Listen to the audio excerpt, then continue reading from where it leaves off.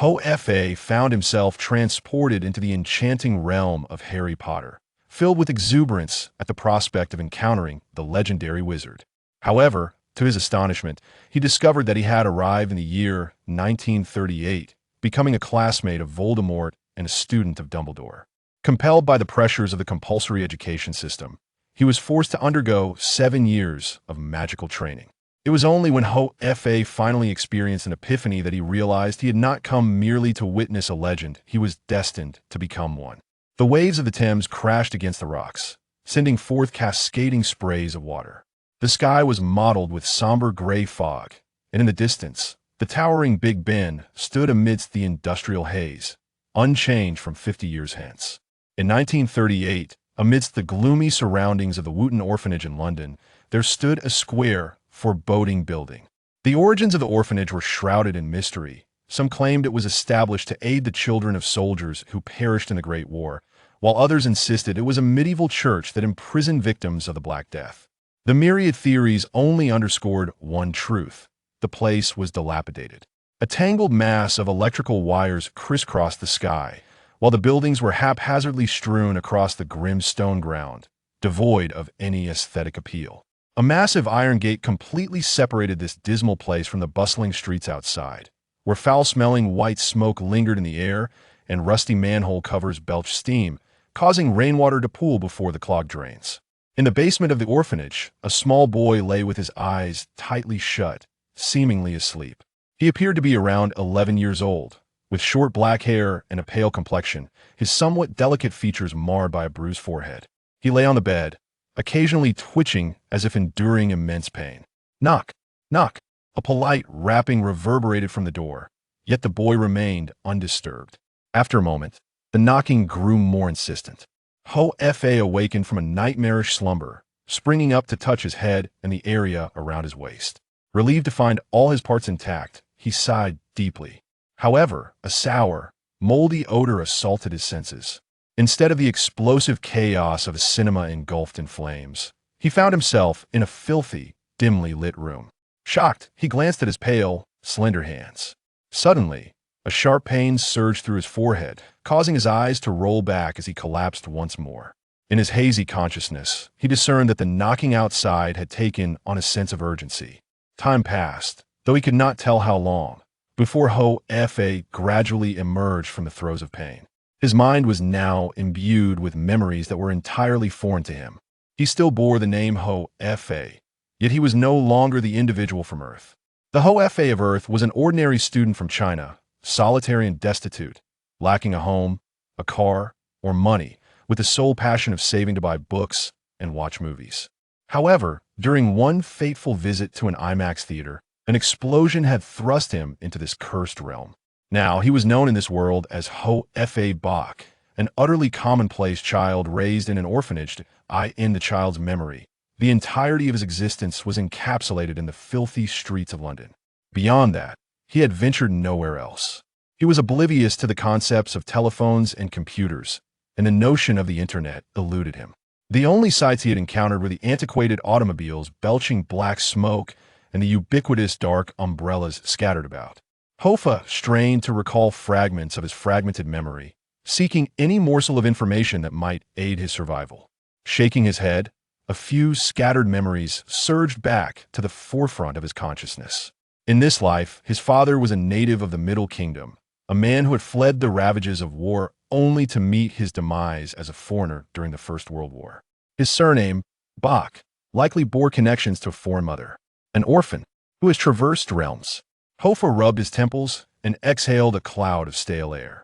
He found little concern in the notion of transmigration, for he had no ties to lament from his previous life. However, the template from which he had begun was decidedly subpar.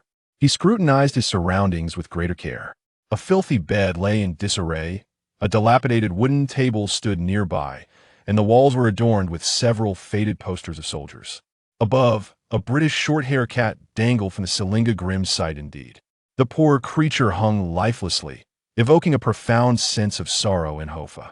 The name of this cat surged into his mind. Adieu. It had been the dearest companion of the former owner of this body. An inexplicable fury ignited within him, a visceral loathing for the unknown perpetrator responsible for this cruel act against the innocent feline, especially in the presence of its owner.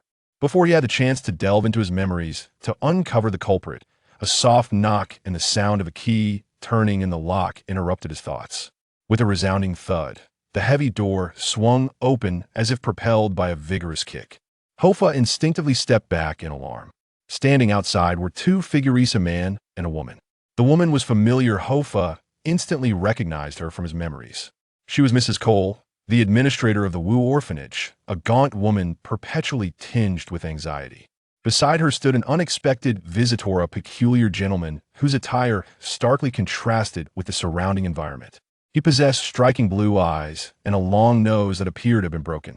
His chestnut-colored beard and long hair were meticulously groomed, and he donned an exquisite velvet suit, holding a cane and a top hat with an air of distinction. Hoffa had no doubt that the gentleman's clothing was custom-tailored from Savile Row, but what astonished him was not merely his attire, but the familiarity of his beard and hair. "Tom, someone has come to see you," Mrs. Cole said absent-mindedly, but almost immediately, she leapt back as if someone had trodden on her tail. "Wait a moment. How could it be you? Hoffa, did he steal your room?"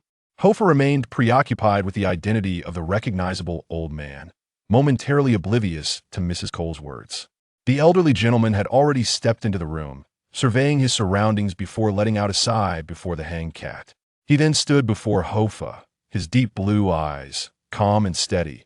Gazing intently at him beneath the long nose, he extended his long fingers and gently brushed over the bruise on Hoffa's forehead. Poor child. A sensation of healing emanated from the wound on his brow, and a flash of realization surged through Hoffa's mind as he incredulously gazed at the nameplate on the door. It bore the crooked letters that read, Tom Marvolo Riddle. Good heavens! Am I in the world of Harry Potter? I am Voldemort. Hoffa's mind momentarily spiraled into confusion, but soon he discerned the truth. He was Hoffa, merely residing in Voldemort's chamber, and the reason behind it swiftly surfaced from his memories. This was an orphanage, where in a past life he had been a well-behaved child, favored by the orphanage's caretaker. His room was on the first floor, basking in sunlight, while Tom's room lay in the basement. Tom Riddle, the young Voldemort, coveted his room and deceitfully lured him into a cave. After an unsuccessful attempt at intimidation, he had pushed Hoffa off a cliff. With no time to dwell on the tragic fate of his former self, a torrent of diverse information regarding worldviews, eras, and narratives flooded Hoffa's mind, causing his eyes to widen in astonishment. The old man tended to Hoffa's wounds, then turned to Mrs. Cole, sighing softly, "Take me to see Tom." Mrs. Cole nodded, preparing to lead him away. As they approached the door, Hoffa suddenly realized something and pointed at the old man's back, nearly exclaiming, "Done. Done. Dumbledore." The man with the auburn beard turned in surprise, his brows furrowing and his blue eyes widening. The air fell into a hushed stillness. Hoffa quickly covered his mouth, cursing himself for his lack of caution. In his shock, he had lost control of his words. What if his possession were discovered? Heaven knows how this enigmatic magical world would respond. Yet Dumbledore had no intention of letting Hoffa off the hook. He softly inquired, "Have we met before?" Hoffa, still covering his mouth, shook his head vigorously. "Then how do you know my name?" As he spoke, Dumbledore took a step closer. Hoffa instinctively retreated. Dumbledore was momentarily taken aback. Politely, he turned to Mrs. Cole and said, "Please wait a moment. I wish to speak with this child privately." Chapter 2. The Butterfly's Wing. In 1938, Dumbledore was not yet the headmaster of Hogwarts. At that time, he was merely a transfiguration professor, likely in his 50s. However, it was during this year that he performed a seemingly insignificant act which would irrevocably alter the future of the magical realm. He admitted the future Dark Lord, Voldemort, into Hogwarts, thereby commencing the ambitious journey of Tom Marvolo Riddle. Hoffa, having read the original novel, was once an avid fan of the story. Yet, he could scarcely fathom that he would traverse into this world after his death, landing in 1938 England, and upon awakening, encounter one of the most renowned wizards of this universe. He was uncertain of what this encounter signified, but after Mrs. Cole left the room, Hoffa had retreated to a corner. He gazed at Dumbledore, fearful that he might invoke the memory charm or obliviate him. Both outcomes were intolerable, especially after his recent experience with death and the ensuing chaos of memory, leaving his nerves taut and fragile. However, Dumbledore did not pursue such actions. Instead, his eyes sparkled with curiosity as he regarded the child from the orphanage who could pronounce his name. He refrained from immediately speaking to Hoffa. Instead, he gently lowered the cat that hung above him and leaned against the tattered table, smiling as he scrutinized Hoffa. Muggles would not know my name, Hoffa. He had already committed Hoffa's name to memory. You did not inquire what a Muggle is, Dumbledore remarked, his blue eyes twinkling with delight. What is your full name? Hoffa? Hoffabach. Hoffa sighed, resolving to be truthful. In the presence of such a formidable being, he could only play the role of an honest child. Bach. It sounds like a family from France, Dumbledore mused, then produced his wand, resting it upon his knee. Hoffa instinctively shrank back, his eyes filled with apprehension. He had recovered somewhat from his initial shock. Now, he merely wished for Dumbledore to take his leave so he could gather his thoughts and confront this new existence. Dumbledore, keenly aware of Hoffa's trepidation, raised his wand and pointed it at him. Hoffa's alarm intensified, and he retreated further into the corner. What was Dumbledore planning? Was he about to cast a memory charm or a soul-sucking spell? His mind was a whirlwind of confusion. Just as his anxiety peaked, a sudden crash erupted as a glass on the table shattered, seemingly in response to Hoffa's mounting tension. Then, with a pop, colorful ribbons fell and adorned his head, leaving Hoffa utterly astonished, pressed against the wall. What was happening? This was entirely absent from the original narrative. What was he supposed to do? Dumbledore cleared his throat, sheathing his wand, and muttered, "Am I truly so fearsome?" Hoffa remained silent, glancing from the broken glass to Dumbledore's cheerful demeanor, utterly speechless. Did Beauxbatons send you an invitation? Hoffa? Hoffa silently shook his head, realizing the truth, or at least he thought he did.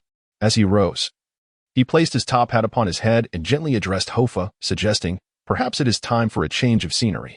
By the way, I have a fondness for short-haired cats as well. Let us find a more suitable environment to lay this little creature to rest. With a subtle wink, he turned and exited the room.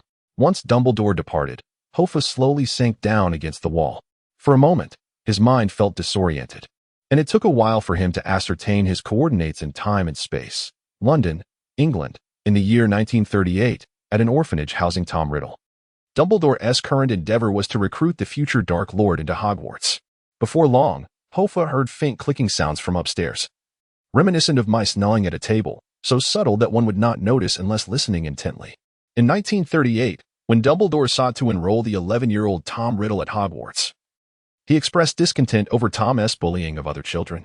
In that moment, he subdued Tom with a burning wardrobe, compelling the future Dark Lord to offer his singular act of contrition. After all, had Tom Riddle not entered Hogwarts, he would not have become Voldemort.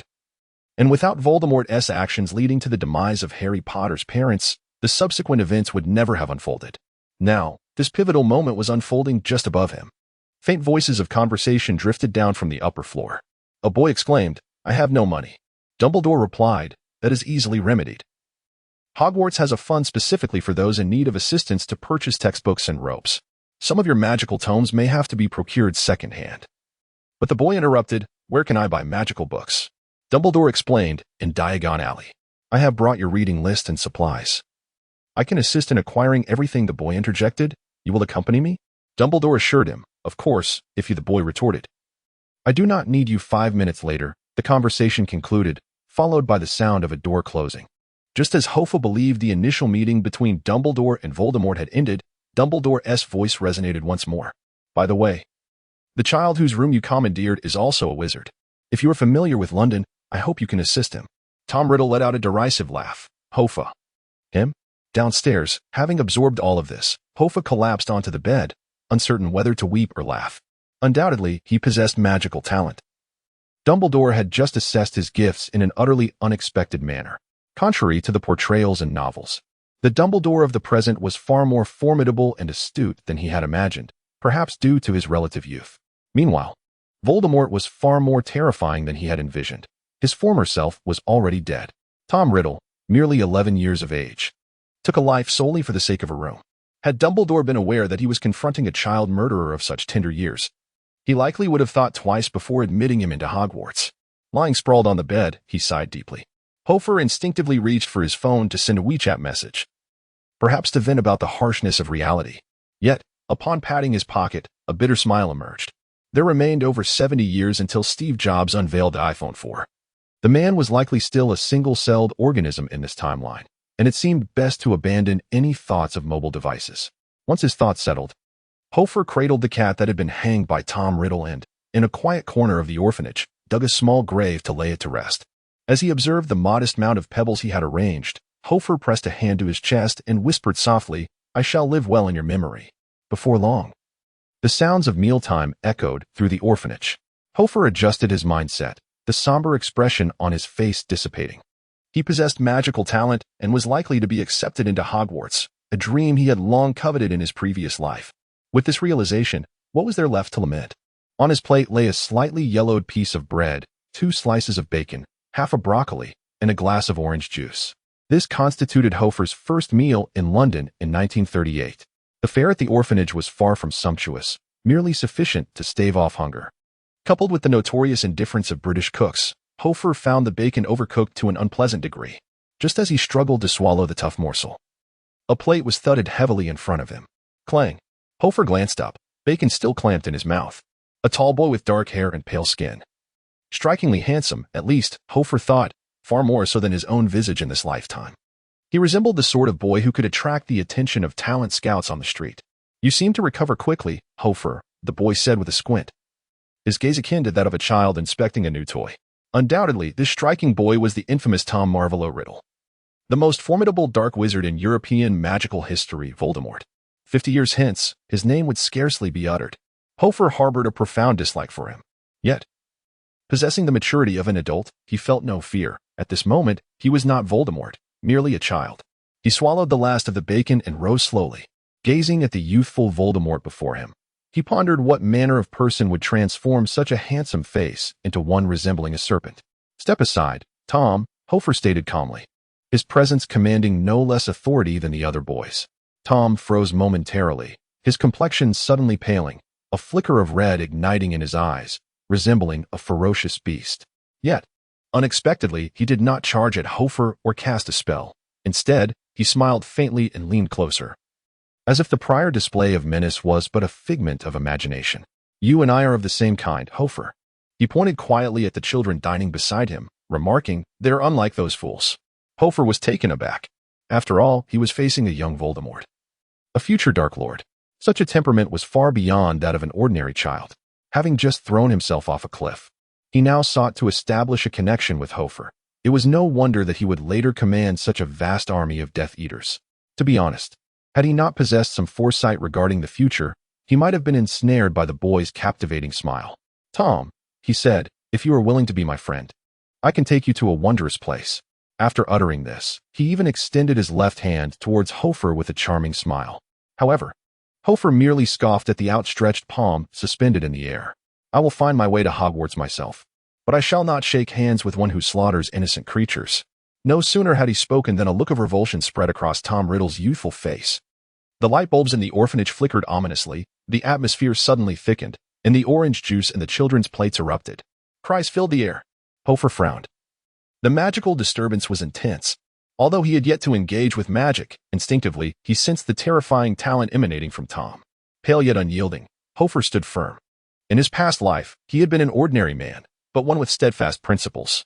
Regardless of whether this individual was destined to fail or succeed, Hoffa would never extend his hand in greeting. The light bulbs above returned to normal. Mrs. Cole rushed into the hall in a panic, attempting to calm the weeping children. At that moment, Tom had regained his composure. "I will be watching you, Hoffa," he said coolly before turning to leave. The calmness of his words belied the naked malice they concealed. Hoffa huffed softly, shaking his head as he tossed a remaining piece of bacon into his mouth. To offend the Dark Lord on the very first day of his rebirth was indeed a grave mistake. Truth be told, Hoffa despised making enemies. His upbringing in traditional Eastern culture had instilled in him the importance of discretion. However, it was precisely this inclination that drove him to hastily sever ties with Voldemort. Standing in line and quietly amassing wealth was the rightful path, unlike him, who bore immense ambition and openly defied the world, no matter how prodigious one's talent. A hundredfold increase could lead to demise. Even in the absence of Harry Potter, the outcome would be the same. Contemplating this, Hoffa couldn't help but shudder. Although Voldemort was destined to fail, he had no desire to become a casualty of the Wizarding Wars. This was not the era of Harry's birth. His father had yet to be born. He could not rely on the protagonist's halo to trail behind the savior, and scavenge for opportunities. As for the Philosopher's Stone, the Chamber of Secrets, and the Prisoner of Azkaban, those were matters of half a century hence. In the present, he was utterly in the dark. The path ahead loomed in chaos. Chapter 3. The Leaky Cauldron. Tom Riddle did not seek trouble with Hoffa. In fact, after receiving his invitation from Hogwarts, he exhibited a remarkably subdued demeanor. Hoffa was far too astute to provoke him. His sole focus was on eating, exercising, and acclimating to his surroundings. A month later, Hoffa had explored nearly every corner of the orphanage's vicinity and had gathered a basic understanding of the Leaky Cauldron's location. At this moment, he clutched a paper map of London, making his way toward the tavern. He wore a worker's cap, and his socks, nestled within his marten boots, were grimy, presenting the appearance of a child laborer selling newspapers. The streets of London in 1938 did not boast the splendor of later years. The roads were paved with gray bricks, uneven and pockmarked. Old-fashioned cars, with their canopies raised, puttered past, emitting clouds of black exhaust. Their colors were drab, starkly contrasting with the vibrant hues of automobiles that would emerge in the future. Many impoverished souls wandered about, clutching signs in search of employment, while disheartened youths lingered at street corners, smoking. This was the lingering aftermath of the 1929 economic crisis. The decline of the sun-never-setting empire glaringly evident in the wake of the First World War. As Hoffa turned a corner, he spotted a group of workers, pipes clenched between their teeth, applying paste to walls. Upon closer inspection, he realized they were affixing black and white posters for the British Royal Army's conscription. The sight of this poster sent a chill through Hoffa's heart, as he suddenly recalled a crucial detail he had forgotten. This matter did not stem from the wizarding world, but rather from the mundane realm. The Second World War was on the verge of igniting. Hitler was still alive. A host of dark wizards from the same era were also very much alive. To name a few, Tojo Hideki, Mussolini. In comparison to the yet-to-emerge dark wizard Voldemort, these figures were undeniably formidable tyrants. The devastation and carnage wrought by Voldemort might scarcely measure against the destruction perpetrated by these historical figures. Hoffa, though not extensively versed in history, was aware that the war was set to commence in 1939, a mere year away from his present time. Staring at the poster, Hoffa found himself momentarily frozen, map in hand, with tears of frustration threatening to spill. Why, oh why, did he have to arrive in this tumultuous era? Suddenly, the sound of a motorcycle revving interrupted his thoughts. He turned to see an old-fashioned motorcycle approaching, reminiscent of those seen in wartime dramas. One rider operating the vehicle, while another sat in the sidecar. Two soldiers clad in dark green halted before Hoffa. One smoking soldier leaned over the sidecar, loudly inquiring, "Are you Hoffabach?" Taken aback, Hoffa gazed at the two young soldiers, puzzled, as he did not recognize them. Was his name inscribed upon his face? He nodded. "Yes, that's me." Instantly, the soldier in the sidecar retrieved a bundle of letters from behind him, wetting his fingers to flip through them before extracting one and handing it to Hoffa. "Here's your letter, kid. Make sure you don't lose it." With that, the soldier operating the motorcycle pressed the throttle, and with a rumble, they sped away. Hoffa, astonished, turned his attention to the letter in his hands. In London, 532 meters west of the Broken Cauldron pub on Bonington Market Street, at the second corner, Mr. Hoffa received a letter. Just as in the novels, it was inscribed with emerald green ink, lacking a postage stamp, and bore a weighty texture akin to parchment. Although he had anticipated receiving a letter after his conversation with Dumbledore that day, he had never envisioned such a scenario. He gazed up at the sky, perplexed. How did these individuals manage to pinpoint his location so precisely? Setting aside his bewilderment, Hoffa eagerly tore open the letter. A fantasy he had conjured countless times in his past life had astonishingly materialized today, stirring within him a profound excitement. Hogwarts School of Witchcraft and Wizardry Headmaster Headmaster Dipet, Vice President of the International Wizarding Federation, Royal Honorary Wizard, Chief Wizard of Wisengamot. Dear Mr. Bach, we are delighted to inform you that you have been granted admission to Hogwarts School of Witchcraft and Wizardry. Enclosed is a list of required books and equipment. Yours sincerely, Deputy Headmaster Adalbert Goshawk. Hoffa read the letter back and forth several times. Undoubtedly, this correspondence was akin to those in the novels, yet wholly distinct. From this letter, he gleaned three critical pieces of information. First, his headmaster was not Dumbledore, but a man named Headmaster Dipet. Second, the deputy headmaster was not Minerva McGonagall, but a stranger called Adalbert Goshawk. Third, the Muggle world was not entirely severed from the wizarding realm, at least within the royal circles. There were individuals aware of the existence of the magical world.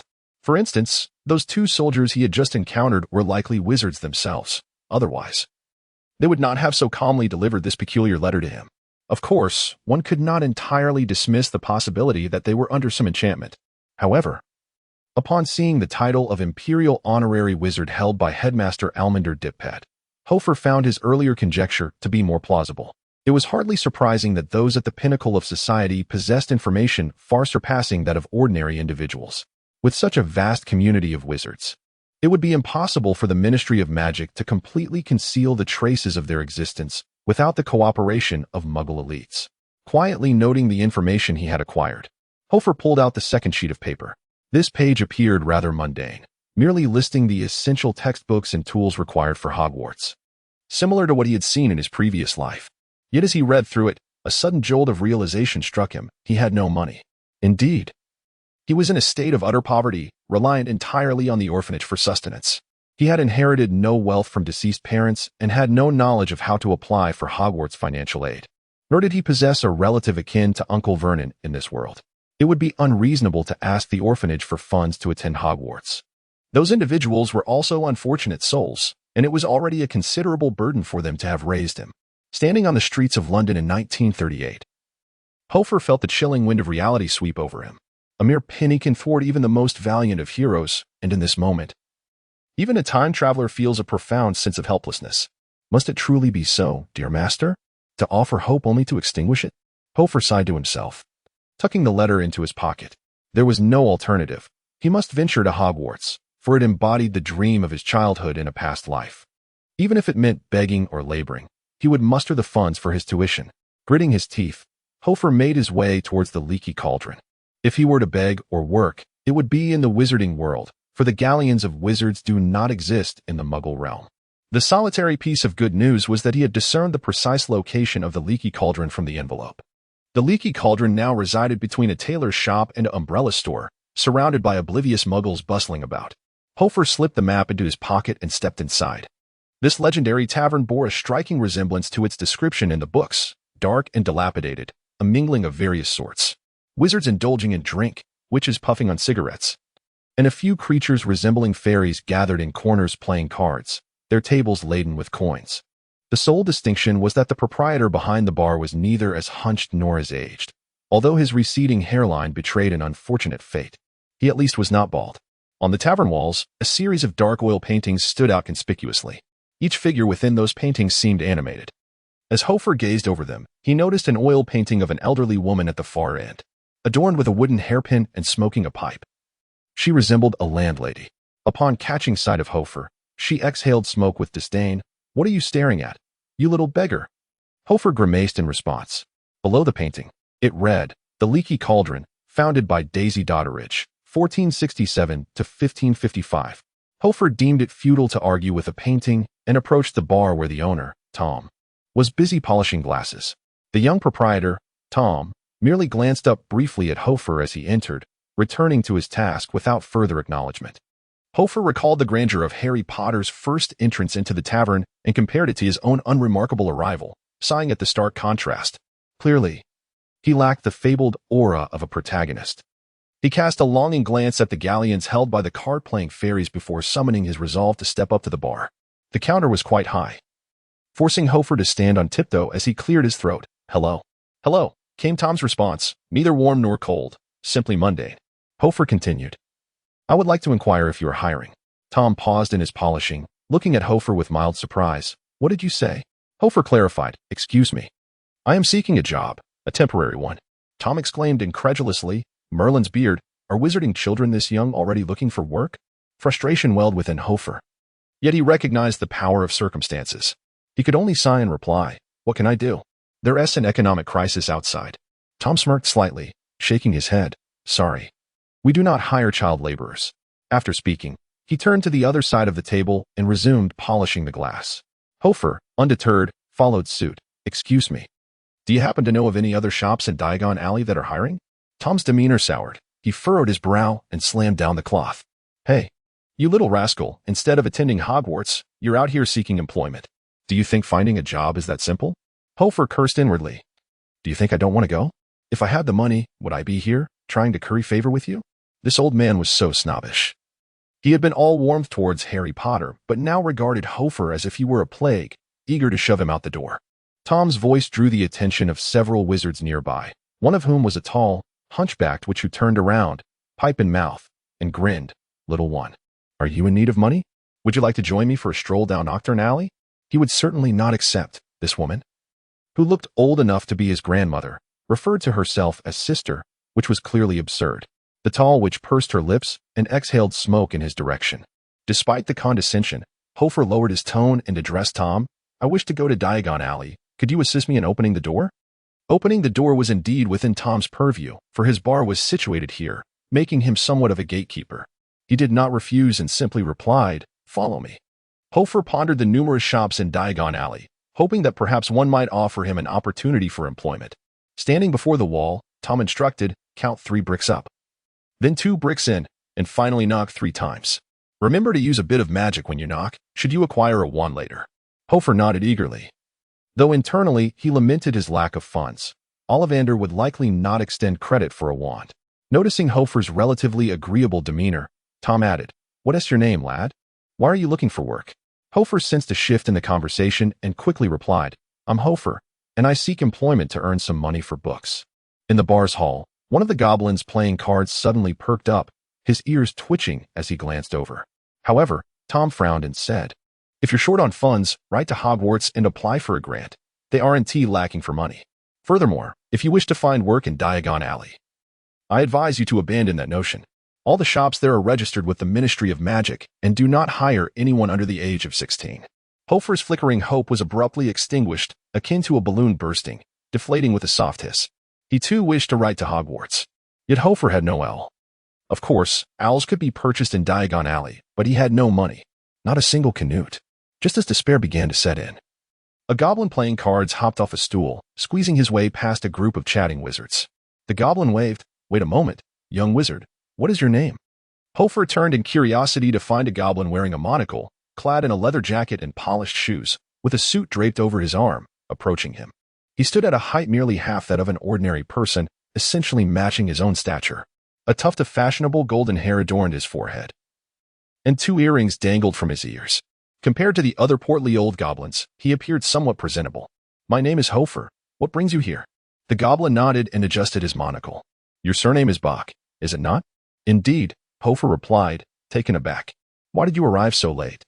"I have been waiting for you for 3 days," the goblin lamented. "My name is Ender. I appreciate your kindness." He extended his hand with the finesse of a salesman. Hoffa grasped the goblin's hand, his heart racing as he scrutinized this employee-like creature, pondering what he had done to warrant a goblin's 3-day wait. It is well known that these beings are exceedingly stingy. Could it be that he owed him money? However, Ender promptly revealed, "Not long ago, a male wizard entrusted me with a task, instructing me to await a child named Hoffa here." With that, Ender cleared his throat and rummaged through the pockets of his trousers, retrieving a crumpled letter from a pile of copper coins, which he handed to Hoffa. "This is a letter from the wizard for you." Hoffa quickly accepted it and, upon inspection, found it signed, adorned only with a series of swirling English characters. "I did not prepare 2 grants last time. I have asked Ender to take you to Gringotts to collect it. He is a commendable goblin. To get along well. See you at school." The message was succinct, yet Hoffa instantly recognized the author. It was Dumbledore, and to his relief, it seemed he had not been forgotten.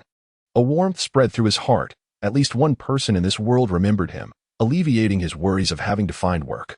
After reading the letter, Hoffa regarded the goblin before him with increasing favor. Wait, why was this fellow suddenly rubbing his hands together and grinning so shrewdly? Hoffa inquired with suspicion, "What is so amusing?" The goblin adjusted his glasses and replied with a grin, "The situation is as follows. Though an unexpected turn of events has arisen." "What sort of unexpected turn?" A sense of foreboding crept into Hoffa's heart. He glanced at the sheepish goblin, then at Tom's retreating figure, and finally at the goblins at the card table collecting money. Hoffa felt as if several dementors were kissing him, as wisps of his soul began to drift from his very being. "Are you implying that?" "My grant for enrollment." Ender confirmed, "Indeed. It has already been lost by me in a game." Chapter 4. The Exploration of the Secret Realm. "Are you still human?" Hoffa exclaimed in exasperation, seizing Ender by the collar and bellowing, "Why did you gamble away my allowance?" Startled, Ender quickly patted Hoffa's hand, which was taut with frustration, and replied, "Isn't this merely a form of investment? That small sum is inconsequential. Oh, come now, how could we fairies ever lack for funds? Look at you, so anxious. Gasping for breath, Hoffa released his grip, nearly driven to fury by this fairy's antics. Are you serious? He demanded. Trust me, Ender proclaimed, thumping his chest confidently. I assure you, by sunset, you will have your books and wand, provided you follow my instructions. Hoffa cast a cold glance at the fairy, finding him increasingly irksome. It was baffling that Dumbledore would enlist such a character for assistance, claiming he was a decent fairy. What must I do? Hoffa inquired. First, we must head to Diagon Alley, Ender replied with a smile, extending his slender finger to tap thrice on the wall before them. The wall trembled as if alive, swiftly parting to reveal a broad archway leading to a winding cobblestone path that seemed to stretch into infinity. At that moment, an inexplicable voice echoed in Hoffa's mind. Ding! Wizarding secret realm discovered. System activated. This system serves as an obligatory education framework. Its existence is predicated on two purposes. First, the host must complete a 7-year curriculum of magical education at Hogwarts. Second, it aims to assist the host in exploring and documenting this world. Each completed exploration of a secret realm will yield rewards. Current Wizarding Secret Realm, London Wizard Market. Complete 50 of the exploration to earn 1/3 spell fragment. The 1/3 spell fragment contains unique energy. Acquiring 3 will upgrade one of your spell abilities. Complete 100 of the exploration to earn the knowledge of the Great One. The knowledge of the Great One is enigmatic. Until you possess it, you will remain unaware of its potential power. Hoffa stood in stunned silence, fortunate that his heart had grown resilient amidst the upheaval. He meticulously reviewed the information in his mind several times. Having a system attached to him was not particularly surprising. Its function was straightforward: fulfill tasks to receive rewards. However, the system's name struck him as rather peculiar. Obligatory education system must complete 7 years of magical education. Hoffa felt an odd sensation. Who would ever refuse to study for 7 years at Hogwarts? Even someone as formidable as Voldemort had dutifully spent 7 years in school before departing. A testament to the institution's allure. Amusingly, he himself had never skipped a class in his past life. The display read, Current Secret Realm Exploration 0100. Gazing at the empty slot, Hoffa comprehended that he must continuously engage in exploration to attain rewards. There exist 2 forms of rewards: spell fragments and the knowledge of the Great Ones, although their purposes remain unknown to the protagonist for the time being. After confirming he was not mistaken, Hoffa exited the realm of consciousness. Ender observed Hoffa standing in place, seemingly astonished as if it were his first visit to Diagon Alley. After a brief moment, he nudged Hoffa, urging him to move along, reminding him that they had many tasks ahead. Once Hoffa concluded his examination of the system, he nodded in agreement to Ender. The two then stepped into Diagon Alley, in stark contrast to the desolation and tension of the Muggle world outside. The wizarding realm radiated an extraordinary sense of leisure and vibrancy. Each shop window displayed a myriad of materials, baskets overflowing with crimson feathers, shimmering blue bat eyes, and bizarre silver instruments. Various auspicious wind chimes adorned the entrances, each possessing tiny mouths that chimed melodiously whenever a passerby approached. Their songs were not mere commercial invitations, but rather delightful ancient verses that Hoffa could not comprehend. Some establishments were rather concealed, necessitating entry for the system's exploratory green bar to increase. For instance, a corner shop was marked only by a small wooden cabinet holding a broom. However, the most profound impression was left by a store named Perseus's Weather Blanket. Beneath the gilded title, a line of smaller text beckoned, proclaiming, "Are you troubled by acclimatization?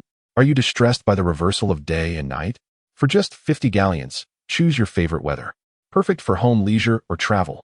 What are you waiting for? Come and purchase now." Weather blankets? Hoffa had never encountered such a shop, nor was it mentioned in the original text, prompting him to enter with curiosity. Upon stepping inside, he was astonished to find that the store indeed sold weather. To the left, a blanket depicted a thunderous rainstorm, complete with a dark cloud pouring down. To the right, another blanket illustrated a parched desert where miniature camels wandered amidst the sands.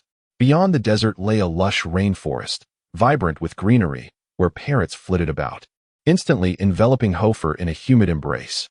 Hoffa also spotted a bespectacled wizard lounging on a deck chair in the rainforest area, basking in the sun. Nearby, a shopkeeper beamed as he enthusiastically promoted his merchandise. "How does that feel? I assure you, You cannot experience the sensation of sunbathing in a tropical rainforest anywhere else in Britain. The sunbathing wizard rose from his chair, affirming, "Indeed, it aligns closely with my expectations. Though I believe the humidity could be increased slightly. Perhaps a few more parrots in the canopy? Very well." The shopkeeper waved his wand, and in an instant, amidst the chorus of parrot songs, the entire rainforest unfurled into a neatly arranged blanket. After the male wizard completed his payment, he departed with a satisfied smile.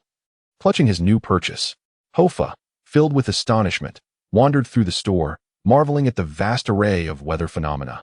Endless grasslands, glaciers blanketed in snow, picturesque islands, and even the ominous rumblings of a volcano poised to erupt. The shopkeeper approached and inquired, "Greetings. Do you intend to purchase a weather type or customize one of your preference?" Hoffa replied nonchalantly, "I am merely browsing."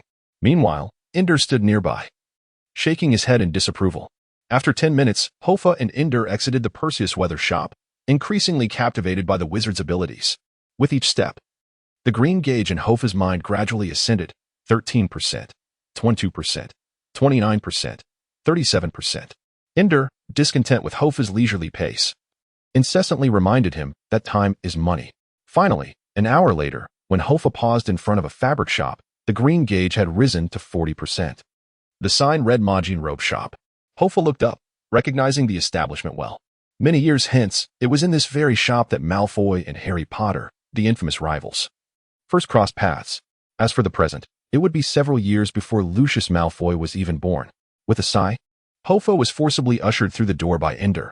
Inside, a hunched, hook-nosed man in an elegant purple robe cast a dark glance toward the entrance, his squinty eyes lingering on Hoffa's tattered shoes and socks. Ender, unfazed, boldly leapt to the counter, producing a gold watch from his pocket and tossing it to the hunchbacked man. "As usual, Majin, I'll rent a suit." Majin accepted the watch, his gaze firmly fixed on Hoffa. "Your guest seems to lack potential," he scoffed, shoving the watch beneath the counter and bellowing, "Paulina, come and assist." Hoffa, oblivious to their conversation, sensed that this was a family-run establishment, unaware of the hunchback's connection to the future Mrs. Majin. However, the answer soon revealed itself as a petite girl, no more than 8 or 9 years old, bounded out from behind the counter. "I'm here, Dad. No need to shout." She was half a head shorter than Hoffa and displayed remarkable agility. Upon spotting Hoffa, she promptly pushed him onto a wooden stool. "Extend your arms." Hoffa complied, pondering whether this girl named Paulina would indeed grow up to become the future Mrs. Majin. She seemed quite suited for this line of work, though it remained uncertain if she had yet taken her husband's surname or ever been wed. With genuine curiosity, Hoffa mused. Paulina, unaware of Hoffa's thoughts, measured his dimensions with her eyes and inquired, "Are you a newcomer here to customize your school robe?" Had yet to speak when hastily exclaimed, "Hey, young lady, we are not here to purchase school robes. You must attire my client to look dashing, akin to the princely charm of ancient Persian royalty." Scoffed disdainfully, stuck out her tongue, making a face at, then turned to and whispered, "How did you end up entangled with him? Fairies are never up to any good." Sighed. "It's a long story." Although appeared somewhat snobbish, his tailoring prowess was undeniable. 10 minutes later, emerged transformed. He donned an opulent red robe adorned with subtle golden patterns, complemented by knee-high leather boots, while his dark hair was impeccably styled. He even seized ring and placed it upon his finger. At that moment, he resembled a true scion of a noble lineage. As gazed into the mirror, a whimsical thought crossed his mind. How striking would Voldemort appear in such attire? With his elongated fingers stroking his pointed chin, suddenly turned to and inquired, "Do you fancy him now?"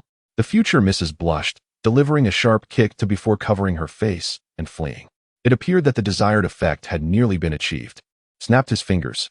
"Come along, Your Highness, we have quite a busy day ahead."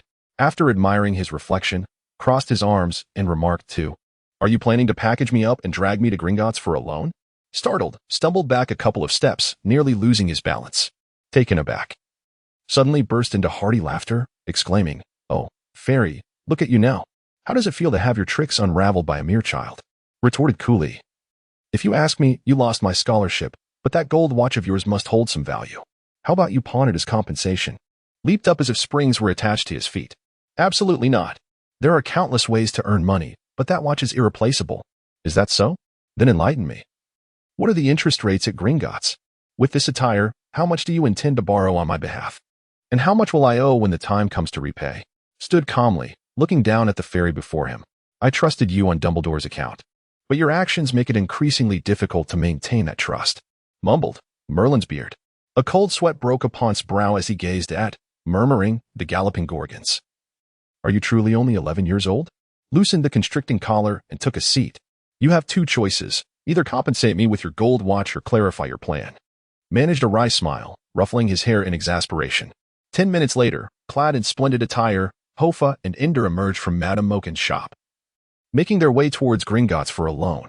Despite Hoffa's earnest entreaties, Ender steadfastly refused to compensate him for the gold watch. However, he divulged his plans to Hoffa in meticulous detail. In the current climate of heightened tension across Europe, Gringotts was seizing the opportunity to expand into other nations, necessitating numerous foreign partners.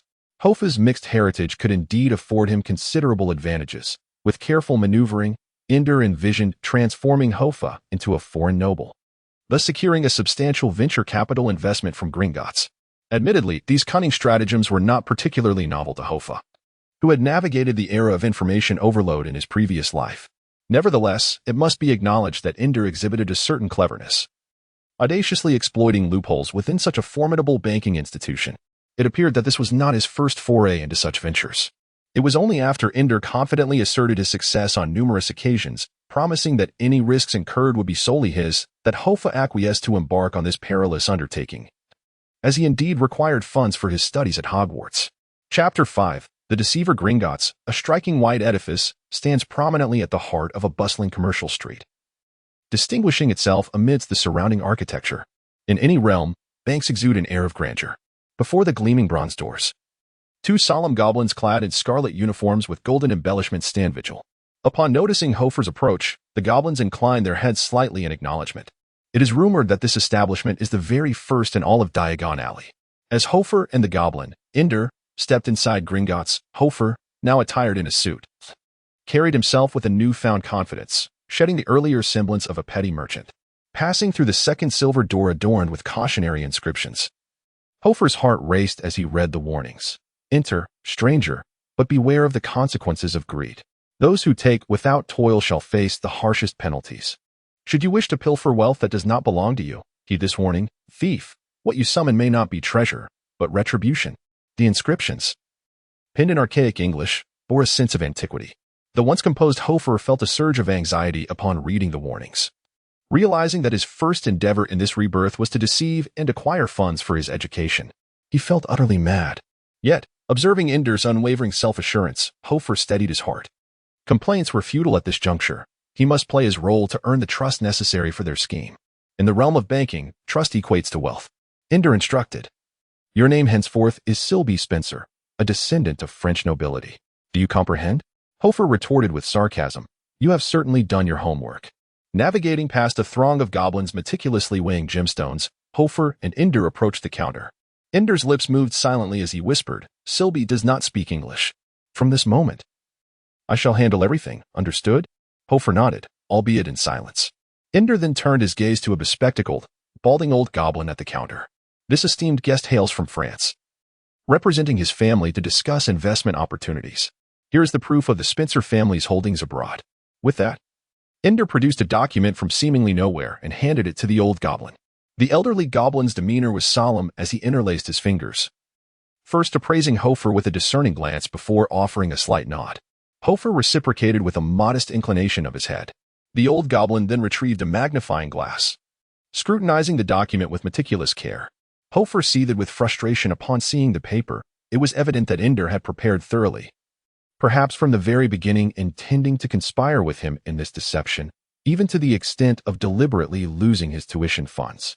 Once the document was examined, the old goblin gestured, summoning a goblin secretary from behind him. Take them to room 103, he instructed. The goblin secretary nodded in affirmation and escorted Hoffa to the elevator of Gringotts, pressing a series of buttons. The antiquated sliding door lift glided upward, ascending to the next level. Hoffa recalled the moment when Harry Potter and Hagrid first descended to Gringotts. While he found himself ascending alongside Ender, an unsettling sensation gnawing at him. Upon reaching the 10th floor, the elevator doors opened. Ender immediately bowed at the entrance, adopting a demeanor reminiscent of a servant, allowing Hoffa to pass first. thereby emphasizing his noble status. Hoffa scoffed inwardly, recognizing Ender as a consummate con artist, fully committed to his charade. He declined to refuse, mimicking the restrained elegance of the aristocrats he had observed in films from his past life. The corridor was adorned with the rich fragrance of high-end roses, the floor laid with a crimson carpet, and the walls illuminated by gilded magical lighting, exuding an air of opulence. The fairy secretary ushered Ender and Hoffa into room 103 before discreetly withdrawing. Outside, the sun cast its light, yet the fireplace within the room crackled with flames. The walls adorned with silverware and oil paintings, creating a dim yet lavish atmosphere. "Mr. Ralpha, see who I have brought with me this time," Endo announced with a jovial voice, clearing his throat. Before the fireplace, a wheelchair turned to face them. Seated in it was an elderly fairy, frail and nearing the end of his days. Draped in a red blanket, his head trembled slightly, and his nose was as long as Hoffa's forearm. Hoffa swore he had never encountered a fairy so aged and incapacitated. He was akin to the Stephen Hawking of fairies. Ender approached, planting a kiss on the nearly bald head of the old fairy. "Wooden horse." Hoffa felt a shiver run down his spine. The old fairy grinned, gesturing towards a nearby red sofa. Hoffa quietly took a seat. Ender sauntered over to a cabinet, comfortably pouring himself a glass of red wine as he spoke. "Ralpha, the wizarding community in France is currently facing challenges. Germany's ambitions are becoming unstoppable. This Mr. Sebastian is willing to mortgage his family's properties in France in exchange for the protection of the British Ministry of Magic." Ralpha muttered something under his breath. "Alarmist, Ender." "You always are," his voice rasping like a rusty bell. Ender handed over a parchment. "Believe it or not, this is the deed. Take a look." Ralpha examined it and murmured, "Delphina. Spencel. Indeed a land without an owner." The old fairy cast a glance at Hoffa, seemingly unsure of his connection to Miss Delphina. Ender confidently proclaimed, "Brother, blood brother, the sole heir of the Spencel family. Rest assured, there will be no issues." The old fairy nodded, but then hesitated. "Yet the price." Ender raised a finger. 10,000 galleons, plus a security agreement. That is the cost, if feasible. You could acquire extensive lands, including the Bordeaux port, to be settled within 2 years. The old fairy's murky eyes sparkled with interest as he regarded Hoffa in silence. Ender reassured, "Fear not, he won't speak English." The old fairy then promptly began to haggle with Ender. Observing the two as they bickered, Hoffa smiled outwardly while inwardly cursing. Ender was indeed a brazen liar, and he wondered how such a character had garnered a favorable reputation in Dumbledore's eyes. Dumbledore is indeed one of the rare sages in the world of Harry Potter. Has this goblin become so audacious as to deceive even Dumbledore? Or is it that Dumbledore, not yet sufficiently aged and having suffered greatly at the hands of Grindelwald, has grown so wise? At last, the squabbling ceased. The old goblin gazed expectantly at Hoffa. Grindel, with a sullen expression, approached Hoffa and whispered in his ear, questioning whether this old fellow's nose was rather comical, nodding for yes, shaking for no.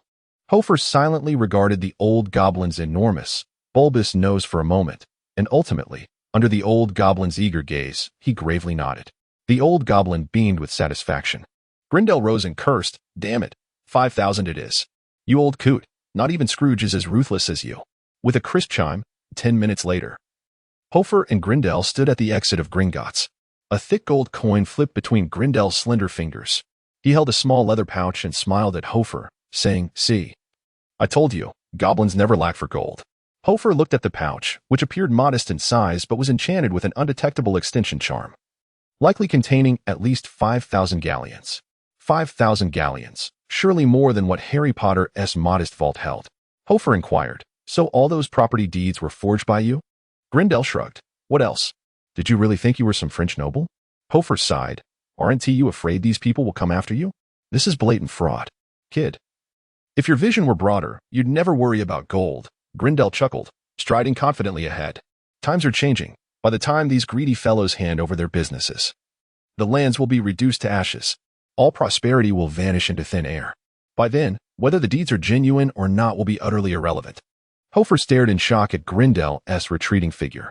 If it were an ordinary 11-year-old, they would be utterly lost in his words. Yet Hoffa understood. The Second World War loomed near, and France would be among the first to fall, becoming a battleground. Let alone Grindel selling fake deeds to goblins. Even if he brought the deeds to Versailles, those goblins would not benefit. This fellow was simply playing the timing for war profits. Confused, Hoffa hurried after him. "Hey, how do you know this?" On what basis do you assert that war will come, or what if they discover it before the war starts? Grindel turned, a strange glimmer crossing his face. I know very well. I am a goblin from the Black Forest in Germany. And as for being discovered, don't worry, no one dares to trouble a first-year student at Hogwarts. Saying this, Grindel tossed Hoffa a small leather pouch. Grabbing it, Hoffa felt its weight, and upon opening it, he found it filled with gleaming galleons. In the world of wizardry, a conversion of 1 galleon equates to 17 sickles, and 1 sickle to 29 nuts. I bestowed upon you a sum of 100 galleons, far more generous than the financial aid offered by Hogwarts. Sufficient to procure a few books and a wand, and not of the second-hand variety, mind you. After toying with the wizarding coins for a moment, Hoffa raised his head, somewhat vexed. We collaborated, yet you received 5,000 galleons while I was allotted merely 100? Ender blinked innocently, but you did nothing at all. Hoffa pursed his lips, choosing silence as he secured the small pouch close to him. A galleon can be exchanged for 5 pounds, which, when converted to the currency of the future, amounts to 45 yuan. Thus, 100 galleons translate to 4,500 yuan, a considerable fortune for his current self. Although Hoffa had a penchant for money, he understood the value of integrity and preferred to shun ill-gotten gains. This venture was one of necessity. Under no circumstances would he repeat such a risk again. He had no desire to test the influence of Gringotts. Fortunately, he managed to procure a school robe, and not a second-hand one at that. After acquiring the robe, accompanied by Ender, Hoffa proceeded to the Leaky Cauldron, where he successfully obtained his textbooks for Hogwarts. Though he yearned to delve into them immediately, he recognized that the time was not yet ripe. As Hoffa explored the majority of Diagon Alley, he noted that his realm of exploration had reached an impressive 45%. With just a 5% increase, he would unlock the system's first reward, 1/3 of a spell fragment. However, overshadowing the allure of spell fragments was an object of greater excitement and anticipation, his wand, the coveted item of his dreams. Guided by Ender, Hoffa arrived at Ollivander's, the wand shop that would make any Harry Potter enthusiast green with envy. True to its depiction in literature, this establishment appeared rather unassuming, marked by a small storefront, a peeling gold sign, and dusty windows. Upon reaching the entrance, Ender suddenly extended his hand, halting the exuberant Hoffa. The reason was immediately apparent to Hoffa. A tremendous surge of magical energy emanated from within the shop, accompanied by ecstatic, maniacal laughter. Indeed, it was precisely as he had envisioned. Chapter 6. The semi-finished product. The sound was remarkably familiar, the raucous laughter just having subsided. A tall, slender figure burst through the door of Ollivander's shop, a handsome boy emerging, his eyes alight with excitement. His body trembling slightly as he marveled at a purple-wood wand in his hand, completely oblivious to Hoffa and Ender standing at the entrance. The air crackled with wild magical energy, tousling Hoffa's hair. With a lingering sense of trepidation, Ender quietly inquired, "Who is that? How could someone so young possess such formidable magical power?" Hoffa, of course, knew precisely who it was. Tom Marvolo Riddle, the future Dark Lord, Voldemort, had already acquired his first accomplice, a powerful purplewood wand. No wonder he was so exhilarated. Tragically, that wand would be ruthlessly discarded by him after more than 50 years of companionship. Shaking his head, Hoffa suggested to Ender, "Shall we enter together?" Ender shook his head in response. "You go in alone. Elves do not require wands and do not frequent such shops. This old fellow includes the bones of elves in his wand-making materials. I fear I might harm him if I were to see him." Hoffa fell silent, reluctantly pushing open the door to Ollivander's shop alone. The moment he stepped inside, a chime sounded. Ding. System notification, current secret realm, London Wizarding Market. Exploration degree reached 50%, gaining spell fragment, 1/3. In his mind's eye, a vague shard appeared. Hoffa yearned to explore the fragment, yet it remained utterly elusive. He had no choice but to abandon that thought and focus on the scene before him. Before him stood thousands of boxes, densely stacked from the floor to the ceiling, the atmosphere thick with silence and solemnity. Ollivander's wand shop was a family establishment, its history of wand-making tracing back to 382 B.C. The surname Ollivander, in its essence, signifies one who possesses an olive-wood wand. Thus, some, including the current Ollivander himself, believe their ancestors arrived in Britain alongside the Romans. The current proprietor of Ollivander's shop is Garrick Ollivander, who appeared far less aged than described in the books 50 years hence, presenting instead as a sprightly middle-aged man, albeit with a somewhat dazed expression. Ollivander had yet to notice Hoffa's arrival. He stood amidst the scattered wooden boxes, mouth agape, lost in his recent astonishment, until Hoffa waved his hand before his eyes. "Hello," Hoffa said calmly. "I wish to purchase a wand." Ollivander mumbled in response, "Of course, everyone who comes to my shop seeks to buy a wand. Left hand or right?" "Right hand. Raise your arm." He proceeded to measure Hoffa, first from shoulder to fingertip, then from wrist to elbow, shoulder to floor, knee to armpit, and finally, the circumference of his head. As he measured, he spoke. "Every Ollivander wand possesses extraordinary magical properties, which is its very essence. We utilize unicorn hair, phoenix tail feathers, and the heartstrings of a fire dragon." Hoffa chuckled lightly. "Do you repeat the same words to everyone?" The interrupted Ollivander, slightly irked, retorted, "Rude child. I am a businessman. Do you understand? A businessman." As he spoke, he swiftly gathered the boxes strewn across the floor, thrusting wand after wand into Hoffa's hands. "Holly. Phoenix feather, 11 inches. No, no. Unicorn hair, rosewood, 13 inches. No, no. Dragon sinew, walnut, 9 inches. No, still no. Beech, Vila hair, 10 inches. No, of course not. What was I thinking?" Ollivander muttered as he hurriedly shuffled boxes. The wands twirled in Hoffa's grasp like a carousel. Yet he felt as though he was merely holding a regular stick. Nothing extraordinary transpired. Applewood, 17 inches, no. Acacia, 14 inches, no. Cedar, 9 inches, no. Ash, no. Sorbus, no.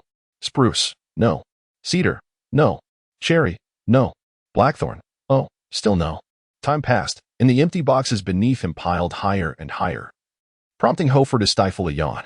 Had it not been for the arrival of his Hogwarts acceptance letter, he might have doubted his magical potential.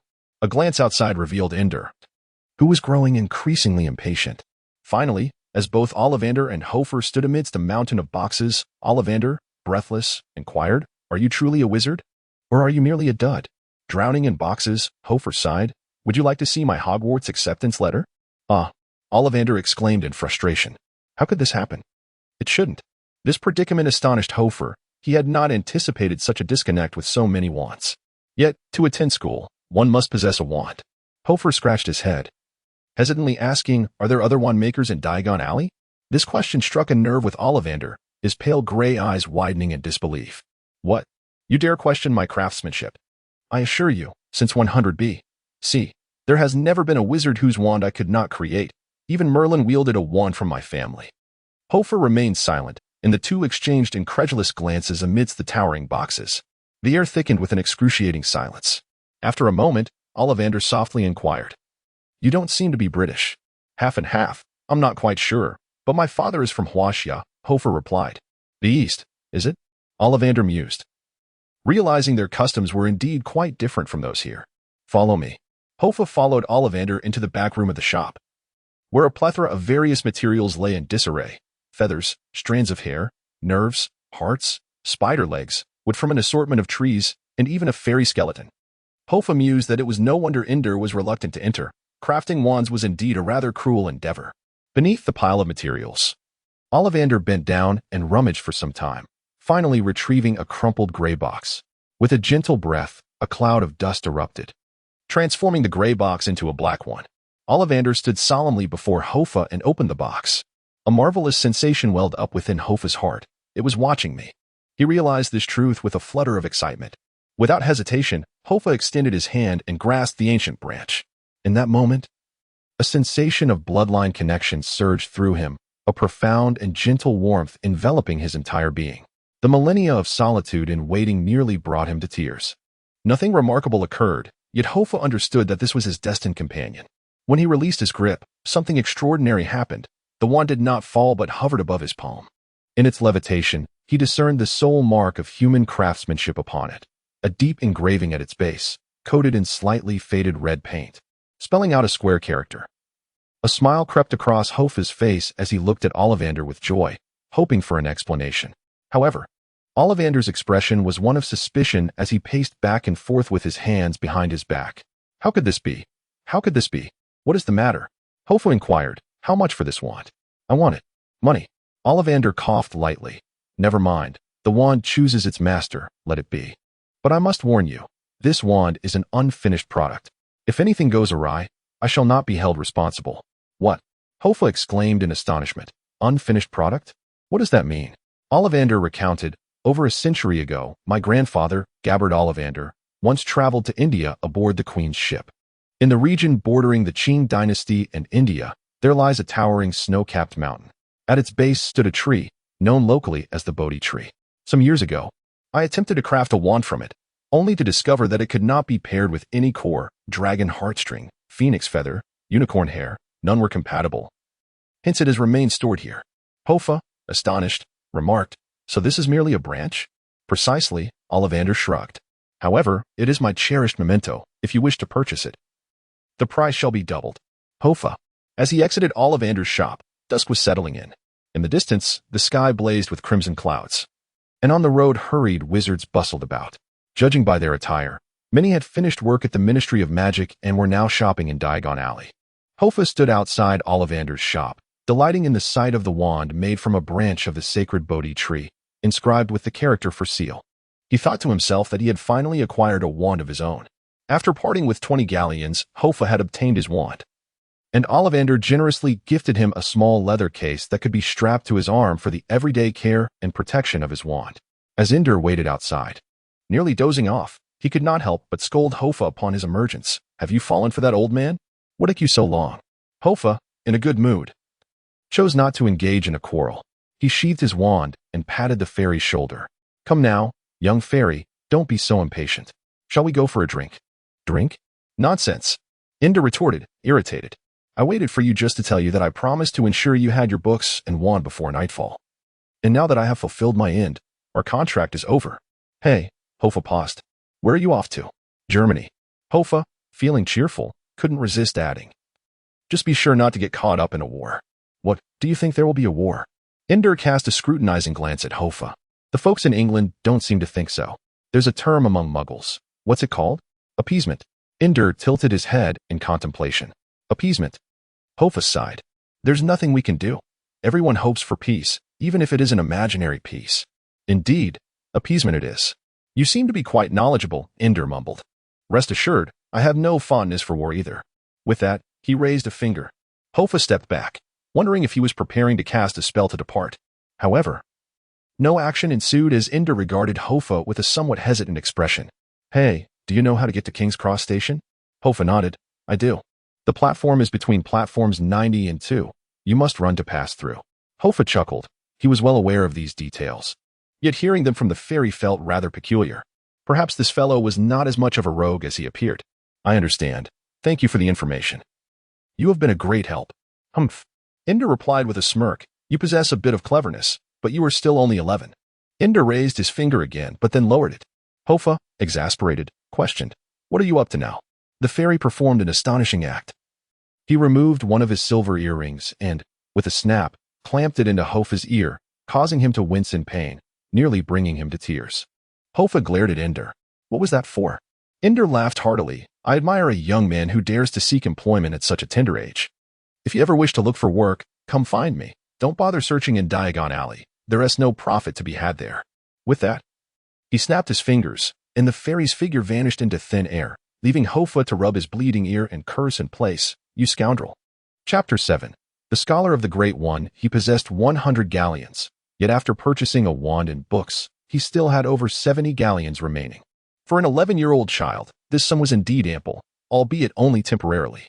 He was to reside at Hogwarts for 7 years, and such a modest amount would scarcely suffice.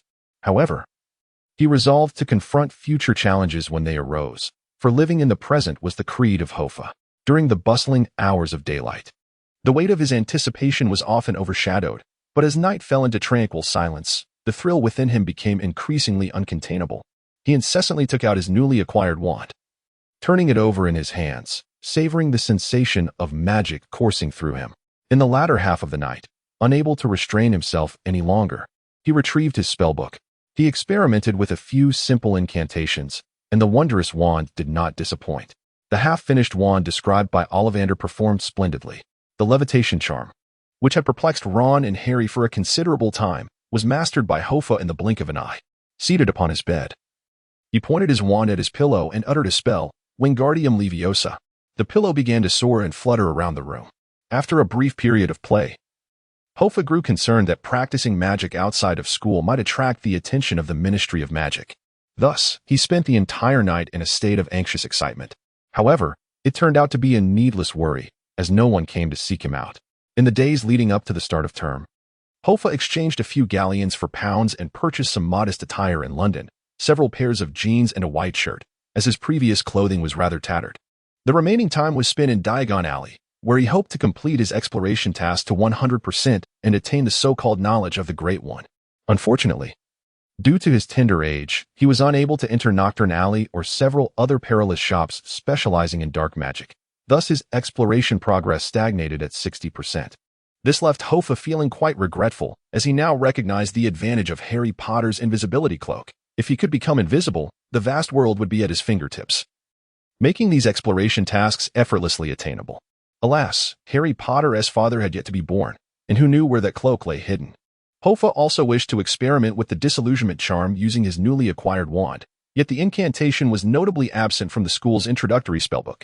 After perusing all the spellbooks, he found that most of the spells were mundane in nature, lacking any that were particularly advanced. Perhaps he could discover the method for the disillusionment charm within the school library, he reassured himself. As for the earrings gifted by Ender, Hoffa had spent several days attempting to discern their peculiar properties, but to no avail. To make matters worse, he found himself unable to remove the earrings, as if they were affixed to his ears. Hoffa could only pray that Hogwarts was not akin to his previous school, where students were stifled in expressing individuality. Had he worn an earring to school in his former life, he might have been expelled on the very first day. Time flowed swiftly in Diagon Alley, and before long, September 1st, the day of returning to school, had arrived. On this day, he arose exceptionally early, almost before dawn, fearing that he might accidentally miss the bus due to unforeseen delays. Hoffa did not possess much. He refrained from pushing a cart and instead spent £2 on a canvas bag and a suitcase, packing his clothes and books into the bag while stowing a folding cauldron in the suitcase. Fortunately, his early start proved advantageous, as a torrential rain fell that day, and he encountered the notorious rush hour traffic in London. He navigated across several streets before finally reaching the Underground station. Thankfully, the London Underground existed in this world. Albeit not as developed as in later years, yet it did provide direct access to King's Cross Station. In 1938, the London Underground lacked the prosperity and efficiency of the future metros in Beijing and Shanghai, and its speed was rather sluggish. The train was furnished with knitted cushions that emitted an unpleasant odor reminiscent of cat litter. Some soldiers, donned in green metal helmets and shouldering Mauser rifles, swayed within the carriage, engaged in jovial conversation while a few curiously gazed around. They appeared youthful, likely fresh recruits of the British Royal Army, preparing to report to some undisclosed location. Hoffa, with his bag slung over his shoulder, observed these soldiers from a corner, his heart laden with poignant reflections. He feared that in a few years, many of these young men would no longer be present. Sometimes, knowing the future is not a light burden, especially in such tumultuous times. King's Cross Station is situated in the heart of London, at the intersection of the Camden and Islington boroughs, leaning towards Camden. As Hoffa emerged from the Underground station, he was greeted by a throng of people, predominantly dressed as Muggles. There were also those unfamiliar with Muggle customs, garbed in a rather peculiar manner akin to wizards. Hoffa noticed several individuals in women's attire standing beside the station, engaged in idle chatter. Being well-versed in the ways of this world, Hoffa did not need to inquire like Harry Potter. Having pinpointed platforms 9 and 10, he adjusted his bag and charged straight toward the stone wall. As he ran, he closed his eyes, accelerating his pace. Then, with a resounding thud, he collided with something soft. A cacophony of clattering ensued as Hoffa, caught off guard, tumbled to the ground, rolling twice in quick succession. What an absurd predicament. This was Hoffa's immediate thought. I hope I haven't just knocked myself out. Struggling to regain his footing, he lifted his gaze to discover that he had not crashed into a wall, but rather had crashed into a silver-haired girl. She had unexpectedly positioned her cart directly in the pathway between platforms 9 and 10. He had nearly fallen into her embrace, scattering her luggage across the floor. Hoffa felt an urge to curse. How unfortunate for her to obstruct the passage. Moreover, she was clearly not a Muggle, as lying on the ground was a white owl flapping about in its cage. While others entered upright, did she intend to block the way sideways? Feeling a surge of annoyance, Hoffa promptly approached and helped the girl to her feet, swiftly beginning to gather her belongings. I apologize, are you all right? He inquired without raising his gaze. The silver-haired girl, once standing, crossed her arms and watched him tidy up her things, showing no inclination to assist. The atmosphere was thick with silence. Halfway through, Hoffa sensed something amiss. While he had indeed bumped into her, there was no need for her to remain silent. Would it really be so burdensome to lend a hand? He lifted his head to scrutinize her. At first glance, he was taken aback by her beauty. She was a striking young girl with porcelain skin, an oval face, silver hair cascading over her shoulders, and large blue eyes that remained fixed upon him, unblinking like a wraith. However, that moment of astonishment quickly gave way to irritation. The girl said, "Are you going to keep packing, or have you stopped?" Her ethereal blue eyes brimmed with pride and dissatisfaction. Hoffa's expression darkened, although he had a good temper.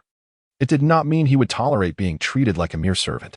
Besides, it was clear she had initiated the confrontation. "Why are you blocking the way?" Hoffa coldly inquired. "I am searching for Platform 9. Do you know where it is?" The girl asked indifferently. Ah, so she was a freshman like himself, displaying such arrogance despite her ignorance. Hoffa, observing her haughty yet oblivious demeanor, felt a mischievous urge to toy with her. He pointed behind her and said, "Look. Isn't that the station?" The girl turned her head.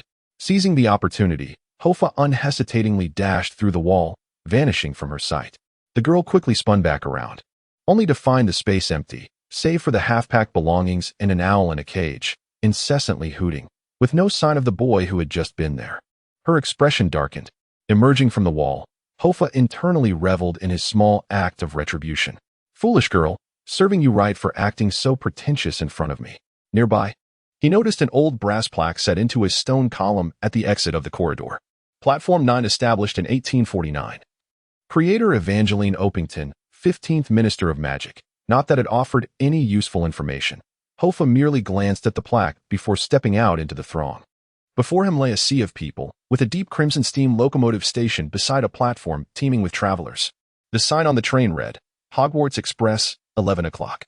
The thick smoke from the locomotive spiraled above the pattering rain, while cats of various colors darted among the feet of the crowd. Amidst the buzzing chatter and the clamor of heavy luggage being dragged, owls screeched in a cacophony, responding to one another.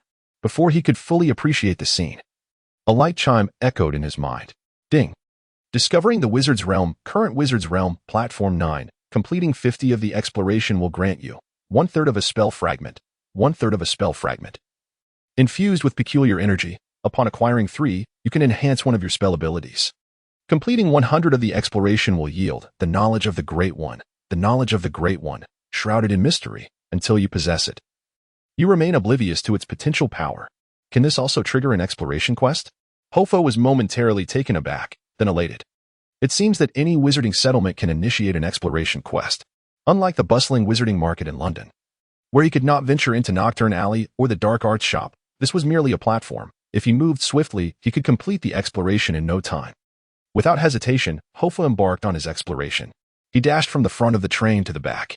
Along the way, he encountered various children accompanied by pets, some with frogs, others with owls, cats, mice, snakes, and birds, among many others. He also spotted the handsome Tom Riddle, engaging in lively conversation with several older girls clad in green robes. However, these distractions were of no concern to Hoffa. All his focus was directed towards his mental realm. As he sprinted through the exploration, the green gauge in his mind visibly surged. 20%, 30%, 45%, 50%. Ding. Acquired spell fragment, 2-3. 60%, 70%, 90%. 100%. Ding. Obtained the knowledge of the Great One. Standing at the rear of the steam train, Hoffa felt a sudden chill coursing through him. An abundance of unknown knowledge converged within his mind. In mere seconds, a shiver ran through him as an arcane text materialized in his consciousness. The meditative practice of Milarepa. You can continuously enhance your mental strength through mysterious meditation, fortifying your resolve while swiftly replenishing your magical energy. Chapter 8. The annoying girl. The sudden opportunity to obtain rewards left Hoffa utterly taken aback. He yearned to immediately practice the meditation techniques of the esteemed master.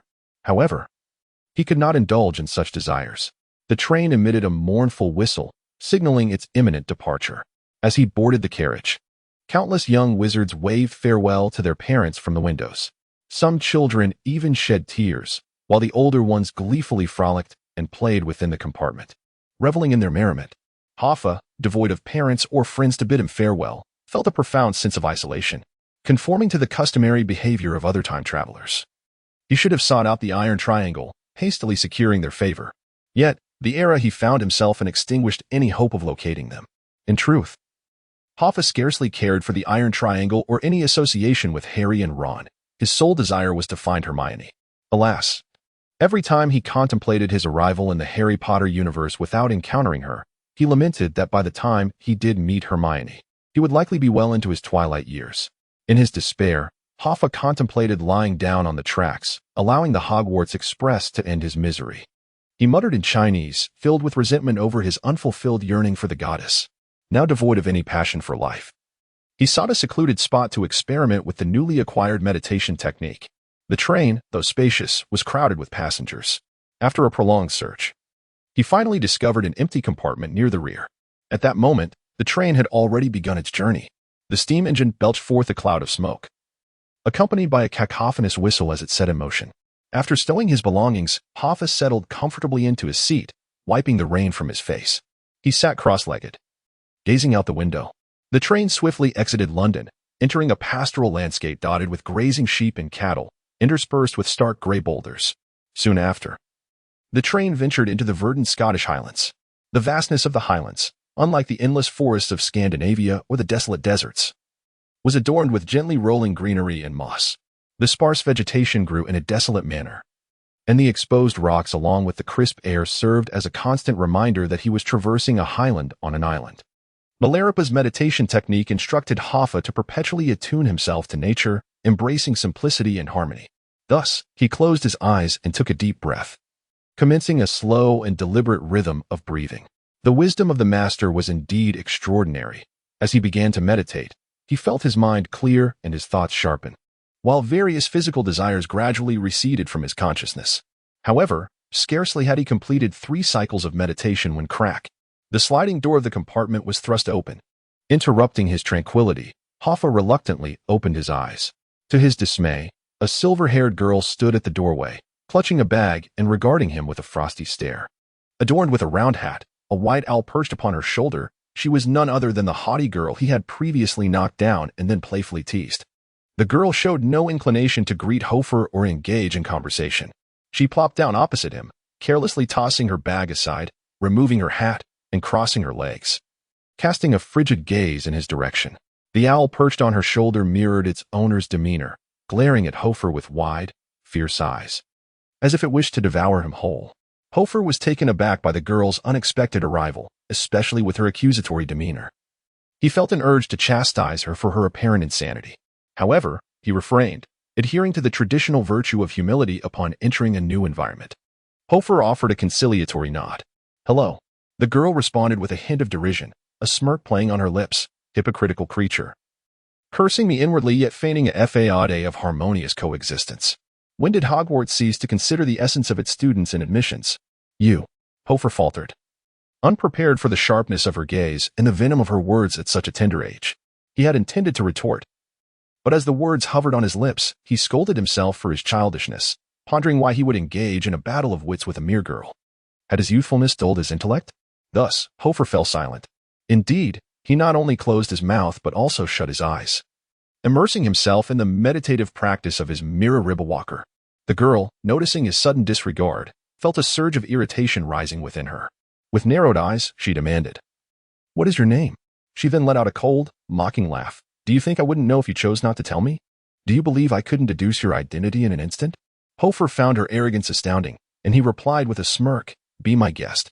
The girl continued, wearing earrings of the German black Golan fairy, yet attending Hogwarts.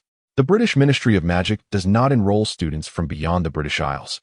Hence you must be a descendant of some immigrant family. However, considering the timeline, after 1918, the ministry instituted a ban on immigrant wizards.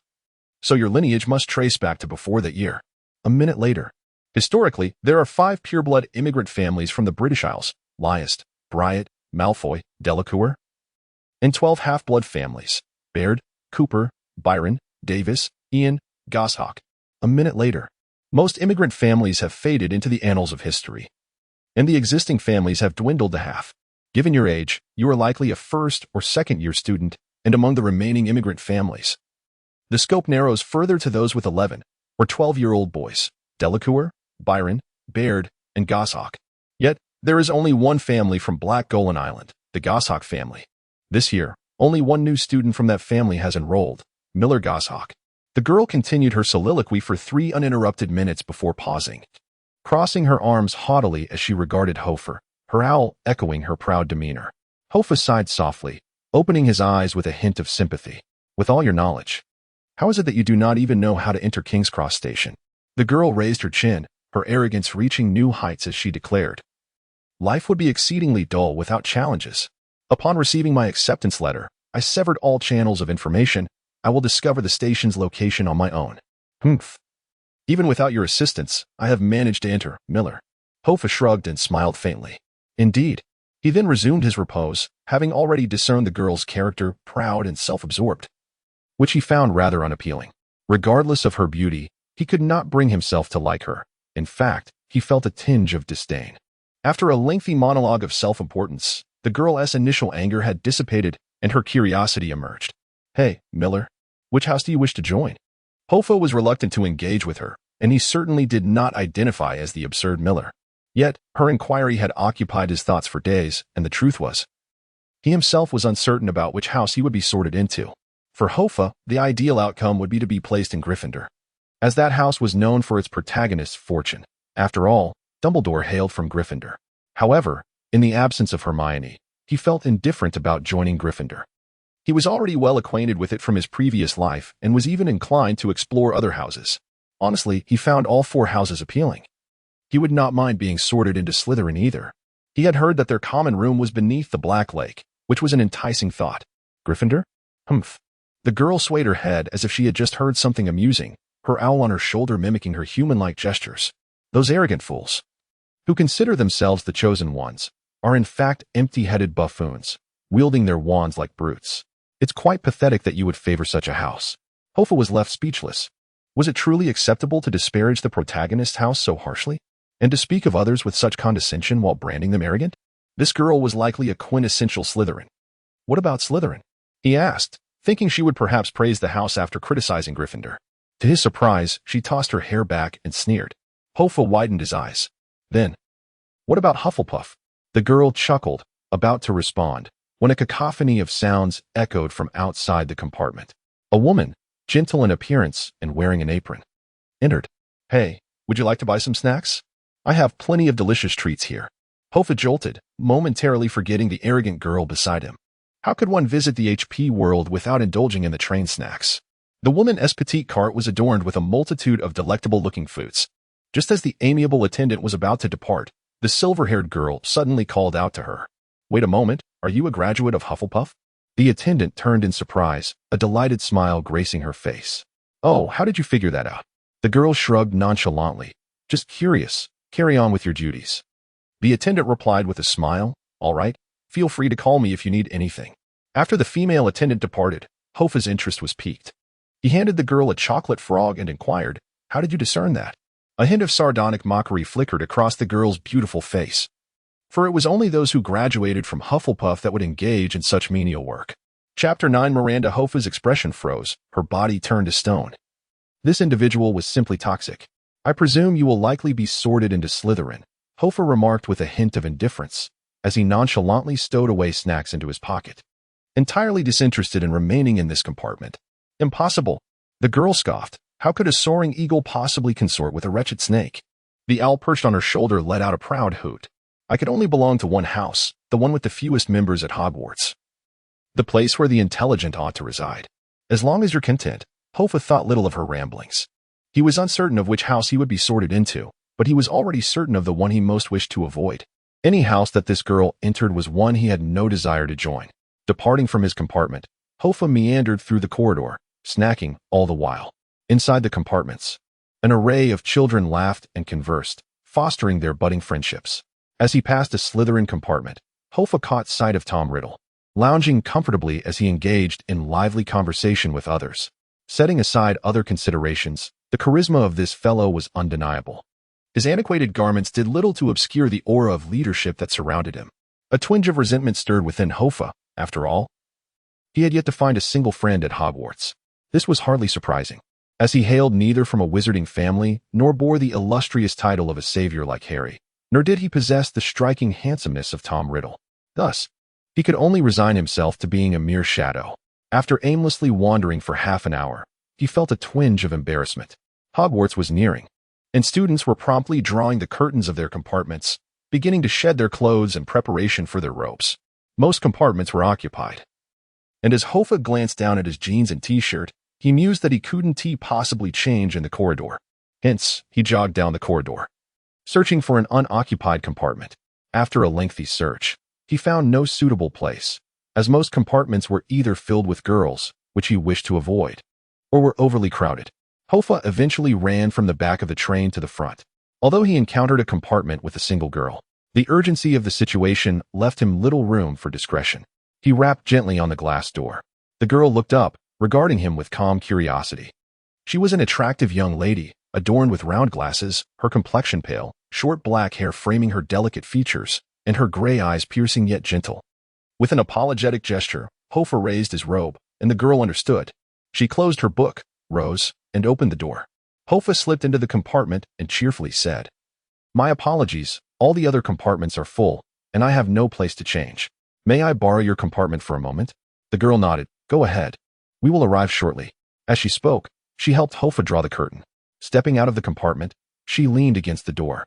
Hoffa hurriedly changed his attire, and once finished, he opened the door, saying, "All set, thank you very much." The dark-haired girl nodded, returning to her seat, resuming her reading without a hint of further conversation. A subtle floral fragrance lingered in the air, which Hoffa suspected might be her natural scent. The only sound in the air was the gentle rustling of pages turning. After a moment of silence, Hoffa, intrigued, asked, "All the other compartments are full. Why are you sitting here alone?" The girl replied, "Because I am reading, and they all prefer not to disturb me."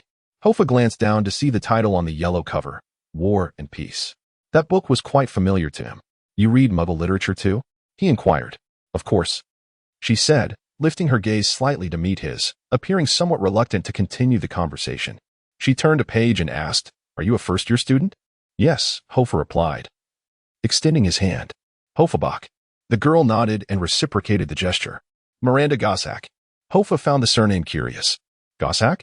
The proud silver-haired girl had just mentioned Miller Gossack. "So," he asked, "do you have a brother named Miller?" She looked up, adjusted her glasses, and smiled gently. "I'm sorry, but I have not heard of that person." "Oh," Hoffa murmured, dismissing the thought, as he had nearly forgotten about the arrogant girl.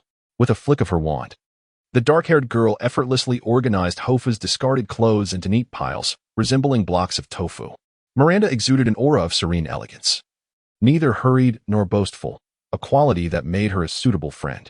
In the final moments on the train, Hoffa and Miranda exchanged casual conversation, primarily concerning which houses they would be sorted into. However, Miranda seemed indifferent about her house selection. "Honestly, aside from the location of the common rooms, everything else is quite similar. The courses are all the same," she remarked. Hoffa, curious, said, "You seem to know a lot about Hogwarts." With a smile, Miranda replied, "I have family working here. I visited Hogwarts when I was 3 years old." Hoffa felt a sense of familiarity with the surname Gossack.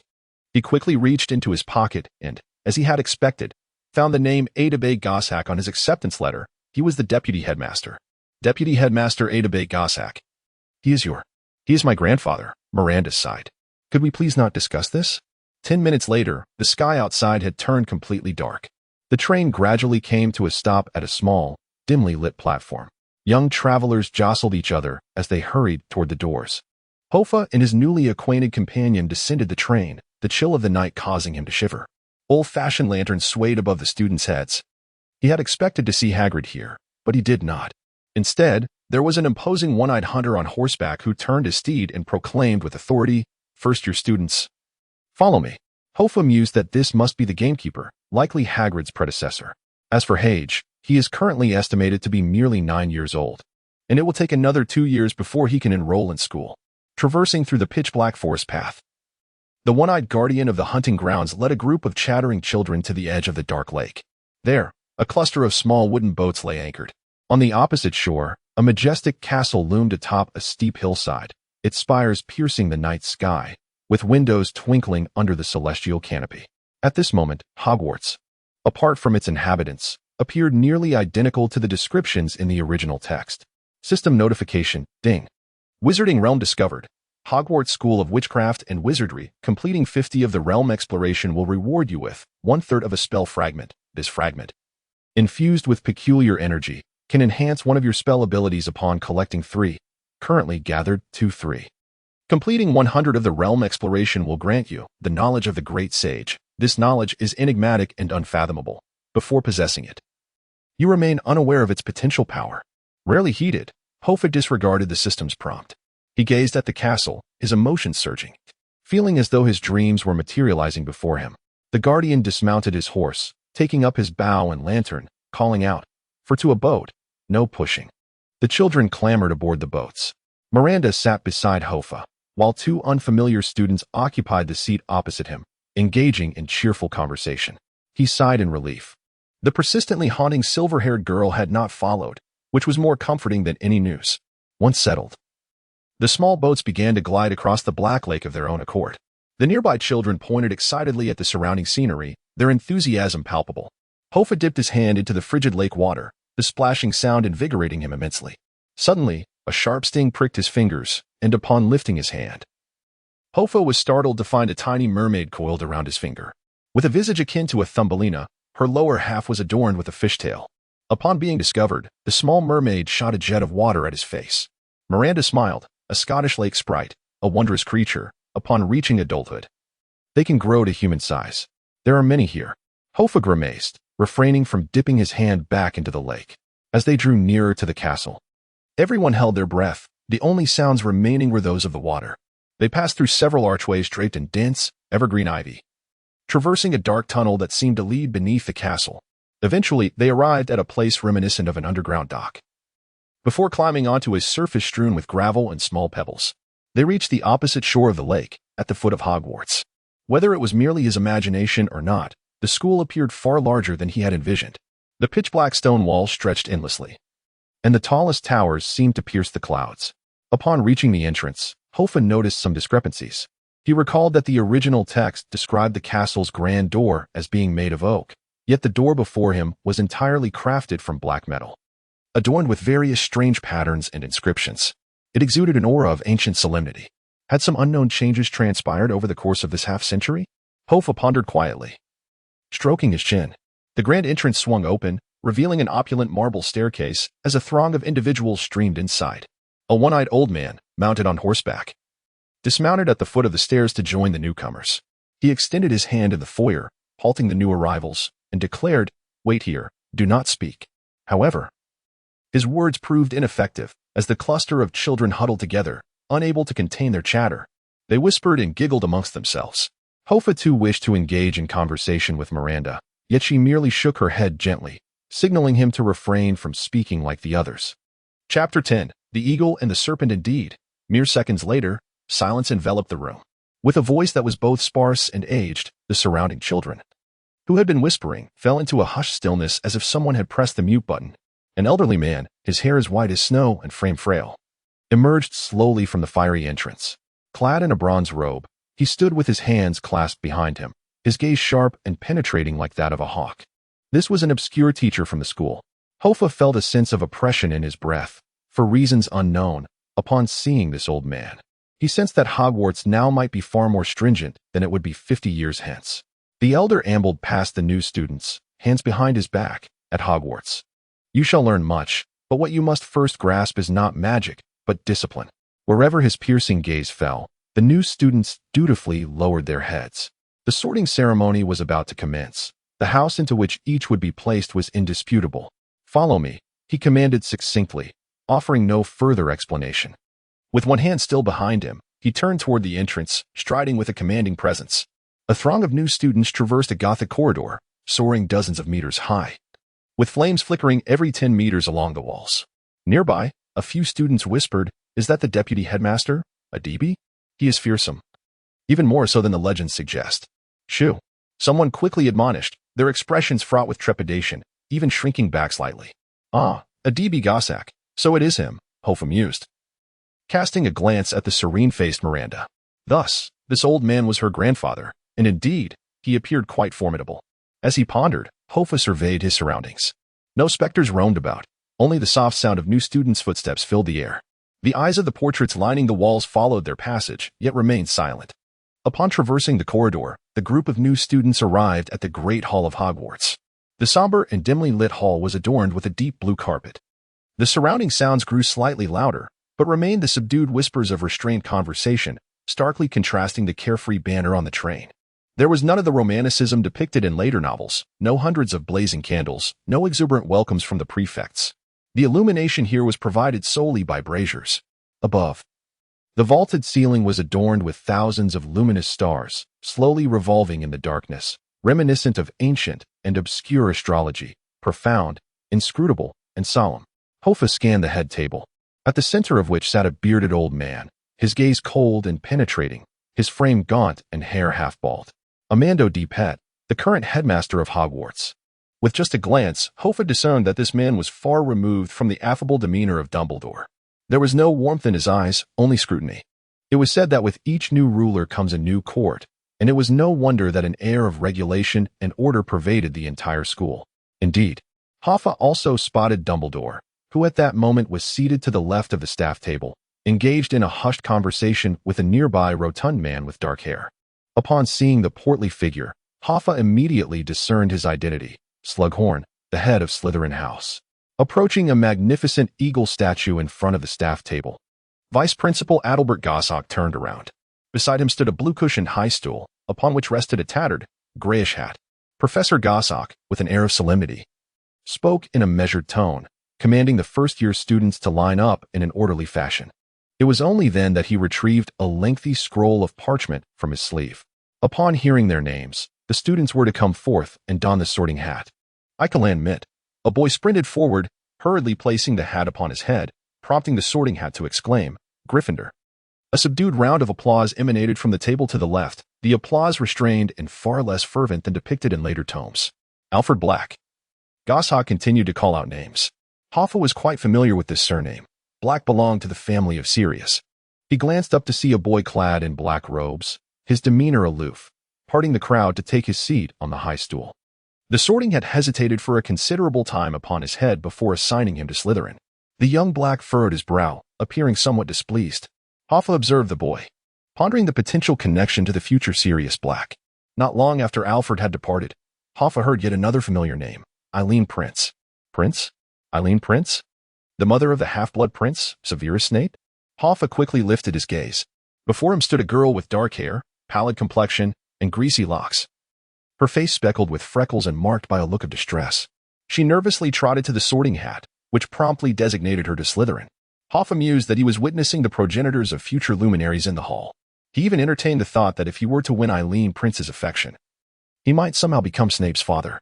He swiftly shook his head, feeling it inappropriate to entertain such frivolous thoughts in the solemn hall, especially as Eileen was not particularly striking. The sorting hat's pace varied. Some were sorted in mere seconds, while others endured waits exceeding a minute, the hall enveloped in a silent anticipation. As the crowd advanced, Hoffa found it increasingly difficult to recognize anyone among the throngs, save for a few illustrious surnames from the future. Suddenly, Goshawk announced, Aglaia S. Delacour. A silver-haired girl with striking blue eyes emerged from the throng, her expression unreadable as she took her place upon the high stool. Hoffa's eyes widened in astonishment. Originally, she was named Aglaia S. Dracis, a rather cumbersome and unpleasant name. The moment the sorting hat brushed against her silvery hair, it proclaimed loudly, Ravenclaw. How vexing, thought Hoffa, shaking his head internally. Had he been the sorting hat, he would undoubtedly have placed her in Slytherin. As Aglaia set down the sorting hat and descended the steps, she cast a scornful smile in Hoffa's direction, as if mocking his judgment made on the train. Hoffa mused that if he were Harry Potter, she would surely be akin to Draco Malfoy. The name Tom Marvolo Riddle interrupted Hoffa's contemplation, uttered by the vice principal. He lifted his gaze, eager to witness this historic moment. The tall figure of Tom parted the crowd and approached the sorting hat with deliberate slowness. He appeared calm. Yet Hoffa keenly observed the tension in his tightly clenched hands, veins protruding on the back of them, a clear indication of his inner turmoil. In a mere second, the sorting hat declared, Slytherin. The table on the far right erupted in applause, more fervent than that of the others, a remarkable feat in such a solemn atmosphere. Within less than an afternoon on the train, Tom Riddle had garnered the favor of the majority of Slytherin. as he removed the sorting hat. Hoffa discerned a fleeting expression of relief on his face. How peculiar that even Voldemort could experience such emotions. After a handful of others were sorted, Vice Principal Goshawk finally announced the next name without a hint of expression, Hoffa. Miranda gave Hoffa a gentle nudge, prompting him to step forward. The crowd remained indifferent. To them, it was merely an exceedingly ordinary name. Yet one person's eyes widened in shock. Aglaia, initially expressionless and disinterested in the corner of the Ravenclaw table, became perplexed upon seeing Hoffa emerge. Her countenance swiftly darkened, a surge of indignation flooding her mind as she slammed her fist on the table, drawing the attention of her fellow Ravenclaws. Bastard! Aglaia seethed through clenched teeth, realizing that this boy was not Miller Goshawk, but rather Hoffa. To her, this Bach's disregard for her on the train was the utmost affront. Unbeknownst to Hoffa, his actions on the train had already offended a Ravenclaw. He sat upon the high stool, nervously donning the hat. While it seemed casual, he could not suppress his anxiety at this moment. As soon as the hat was placed upon his head, it sighed in his ear. Difficult, exceedingly difficult. I have not encountered such a challenging student in quite some time. Courage, check. A kind heart, indeed. Intelligence, certainly. Ambition, not lacking. Quite balanced. It appears all four houses could suit you well. Hoffa was at a loss for words. Was this a roundabout way of saying he lacked distinctiveness? That he was indistinguishable from the crowd? Time ticked by, each second stretching longer than for anyone else. 3 full minutes elapsed, and Hoffa remained seated upon the stool. Standing to the side, Professor Goshawk cast a fleeting glance at Hoffa. The sorting had continued to murmur incessantly in Hoffa's ear. First, let us dismiss Hufflepuff. You are rather ill-suited for that house. Secondly, I must also eliminate Slytherin. While you possess ambition, it falls short of their rigorous standards. Hoffa's breath quickened. The sorting hat then remarked, thus, only Gryffindor and Ravenclaw remain. Let me ponder. Hoffa felt a twinge of anxiety. Ravenclaw would ordinarily not be a concern. But ever since encountering that silver-haired girl, he truly wished to avoid associating with someone of her ilk. Suddenly, a thought struck him. He recalled the moment Harry Potter donned the sorting hat. It too had struggled to decide between Gryffindor and Slytherin, yet ultimately, Harry made his own choice, opting for Gryffindor. Inspired, Hoffa began to chant in his mind, not Ravenclaw, not Ravenclaw, not Ravenclaw. Consequently, the sorting hat bellowed with an earth-shattering voice, Ravenclaw. Chapter 11. The tower do not emulate the protagonist if you lack their fortune, Hoffa lamented. At this moment, he felt utterly despondent, cursing his own misfortune. A humble beginning was one thing, but what of the promised respect for his choices? The sorting hat seemed utterly indifferent to his desires. Once the hat rendered its decision, a faint applause emanated from the second table on the left. Significantly quieter than the applause that welcomed Tom Riddle. It was perhaps the most subdued clapping in history, tinged with a sense of relief, as Hoffa had delayed the proceedings too long, leaving others famished. As he approached the Ravenclaw table, Hoffa felt the piercing gaze of Aglaia from the corner. With her arms crossed and her icy blue eyes ablaze with anger, she was an unsettling sight. In light of the circumstances, Hoffa chose not to engage with her further. He strategically positioned himself at the far end of the long table, as distant from her as possible. Not long after Hoffa settled, Miranda took her place on a high stool. What set her apart was the fact that Vice Principal Goshawk personally placed the hat upon her head, showing no inclination to avoid favoritism. Before long, the hat announced her placement in Ravenclaw as well. Miranda casually removed the hat and sat across from Hoffa, remarking, "It seems we are classmates after all." Indeed, upon seeing Miranda, Hoffa felt a modicum of relief. At least this academy was not entirely populated by individuals like Aglaia. Keeping his distance from her sufficed. 30 minutes later, the sorting concluded. Professor Goshawk rolled up the parchment and gave the high stool a casual tap with his wand, causing both the stool and the hat to vanish. Hoffa, now ravenous, recalled that he had only snacked throughout the day. The others echoed his sentiment, as the air was filled with the sounds of grumbling stomachs. Yet, the ceremony was not over. In the center of the faculty table, Headmaster Armando Dipet rose. As he stood, flames erupted around him, illuminating the entire hall. Hoffa internally scoffed at the grandiosity of the old man. With a piercing gaze, Dipet surveyed the room, cleared his throat, and solemnly stated, "First and foremost, I must remind everyone of the long-standing rules. Those caught wandering at night will be placed under observation. Repeat offenders will be expelled. Anyone found trespassing into the Forbidden Forest will have their wand confiscated and face expulsion. Those who unlawfully harbor creatures will be subjected to a month of labor. Dipet continued to expound upon various regulations for nearly 10 minutes. Hoffa covered his face with his hands, lamenting his inexplicable arrival in 1938. Compared to the era of Dumbledore, Hogwarts felt like a strict reform school for internet addiction. Finally, having concluded his discourse on rules, Armando Dipet coughed a few times and announced, "This year brings some new developments. Due to the tense situation in the magical communities across Europe, the Ministry of Magic has established designated teleportation points within the school grounds. Students in their 6th year and above may, upon obtaining approval, venture to a specialized area for Auror training." Having concluded his speech, the esteemed former headmaster took his seat, prompting a resounding and synchronized round of applause to echo around the dining table. Hoffa joined in the clapping, gaining a deeper understanding of the current state of Hogwarts. It became clear why the atmosphere was so severe. It likely had much to do with the impending threat of another world war. Indeed, during the era of Harry's birth, the world was at peace, devoid of significant upheaval. In such times, lethargy was tolerated, and the school could afford a more relaxed environment. However, in the present age, idleness might equate to a perilous existence. Once the applause subsided, a crisp chime rang out, and suddenly, Hoffa's plate was brimming with an abundance of delectable dishes. The appetizers included fresh oysters, crab meat, foie gras, assorted ice fruits, and Russian caviar, complemented by an array of fresh juices, mimicking the older students around him. Hoffa swiftly sampled a few items, each bursting with exquisite flavor, igniting his appetite further. Mere minutes later, the contents of his plate vanished, only to be replaced by the main course: roasted beef, breaded lamb chops, grilled pork chops, London broil, chicken wings, creamy baked cauliflower, lobster and cream, cabbage, mashed potatoes, croissants, and muffins. The variety was overwhelming. Hoffa could scarcely keep count. While it is often said that British cuisine falls short, this experience lent him a newfound appreciation, leading him to suspect that the house elves at Hogwarts were perhaps imported from abroad. As the meal commenced, the previously somber atmosphere gradually dissipated, giving way to laughter and conversation among the attendees. Hoffa savored his food while listening to the older students discuss a range of topics, from Quidditch to national affairs, from gossip to luminaries of the wizarding world. He was thoroughly engaged in both the delightful food and the captivating discourse. The Ravenclaw students articulated their thoughts with remarkable insight, truly embodying the wisdom associated with their house. Ghosts emerged from various corners of the castle. However, much to Hoffa's disappointment, he did not encounter the elusive Peeves. Instead, he beheld a graceful female ghost draped in a long robe, her beauty accentuated by a crown as she glided past the Ravenclaw table, elegantly greeting others. This was Helena Ravenclaw, the daughter of Rowena Ravenclaw, one of the 4 founders, commonly referred to as the Grey Lady.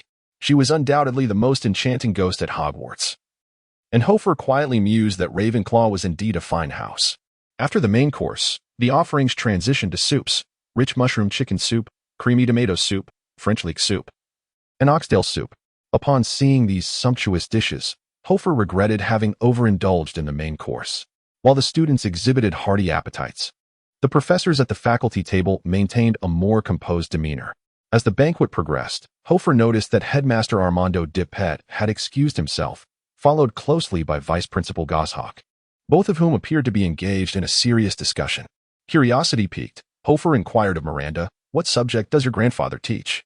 She sipped her juice lightly and replied, "He is the head of Ravenclaw House and teaches charms. I must warn you, never oppose him in class." The revelation that her grandfather was the Ravenclaw had left Hoffa momentarily speechless. This elder appeared even more formidable than Professor McGonagall, and he feared he might face some challenges ahead. Having finished the soup, the plates once again revealed a selection of desserts: jelly, caramel pudding, apple tart, mousse, and lime-flavored ice cream.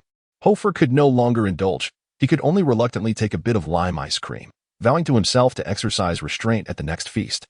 After the meal, a familiar figure rose from the faculty table. It was a younger version of Dumbledore. As he stood, the students erupted into enthusiastic applause, far more heartfelt than when Principal Armando Dipet spoke.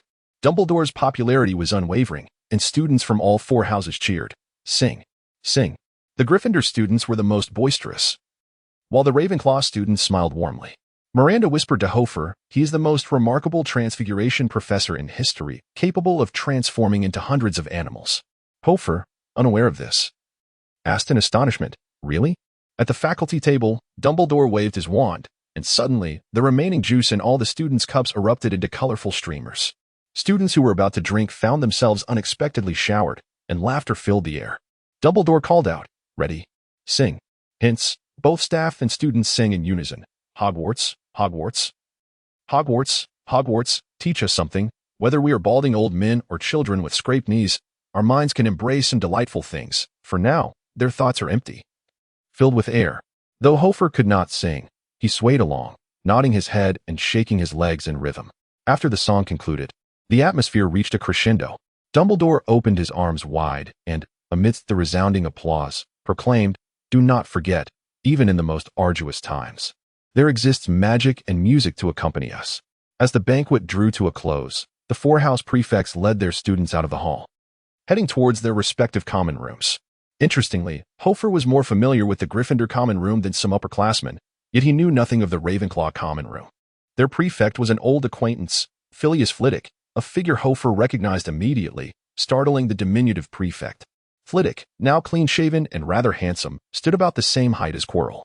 Years later, he would become the head of Ravenclaw and teach Harry Potter. He was known for his amiable disposition. As Flitwick walked, he explained the history of Ravenclaw to the newcomers. "Our house was founded by Rowena Ravenclaw, symbolizing the element of air. Our emblematic creature is the eagle, and of course, an eagle's nest is not lowly. If any of you have difficulty with mobility, I suggest you visit the school nurse first." Laughter rippled among the group. However, their mirth was short-lived. As Hoffa followed Prefect Flitwick higher up, the magical stairs beneath their feet continuously shifted positions, helping them ascend like building blocks. At last, upon reaching the pinnacle of Ravenclaw Tower, some of the freshmen, afflicted by acrophobia, dared not glance downward, for all they could see were scattered glimmers of flame below. Hoffa estimated the tower's height to be at least 300 meters, and just the sight of it made him feel somewhat dizzy. Were it not for the assistance of the staircase, who could fathom how long the ascent would have taken? Flivvy chuckled. The first rule of Ravenclaw's 75 is to refrain from carelessly tossing objects over the edge. The newcomers responded with nervous, forced laughter. The prefect guided the trembling novices across a narrow aerial bridge, leading them to a grand portrait of a knight. The armored knight within the painting slowly bowed, and beside the portrait stood a statue of a majestic eagle perched upon a copper ring. As the group approached, the eagle unfurled its azure metallic wings and inquired, "To forsake me, or to merge with me, is to court certain death, yet within you, I am the source of life." The freshmen bowed their heads, lost in contemplation of the statue's riddle. Suddenly, a light laugh emerged from the crowd. The silver-haired Aglaia proclaimed proudly, "It's too simple. The answer is water." The surrounding students displayed expressions of understanding and admiration. Flivvy snapped his fingers, correct, "But alas, I am not a professor and cannot award you points." The metallic eagle folded its wings, and the knight straightened, revealing a hidden blue corridor behind the painting. Hoffa sighed, seeing a reflection of Hermione in the silver-haired girl. Both were intelligent and proud individuals. Entering the common room, they found a spacious, circular chamber adorned with soft cushions scattered across the floor and several chairs. Elegant arched windows lined the walls, draped in flowing blue and bronze silk, allowing Hoffa to gaze upon the resplendent stars of the night sky, twinkling like lanterns scattered across the heavens. In the distance loomed misty mountains, stretching infinitely, as the gentle breeze swept through the ethereal wisps of cream-colored clouds, creating an atmosphere of profound tranquility. The ceiling formed a dome, studded with stars, mirrored by the deep blue carpet below, which was also adorned with celestial patterns. The room housed tables, chairs, bookshelves, and a niche on the opposite wall that held a bust of Rowena Ravenclaw carved from white marble. A door beside the statue led to the dormitories above. The environment was remarkably serene. Several upperclassmen sat cross-legged on the cushions, engrossed in books, engaged in chess, or simply meditating with closed eyes. Noticing the newcomers, the seniors merely nodded in acknowledgement before returning to their pursuits. Hoffa approached the window, gazing out at the starlit sky, leaning against the railing to feel the gentle breeze. The air was imbued with the unique fragrance of honeysuckle that wafted through the night. In that moment, the meditative techniques of the Mirariba practitioner instinctively began to flow within him. Embracing this innate sensation, Hoffa settled onto a cushion by the window, embarking on his meditation. He felt perhaps the sorting had indeed made the most fitting decision for him. With each breath, his fingers contorted into peculiar shapes. His mind spread like a spider's web within the confines of Ravenclaw Tower, though it remained confined to the common room. Whenever he attempted to extend his consciousness beyond the confines of the public space, he found himself engulfed by an endless abyss of darkness. It remained uncertain whether it was his own lack of mental fortitude or some magical barrier at play. In the depths of his meditation, he lost all sense of time. And when he finally emerged from his introspective state, he discovered that most of those around him had already departed. Yet, two individuals remained. Miranda sat on the carpet by the bookshelf, engrossed in her reading under the glow of magical illumination. Meanwhile, a girl named Aglaia occupied a chair, scribbling and sketching on a piece of parchment, which was densely covered in her writing.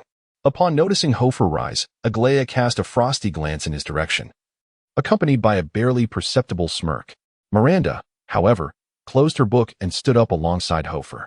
As they approached the junction leading to the male and female dormitories, Miranda quietly inquired, "Have you offended Aglaia?" Hoffa muttered, "If avoidance counts as an offense, then indeed, I have." Miranda chuckled lightly, "Then you may be in for it. Amava is known to hold grudges." "What?" Hoffa replied, slightly taken aback. "She is a Mava? Not a pure one, perhaps, but certainly possessing Mava lineage. The name Draces has French origins, much like yours," she explained. After bidding him good night, she proceeded into the female dormitory. Hoffa then made his way into the male dormitory. The accommodations were situated at the pinnacle of the tower, featuring 4-poster beds. His roommates were already deep in slumber. Deep blue velvet curtains adorned the beds, and his backpack rested at the foot of his bed. As Hoffa undressed and climbed into bed, a flicker of curiosity crept into his mind. Why did that silver-haired girl choose to study in England instead of attending Beauxbatons? Chapter 12. The Peculiar Friend. On the following morning, just as dawn began to break, Hoffa awoke. It is rather ironic, for in his past life, he was hardly a model student, his academic performance being quite mediocre. He belonged to that category of individuals who would exert a mere 5% of their effort in studying, never pushing beyond 6. Capable of scoring 80 but utterly disinterested in achieving 90. However, upon arriving at Hogwarts, he unexpectedly found himself invigorated by the pursuit of knowledge. Was it a fascination with magic? Not quite. It was the impending threat of World War II that loomed over him. Unless he could escape to America or Australia before the war erupted, nowhere on this planet would be safe. Especially in Europe, where danger was nearly unbearable. Evading problems was not Hoffa's preferred solution. Thus, his sole option was to diligently study magic before the war commenced, striving to acquire some means of self-preservation amidst the chaos of gunfire and conflict. As for the extent of this preparation, Hoffa believed he must at least thoroughly explore Hogwarts, acquire a second great body of knowledge, and gather fragments of spells. Anything beyond that seemed superfluous. Upon his bedside table lay a class schedule, which Hoffa picked up to examine. He noted the courses in charms and transfiguration. He remembered how Harry and Ron frequently arrived late, and due to the unpredictable nature of Hogwarts, he had no desire to find himself in a similar predicament. Thus, while his roommates remained ensconced in slumber, he rose early. The Ravenclaw common room boasted a communal washroom located to the east of the dormitory, a pristine facility shared by both genders. It was structured in 3 tiers, with the top level reserved for prefects and the lower for ordinary students, adorned with blue and teal tiles and faucets intricately carved in the shape of eagle heads. Hoffa had purchased a toothbrush but had forgotten to bring a cup, reasoning that a cup would occupy too much space. And he had only a single bag during his time in London, habitually adhering to certain thought patterns from his previous life. He believed using his hands to scoop water sufficed. Consequently, he brushed his teeth in a rather haphazard manner, and after rinsing, he leaned under the faucet. When he finally raised his head, cheeks puffed with foam, he was met with the sight of someone he least wished to encounter, Aglaia. Indeed, she had risen early as well, holding a cup and various trinkets, clad in a starry morning robe, standing behind Hoffa like a specter. Upon witnessing his rudimentary method of fetching water with his hands, a look of disdain crossed her face, akin to someone suffering from morning constipation. Hoffa thought it was truly the law of Murphy at play. The more one wished to avoid someone, the more likely they were to appear. With only the two of them in the washroom, the atmosphere was palpably awkward. Aglaia disdainfully muttered, "Barbarian." Hoffa suppressed the urge to draw his wand and transform her into a crow, maintaining an expressionless demeanor as he spat out the mouthwash, washed his face, and strode out of the washroom. In that moment, he vowed that regardless of her provocations, he would not utter a single word to her. After completing his morning routine, Hoffa lingered in the common room for a while. One by one, his classmates rose, departing in jovial camaraderie with their friends. However, he did not wait for Miranda to appear. he surmised that she might have awakened even earlier than he. Thus, he made his way to the Great Hall for breakfast. At the Ravenclaw table, he still did not see Miranda. Perhaps she had already gone to class, Hoffa pondered while sipping his oatmeal. This fellow had risen quite early. The breakfast at Hogwarts had a certain ambience reminiscent of a hotel buffet, lavish and satisfying, with flavors that were rather delightful. The only drawback was that the food was not solely enjoyed by humans. Midway through breakfast, a flurry of owls inexplicably swooped down from the castle skylight. They descended with letters and parcels, each searching for their respective owners. Some young wizards skillfully managed their owls, while others, particularly the girls, indulged their owls to the extent that the birds wandered about the communal platters. Upon retrieving a feather from his milk oatmeal, Hoffa lost his appetite and hastily gathered his belongings to leave. He feared that if he lingered any longer, he might witness the legendary spectacle of a rain of birds. In his previous life, during primary and secondary school, teachers would come to the classroom to instruct. However, here, young wizards must learn to navigate to different classrooms early on. After breakfast, Hoffa followed the older students, traversing several corridors until he located the classroom for charms. Upon entering, he found the room completely empty. Against the walls adorned with ancient incantations stood a massive clock, ticking incessantly. Hoffa scratched his head, feeling that time was still ample, and thus stepped out of the classroom. Eager to explore other areas of the school, he opened his system panel. Current realm, Hogwarts School of Witchcraft and Wizardry. Exploration degree, 0, 1. A mere thousandth. Hoffa was astonished. He had already traversed the Black Lake, the Great Hall, and the Ravenclaw Tower, in addition to today's classroom. How vast must this school be? Comparing it to the King's Cross Station, where one could earn rewards for just a few steps. Hoffa mused that he might not achieve his second grand knowledge this year. After inspecting several classrooms, he noticed no change in his exploration degree. These spaces were inconsequential in the grand scheme of Hogwarts. Moreover, upon reaching a room filled with various unknown animal skeletons and specimens, an elderly man in a long robe brusquely shooed him away. You're not yet of age for the care of magical creatures class. Off you go. To explore within a magical school without invisibility was a mere folly. Numerous areas were off limits to first years. Headmaster Albus was notoriously strict.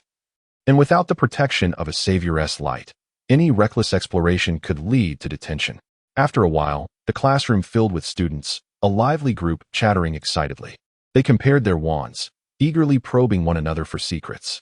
Hoffa laid his wand flat on his lap, and when asked, he friendly stated that his wand's core was made of unicorn hair. After all, they could not dismantle it to verify. The clamor persisted for 5 minutes as Hoffa kept a watchful eye on the large clock in the center of the classroom, ticking away.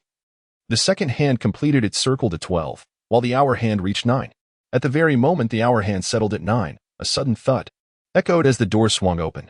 An elderly man clad in a bronze robe entered with remarkable precision, pushing open the classroom door. It was Vice Principal Abby Gossack. Upon entering the classroom, he waved his wand, causing the door to slam shut. The noise within the classroom ceased abruptly, and the students held their breath in trepidation. Observing the professor's face, which bore a stern and somewhat severe expression, Hoffa was unexpectedly reminded of the diminutive Professor Flivy, the future head of the Ravenclaw house, 50 years hence. However, Flivy was undeniably more endearing. Gossack stood with his hands clasped behind him in the center of the classroom, taking a deep breath as his gray eyes swept over the new students. One was missing, who had not arrived. The Ravenclaw students exchanged glances, and Hoffa felt a sense of unease. A quick scan of the room revealed the absence of Miranda. Had she truly arrived late? Was this truly acceptable? Seeing that no one spoke, Professor Gossack withdrew a piece of parchment and began to call out names. Uglia Moises, Esmira, Antonio Colon, Hoffabach. After calling out a dozen names, Gossack's sharp gaze fell upon the empty space. Miranda Gossack. The students lowered their heads, and Hoffa felt a wave of awkwardness wash over him. He wondered how many were aware that Miranda was his beloved granddaughter. She certainly did not seem to care for her grandfather's reputation. Vice Principal Gossack, seasoned and unyielding, set down the parchment and declared, "First day tardiness incurs a deduction of 50 points for Ravenclaw." A collective gasp filled the room. 50 points lost on the very first day of class. Was this truly the head of Ravenclaw? But that was not all, Gossack continued. Who was closest to her in the dormitory? Among the students with heads bowed, the silver-haired girl Aglia slowly raised her hand. You knew she was in class yet did not summon her, an additional 20 points deducted from Ravenclaw. The surrounding students widened their eyes in disbelief. Hoffa was astonished. This old man was even harsher than Snape. At least Snape deducted points from Gryffindor. Here, Goshawk was penalizing his own students and employing collective punishment. Aglia, flustered, protested. I didn't call her. I did call her. She simply didn't want to come to your class. What can I do? Am I supposed to drag her here? However, the old man offered Aglia no opportunity for explanation. After deducting the points, he waved his wand, causing all the pages of their textbooks to turn automatically. Magic is a precise discipline, distinct from potions or transfiguration. It is an ancient wizarding art passed down through generations, comprehensible only to those of rigorous intellect. Feel the magic within you. Control the incantations with your spirit, not merely your tongue. Hoffa glanced at Aglia, who sat with her arms crossed, visibly frustrated. Although the house had inexplicably lost 70 points, witnessing her discomfort brought Hoffa a sense of secret delight. The old man eloquently lectured in the classroom, while Hoffa diligently took notes with a quill, mirroring the actions of those around him. If there is any advantage to an adult's soul, it is the understanding of humility. In the realm of magic, he was but a novice. Halfway through the class, Miranda had yet to arrive. Hoffa realized he knew nothing substantial about this new acquaintance. Perhaps beneath her gentle exterior lay a rebellious spirit. With Goshawk's stern demeanor, everyone could only watch in awe as he cast various spells, too intimidated to attempt anything themselves. The opportunity to be taught by Dumbledore himself was a rarity, especially in this era. In a few years, once this great wizard ascended to the position of headmaster, only Harry Potter would experience such a privilege. Lost in excitement, Hoffa hurried along. Suddenly, he heard a languid voice nearby. The anticipation for Dumbledore's class was palpable.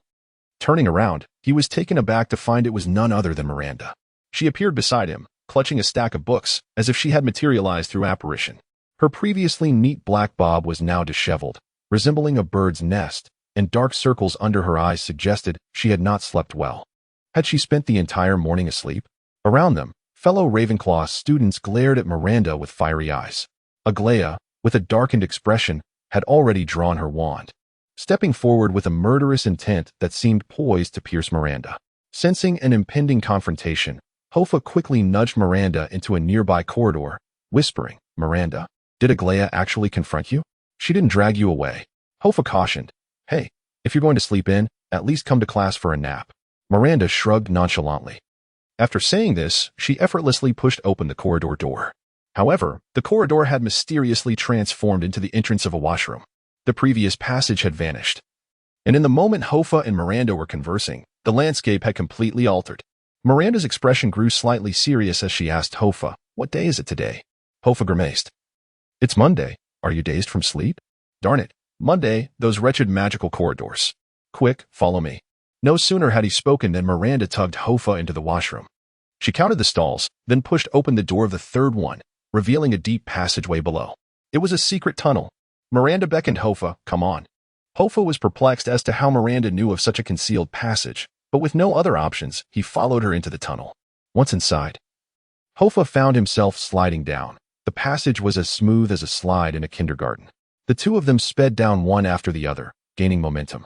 After a wild descent, Hoffa collided with the hem of Miranda's robe, and they tumbled together. Fortunately, in the darkness, visibility was nil, and Hoffa was oblivious to what he had bumped into. He quickly composed himself, his cheeks flushed. Miranda exclaimed, "Luminosity flickers." In a hushed tone, she uttered her words, and her wand emitted a brilliant light, revealing that they stood within a stone tunnel. "Follow me," Miranda calmly instructed as she led Hoffa swiftly through the secret passage. With a sense of urgency, after 10 minutes of navigating the winding path, they finally emerged from the tunnel. They found themselves within the castle's interior, where expansive oil paintings seemed to converse in the stairwell. Amidst the murmurs, the staircase beneath them shifted its position, akin to restless gears, just beneath Hoffa's feet. The staircase swayed perilously, careening towards a solid wall as if intent on meeting its demise against it. Without a moment's hesitation, Miranda grasped the banister and leaped into the void. Hoffa, taken aback, could only watch in disbelief as she plunged from the high platform, which loomed at least 7 stories above. Was she truly courting death? Chapter 13. Transfiguration. However, just before descending 2 meters, a staircase materialized from thin air, catching Miranda. She looked up at Hoffa and urged, "Jump." Hoffa cursed under his breath, a Madden school. With that, he leaped over the railing amidst a cacophony of complaints. And after falling 2 meters, a moving staircase unexpectedly pivoted to catch him, seemingly concerned for his safety. Following Miranda, the two navigated through the shifting staircases in midair, effortlessly descending the height of 7 floors through their combined leaps. As soon as they touched the ground, Miranda forcefully pushed open a wooden door that was part of a moving wall. Before them, the corridor continuously rearranged itself. The doors spun like a lottery wheel, rotating in every direction. Miranda, however, was resolute, opening one door after another. At the end of the corridor stood a black iron door. Hoffa attempted to enter, but Miranda pulled him back. Wait a moment. Hoffa halted. 10 seconds later, a wall crashed into the existing one, as if proclaiming, "Hey, this is my territory, buddy." On this wall hung an oak door, and without hesitation, Miranda dragged Hoffa through it. Once they entered, the wall was promptly disturbed by another wall crashing into it. Inside the door lay the Transfiguration classroom. It was a circular room with ring-shaped tables, filled with children, and a tall man with reddish-brown hair casually leaned against the podium. The children turned in surprise to gaze at the two newcomers. Hoffa's heart sank. Had they arrived too late? Dumbledore observed them with keen interest, glancing at the clock, and remarked with a smile, "You're 3 minutes late. According to the rules, I should deduct 3 points. However, today is a holiday for the stairs, so I shall award you 3 points instead. Now, quickly find a seat." Hoffa breathed a sigh of relief. A holiday for the stairs. No wonder those fellows were bustling about so eagerly. The 4 houses were attending class together, and with the ever-popular Dumbledore teaching, the prime positions near the podium were all occupied. Miranda settled into a corner and waved at Hoffa, beckoning him to sit beside her. Reluctant, Hoffa noticed that her chosen corner was already occupied by a silver-haired girl. Yet, with the lesson already underway, he could not afford to be picky and sat down with a grimace. Aglaia glanced at Hoffa and Miranda, frowning as she shifted an inch to the right, clearly expressing her disdain for the pair. The 2 Gryffindor boys to her right flushed crimson, rendered speechless by embarrassment. The petty conflict among the children bored Hoffa, and he retrieved his notebook, intent on paying attention. In Hoffa's mind, becoming an animagus was one of his essential goals. If he could not transform into a desired animal upon entering the HP world, what difference would it make to be a mere fish out of water? Of course, to achieve the transformation into an animagus, he could not afford to miss a single detail of Dumbledore's Transfiguration class. Once everyone was seated, Dumbledore nodded with satisfaction. He cleared his throat and tapped the nearby lectern with his wand. Instantly, the lectern emitted a resounding roar. With a mighty growl, it transformed from a 4-legged table into a 4-legged lion. The students in the front row were taken aback, instinctively recoiling in surprise. With another flick of his wand, the lunging lion morphed midair into a small black and white badger. An eagle then soared upwards, circling the classroom 3 times before gently descending. As it landed, its legs elongated and merged, and upon touching the ground, it had taken on the elegant form of a spotted giant python, hissing as it flicked its tongue. All the students, including Hoffa, were utterly astonished. In his previous life, he had witnessed countless dazzling magical effects in films. Yet the precision of this transformation was unlike anything he had ever seen. Since becoming headmaster, Dumbledore had seldom showcased his mastery in transfiguration, leaving many unaware of his true prowess as a transfiguration master. Amidst the students' astonished gazes, Dumbledore began to speak slowly. Transfiguration, the most complex and demanding of all magical arts, requires a profound understanding of how to alter the structure of a thing without compromising its essence. This has been a subject of eternal debate among wizards for generations. Noticing the attentive expressions of the students, Dumbledore waved his wand once more. The curtains drew back, dimming the classroom lights, and several projection screens descended from above. As the inaugural lesson in Transfiguration, I shall first impart upon you not the spells, but the paramount quality of Transfiguration caution. As he spoke, a series of black and white photographs flickered across the screens. Hoffa widened his eyes at the terrifying images of monstrous beings displayed. In the realm of Transfiguration, some wizards have ventured further than most can imagine. Every great transformation you can conceive has been attempted by a myriad of wizards. However, while some have succeeded, far more have faltered in their pursuit of knowledge. The cause of failure is invariably due to a lack of caution.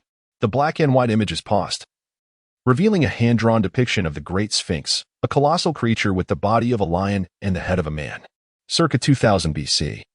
The great transfigurer of ancient Egypt, the Sphinx, reached the pinnacle of transformation. Regrettably, he ultimately conflated the distinction between structure and essence, transforming himself into a half-man, half-lion beast, losing his sanity in the process. The projection shifted once more, showcasing a tormented figure, a harpy with the face of a woman and the body of a bird. In 1000 BC, the greatest sorceress of ancient Greece, the Siren, sacrificed her sanity in her quest for flight, completely severing her humanity and becoming a monstrous being, forever wandering the Greek peninsula in anguish. The image is transformed yet again, revealing a hand-drawn figure of a creature that was half-man, half-bull, Dumbledore, in the year 13 AD. The renowned wizard Minotaurus, during a duel with a human, attempted to transform into a bull but was tragically overwhelmed by rage. Consequently, he was condemned to exist as a creature neither fully human nor fully bovine, subsisting on his own vomit.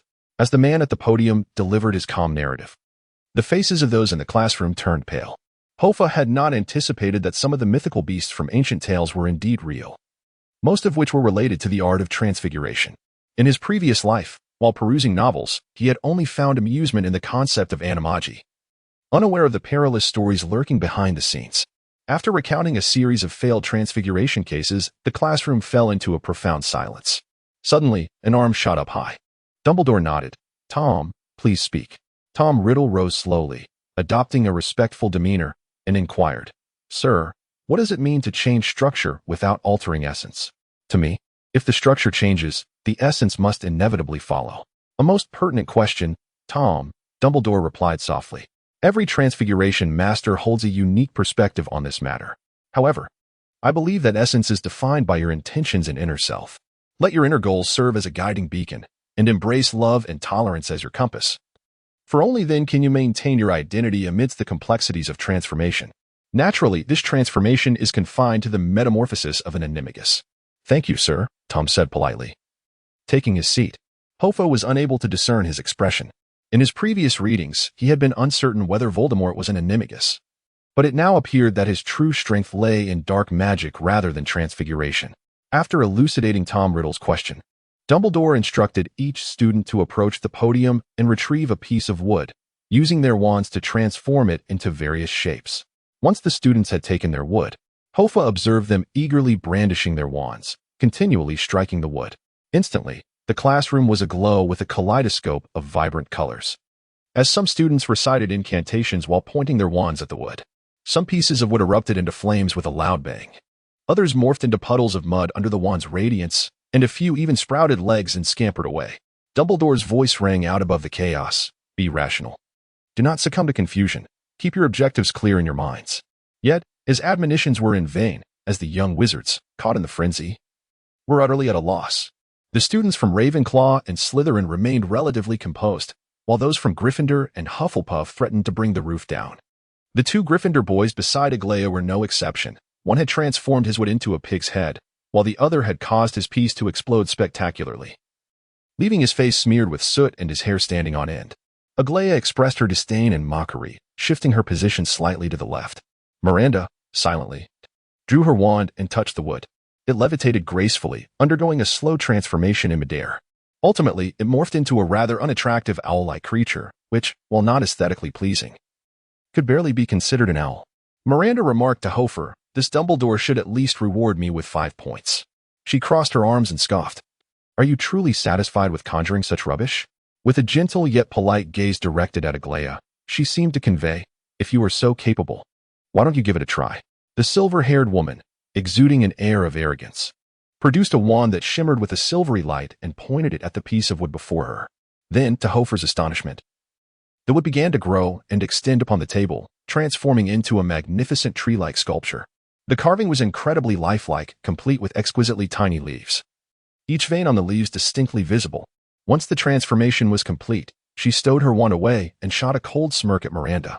Miranda glanced at the sculpted tree, then at her own owl, and shrugged. "Impressive," she remarked. She did not engage in a dispute with Aglaia, nor did she display any anger. Hoffa felt a twinge of admiration for Miranda. Her ability to remain unperturbed by such a confrontation was remarkable. If it were him in her position, he feared he might react differently. Aglaia then addressed Miranda. "Well, you're not entirely without merit. Some individuals don't even dare to attempt." As she spoke, she held her head high, her peripheral gaze firmly fixed on Hoffa, eager to witness the downfall of this haughty and aloof young man. Chapter 14. The gift of Hoffa. Hoffa's expression darkened as he felt her insinuation. He grasped his wand and gently tapped the small wooden block before him. his mind conjuring the image of a wooden sword. Magic flowed from the wand, and he focused his mental energy to infuse it into the wood. Instantly, he experienced a remarkable sensation, akin to grasping a piece of clay out of thin air. Under the influence of the magic, the wood appeared to possess extraordinary malleability. So, this is about intention and structure? Hoffa pondered, closing his eyes. He envisioned a gleaming blade within his mind. The wood began to elongate and flatten under his mental command. As the transformation unfolded, he furrowed his brow. He then turned his thoughts to the shape of the hilt and guard. Above the table, the wooden sword began to take on a more defined form. What started as a rough block gradually revealed intricate patterns on the hilt. Miranda gasped softly in admiration, while Aglaia scoffed, muttering something about it being a mere trinket. Once the carving was complete, Hoffa opened his eyes, gazing at the small sword before him. His expression lacking any significant joy. Miranda exclaimed, "Impressive. You did it." Hoffa shook his head and closed his eyes once more, sensing that something was amiss. He aspired to transform into an animagus. Merely crafting a wooden sword was far from sufficient. After all, what was the difference between this and molding a sword out of clay? The wooden sword remained fundamentally wood, unchanged in essence. This was neither magical nor wondrous. Essence, transformation. Purpose. The keywords that Dumbledore had articulated echoed in Hoffa's mind. No, a sword should be forged of iron. Its purpose should be for combat, while a wooden sword could only serve as a toy. Yet, he could sense every fiber of the wood with his mind, yet remained unable to grasp its true essence. Transformation seemed unattainable. Was his mental focus insufficient? Furrowing his brow, Hoffa suddenly recalled the meditative techniques of the traveler Milarepa. Meditation could enhance one's mental acuity. He opened his eyes and glanced around. Everyone else was laboriously attempting to reshape their wood. No one paid attention to him in the corner. He emptied his mind, closed his eyes, and entered a meditative state. In this moment, his mind expanded exponentially under the influence of meditation. If he wished, he could perceive the entirety of the classroom without the use of his eyes. However, Hoffa focused all his mental energy into the wooden sword, seeking to uncover its essence. His powerful mind acted like a web, delicately permeating the wood. His consciousness, infused with magic, penetrated the fibers, traversed the cells, and delved into the nucleus, reaching the core of the organic matter. A resounding boom echoed in his mind, and the black and white world suddenly burst into a kaleidoscope of color. He felt as if he had entered another dimension, surrounded by countless minuscule particles swirling and transforming, as endless hues blended and dispersed before him. Magic carried Hoffa through an entirely unknown realm, a new world of transfiguration unfolding before him, filling him with joy. He felt an overwhelming sense of power, as if he could control everything. Indeed, it was just so. In the real world, the wooden sword before Hoffa suddenly disintegrated into mere dust, vanishing into the air. Beside him, Miranda's expression turned slightly grave. Aglaia, on the other hand, wore a triumphant smile, thinking to herself, "This fool has utterly lost his sword." In the classroom, Dumbledore, who was correcting a student's mistakes at the lectern, abruptly turned to the corner. A potent surge of magical energy had suddenly manifested in the room. On the other side, Tom Riddle furrowed his brow, sensing something amiss. Dumbledore set aside his tasks and strode purposefully toward the corner, all eyes following his lead. Upon reaching the corner, Dumbledore beheld Hoffa, his eyes tightly shut. In the next moment, Hoffa raised his wand. A shimmering metallic glimmer appeared in the air. In the astonished gazes of all present, the metallic light swiftly arranged itself, forming a blade, a guard, and a hilt. Dumbledore's blue eyes widened in shock. The gleaming blade clearly indicated that this was a metal sword, not a wooden one. Miranda's mouth fell agape in disbelief. Aglaia's complexion turned pale as she abruptly rose, pressing her hands against the desk. The surrounding students turned their heads, captivated by this extraordinary spectacle. They were utterly bewildered by the situation, merely witnessing a metal sword materializing from thin air. Yet Dumbledore understood. The boy before him had fundamentally transformed reality. As the transformation concluded, Hoffa opened his eyes, pale yet filled with delight, grasping the sharp little sword before him. He had succeeded. He had altered the essence of the object through transfiguration. This was true magic. Dumbledore clapped his hands in genuine admiration, and soon, the surrounding students followed suit, applauding along with him. They were unaware of the reasons behind it, but felt an undeniable sense of awe. Tom Marvolo stood up, his brow tightly knitted as he stared incredulously at the Ravenclaw table, muttering, "Hoffa," startled by the applause that broke the silence of his joy. Hoffa looked up to find a crowd had gathered around him, all marveling and clapping. Dumbledore, without hesitation, pulled Hoffa to his feet, regarding him with the gaze one might reserve for a rare treasure. He then seized the sword that Hoffa had conjured, raising it high and exclaiming in a tone of admiration, exceedingly accomplished, Hoffa. Look, I have never seen a first-year student achieve such a feat remarkable. The last to accomplish such transformation was Nick LeMay over 500 years ago. Ravenclaw earns 50 points. His joy was so profound that he scarcely considered the efforts of others, neglecting to examine their work in detail. This infuriated Aglaia, who, in a fit of rage, stormed out of class, discarding her wooden sculpture in the trash.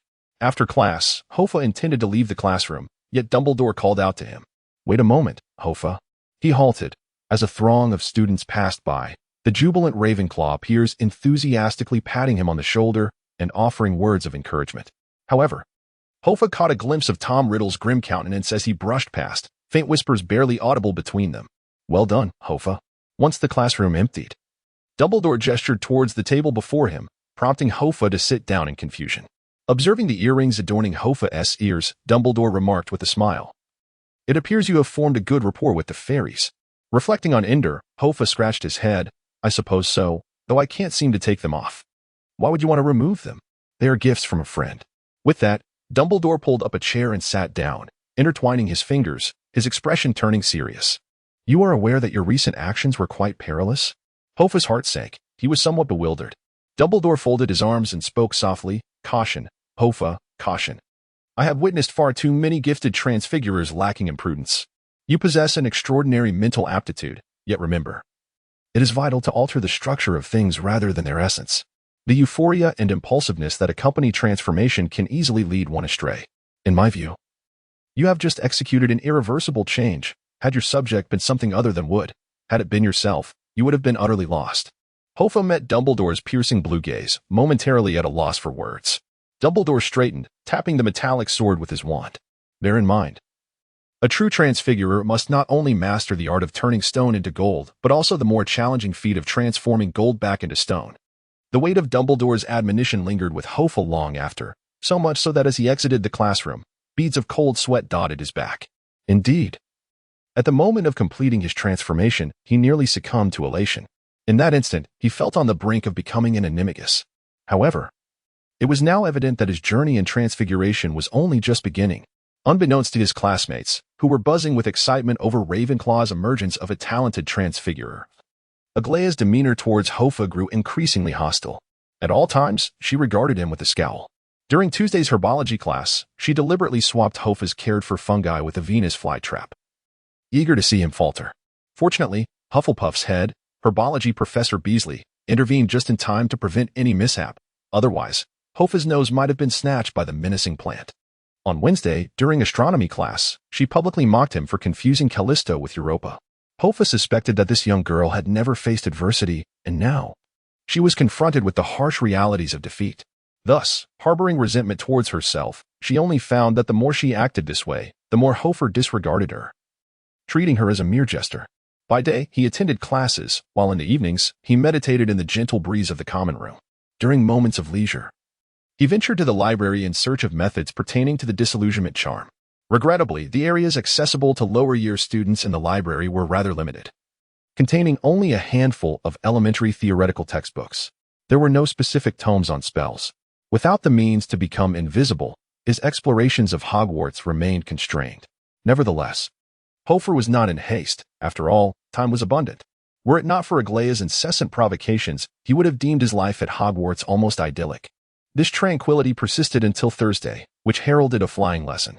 Chapter 15. The Flightless Duck. On this particular day, Hoffa arose earlier than ever before. Flight has always been a cherished dream of humanity. As a wizard, Hoffa naturally harbored aspirations of soaring through the clouds, particularly in the year 1938, when aviation was not as widespread as in later times. Mastering the art of riding a flying broom would not only simplify his journeys but also provide an invaluable safeguard for his future.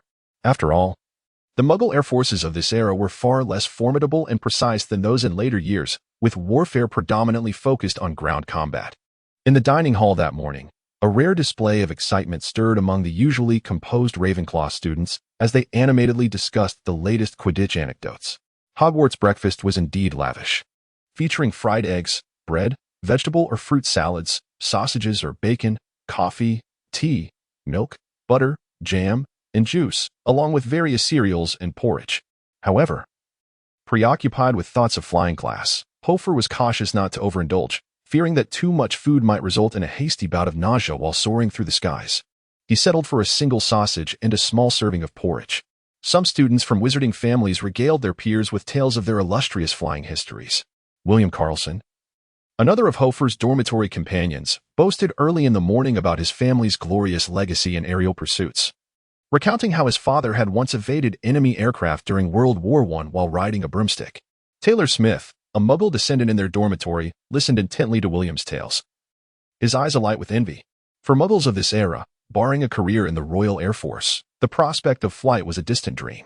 The Ravenclaw students were relatively composed compared to their Gryffindor and Slytherin counterparts, where small clusters of students erupted into fits of laughter, predominantly the boys, as Quidditch remained largely a male-dominated sport with few female participants. After breakfast, the group briskly made their way out of the hall and onto a grassy expanse near the school's Quidditch pitch. It was a bright, breezy day, with the grass beneath their feet gently swaying. Beyond the lawn lay the forbidden forest, its distant, shadowy trees swaying in the wind. This flying lesson was to be shared with the first-year Slytherin students, who were already gathered there, a row of broomsticks neatly arranged on the ground. Tom Riddle was engaged in jovial conversation with a few classmates and, upon spotting Hoffa, did not acknowledge him in any way. In truth, since their arrival at the school, their animosity seemed to have dissipated, transforming them into mere strangers, devoid of any remnants of their orphanage grievances or signs of recognition. Hoffa was well aware of Riddle's formidable ambition. He was not a foolish child like Malfoy, unlikely to squander his energy on trivial provocations. Shortly thereafter, their instructor arrived. Hoffa had already heard from his roommate during breakfast that the Quidditch teacher was named Leo, a former beater for the Irish team in the 1920 Quidditch World Cup, where his team had achieved a commendable semi-final finish. Polio was a tall man with long arms, his curly brown hair gleaming with vitality. Upon seeing the newcomers, he whistled to get their attention. "Why are you still waiting? Quickly arrange yourselves by height." The crowd stirred in a cacophony. Observing the group of 11-year-old children jostling and pushing one another, Pario impatiently intervened, extracting each child and rearranging them in different positions. Hoffa was originally standing beside Miranda, however. Pario separated them due to Hoffa's greater height. He was pushed next to none other than Aglaia, who was of similar stature. Upon seeing Hoffa being moved, Aglaia let out a disdainful huff. The once gentle sunlight and soft breeze that had brought Hoffa comfort now made him feel distinctly uneasy standing beside her. As the students lined up in an orderly progression of height, Teacher Pario appeared exceedingly pleased. He then whistled and instructed, "Extend your right hand, place it above the broomstick, and say, 'Up, up.'" Everyone shouted in unison. Hoffa also extended his hand, "Up." Yet, nothing happened. He intensified his command, "Up." Still, there was no response. Turning to look around, he noticed some brooms rising promptly, such as Tom Riddle's, who stood directly opposite him. The moment he spoke, his broom obediently soared into his palm. His roommate, William, also performed admirably, as his broom quickly leapt into his grasp. Some children's brooms sluggishly tumbled to the ground, displaying a reluctance to comply. Miranda's broom seemed hesitant, rising a little, then sinking back down intermittently, but at least it was moving. Yet, Hoffa's broom remained utterly still. Unyielding, Hoffa tried again twice, but to no avail. "Muggle," came a taunting voice from nearby. Hoffa glanced to his right and saw Aglaia smiling triumphantly, her arms crossed, unyielding. Thus, Hoffa offered her the only retort he had mustered in a week. "What are you so proud of? Your ISN team moving either, is it?" She elongated her tone, as if savoring the moment. After speaking, Aglaia looked at him mockingly, one arm folded across her chest while the other hovered above her broomstick. Without a word, her broom shot into her hand, and Hoffa could almost sense its eagerness to be ridden by her. Hoffa widened his eyes and turned once more to his own broom. "Up." A gentle breeze rustled the tattered branches, yet it remained as motionless as a deceased fish. Hoffa's expression darkened as he raised his hand. Pario noticed him and inquired, "What is the matter, child?" Hoffa replied, "Teacher, my broom is broken." The surrounding children turned to look at him, and Pario's eyes widened as he reached out from a distance. "Up." Hoffa's broom shot away from him like lightning, landing in Pario's hand. Hoffa extended his hand once more up. It fell still again. "Ha ha ha." Aglaia laughed merrily. her sweet demeanor igniting Hoffa's frustration. She remarked, "A flying muggle, a wizard devoid of any aerial talent, is an exceedingly rare individual throughout history. You, without a doubt, belong to this category. In Britain and across Europe, flying is an ancient and elegant art, and Quidditch is a venerable social sport. It epitomizes those in the crowd endowed with exceptional leadership abilities. And you, silence. No one will regard you as mute if you choose not to speak." Hoffa's expression darkened, and he abruptly interrupted Aglaia, no longer wishing to maintain the facade of peace with her. His disdain for the girl reached its zenith. He unsheathed his wand and pointed it at the broomstick on the ground. Wingardium Leviosa. Under the influence of the levitation charm, Hoffa's broomstick soared into the air, trembling as it was forcefully held by Hoffa. He sensed the broom's reluctance, yet he gripped it tightly. Then, an unexpected turn of events occurred. Aglaia raised her hand. Indeed. She lifted her right hand high and proclaimed loudly, "Professor Pario, Hoffa is cheating. He has cast a spell on the broom." The previously bustling grassland fell into an abrupt silence. All heads turned to Aglaia and Hoffa. Hoffa was taken aback. Could there truly exist such an insufferable person willing to tattle? Such behavior, loathed in any realm, was brazenly exhibited by the individual beside him. Was the world revolving around her? Why had she been sorted into Ravenclaw? Pario approached Hoffa with an air of displeasure. "Did you truly cast a spell on the broom?" "Indeed," Hoffa sighed. "What spell?" "The levitation charm," Hoffa replied. Pario inhaled deeply and exhaled. "In Quidditch matches, casting spells on brooms is a serious foul. Are you aware of this?" "I am not," Hoffa replied expressionlessly. "Considering this is your first offense, I shall not deduct points. However, you are excused from this lesson. Kindly observe from the sidelines," Pario said regretfully. Hoffa flung the broom aside, stowed his wand, and strode away, arms crossed in silence. He was so incensed that words escaped him. The unpredictable nature of life once again astonished Hoffa. He was not Harry Potter, devoid of any flying aptitude, let alone Quidditch talent, even unaware of the game's rules. On the grass, Pario whistled, demonstrating to the students the proper posture for riding a broom. The students ascended, some wobbling precariously on their brooms, while others darted about with speed. Among them, Aglaia flew with remarkable skill, her arms crossed over her chest, seemingly able to direct her broom solely through thought. The distant sky was adorned with fluffy clouds. Hoffa leaned against a tall tower. A blade of grass clenched between his teeth, observing the aerial antics above, feeling for the first time an acute sense of disconnection from this land. Aglaia's words hold merit. In the realm of wizards, Quidditch is indeed a game that requires innate talent to participate. It is akin to the sailing competitions at Ivy League universities in the United States, where those outside the upper echelons may find themselves excluded from the sport. Upon introspection, Hoffa realizes that the broom he just encountered disregarded him because he has no desire to engage in Quidditch. He simply yearns to fly. The rules of Quidditch seem utterly nonsensical to him, especially the notion that capturing the golden snitch alters the very fabric of the game.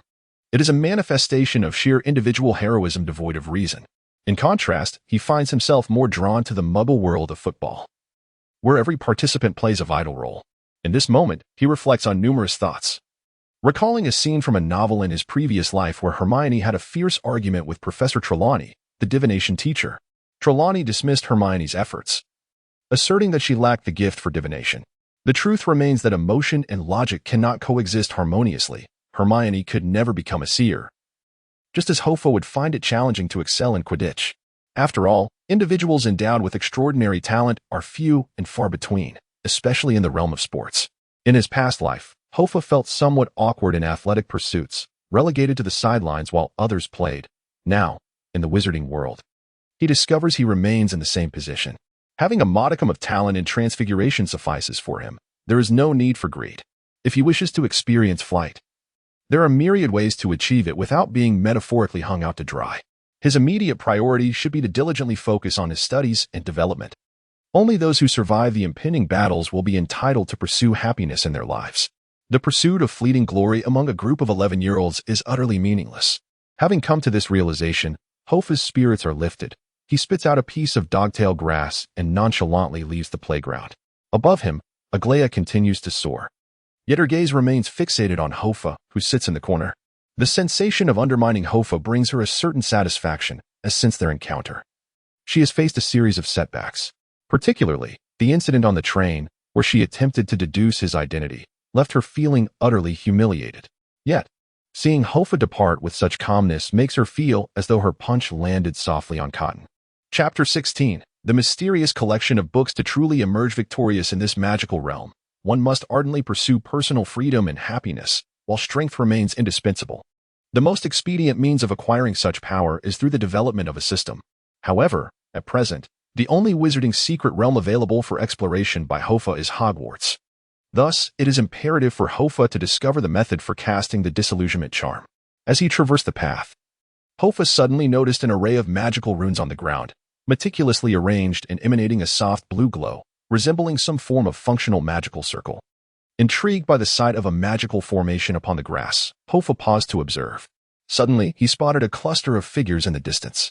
A group of upperclassmen from Hogwarts, engaged in fervent discussion. As Hoffa took a shortcut that brought him closer, he halted to eavesdrop for a moment. The voices of the upperclassmen grew increasingly agitated. Are we not allowed to live? Who could have done this? For several consecutive days. Why hasn't the ministry sent anyone? Headmaster Dipet said he would handle it personally. Hoffa edged closer, peering over the shoulders of several students. Behind them, the once orderly array of runes had been violently disrupted, leaving a gaping void, with sod flying in the ground riddled with chaotic craters and scratches.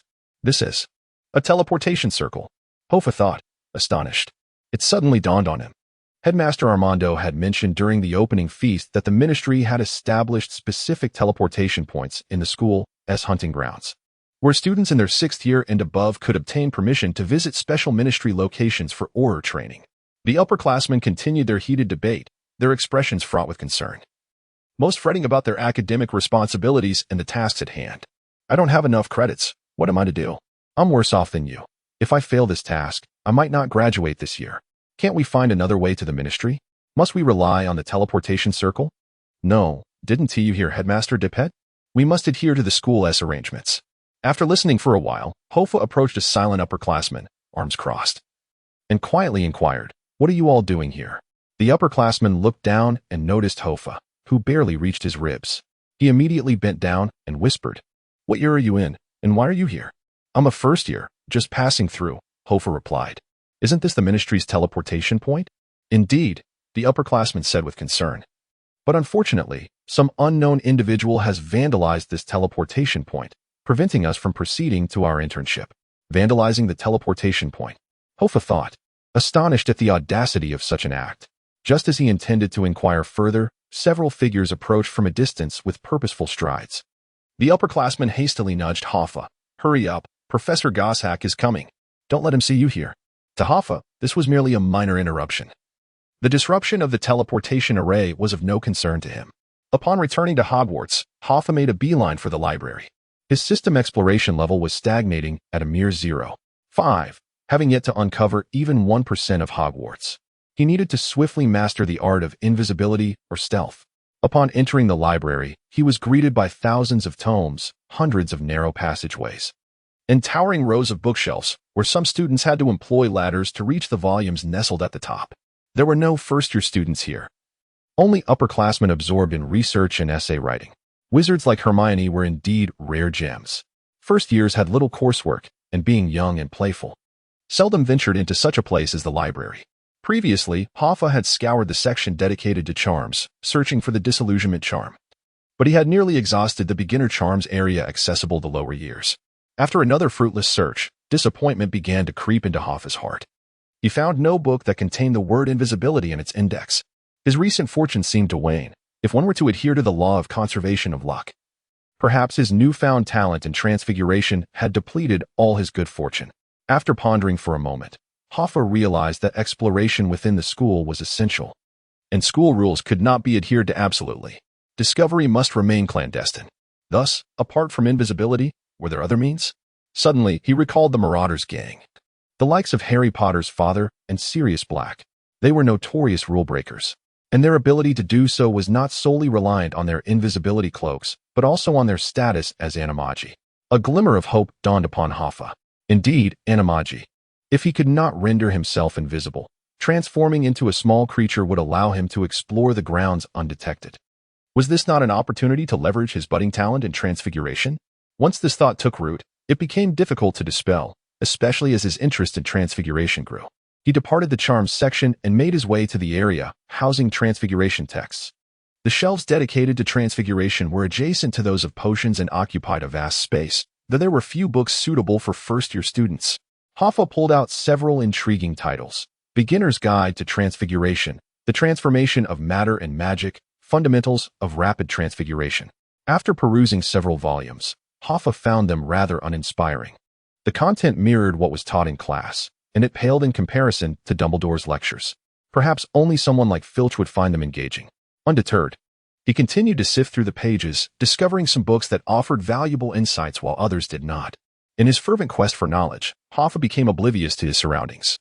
Delving deeper into the library, suddenly, a faint whisper brushed past his ear. "Look at me. No, look at me instead. My knowledge surpasses all. No, no, no. My knowledge surpasses that. Yet, mine is far more beneficial." Hoffa abruptly raised his head, only to discover that he was utterly alone. All the tomes lay quietly upon the shelves. Yet, the whispers in his ears continued to bicker. "Do not heed him. Do not heed him. Come, child. I can grant you brilliance." Brilliance? Is reading merely for brilliance, you fool? TSK, TSK, TSK. Short-sighted.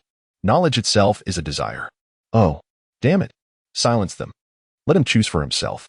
The books incessantly murmured, and Hoffa widened his eyes. Were these books arguing? Why could he hear their voices? Did every wizard experience this? Confusion washed over him, and with curiosity, he stepped closer. The clamor of the books intensified, each disparaging the others while elevating themselves, as if they were eager to sell their worth. Hoffa meandered along the shelves and soon noticed a thick, ancient tome protruding from the third row. Instinctively, he felt a connection to this particular book. While the others were embroiled in their quarrel, this tome exuded a serene confidence. He carefully withdrew the book, which was as large as his chest. Oh, damn it. Good luck. Humph, yet another one. Slipping away, slipping away. At the moment Hoffa made his choice, the surrounding books murmured and finally fell silent. Hoffa scrutinized the self-assured book. Its cover was crafted from the hide of an unknown creature, possessing a peculiar texture, faintly tinged with a burnt aroma. The book appeared singed, its cover adorned with faded silver lettering that read, "Anatomy of all things, structure is sovereign." Author, Morgan Le Fay. Such grandiosity, Hoffa scoffed. He opened the pages, and in an instant, he was captivated. The paper within depicted a comprehensive anatomical illustration of a lion from various angles, detailing everything from fur to nerves, and the flow of magical energy. The text beneath read, "The foundation of transformation lies in understanding. Transforming into a cat and transforming into a lion differ not in magical essence, but solely in your comprehension of the target. To transform into a cat, one must thoroughly understand the feline. To transform into a lion, one must equally comprehend the lion. The same applies to animagi." Hoffa's breath quickened. It seemed the book had pierced through his thoughts. It delved directly into the subject at hand, a stark contrast to the veiled allure of other tomes. Without hesitation, he turned the page. The second page showcased a magnificent eagle, its every bone and feather rendered to perfection. Just as he was about to continue, a gray-bearded librarian leaped forth, snatching the captivating magic book from Hoffa's grasp. "Hey, do you have the professor's signature?" Hot-headed at first, Hoffa soon noticed the glaring red letters above him reading Restricted Section. He then realized he had breached school rules, as entry into the library's restricted area required a professor's authorization. Observing Hoffa's silence, the librarian crossed his arms indignantly. "You dare to venture into the upper year section without a signature? If the magic within those books retaliates, who bears the responsibility? Me or you? Now, be gone." He waved his feather duster, forcefully ushering Hoffa out of the library. Standing at the library's entrance, Hoffa, in a fit of annoyance, kicked the nearby Roman column. Overwhelmed with frustration, he lamented his ill fate, thinking how unfortunate it was that everything seemed to go awry. There is nothing more irritating than being interrupted while engrossed in a book. Had that old fool delayed just a little longer, he might have uncovered the secrets of becoming an animagus. After a brief spell of vexation, Hoffa began contemplating a solution. He must acquire that book. Yet with so many rules at Hogwarts, where could he possibly secure a professor's signature? In that moment, he recalled the original story, where Harry and Hermione had entered the restricted section during their second year to obtain the potion's recipe. However, they had encountered the foolish Lockhart. Who could he possibly approach for a signature now? Dumbledore was out of the question, too astute, and as for Goshawk, there was no chance. That stern old man showed no leniency even towards his own granddaughter. With a furrowed brow, Hoffa exited the library, only to find that night had fallen. He had unwittingly lingered within the library for far too long. A wave of hunger struck him, prompting a hurried dash to the great hall. He had already missed dinner and could only hope that some food remained. Hoffa mused about his unfortunate day. Inside the common room, a rare clamor filled the air as a group of children eagerly discussed all matters pertaining to Quidditch. At the center of the crowd stood Aglaia, her silver hair shimmering like a beacon. Her remarkable flying skills had garnered unanimous admiration and adoration from her peers. They surrounded her like stars orbiting a planet, bombarding her with inquiries about flying techniques. Upon noticing Hoffa's entrance, Aglaia amplified her voice, akin to a proud swan, as she addressed her admirers' flying concerns. "Jillian, your waist is bending too much. Your center of gravity is too far forward. It's a miracle you can fly at all. William, your grip is flawed. Your habitual motion should have your left hand steering while your right wields the bat. If you continue directing with your right hand, you'll face dismal defeat in matches. Taylor, you performed well today, yet it seems you still harbor some fear of flying. Do not fear the skies, you are not a muggle, unlike someone." She emphasized the last remark, her voice dripping with subtle insinuation. Just as Hoffa contemplated ascending the stairs, Miranda emerged from the crowd and seized his arm. "Where have you been? I've been searching for you forever. What's wrong?" Hoffa replied coolly, "Did you not eat dinner?" Miranda produced a paper-wrapped parcel. To Hoffa's surprise, the bundle contained food. Though it was merely a few chicken legs and some bread, Hoffa felt a warm glow within. He accepted the somewhat cold food and took a bite, while Miranda offered comforting words. "It's no big deal if you can't fly. I'm not very good at it either. In half a month, our college will have its first Quidditch match against Gryffindor. Will you come to watch?" Hoffa was left speechless. After the events of the day, he truly had little enthusiasm for Quidditch. Did Miranda come to console him out of concern for his feelings? She truly was a kind-hearted girl. However, at that moment, Hoffa's mind was consumed with transfiguration, and he regarded such trivial matters with indifference. Yet, with Miranda asking, he felt it would be rude to decline outright. He nodded perfunctorily, saying, "Why not? I'll go." Miranda leaned closer to Hoffa and whispered, "Aglaia has been selected as a substitute seeker for the college Quidditch team. Next week, the official seeker will be attending Aura training at the Ministry of Magic. If you could cheer for her just once, I believe it would be a wonderful opportunity for you to mend the rift between you." Substitute seeker, Aglaia. Cheer for her to mend the rift? Hoffa felt a knot tighten in his stomach, as unpleasant as consuming something vile. Miranda was truly cunning, first providing him with food and then expecting his support. Had she accurately discerned his tendency to yield to kindness rather than resistance? Chapter 17. Potions Class. Miranda continued to whisper softly, explaining how Pario had initially intended to discuss with the headmaster the possibility of her becoming a seeker directly. Unfortunately, Goshawk believed that first-year students were not eligible to participate in Quidditch, thus relegating her to a mere substitute. Hoffa was somewhat astonished. Wasn't this treatment rather akin to Harry's? Had Goshawk been a touch more lenient, she would undoubtedly have secured the position of a first-year seeker. He turned his gaze towards the girl at the center of the crowd, contemplating how she truly embodied the archetype of a protagonist. A seeker, indeed, represented the king within the team. Throughout history, renowned figures had excelled magnificently in the realm of Quidditch: James, Harry, Malfoy, Cedric, Cho, Zhang, Krum, Ginny, and many others. Hoffa had previously likened her to Hermione, but it now appeared he had misjudged her. She was, in fact, a versatile player. If Hoffa believed that his approach of maintaining peace through compromise would yield results, he was gravely mistaken. What transpired next would once again challenge his worldview. The defense against the Dark Arts class and Potions class were on the agenda. During this period, the defense against the Dark Arts course had not yet been cursed, functioning merely as a standard class. The instructor was a retired Auror named Alathea Mellis, who also served as the head of Gryffindor House. He was amiable and humorous when teaching younger students, primarily engaging them with tales of the various creatures he encountered in his youth: vampires, werewolves, dark fairies, and more. If Hoffa's memory served him correctly, Mellis was the last normal teacher of defense against the dark arts. Upon his retirement at the end of his 7th year, Tom Riddle sought this position but was rejected by Dumbledore and others. Subsequently, Riddle cursed the position, ensuring no teacher would remain in it for more than a year thereafter. Following the conclusion of the morning's defense against the Dark Arts class, the afternoon was dedicated to potions. The potions professor was Slughorn, the head of Slytherin House. While having lunch, Hoffa suddenly conceived an idea regarding a signature from the library. In stark contrast to the later Severus Snape, Slughorn was an affable individual. even willing to divulge the secrets of Horcruxes to Voldemort and share his own unsavory memories with Harry Potter. However, all of this hinged upon earning his approval. Indeed, Slughorn only associated with students he deemed valuable, recognizing potential in them, and regarded these students as his most treasured possessions. After his retirement, he was willing to return to teaching just to become Harry's mentor.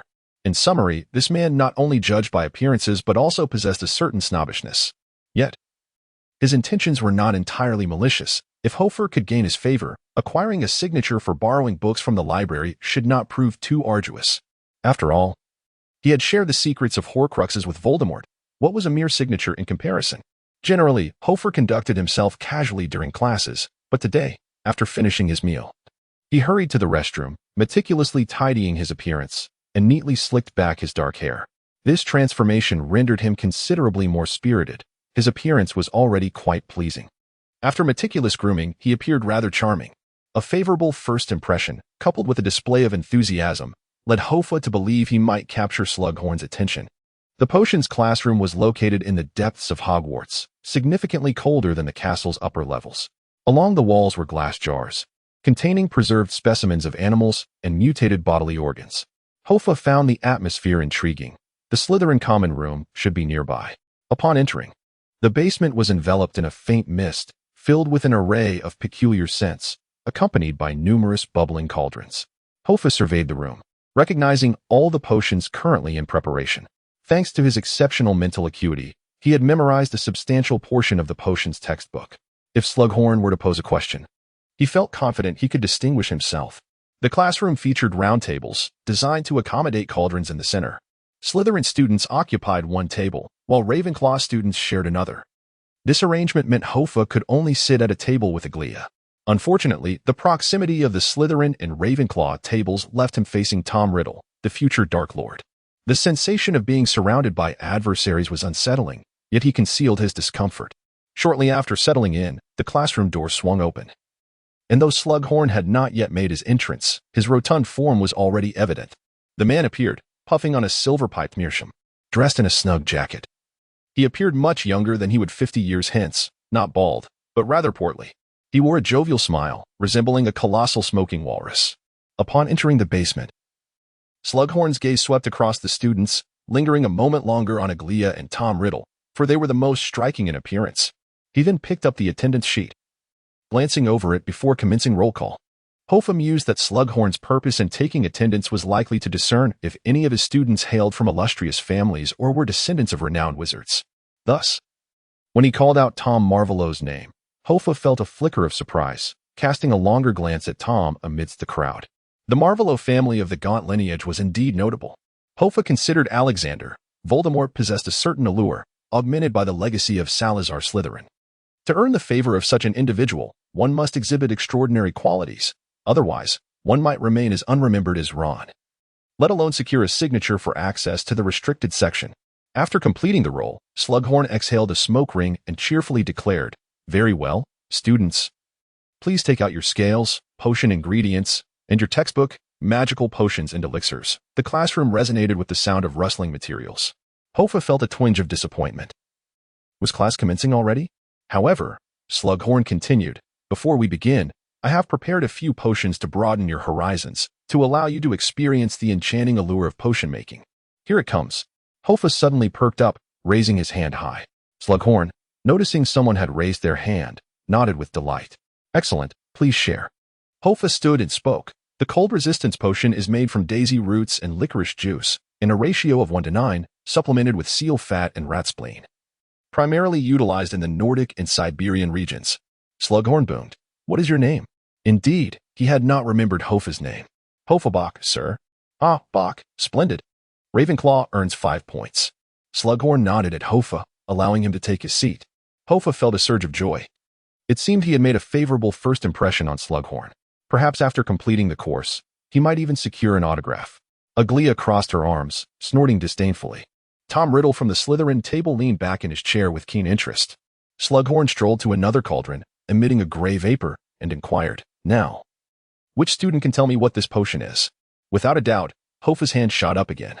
Slughorn displayed a look of surprise. "Bach, very well, please enlighten us." Hoffa stood once more. The petrification potion is composed of basilisk eggs, ash snake eggs, along with rock moss, and a single cave spider's eye. It is non-toxic and induces a temporary petrified state lasting approximately 15 minutes. Very precise indeed. Well done, Mr. Hoffa. Ravenclaw earns another 5 points. Slughorn exhaled a puff of smoke, his expression one of appreciation as he turned to the students. What are you all waiting for? Take notes. The rustle of parchment filled the air. Even Tom Riddle picked up his quill. Yet one individual remained motionless, Aglia, leaning back in her chair, stroking her chin, casting a skeptical gaze at Hoffa. She began to question Hoffa's intentions. Hoffa sensed Aglia's ghostly stare but chose to disregard it. All his focus was on Slughorn. If he could garner a good impression and obtain an autograph, he could acquire that book on transformations from the restricted section. Once the students finished their notes, Slughorn turned to a shallow purple cauldron. Is there? He had yet to finish when a hand shot up. This time it was not Hoffa, but Aglia. Hoffa was taken aback by this unexpected interruption, and Slughorn appeared equally surprised. Miss Draces, do you have a question? Aglia stood up straight, her eyes darting toward Hoffa, concerned that some might mistakenly believe it to be a restorative potion and drink it without hesitation. Hoffa took a deep breath, biting down on his lower lip, remaining silent in his seat. Slughorn's expression was filled with astonishment, but this was only the beginning. Aglia pointed towards another crucible that gleamed with a scintillating green light. The fluorescent potion, concocted from the sap of trance, bioluminescent mushrooms, and the skin of phantoms, could bestow a radiant luminescence upon the entire body. Ancient wizards had unwittingly discovered this during certain animals mating rituals. However, in my opinion, should you incorporate a hint of chameleon scales into the potion, it would enrich and prolong the luminescent effect. A minute later, the basement was left with her alone, showcasing her flair. Hoffa's face was ashen, while Slughorn's eyes sparkled with astonishment. Aglia continued. This particular potion is the weightlessness draft, allowing your body to float as lightly as a feather. The materials you employed were eagle feathers, sky mushrooms, and moon moth wings. Yet, to my mind, this method is rather conventional. A single drop of purified siren's blood would yield the same result. A minute later, Aglia remarked. The Wolfbane potion, which targets werewolves, could also be effective against nefarious humans if you were to add a touch of the Wailing Bell, which you unfortunately overlooked. A minute later, Slughorn was drenched in sweat. Of course, I would not assert that the potions in this basement lack merit, for instance. I believe your sleeping draft is exceptionally unique, as it not only induces slumber in depressed wizards, but also ensures that patients experience it as if they were drifting into sleep naturally. Aglia gestured towards a cauldron filled with a colorless, transparent liquid, praising it, which elicited a look of relief from Slughorn. Yet, she continued, however, due to the irresistible potency of the sleeping draft, it is classified as a controlled substance by the Ministry of Magic and should not be present in classes for younger students. You may consider it a point of merit. But should some individuals lacking self-control? Slughorn began to sweat anew. After an indeterminate amount of time, the silver-haired girl in the center of the classroom finally concluded her lengthy oration. She crossed her arms and scanned the room, smirking at Hoffa upon catching sight of him. Ultimately, Slughorn trembled as he retrieved a handkerchief, wiping the perspiration from his forehead. Hoarsely, he stammered. You, and the president of the European Potion Masters Association. I go Moises. Aglia retorted mockingly. He is my incompetent great-grandfather. The entire class gasped in astonishment. Hoffa slumped in his chair, exhaling deeply, his face ashen. Indeed. Slughorn clapped his hands, exclaiming, extraordinary talent. You are a born potion prodigy. Ravenclaw gains 50 points. At that moment, he regarded Aglia as if she were a rare gem. As for Hoffa, he had long forgotten about him. The whole class followed Slughorn in applause, except for Hoffa, who closed his eyes, fearing he could not contain the fury welling within. After class, Slughorn joyfully called out to Aglia. Indeed, Miss Delacour. I am hosting a modest soiree on the 3rd of next month, inviting a few esteemed upperclassmen. Might you be available to grace us with your presence? Aglia furrowed her brow, hesitating for a brief moment. Then she caught sight of the somber-faced Hoffa, and a look of realization crossed her features. With delight, she nodded at Slughorn, offering him a sweet smile. It would be an honor, sir. Hoffa strode out in a huff, consumed by fury. As if a great upheaval had occurred. Everything was utterly ruined. Now, in Slughorn's eyes, there was only Aglia. How could he possibly secure an autograph? Chapter 18. Forgetfulness what defines a problematic girl? Hoffa felt that no one embodied this phrase better than her. He had come to realize that this little vixen was resolutely determined to oppose him. She seemed intent on experiencing every possible annoyance to him. She had become the most detestable person Hoffa had encountered in 2 lifetimes. Even Tom Riddle seemed more endearing. At least Voldemort maintained a low profile. Entering an empty restroom, Hoffa turned on the faucet and splashed cold water on his face, yet it did little to calm his frazzled nerves. He believed himself to possess a mature demeanor, capable of concealing his emotions. However, after so many days, he found his patience nearly at its breaking point. In a fit of exasperation, he kicked the tiled floor and muttered, "Vindictive. Bane. What a lunatic. How can such a tedious person exist in this world?" Just as Hoffa was seething, a thud echoed at the door as a book fell to the ground. He turned sharply to find Miranda standing at the entrance, her surprise causing her books to tumble. Hoffa immediately recognized his loss of composure.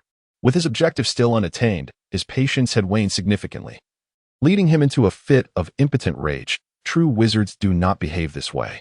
As Miranda bent to gather her fallen books, she mumbled, "I saw you rushing and thought I'd check in on you. It's nothing," Hoffa replied. "I was just caught off guard by anger." "What is the matter with you today? You seem a bit off," Miranda inquired after finishing her task. "Off? I'm not the one with the white-haired oddity," Hoffa scoffed. "Usually, I've never seen you so meticulous with your hair. At the opening feast, you appeared rather casual. Why the sudden enthusiasm today?" Hoffa fell silent. When did Ravenclaw become an adjective? He muttered before exiting the restroom. Miranda followed, retorting, "What do you think Ravenclaw is? If you ask me, Aglaia would be unwelcome in any other house. Yet, Ravenclaw students have their own way of interacting. Perhaps you should try to view her from a different perspective." Hoffa let out a derisive chuckle. "As long as she doesn't interfere with me, I couldn't care less. Even if she were to win a Nobel Prize this year." "What is a Nobel Prize?" "Never mind," Hoffa said, waving his hand in annoyance. "Don't you find such people intolerable?" "Not at all. She hasn't Wait a moment." Miranda suddenly halted. "You claim she has obstructed you? Has she hindered you today?" Of course, Hoffa was about to speak the truth, but quickly shut his mouth. Ravenclaws are astute, and he did not wish to reveal his yearning for forbidden books. Yet, Miranda had already discerned this. She adjusted her glasses and smiled knowingly. Hoffa quickened his pace to distance himself from Miranda, feeling that she was no longer acting like a girl. Miranda caught up, exclaiming, "Oh, it seems you are not entirely devoid of desires. What is it that you seek? Join his slimy slug club, or procure a few vials of potions from him." Neither option appealed to Hoffa. Frustrated, he came to a halt. "What is it that you truly desire? Speak your mind," he challenged. Hoffa hesitated. The identity of his interlocutor as the granddaughter of the vice principal made him wary. "Are you attempting to attract the attention of a certain girl?" Miranda inquired, her curiosity piqued, despite knowing she might be provoking him. Hoffa felt his annoyance grow. Were all these British children so precociously mature? Or perhaps your affections lie with Aglaia? A shiver of discomfort ran down Hoffa's spine, and in a fit of irritation, he raised his book as if to strike. "Enough. Silence yourself. Must you be so repugnant? What I desire is a signed parchment from Slughorn, so I can borrow a book from the library. Is that answer satisfactory?" "Is that all?" Miranda exclaimed in surprise. "What did you expect? If it weren't for the library's stringent regulations, do you think I would go to such lengths to appease the head of Slytherin? Why not say so earlier?" Miranda sighed, pressing her forehead. Such a trivial matter could be easily resolved. Why engage in a rivalry with that Aglaia girl? "Ah, you have a solution." Hoffa's face brightened. "Are you implying that your grandfather could assist me?" "Not a chance. That a Dobby fellow would never perform such a kindness." "What nonsense!" Hoffa retorted. "He wouldn't, but I shall." Miranda replied with a mischievous smile. "We can employ a few clever tricks." Hoffa's curiosity was piqued, yet Miranda remained tight-lipped, merely asking him to cooperate and maintain secrecy. Before long, another Monday arrived, shrouded in dreary rain. The relentless patter of raindrops echoed against the castle's glass, casting a gray pall over the surroundings. In the morning, within the confines of the enchantment classroom, a Dobby Goshawk entered punctually, as always, stepping in time with the ticking second hand. He stood before the lectern, his gray eyes scanning the room before he inquired in a grave tone, "Why is there once again an empty seat?" Without needing to look, Hoffa knew Miranda had skipped class yet again. However, before Professor Goshawk could deduct points, a hand shot up, a gesture from Aglaia, Miranda's dormitory mate. "What is it?" Professor Goshawk asked. "Sir, I have a note from Miranda. She has fallen ill due to something she ate," Aglaia explained, producing a piece of paper from her desk and handing it over. As Goshawk perused the note, Hoffa observed a rare flicker of disappointment cross the usually impassive face of the professor. This expression stirred a twinge of sympathy within Hoffa. He mused that if he were in Goshawk's position, he would have been thoroughly exasperated. His granddaughter's blatant disregard for his authority, repeatedly absent from class, left him powerless. What remained of his dignity? Yet, the elderly Professor Goshawk swiftly masked his momentary disappointment, signing the note with practiced ease before returning it to Aglaia. With no points deducted, the Ravenclaw students exhaled in relief. As the lesson commenced, the atmosphere shifted, alleviating the previous tension with a sense of solemnity. As the lesson commenced, they were to formally delve into the art of spellcasting. Although Hoffa had already mastered the first-year spells, including the duplication charm, he had studied extensively in his introductory spellbook. He listened with unwavering attention. Thanks to his exceptional focus, Hoffa excelled in both charm and transfiguration classes. Ultimately, he succeeded in duplicating a small iron sphere into 2, and then further into 4. His deftness earned him the commendation of Goshawk, who awarded Ravenclaw 10 points. Though far from Dumbledore's generosity, it was sufficient to ignite Aglaia's ire. Her duplicated spheres were noticeably smaller than the original, lacking perfect resemblance. While this was commendable among average students, it paled in comparison to Hoffa's achievement. Hoffa, indifferent to her vexation, had resolved to refrain from allowing her to provoke his emotions. He perceived this as a stumbling block on his path to personal growth, a test imposed by the vast cosmic will. However, after class, as he approached the staircase on the 4th floor, he spotted Aglaia, arms crossed. Standing beneath the statue of the sycophant Grey, her icy gaze fixed upon him. Assuming her displeasure stemmed from his point gathering for the house, he chose to disregard her and proceeded onward. Halt, Aglaia called out coldly. Reluctantly, Hoffa turned around. What is it? What is your relationship with Miranda?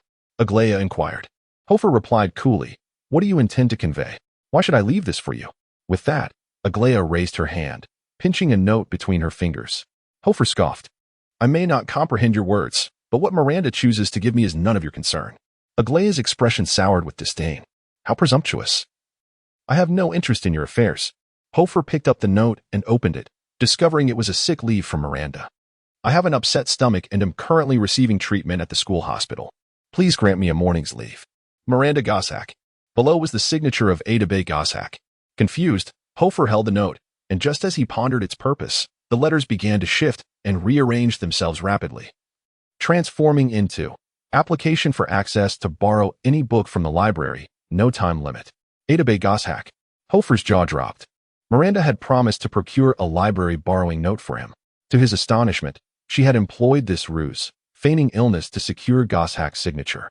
Not only had she deceived Goshawk, but she had also outwitted that wretched Aglaia. Amidst his surprise, Hoffa felt a surge of exhilaration. Fortune was finally smiling upon him. The initial goal achieved. With access to that transfiguration book, he could potentially become an animagus. If successful, it would equate to gaining the ability to move unseen. Invisibility and animagus form each possess their unique advantages, with invisibility allowing complete concealment of one's form. However, upon transforming into a diminutive creature, he found himself capable of traversing realms inaccessible to most humans. Most intriguingly, when an animagus shrinks, their footsteps become utterly silent. Hoffa was eager to express his gratitude to Miranda, yet she remained absent from Dumbledore's class, stirring doubts within him. Was she truly unwell? After the lesson on transfiguration concluded, Hoffa swiftly made his way to the library, clutching a sign note. Upon reaching the section housing Morgan's tome Anatomy of All Things, structure reigned supreme. He was just about to withdraw the book when the library's elderly custodian sprang forth, brandishing a feather duster and barking, "Hey, it's you again." A slip of paper was thrust beneath the old man's nose, interrupting his tirade. "No more chatter, just give me the book," Hoffa demanded. The old man snatched the note, scrutinized it twice, and begrudgingly swallowed his unspoken reproach, his wrinkled visage contorting into a perplexed frown. Rules were rules, leaving no room for rebuttal. Reluctantly, he extracted the book, lending it to Hoffa with evident displeasure. With the tome in hand, Hoffa caressed its rough cover, feeling a wave of contentment wash over him. Though he chose not to delve into its contents just yet, he resolved to study it later when he was alone. That evening in the auditorium, the ceiling was draped in a dreary gloom, mirroring the weather outside. It was then that Hoffa spotted the long-missed Miranda at the dining table, listlessly consuming a potato pie, her eyes devoid of spark. He waved a hand in front of her face. Hey. Miranda slowly turned her head. Curiously, she was not wearing her glasses, her pallid complexion reflecting a sense of malaise. Are you truly unwell? Hoffa inquired with concern. Miranda appraised him with a glance, responded with a noncommittal grunt, and resumed her meal, her demeanor icy and dismissive. How unfortunate, Hoffa murmured, taking a potato pie for himself. He leaned closer, whispering to Miranda. I really appreciate your help. I managed to borrow the book. Miranda paused mid-chew, contemplating his words. What? Hoffa cheerfully replied, I borrowed a book from the library. What does that have to do with me? Miranda interjected, her expression blank as she turned away to continue her meal. Hoffa's mouth fell open in confusion. What do you mean? What does it have to do with you? If it weren't for your assistance, would I have been able to borrow it? This typically amiable girl seemed to have undergone a transformation. He speculated that perhaps Miranda was experiencing menstrual discomfort, yet upon reflection, he realized the absurdity of his thoughts. She was merely 11, still a child. Where would such matters arise? Chapter 19. Clues of the disillusionment charm in the tranquil environment of Hogwarts. Hoffa should have been able to indulge in a leisurely and comfortable existence, akin to his peers, sleeping in, attending classes, dining, and engaging in games with friends. However, the reality was starkly different for him.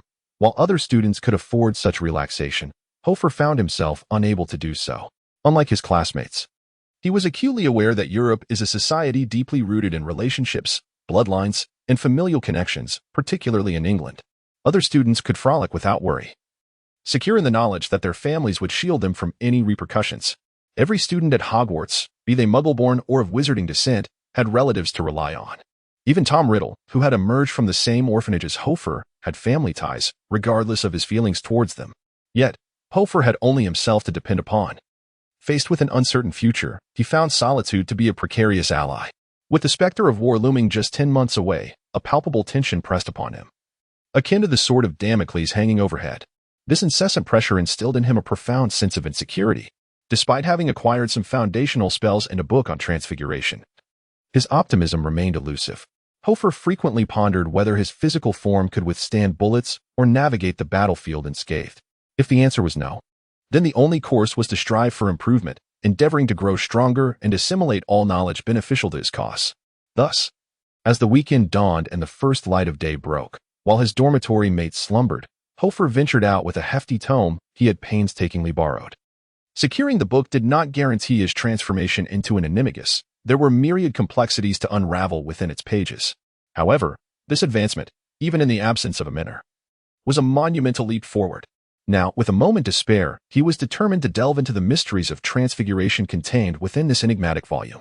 After a brief breakfast, as Hoffa prepared to leave, he encountered Professor Mellis of Gryffindor at the base of the clock tower, diligently checking the number of students heading to Hogsmeade. Hogsmeade was a purely wizarding village situated near Hogwarts, historically significant as the headquarters of the Goblin Rebellion in 1612. The school mandated that only third-year students and above were permitted to visit on designated Saturdays, provided they had a guardian's signed permission. A group of third-year students stood on the lawn, clad in their usual attire, their faces adorned with expressions of joy. Hoffa regarded their frivolity with disdain, considering it a squandered opportunity. They were oblivious to the treasure trove surrounding them, Hogwarts, one of the foremost wizarding sanctuaries in Europe. Surely, if they had the time to visit the library and learn a few spells, they would find immense satisfaction in such pursuits. In Hoffa's view, a wizard, regardless of their moral compass, must possess a robust spirit of solitude, capable of enduring loneliness and resisting temptation. They ought to devote most of their energy to exploring the true essence of the universe and the profound depths of philosophy. Yet, at this moment, he had no need to seek the library. The knowledge he desired lay cradled in his arms. After stretching his thighs, Hoffa embraced his book and gradually ran towards the Black Lake, following the hunting grounds. The tranquil waters mirrored the undulating hills and castles along the shore, with shimmering waves reflecting dazzling silver light. The clouds in the lake resembled blooming snow lotuses. In the distance, one could discern some stone drainage channels constructed during the time of King Arthur. Upon discovering a secluded patch of grass by the Black Lake, where the light was reasonably good, Hoffa, brimming with excitement and anticipation, eagerly opened the hefty tome he had painstakingly borrowed. However, after flipping through its pages, the smile and excitement on Hoffa's face gradually faded, giving way to a calm and serious demeanor. He realized he had perhaps been overly optimistic. This book was purported to be a comprehensive guide to transformation, elucidating the process of becoming an animagus with remarkable clarity. Each step and every flow of magical energy was meticulously detailed, yet the more explicit it became, the more Hoffa sensed the profound complexity of the transformation spell. Becoming an animagus was no trivial low-level incantation. It was an exceptionally challenging arcane art, requiring the completion of numerous steps and hundreds of magical transitions, all within a remarkably swift time frame. Even those endowed with extraordinary talent would need at least a year of diligent practice to have any chance of success. At the very least, a year the task of exploring the school remained unattainable for the time being. Hoffa lifted his gaze from the book, his brow furrowed. His interest in the hidden secrets of Hogwarts was not particularly fervent. He was not Voldemort, driven by obsessive collection or grand ambitions. However, with the specter of war looming, and faced with an unpredictable and tumultuous future, Hoffa felt the urgency of time pressing upon him. He possessed but a singular understanding from the omniscient being of the system. Moreover, he had only acquired two-thirds of that crucial spell fragment. It was imperative to assemble the complete set as swiftly as possible. Without it, confronting the horrors of war would leave him utterly defenseless. Did he really need to seek the disillusionment charm? Hoffa felt a twinge of frustration. Ogmani's required extensive time, and the disillusionment charm was currently elusive. The prolonged inability to embark on the school exploration task was becoming quite troublesome. It was truly vexing. Hoffa murmured to himself while cradling the book. He practiced meditation a few times to calm his agitated spirit and resolutely began his studies. Regardless of how slow his progress might be, undertaking the task was undeniably superior to inaction. By the shores of the Black Lake, Hoffa immersed himself in solitary study. He frequently pulled out the prepared parchment and quill, jotting down notes and occasionally using his wand to test movements and the flow of magic. Mastering the process of animagus transformation was arduous, yet learning brought him joy. As the sun gradually rose and the morning light faded, the shapes of the clouds transformed endlessly. Just then, a sudden shout pierced the air. Hoffa! Startled, Hoffa straightened up by the lake and turned his head, finding nothing amiss. Only the branches swaying in the gentle breeze and the waves lapping against the pebbles on the shore met his gaze. Goodness, was that an auditory hallucination? Hoffa muttered, flipping the page of his book. Just as he intended to resume his reading, the call echoed once more. Hey, Hoffa, are you deaf? Hoffa suddenly stood up, closing the book with a snap. Drawing his wand, he cautiously surveyed his surroundings. Who is it? Who is speaking? Hoffa inquired with a scowl. Foolish boy, stop searching. It's me. Only then did Hoffa realize something was amiss. The voice was so close it felt like a whisper. He touched his ear, discovering his silver earring. He recognized the owner of the voice. Hoffa exclaimed in astonishment, Is it you, Ender? Who else could it be? Ender replied lazily. What? Have you made so many friends at Hogwarts that you've forgotten the voice of your partner? Hoffa sighed, both amused and exasperated. It turned out this trickster fairy had equipped him with a Bluetooth earpiece. No wonder he had left any contact information when he departed. Ender was indeed his first friend in this world. Curiously, Ender's voice came through the earring. If I recall correctly, you should be on holiday today. How does life at Hogwarts feel? Hoffa popped a berry into his mouth, chuckling. Why do you care so much about me? Has your scheme to swindle money been exposed? Not quite, Ender sighed. However, I do need your help with something urgent. Can we meet? Meet? Hoffa was taken aback, glancing around. How can we meet? I am at Hogwarts. Ender asked, Are you familiar with Hogsmeade? I'm at the Two Broomsticks. Can you make it before dark? Hoffa was astonished. You must be mad. How can I leave? I'm only in my first year. If the school finds out I'm in Hogsmeade at this time, I could be expelled. Come now. The fairy chuckled. Rules are meant to be broken. Every Hogwarts graduate I know has violated at least 10 rules that could have led to expulsion. Yet they all graduated without a hitch. Let me tell you, there are many secret passages in your school that lead outside. Don't even start. Hoffa interrupted the fairy. I'm only 11 years old, just as tall as you. I'm sure I'd be caught the moment I stepped out of a secret passage. How can we even talk about meeting? Ender, surprised, replied, You've been at Hogwarts for nearly a month now. Don't you know any deceptive spells? Like the disillusionment charm, the confundus charm, or the polyjuice potion. He should have kept quiet. Hoffa's frustration escalated. Hey, do you know them? If you do, teach me. If you teach me, I'll go wherever you want me to. Teach you? Ender was astonished. Fairy magic cannot be learned by human wizards. You have your own system of casting spells. Then what's the point? Hoffa retorted. If you can't help me, I'm hanging up. Wait. The fairy quickly interjected. Don't be hasty. Although I can't teach you, there are others at your school who can. Hoffa paused, surprised by this twist of fate, and exclaimed, Who? Well, I don't know exactly who. However, my previous partner once informed me that during his time at school, he was a member of a certain club. This particular club was dedicated to spells, and upon joining, each president would reward the members with a spell of their choice, provided they could pass the club's trials. Hoffa's eyes widened in astonishment. Is there truly such a club? Indeed, there are many clubs at Hogwarts, came the reply. Where might I find it? Hoffa eagerly inquired. I'm not certain. After all, I'm not a student of your school, the fairy retorted with a hint of exasperation. However, I did give you an earring. My previous partner also wore a fairy's earring. His name was Neiman. You should inquire at the school's club registration office. You may find what you're looking for. Hoffa closed the book and abruptly stood up, turning to head towards the school grounds. Ender continued to ramble on. If you learn any invisibility or deception spells, remember to come find me in Hogsmeade. I'll be waiting for you at the 2 broomsticks. But Hoffa was no longer listening. His mind was consumed with thoughts of the disillusionment charm. Undoubtedly, the practice and study of a Nimigus transformation requires a considerable amount of time. Yet the learning of spells is remarkably swift. If he could master the disillusionment charm, then many of the rules that hindered him would be effortlessly cast aside. Chapter 20. The eccentric society. Upon returning to school and concealing his book on transfiguration, Hoffa made his way directly to the classroom designated for student organizations. Indeed, Ender's words held true. Hogwarts was home to a plethora of such student societies. For instance, in a later era, Harry Potter established D.A., or Dumbledore's Army, a clandestine group dedicated to the study of defense against the dark arts within the Room of Requirement. Their choice of location was driven by necessity, as Hogwarts at that time was under the oppressive scrutiny of the Ministry of Magic, necessitating evasion of Dolores Umbridge's myriad spies. However, this era of Hogwarts appeared to be free from such constraints, with societies flourishing abundantly. Hoffa casually approached an upperclassman on the way and inquired about the location of the school's society registration office, which the student readily provided. In Western society, education largely emphasizes interests and hobbies, essentially focusing on the cultivation of inherent talents. From elementary school onward, various clubs are established to nurture students' diverse abilities. Regrettably, due to differing cultural perceptions and lifestyles, Hoffa did not experience such societies in his previous life. In high school, there were none, as students feared that participation might hinder their studies. By the time he reached university, most clubs merely served as venues for upperclassmen to pursue naive freshmen, failing to genuinely foster any interests.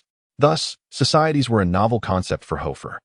The registration office for societies at Hogwarts was located behind a grand portrait on the second floor, depicting countless philosophers from ancient Greece engaged in spirited debate. Entering the portrait required no password, as students continuously flowed in and out.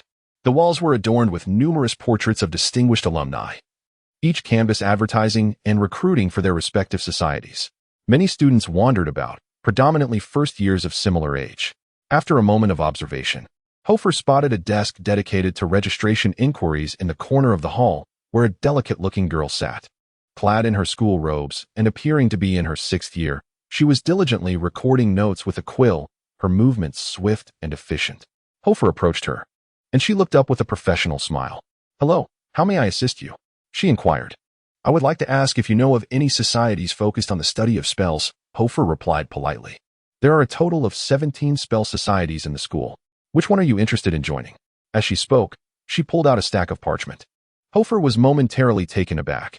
Ender had only mentioned that there were societies where he could learn spells, but he had not anticipated there would be as many as 17. Noticing Hoffa's silence, the girl continued, "Do you have an invitation? Some societies require one for entry." "No, I do not," Hoffa admitted candidly.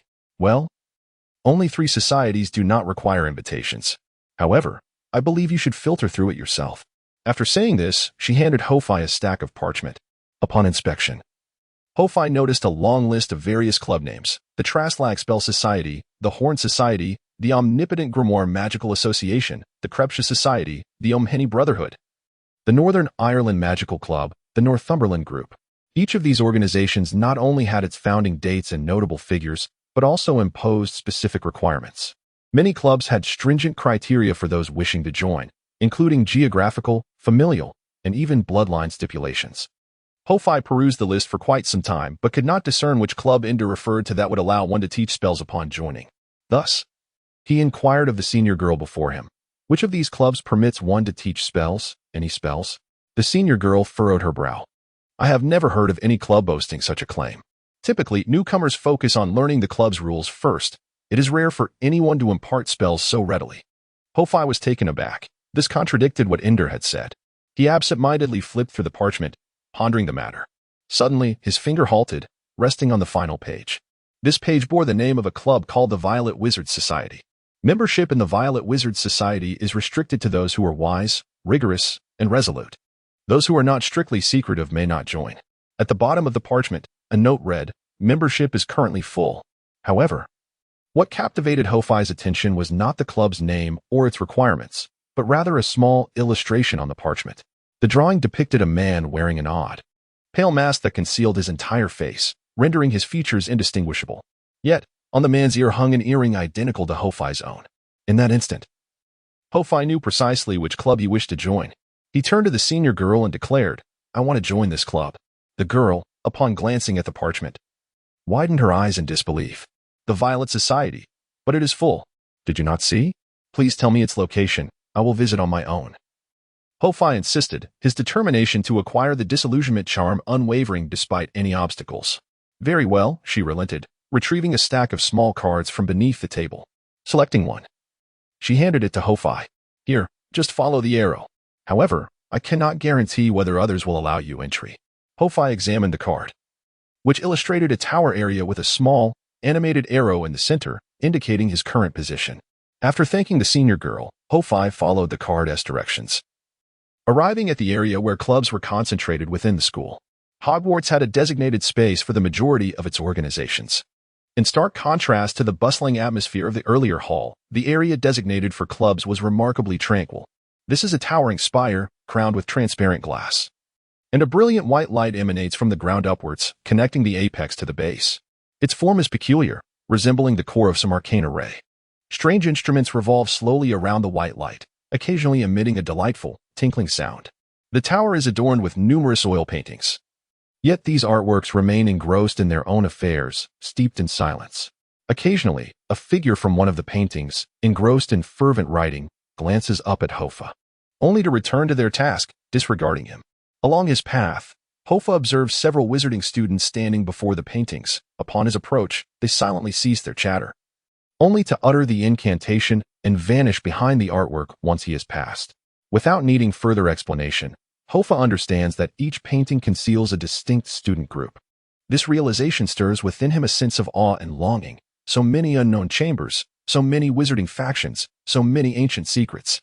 If absolute exploration is the key to acquiring the divine knowledge, who knows how long it would take to unveil the mysteries of this school? Card in hand, Hoffa ascends the tower's staircase with deliberate slowness, gradually veering off course. Ultimately, he halts before a grand portrait of a woman, depicted as a mast which cradling a bouquet of violets. This location is already quite secluded, with few paintings surrounding it. The figure within the portrait catches sight of Hoffa's approach, seemingly aware of his intentions. "Is there something you require?" The figure inquires calmly. "Would you kindly relay that I wish to apply for membership?"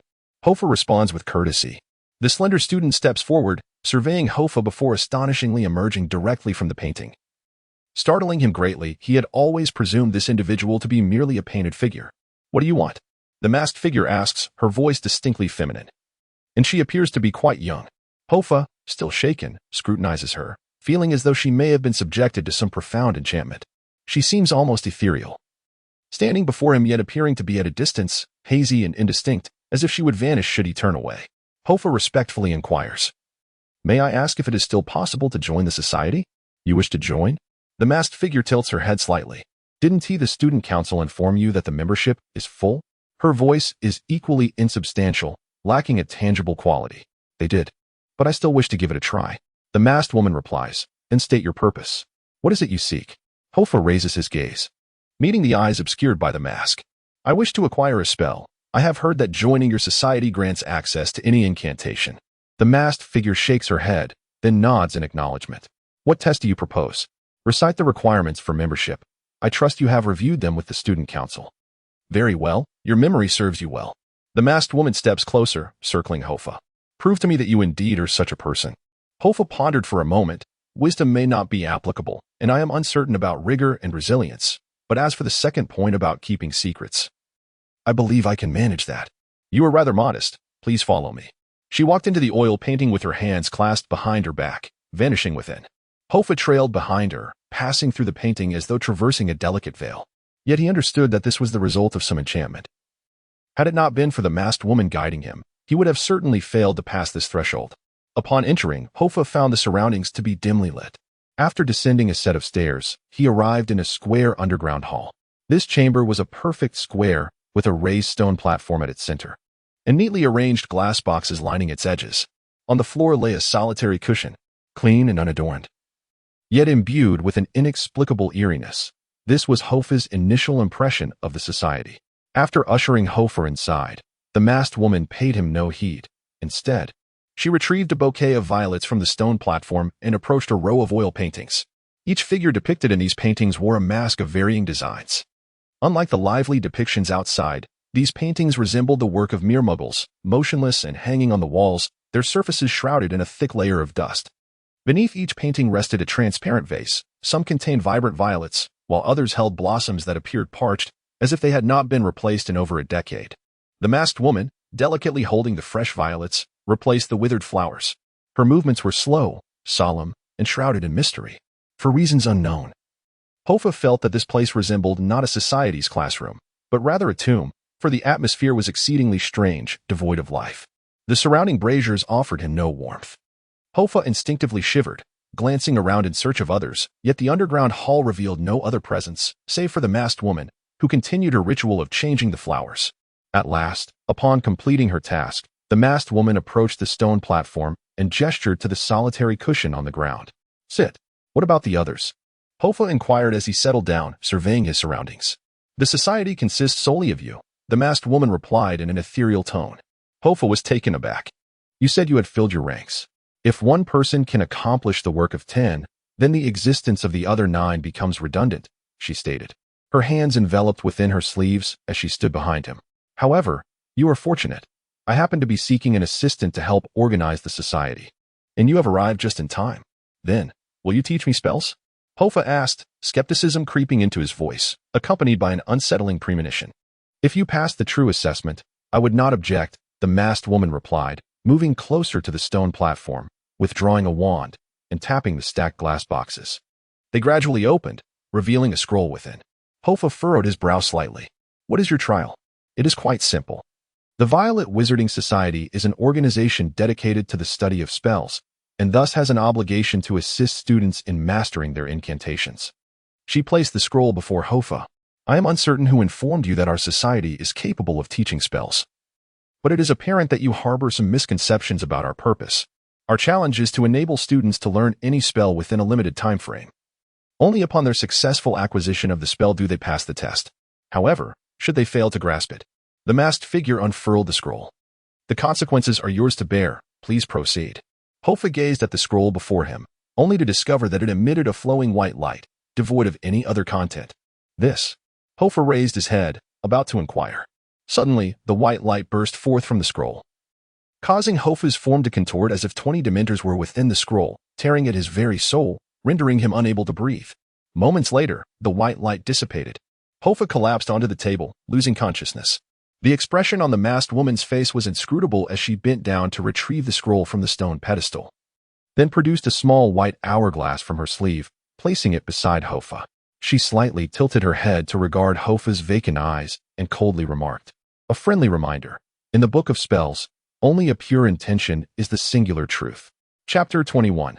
Kinesthetic games. Only a pure objective constitutes the singular reality. In that fleeting moment, he felt as though he had been abruptly transported to a vacuum devoid of gravity and matter. Surrounding him was an overwhelming brilliance of white light, rendering him blind to all else. He was unaware of the location of his physical form, oblivious to his actual whereabouts, and even devoid of the sensation of existence. This place was perplexingly intangible. The unfamiliar experience began to instill a sense of panic in Hoffa. Yet he quickly recalled the words of the masked figure, only the objective is the true reality. His objective was the illusory transformation spell. As the thought of the spell emerged, the surrounding white light immediately sensed it. One beam of light separated from the rest, merging with Hofer's essence. Disillusionment. The ambient white light suddenly began to take shape, gravity and matter materializing around him. Gradually, the brilliance dissipated, revealing the scenery ahead. Ding, dong. The resonant toll of church bells mingled with the flapping of birds' wings, entering Hofer's ears. The cacophony of voices filled the air, and the sound of wooden wheels rolling echoed around him. The world before him sharpened into focus. Once he acclimated to his surroundings, he realized he was no longer in the dim basement he once occupied. Neither was he in Hogwarts. Hofer now stood on a bustling thoroughfare. The sky was a vast expanse of blue, a sunlit morning, with black carriages drawn by 4 horses racing past, their old-fashioned oil lamps jingling merrily. The last time Hofer had seen such carriages was during his previous life while watching Pirates of the Caribbean. Surrounding him were individuals clad in black top hats and suits. Glancing at their pocket watches, women dressed in elaborate yet antiquated Victorian attire ambled about, donning extravagant pleated skirts and carrying baskets, resembling servants or cooks. Among these cooks and coachmen stood towering villas, with grand entrances and imposing doors, rounded arched windows, and intricately carved stone corners, all exuding opulence. The ornate carvings on the door columns and window eaves, coupled with the soaring steeple of a distant church, suggested that this was far from 1938. It was more plausible to believe it was 1839 or even earlier. Upon closer inspection, Hofer discovered that this body was not his own. He was clad in tattered gray robes, a colorful feather necklace adorning his neck, and a series of bone beads strung around his wrists, resembling a shamanic figure. Most strikingly, he had transformed into a black man, as if he were a wizard sold into European slavery. The scene left Hofer utterly astonished. He attempted to move, yet found himself utterly immobilized. This black wizard stood in the shadows at the corner of the street, beneath the tavern's wooden sign, seemingly awaiting something. At that moment, a richly dressed old man emerged from a villa across the street, and several coachmen hurriedly opened the carriage door for him. Upon entering the carriage, it rumbled away with a soft thud. At that very moment, Hofer stirred, moving uncontrollably as if 2 souls resided within the body of the black man, his own and that of the original owner. Hofer gained a modicum of understanding of his current situation. It resembled the experience of a first-person shooter game, where one switches to a teammate's perspective upon death. However, the memories he was experiencing were those of the Black Sorcerer. The black man hastily approached a villa at the corner of the street, glancing up at the ornate reliefs adorning the upper part of the grand house. His eyes, filled with a sinister glint, shifted to a narrow alleyway nearby. Sensing no one around, he swiftly climbed the reliefs of the villa, demonstrating remarkable agility. Perched on the windowsill, the Black Sorcerer produced his wand, a peculiar curved implement resembling an iron hook, and tapped on the window. Alohomora. The window swung open with a resounding bang. Without hesitation, he slipped inside, and Hofer, observing this scene, realized that this man was a thief, a rogue among sorcerers. Inside the room lay numerous ostentatious items, including a lavish gold watch and exquisite porcelain set upon the fireplace. On the floor, an unclad European beauty lay surrounded by fine silks and scattered empty bottles, deeply ensconced in slumber. This must have been the mistress of the elderly man who had just boarded the carriage. They had presumably engaged in some form of intimate play prior. Yet, the Black Sorcerer paid no heed to the woman or the valuables. He swiftly rummaged about, seemingly in search of something of greater significance. Hofer cast a few glances at the woman but soon lost interest. Despite her beauty, she held little allure for someone who had traversed the complexities of the 21st century. He was far more concerned with the present circumstances. Undoubtedly, the scroll the masked figure at school had presented him was akin to Tom Riddle's diary or a meditation basin, an artifact that recorded true events and allowed him to witness them. Intended to convey some vital message. However, how this related to his pursuit of the disillusionment charm remained unclear. After a prolonged search, the sorcerer failed to uncover what he sought. Finally, he withdrew his wand, gesturing it around the air, over the bookshelf, the porcelain, the floor, and even the woman lying beneath him. Suddenly, as his wand brushed against a marble globe, it turned slightly. The Black Sorcerer immediately retracted his wand and leaned closer to study the globe intently. Ultimately, he gave it a forceful twist, and a series of clicking sounds resonated through the air. The luxurious mahogany floor beneath him echoed with a thunderous noise. Mechanisms and secret doors. The darkness beyond the hidden door appeared unfathomably deep, leading to an unknown realm. The sound of the opening door stirred the inebriated woman on the floor, who began to awaken slowly, But the black sorcerer remained oblivious, his excitement palpable. He advanced toward the secret door, igniting his wand, yet just as the wand illuminated, a low, guttural growl emanated from the darkened passageway. A profound sense of peril enveloped him. In that fleeting moment, the control over the body of the black wizard slipped into Hoffa's grasp, compelling him to step back. Just that single step. The flow of energy was immediately sealed. Subsequently, a colossal, crimson tongue, nearly 5 meters long, shot forth from the shadows, piercing through the chest of the black wizard and simultaneously, Hoffa's own. An overwhelming and tangible agony surged through Hoffa's mind. This was no illusion. It was all too real. His chest had been pierced. Blood gushed forth in torrents. The black wizard, no, Hoffa, collapsed to the ground. The sound of a woman's terrified scream and the shattering of glass filled the air, plunging him into darkness. Hoffa had no time to ponder. He could only exhale one last breath before succumbing to an instantaneous demise. Perhaps it was a second. Or perhaps a century. The resonant chimes of a church bell mingled with the fluttering of birds reached Hoffa's ears. As the world around him buzzed with conversation and the clatter of wheels, he awakened from his torment. Before him lay the bustling street, basked in the warm glow of a sunny morning. A coachman driving a black carriage rattled past, the oil lamps of the carriage chiming softly. Nearby, an early rising vendor negotiated over vegetables at a wooden stall. It was a picturesque scene of tranquility. Yet, the haunting memory of his inexplicable death lingered vividly. The sensation of blood flowing from his chest and the overwhelming helplessness felt so authentic, the despair from that pain still constricted his heart. He yearned to breathe, but found himself unable to do so. The control over this black body was no longer his. He stood once more beneath the wooden sign of the tavern, casting a dark gaze around him. Then, a more despairing scene unfolded before him. At the entrance of an opulent villa, a portly old man emerged. Garbed like a mundane politician, his face marked by the pallor of a hangover and the displeasure of an early morning. He climbed into his carriage, closing the door behind him as it departed. With the old man's exit, the black wizard stirred to life once more. He strode into the alley, mirroring his previous movements. How infuriating. Hoffa wished to intervene, but how could an incorporeal existence thwart this being's march toward death? In the alley, the black wizard grasped the protruding Roman column. Swiftly ascending, Hoffa, in desperation, found himself voiceless and motionless, a mere spectator. The incantation was uttered. The black wizard retrieved his wand and opened the window. The male wizard leaped into the room, which appeared unchanged, strewn with broken bottles, beautiful women, and sprawled postures. Even the drool at the corner of a mouth remained the same. The black wizard discovered the globe and opened the hidden passage. A deep, guttural roar reverberated once more. Indeed, at that very moment, control returned to Hoffa's hands. Damn it! He cursed instinctively, and, driven by instinct, he bolted. Attempting to leap out the window, he had no desire to endure another piercing agony. Yet, fate had other designs. The thick, crimson tongue continued to emerge from the dark tunnel, swiftly catching up with Hoffa and impaling him against the windowsill in a flash. The woman's piercing scream and the sound of shattering glass gradually faded away. Ding! Ding! Before him lay the bustling street, teeming with life. The cheerful chatter of cooks and the hurried expressions of coachmen surrounded him, leaving Hoffa momentarily bewildered. As the disgruntled old senator climbed into the carriage, the black wizard decisively led Hoffa into the shadows of death. In that instant, Hoffa fully comprehended the gravity of his situation, his anger boiling to the point of expletives. This was truly a visceral game of life and death.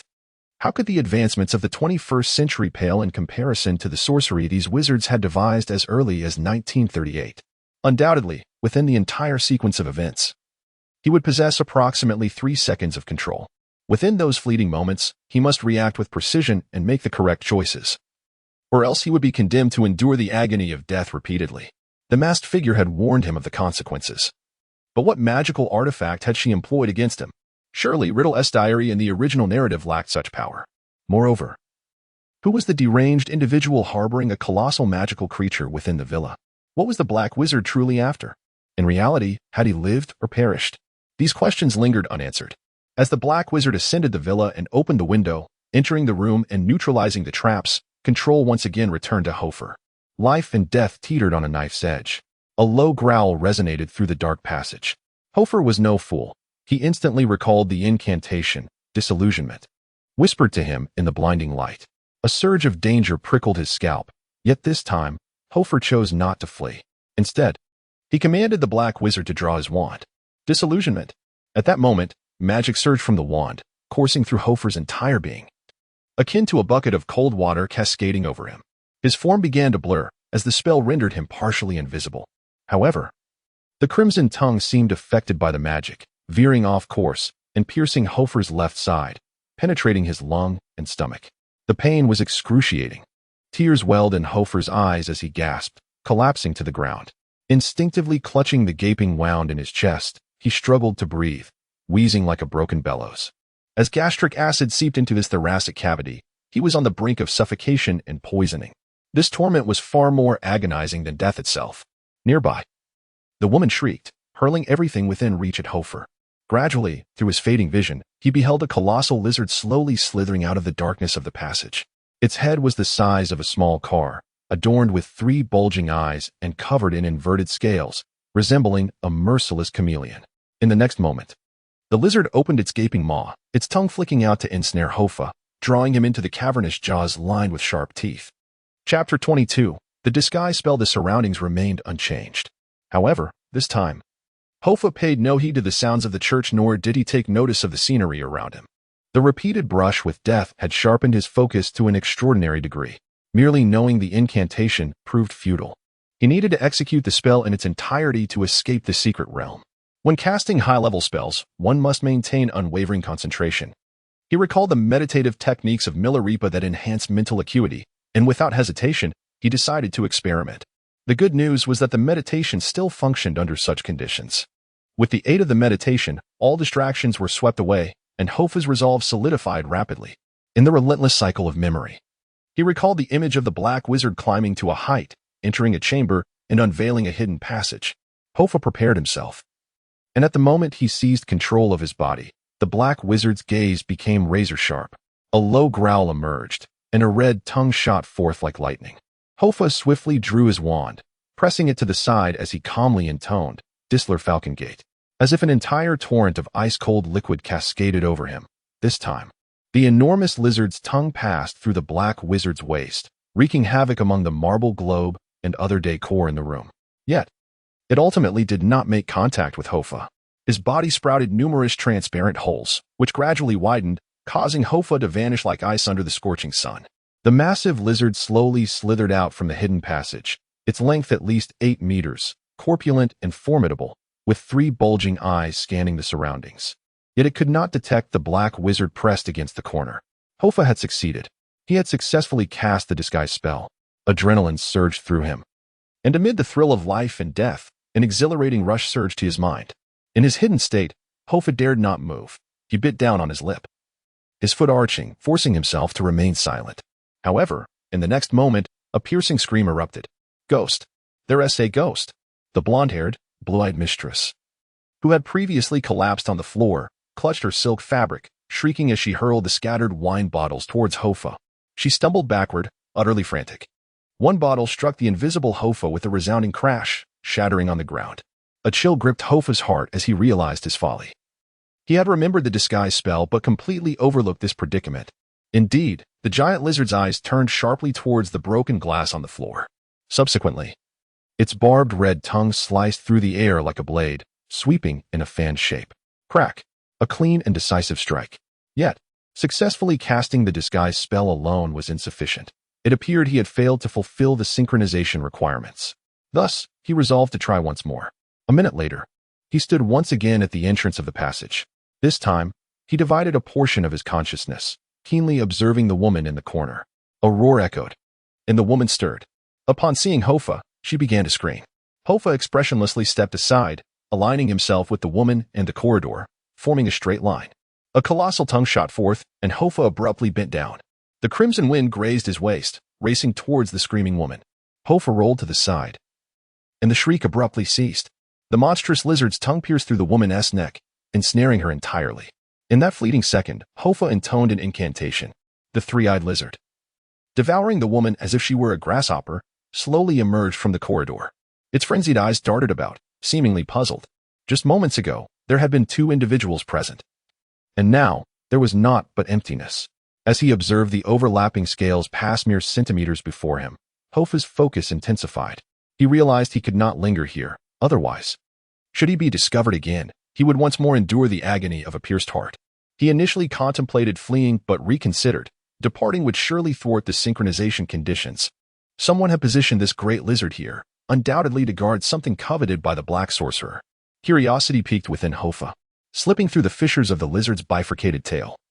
He stealthily crept along the wall, inching toward the hidden passage, reassured that this was merely a memory, devoid of consequence. Thus, at the heart of the dim chamber, he beheld a square stone pillar, adorned with a silvery necklace. The necklace appeared exceedingly peculiar, resembling a key. Before Hoffa could examine it closely, a powerful force struck from behind his head, robbing him of control over his body, causing him to float upward. In his final gaze, he saw the black sorcerer extend a hand and grasp the necklace.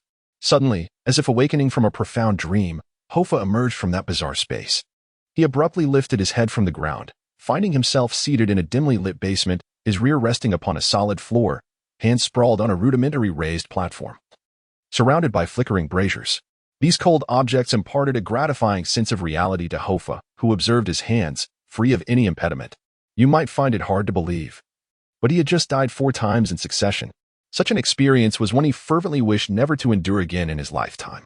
The sole piece of good news was that he had now mastered the release method for the illusion spell. The joy of finally obtaining the incantation he had yearned for over several months was indescribable, eclipsing even the madness of dying 4 times.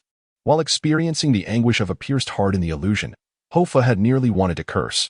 Yet upon his return, he felt compelled to express gratitude to the masked woman, for she had afforded him the opportunity to learn the spell. Of course, in his excitement, he also wished to vent about the torment he had faced in the illusion. However, upon rising, he discovered that the masked woman had already vanished from the basement. The space was desolate, save for the faint crackling of the braziers. Whether to express gratitude or to lament, he found himself devoid of a recipient for his thoughts, which left Hoffa feeling quite unsettled. Had she departed? What did this signify? Had he lost himself in wandering again? Hoffa attempted to locate the other person, yet found no trace. The room, merely around 100 square meters, was square-shaped, adorned only with bricks and stone.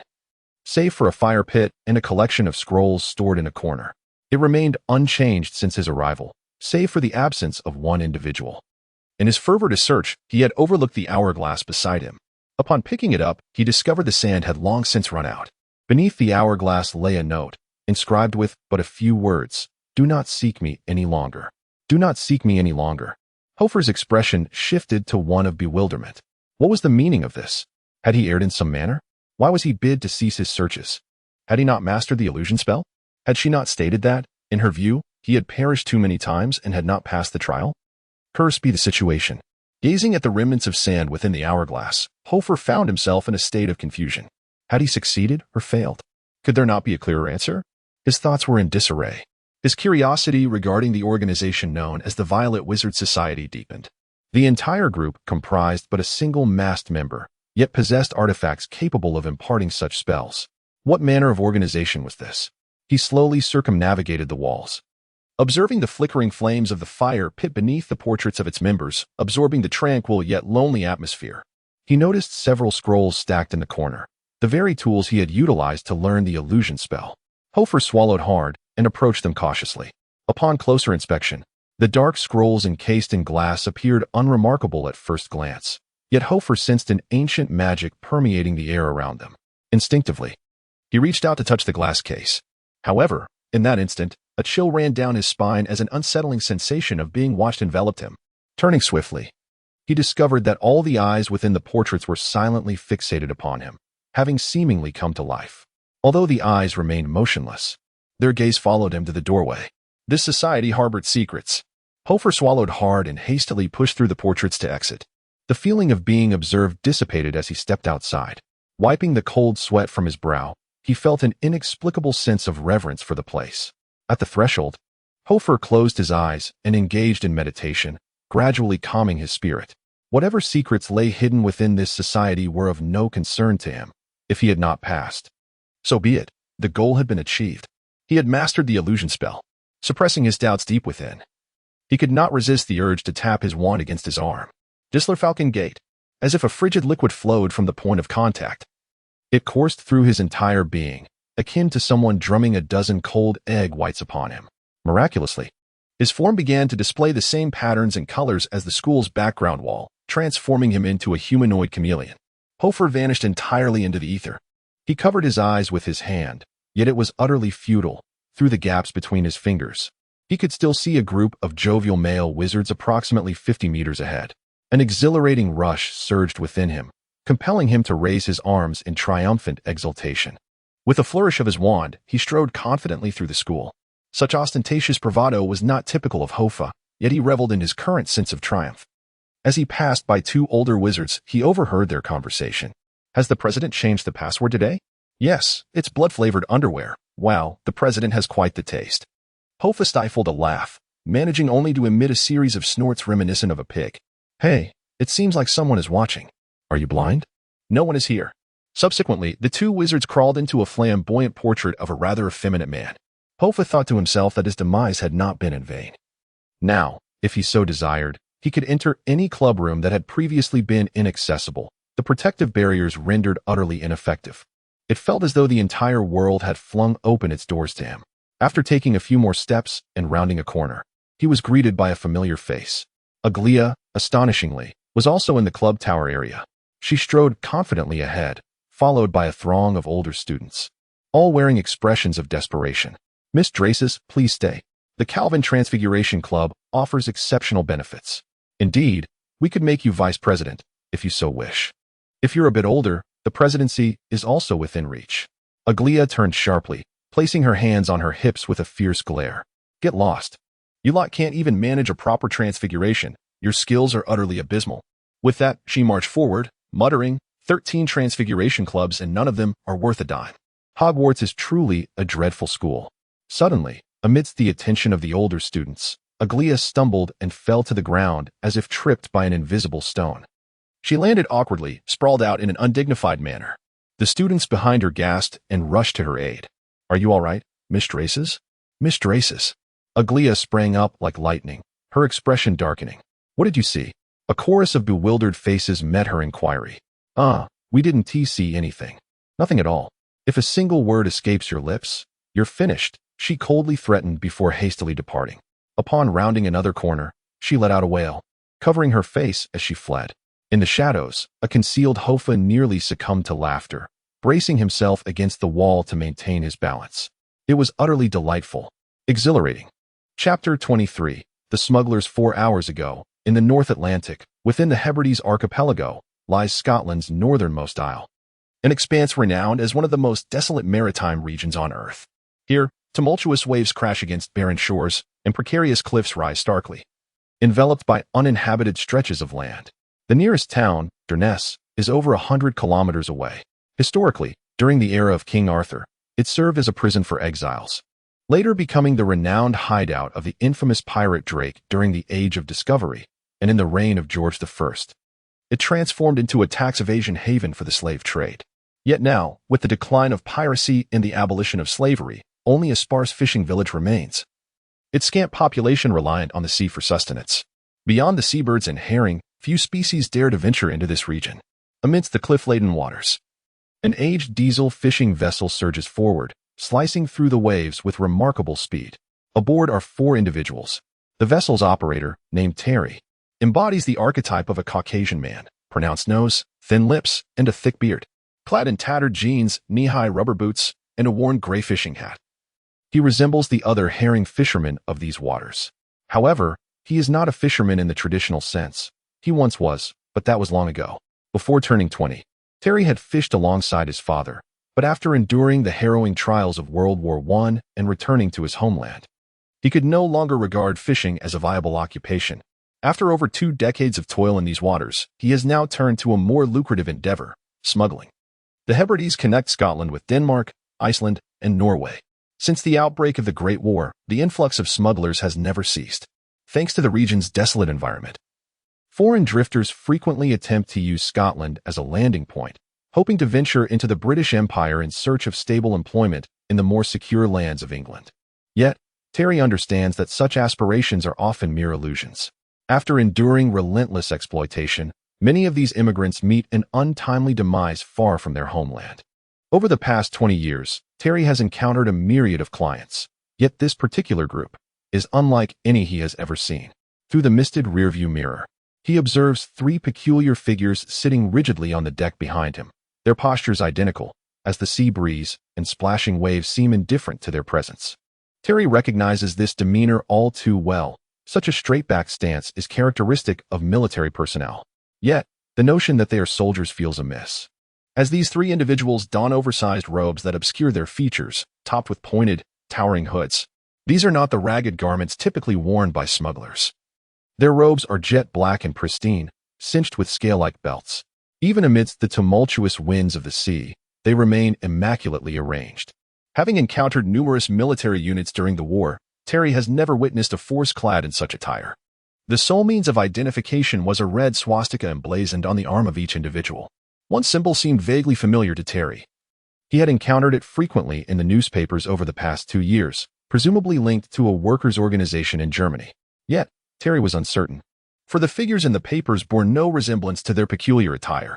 As they navigated through a cresting wave, the boat jolted violently. "Which direction did your morning guest head?" suddenly inquired the tallest of the trio, his voice piercing the silence. He remained motionless on the vessel, as if his posterior were welded to the seat. Caught off guard, Terry had not anticipated a question from these three, who had been silent since boarding. He assumed they might not speak English. "What did you say?" "I asked which direction your morning guest went." "I'm sorry, I don't comprehend what you're referring to." "Is that so? It seems he rewarded you quite generously." The tall hooded man spoke softly, his voice imbued with an inexplicable magnetism that eased one's mind. Terry, who had been on high alert, felt his demeanor soften. "Oh, you mean that generous little fellow? Indeed, he gave me quite a sum." "And which way did he depart?" "He also disembarked at Hand Island, heading south along the Tay River into the Scottish interior. There is nothing there, and many who venture in become lost, some never to return. I advise you against entering." A sudden realization struck him. He had divulged far too much, though he could scarcely recall what he had said. In the rearview mirror, the three remained steadfast, their expressions unyielding and inscrutable. "Damn," Terry muttered, accelerating the fishing boat. He yearned to conclude this rather peculiar transaction swiftly. Fortunately, the vessel soon reached the island shore, where lichen and moss were strewn about, and the cliffs were composed of variegated sedimentary rock, adorned with jagged stones and festooned with seabird droppings. On the shore stood two burly men, smoking and waving at the approaching boat. Upon sighting them, Terry felt a wave of relief wash over him. He was a prudent individual, never one to engage in ventures lacking certainty. Those two were his cousins, partners in the smuggling trade, extremely reliable allies. Terry anchored the boat, as one cousin came aboard to drive a rusted iron stake into the ground, while the other secured the rope. "Disembark here. The total fare is 45, but I'll make it 40 for you. If you need transportation, you can find a vehicle 30 kilometers east along the coast." With that, he stood at the boat's edge, arms akimbo, awaiting one of the three men to step forward and settle the payment, while his cousins flanked him, ready to address any unforeseen circumstances. After all, they were engaged in illicit dealings, catering to a clientele of mixed repute. The three aboard the vessel rose, and the tall man at the forefront gently inquired, "Did that little man also disembark here?" "Indeed, no more questions. Just hand over the money and be on your way. This area is patrolled by the Coast Guard," Terry said impatiently. Paying no heed to Terry's unease, the tall man turned with indifference and uttered, "Burkfur." The other two men silently disembarked and dispersed, glancing around, one of them even taking out a black stick to doodle aimlessly. Observing their behavior, Terry narrowed his eyes, a glimmer of danger flashing within them as he slowly lifted his damp shirt, revealing the grip of a wooden revolver at his waist. Noticing Terry's ominous demeanor, his two cousins exchanged glances before reaching into their pockets, where they concealed hefty knives. Terry was a smuggler, a man stained with blood. He had encountered perilous smugglers, murderers, robbers, and thieves throughout his 20 years in this trade, yet no one had ever bested them. However, a startling scene unfolded before Terry. The tall hooded man suddenly had his chest swell, and out popped a shiny silver monkey's head. It sported lustrous long fur and enormous eyes. The creature deftly climbed onto the hooded man's shoulder, casting a sympathetic glance at Terry before closing its eyes and swaying its head in the air. Terry had never seen such a monkey. It was utterly foreign to him. His cousins were equally taken aback. The silver monkey suddenly opened its eyes and pointed in a direction, chattering excitedly. The hooded man nodded, and the other two men promptly stowed away their black sticks. All three began to walk toward the direction indicated by the silver monkey, showing no intention of stopping to settle the payment. Enraged, Terry drew his revolver with a click, aiming it forward. "Hey, stop. What are you doing?" His cousins swiftly unsheathed their machetes. Yet, the trio continued forward, their steps steady and resolute, seemingly deaf to Terry's calls. With his finger resting on the trigger, a fierce glint flickered in Terry's eyes. He was no stranger to warfare and bore no aversion to bloodshed. Just then, something plummeted, landing on Terry's shoulder. Initially thinking it a seabird from the area, he turned to look and was instantly dumbfounded. It was a creature unlike any he had ever encountered. It possessed a butterfly-like body, yet was as large as a hawk, its entire form a vibrant green adorned with purple, horn-like protrusions on its fleshy wings. Its cold red eyes and sharp, hooked claws left Terry speechless. In the next moment, the creature opened its mouth, revealing sharp teeth and a purple tongue. With a shrill screech, it lunged at Terry's face, not allowing him a moment to react. Panic-stricken, Terry flailed, attempting to tear the creature from his face. "Fools, help me." His two knife-wielding cousins were equally bewildered, abandoning their focus on the peculiar men to frantically assist Terry in prying away the bizarre creature. The monstrous entity clung tightly, rendering even the strength of an adult futile. The creature opened its slender maw, and its tongue swiftly pierced through Tyler's skull. "Ack!"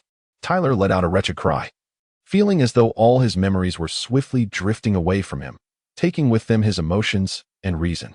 His two cousins, in a state of panic, began to tear at each other desperately. At that moment, two other bizarre creatures descended from the sky, landing upon the shoulders of Tyler's cousins. Exchanging a glance, they were instantly enveloped by overwhelming dread. They abandoned all caution and fled in a frenzied dash. However, they did not run far before they stumbled and fell to the ground, writhing and convulsing in desperation. Meanwhile, Tyler could no longer recall even his own name. In a fit of despair, he recklessly pulled the trigger. Bang, bang, bang. As the smoke cleared, following the gunfire, the beach fell into an eerie silence. Tyler lay motionless on the sand, as did his cousins. A grotesque green and purple appendage enveloped Tyler's face. On the desolate beach, the sound of a nauseating slurping filled the air as the creature burrowed half its body into the man's head.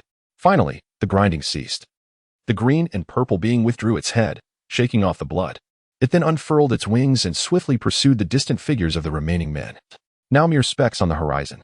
Soon after, the other two creatures completed their feeding and rose to follow their master, leaving behind the three bodies strewn across the barren beach, each with gaping holes the size of bowls drilled into their foreheads, their interiors hollow. As the tide rose, the bodies were swept away by the sea, rolling across the stony shore until they vanished without a trace. Chapter 24, Warrant as the saying goes. One cannot bite the hand that feeds them. After acquiring the disillusionment charm, Hoffa refrained from immediately exploring the school, for the lead on the charm had been provided by Ender. Now, he needed to make his way to Hogsmeade to attend Ender's invitation. Having just obtained the charm and accomplished his first goal within the school, he was eager to find a suitable place to thoroughly test his newfound spell. What better location than Hogsmeade? He had collected only 2/3 of the spell fragments thus far, and he remained unaware of the specific advantages the system's spell upgrade capabilities entailed. If fortune favored him or time was on his side, he hoped to explore 50% of Hogsmeade, thereby securing the final fragment of the spell. However, Hoffa encountered a predicament. He was lost. He recalled the time in Harry Potter's third year when, unable to obtain his guardian's signature, he had sneaked into Hogsmeade with the aid of an invisibility cloak and secret passageways. Now, armed with the cloak, he had a vague recollection of the hidden passage, which was concealed behind a statue of a hunchbacked witch in the fourth-floor corridor. Yet, upon arriving at the fourth floor, Hoffa was taken aback by the sight of numerous staircases and several branching paths. A few staircases appeared to be rather restless, shifting unpredictably. Harry had been able to locate the statue due to the Marauder's map, but Hoffa lacked such a resource, leaving him disoriented in the labyrinthine corridor. Fortunately, fate intervened. At that moment, a stunningly beautiful lady, adorned in pearly white, glided gracefully past Hoffa, her demeanor both proud and elegant. He recognized her. She was Helena Ravenclaw, the ghost of Ravenclaw House. Hoffa hurriedly stepped in front of her, raising his hand to halt her passage. "Miss Helena," he called out. "Ah," Bach the ghost replied softly, her misty eyes blinking in recognition of him, perhaps due to his status as a student of Ravenclaw. Hoffa quickly bent forward and inquired, "Miss Helena, I am searching for the statue of a hunchbacked witch. Do you know where it is located?" Helena paused for a moment and thought. "Ah, you refer to the statue that conceals the passage to Honeydukes." Shoo, shoo, shoo. Hoffa was startled and quickly placed a finger to his lips. In this era, Hogwarts maintained strict regulations, and the consequences of being overheard were unknown. With a slight smirk, Helena beckoned. Follow me, child. She then shifted direction and glided away. Hoffa breathed a sigh of relief. Perhaps the spirits, having existed for so long, had grown indifferent to certain rules. Helena led Hoffa through a series of 7 winding turns, occasionally passing directly through walls, while Hoffa had to hastily navigate around several classrooms to keep pace with her ethereal speed. At last, they arrived breathlessly before the hunchbacked witch statue. I shall not divulge the spell to you. I merely happened to pass by here, she declared before vanishing through a wall. It seems that the specter is indeed favoring the students of this academy, thought Hoffa. Although Helena did not disclose the incantation to Hoffa, he found it trivial. Having perused the original text, Hoffa retrieved his wand and gently tapped the statue of the hunchbacked witch. The statue parted, revealing an opening large enough for a slender individual to pass through. Hoffa quickly glanced around the corridor. It was deserted, and he slipped inside.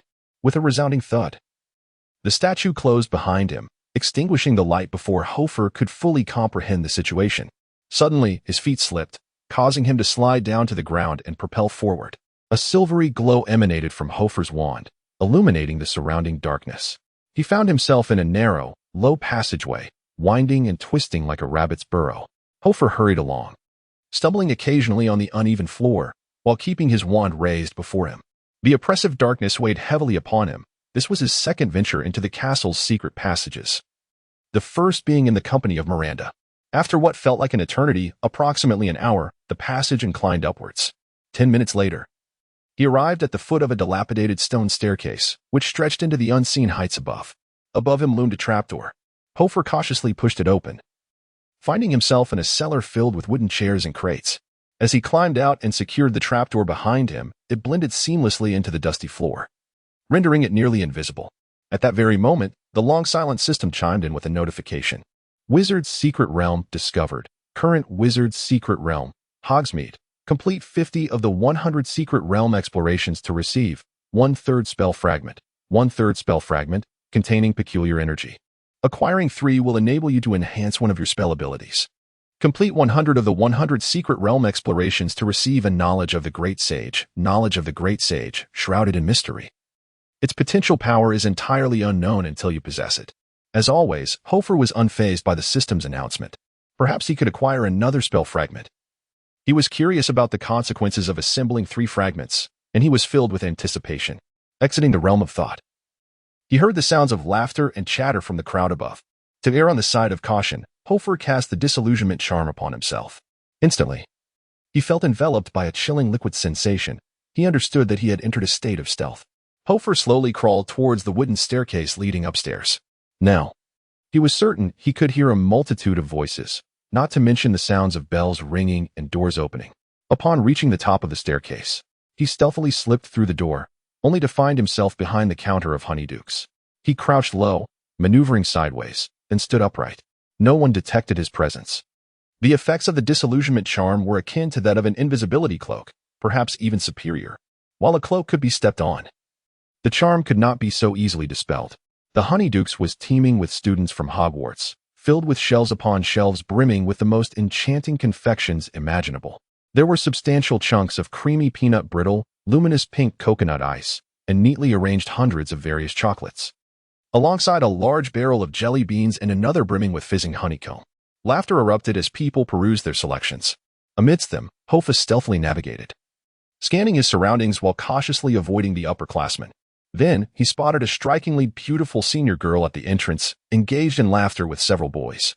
In a moment of mischief, Hoffa slyly brushed his fingers across her waist as he sidestepped past a boy who was opening the door. The boy was taken aback, feeling a mix of confusion and indignation, which sparked a minor chaos. Hoffa silently erupted in laughter, his mind conjuring countless mischievous applications for the spell, contemplating entering the girl's restroom, dormitory, or bathhouse. Now, that was the essence of true wizardry. Suddenly, a slight pang in his head interrupted his reverie, and he sensed an odd discomfort, as if his body were unwell. Yet, the sensation vanished almost as quickly as it appeared. Hoffa redirected his focus to enhancing his exploration metrics. The system within his mind rapidly elevated his exploration level, Although not as exaggerated as the King's Cross station, it was significantly faster than Hogwarts' snail-paced progress. Within the span of merely 2 streets, his exploration percentage surged to 5%. A humorous thought struck him. Had it really been established so early? The post office, it seemed, was a reality for wizards as well. Hoffa was eager to witness the Shrieking Shack, a renowned attraction in Hogsmeade. However, he recalled that the shack had only gained notoriety during the era of Harry Potter's father, primarily due to the howling of werewolves. Naturally, as Remus Lupin had yet to be born, the Shrieking Shack could not possibly exist at this time. As he turned onto the street behind the post office, Hoffa discerned the purpose of the postal service. Wizards utilized owls for delivering letters, employing public owls nonetheless. As he observed, a series of owl cages caught his attention, adorned with several wanted posters. The wizarding conflict never ceases. Eliminate all German dark wizards. The moving images depicted roaring heads, accompanied by a small caption stating, 500 galleons for each German dark wizard's head. A wave of dizziness washed over him as he stood before the array of flyers. The declaration of an unending wizarding conflict and the bounty of 500 galleons per head bore the official seal of the British Ministry of Magic. Hoffa sensed the underlying bloodshed lurking beneath the village's facade of tranquility. His thoughts drifted to the streets of London, where he had witnessed recruitment propaganda for World War II. And here he encountered a similar sight. These flyers appeared remarkably fresh, likely posted just a couple of days prior. The shadow of war has indeed cast its pall over the realm of wizards, or perhaps the conflicts among wizards across various nations have never truly ceased. After perusing the pamphlet, Hoffa's frivolous mood was somewhat tempered. He recalled that Ender had summoned him for a matter of utmost importance, though the specifics of this urgent issue eluded him. Crossing the street, a few minutes later, Hoffa found himself following the rear of a tall wizard into the Two Broomsticks Inn. It is noteworthy that this establishment would later be known as the Three Broomsticks. Following Madame Rosmerta's ascension to proprietorship, the atmosphere was bustling and boisterous, yet markedly superior to that of the Leaky Cauldron. Warmth enveloped the space. Mingled with the mist rising from the patrons' pipes, the delicate haze of smoke entwining with the flickering candlelight along the walls, casting a more enchanting golden glow. On the surrounding walls hung several oil paintings depicting animated disputes, most of which bore the stains of spilled drinks, altering their hue slightly. A burly man with a full beard attended to a raucous group of wizards at the bar. A large sign behind the bar displayed an array of brews: forgetfulness potion, valley water, nettle wine, sherry, mead, elderflower wine, cherry syrup, and licorice beer. Of course, Hoffa was most familiar with the butterbeer, prominently featured among them. However, in his current state of invisibility, he could not afford to indulge in a drink. Hoffa carefully tiptoed through the crowd, when suddenly the sensation of dizziness surged once more. Sensing impending trouble, he hastened his search for Ender. Laughter erupted from the throng, booming enough to almost lift the roof. "Huh, 2 forgetfulness potions, please. Put it on my tab," a familiar voice declared. "You are indeed the most generous goblin I have encountered. Goblins are never short of coin. Hurry, let's have another round." Turning, Hoffa spotted a cluster of people gathered, the sound of shuffling cards crackling in the air. He found an empty chair and stood atop it. Indeed, there was Ender, nonchalantly seated at a table, clad in that familiar suit. Coins were strewn across the table, while several burly men guzzled licorice beer, their faces flushed and mouths frothy with drink. Hoffa felt a twinge of displeasure. Was this truly the urgent matter? He had been summoned from Hogwarts, only to find Ender indulging in reckless gambling. What could possibly be going through that head of his? He leaped down from the chair, struggling to navigate through the crowd of wizards with elongated necks. Yet, as he entered the center of the gambling fray, the sensation of dizziness intensified, forcing him to grasp the edge of a chair to steady himself. Taking a deep breath to stabilize his inexplicably wretched state, Hoffa quickly seized the goblin's ear and whispered, "You had better provide me with a reasonable explanation, or I shall experiment with the dark curses I recently learned at Hogwarts upon you." Chapter 25, The Crisis of the Feria. Ender paused for a moment, then casually tossed aside the playing cards and laughed heartily. "Oh dear. You all continue playing. I've had too much butterbeer. I need to visit the restroom." "Wait, is that for real? Wow, winning leads to a restroom break. Nature calls. My friend." With that, Ender tugged at an invisible object and squeezed through the crowd. Amid the coarse urgings of his gambling companions, he cheerfully made his way to the restroom. As he passed the staircase, he abruptly turned and dashed upstairs, dragging the unseen Hoffa along like a gust of wind. "Coming so soon, my luck is rarely this good." But as Ender pushed open the door, A sharp pain surged through his mind, reaching a climax. Hoffa suddenly collapsed to the ground, forcibly exiting his stealth state. Ender was taken aback, his gaze falling on the fallen Hoffa, momentarily flustered. "Hey, kid, are you all right?" In that instant, Hoffa was engulfed in darkness. He felt a chilling numbness in his limbs and a splitting headache that felt as though it might tear him apart. "I feel awful." Ender reached out and touched Hoffa's forehead, exasperated. "You foolish boy, have you been using the disillusionment charm all this time?" "What else could I do? You've overexerted your magical energy, damn it. Didn't anyone ever teach you?" It was then that Hoffa realized the disillusionment charm was not an infallible power, nor was it akin to an invisibility cloak. Like other spells, it demanded a wizard's physical stamina and mental fortitude. He had been so immersed in the thrill of invisibility that he had momentarily forgotten the limited nature of his magical reserves. This state was perilously dangerous. "Help me." "Up," Hoffa murmured softly. Ender quickly assisted Hoffa into a reclining chair and then hurried downstairs. After a brief interval, he returned, carrying 2 large cups. He held one to Hoffa's lips, feeding him warm butterbeer. The slight bitterness of the beer mingled with the sweetness of the butter as it slid down into Hoffa's stomach. Gradually, he felt a semblance of vitality return. After some time, the world around him began to regain its color. Hoffa languidly slumped in the chair, staring blankly at the ceiling. Ender mumbled, "You really are something. You've mastered the disillusionment charm so quickly. Some people never manage to learn it in their entire lives." "Be quiet, gambler," Hoffa replied weakly. "I just want some peace." After a brief silence, Ender, feeling a bit anxious, said, "I thought you would at least take until evening to arrive. Who would have guessed you'd come so swiftly? I certainly don't wish to add the crime of wandering at night to my record of sneaking out of school." Hoffa impatiently retorted, "If you have something to say, say it quickly. Don't tell me you want to con me out of money again." "No, I'm not lacking in funds at the moment." "Then why on earth are you looking for me?"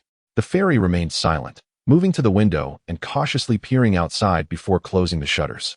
"What on earth has happened?" Hoffa rubbed his temples, feeling quite lethargic from the overexertion of his magical powers. After drawing the curtains at the window, the fairy snapped her fingers, magically silencing all external sounds, and the surroundings instantly fell into a serene hush. "Hoffa, you must help me. My homeland is on the brink of collapse." "What?" Hoffa widened his eyes in disbelief. "Isn't your homeland that place, Germany's Black Coral Island?" the fairy interjected, taking a hearty swig of beer. "It is an exceedingly beautiful island, but regrettably, we are about to reach our limit." Her ears drooped in despair. "Reaching your limit? What is happening?" Hoffa furrowed his brow. "Speak slowly." Hoffa listened intently as Ender continued. "Wizards are born of muggles, yet at their core, they remain human. In every large-scale conflict among muggles, wizards invariably become involved, and wizards are far more prone to disputes. Different factions, divergent ideologies, contrasting beliefs. Sometimes, a mere spark is sufficient to ignite conflict among wizards. Often, wars waged by muggles serve as a faade for the true struggles of wizards. Black Coral Island was originally a territory of Germany. In 1807, it was occupied by the British wizarding community and ceded to Britain in 1814. At that time, the British wizards held dominion over the island, and my family emigrated to Black Coral Island during that era. Essentially, I am a British fairy.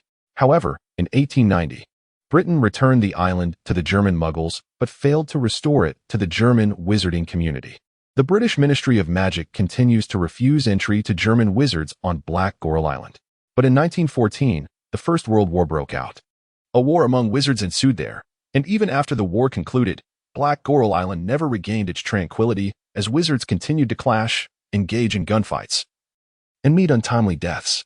"But how does this pertain to your visit?" Hoffa patiently inquired after listening attentively. "Do you not comprehend? War is about to commence anew. A multitude of German wizards are secretly gathering. All of Europe resembles a powder keg on the verge of explosion. The territories at the center of this conflict are at stake, and we require a substantial number of wizards to withstand this overwhelming assault." "Then should you not seek out the Ministry of Magic?" Hoffa questioned. "The Ministry of Magic?" Ender scoffed with derision.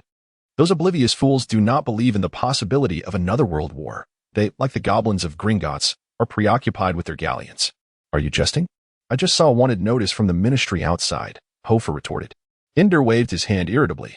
"That was posted by the Department of Magical Defense Against Dark Arts. The Department of International Affairs does not share that sentiment. The Minister of Magic, Hector Wolf, has already dismissed a director over this issue." "What do you expect me to do?" Hoffa fell silent. History always seems to repeat itself. In his previous life, it was not until Chamberlain stepped down and Churchill ascended that the British political sphere recognized the inevitability of war. In the subsequent era, when Voldemort was resurrected, the Ministry of Magic similarly refused to believe in the possibility of renewed conflict, even going so far as to etch the words "I cannot lie" onto Harry's arm. Duo stepped forward, grasping Hoffa's shoulder. "My sole hope lies in seeking out Headmaster Dipet of Hogwarts, who has consistently offered us considerable support. Most of the wizards stationed on Black Golan Island are his former students." Hoffa, taken aback, exclaimed, "Wait, are you saying that Hogwarts has always supported you?" "Indeed. We goblins have been responsible for fundraising, while Hogwarts has aided us in recruiting wizards. This tradition has persisted for over 2 decades.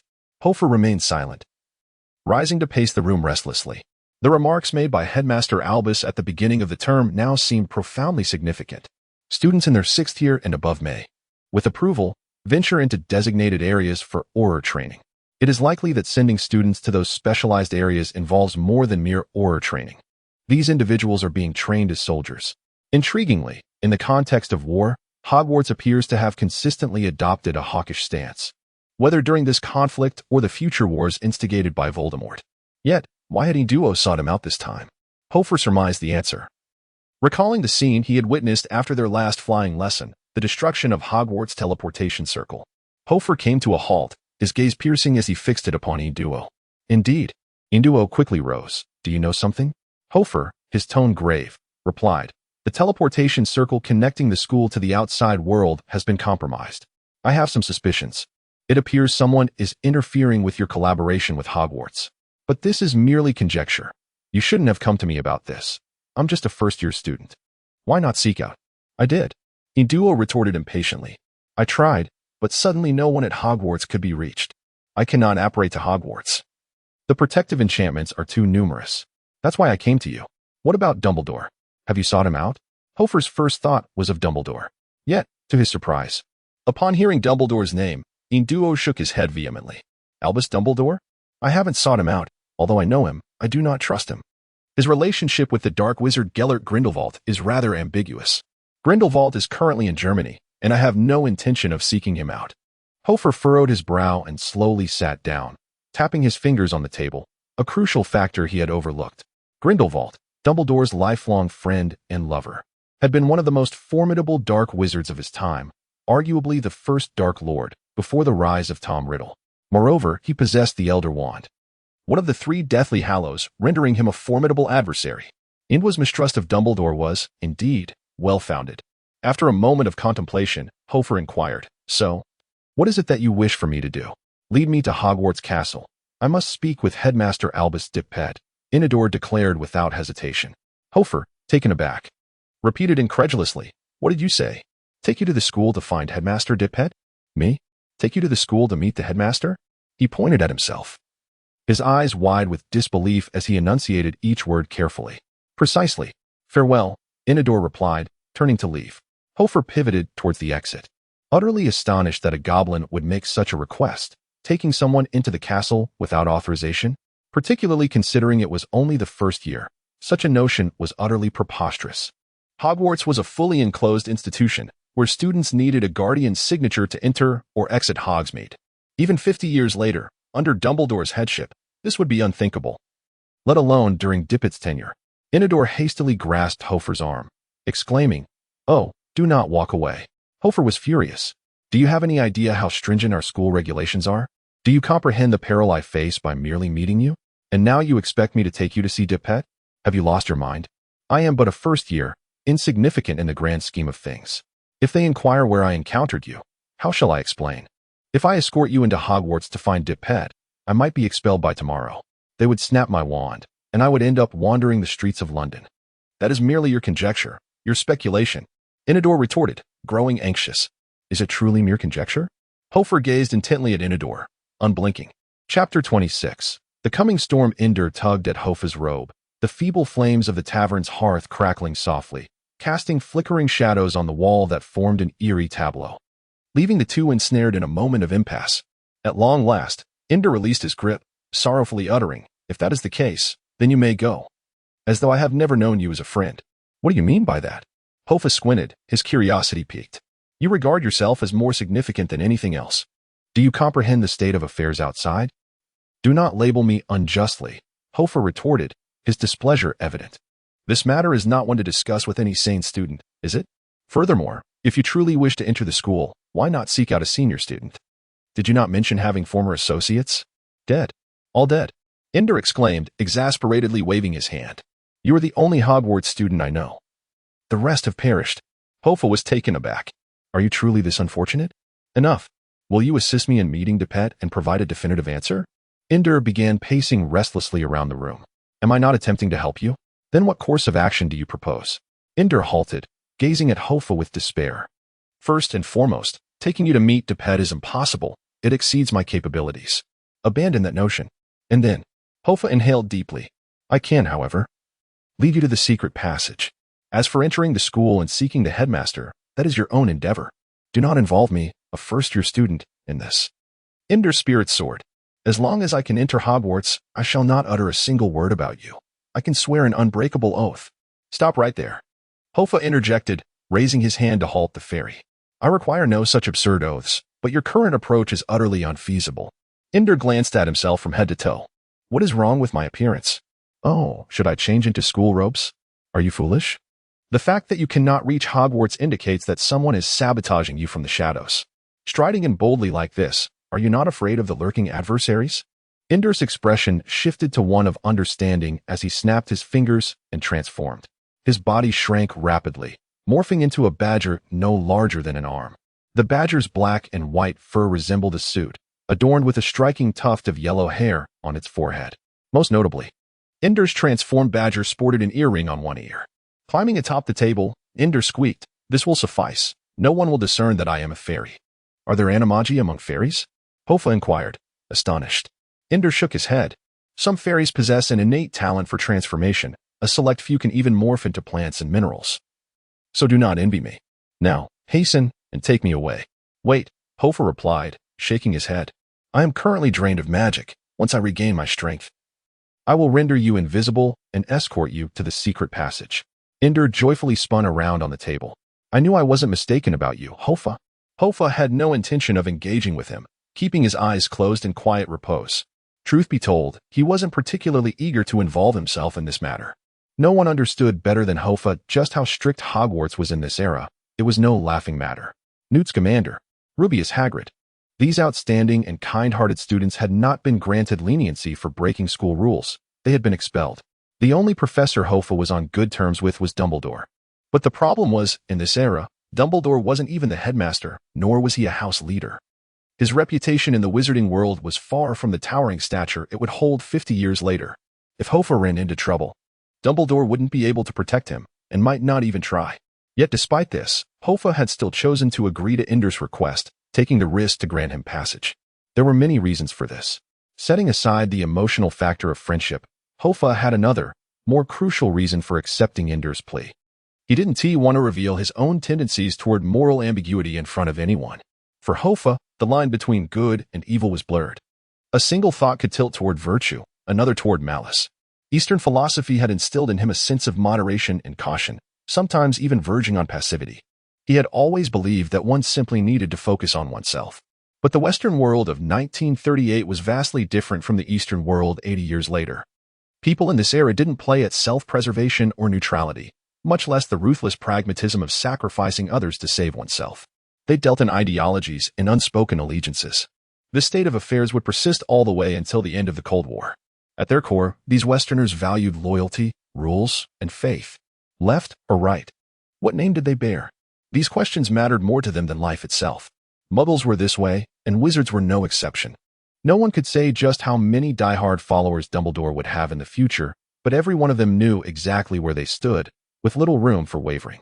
In this era, on this continent, choosing sides was of paramount importance. Anyone with even a shred of historical awareness understood that. Here, Hoffa had to learn to adapt. To take a side. More importantly, he had to learn to sacrifice for others. Leaving Hogsmeade still required invisibility. With the aid of Milarepa's meditation techniques, Hoffa's magical energy rapidly replenished. The toll of the disillusionment charm was staggering. His meager reserves could sustain it for only about half an hour. Hoffa had never pushed his magic to the point of exhaustion before, nor did he know how long recovery would take. All he could do was focus on the rhythm of his breath. Ender didn't disturb him, instead resting his head on the table as time slipped away minute by minute. Yet Hoffa still hadn't stirred. Drawing the curtains shut, Ender glanced at Hoffa again. His expression tense as he paced anxiously around the room. Then, a faint mist began to seep in, seemingly from nowhere, slowly rising through the streets of Hogsmeade. Gradually, it drifted into the room where Hoffa lay. Ender's face darkened. He could wait no longer. He hastily approached the bedside and vigorously shook Hoffa's shoulder, exclaiming in urgency. Wake up, Hoffa. Roused from his magical recuperation by Ender's insistence, Hoffa, somewhat displeased, inquired, What is it? Ender, with a hint of panic in his voice, responded, I didn't tell you, but a group of German dark wizards has been trailing me. I fear they may have already arrived in this vicinity. Hoffa's face blanched in alarm. Dark wizards in Hogsmeade? Are you jesting? They aren't afraid of. At that moment, a wisp of milky smoke drifted through the window's crack. Hoffa detected a faint scent of burning. The fairy swiftly covered Hoffa's mouth and nose, his expression one of sheer terror as he whispered, Do not breathe. Water, quickly. As he spoke, he tore 2 strips from the bed linens and handed them to Hoffa. With a grave demeanor, Hoffa drew his wand and uttered an incantation. A clear spring of water erupted from his wand, and Ender soaked the tattered cloths, applying them to both their faces. Hoffa asked in a low voice, How many? Ender led Hoffa to the window and parted the curtains slightly. 3, he murmured. This mist is the venom of the poison sac leopard, capable of inducing fatal neurological diseases. Just a trace is sufficient to incapacitate the entire village. Its only weakness is water. His words sent a chill through Hoffa. Outside, darkness had enveloped the town, which was now shrouded in an eerie silence. Peering out, Hoffa observed the mist swirling upwards, within which 3 tall figures moved slowly. They were cloaked in pointed black hoods, carrying ancient lanterns. At the intersection of 2 streets, a sudden flash of light illuminated the scene, causing an owl to screech and flee. The post office had been blasted to pieces by a spell, debris flying in all directions. A strange language echoed from the depths of the fog, cold and mechanical, resembling a robot issuing commands in code. Hoffa could not comprehend their speech, but one thing was clear, trouble was imminent. The townsfolk remained unresponsive, and no sounds emanated from the tavern below. On the street, the 3 figures dispersed. One approached the 2 broomsticks while the other 2 ventured in different directions. Ender leaned close to Hoffa, his voice a mere whisper. Schmidt. Rothruff. Notorious dark wizards wanted by the British Ministry of Magic, loyal aides to Grindelwald. They are particularly skilled in magical zoology. You must not inhale the smoke here. Before Hoffa could respond, one cloaked man was already standing before the 2 broomsticks, inspecting the surroundings with his lantern. Pressed against the window's edge, Hoffa caught sight of a large red swastika tattooed on the man's arm. Hoffa maintained a stoic facade, yet turmoil brewed within. Ender, the harbinger of calamity, had unwittingly attracted such dangerous individuals.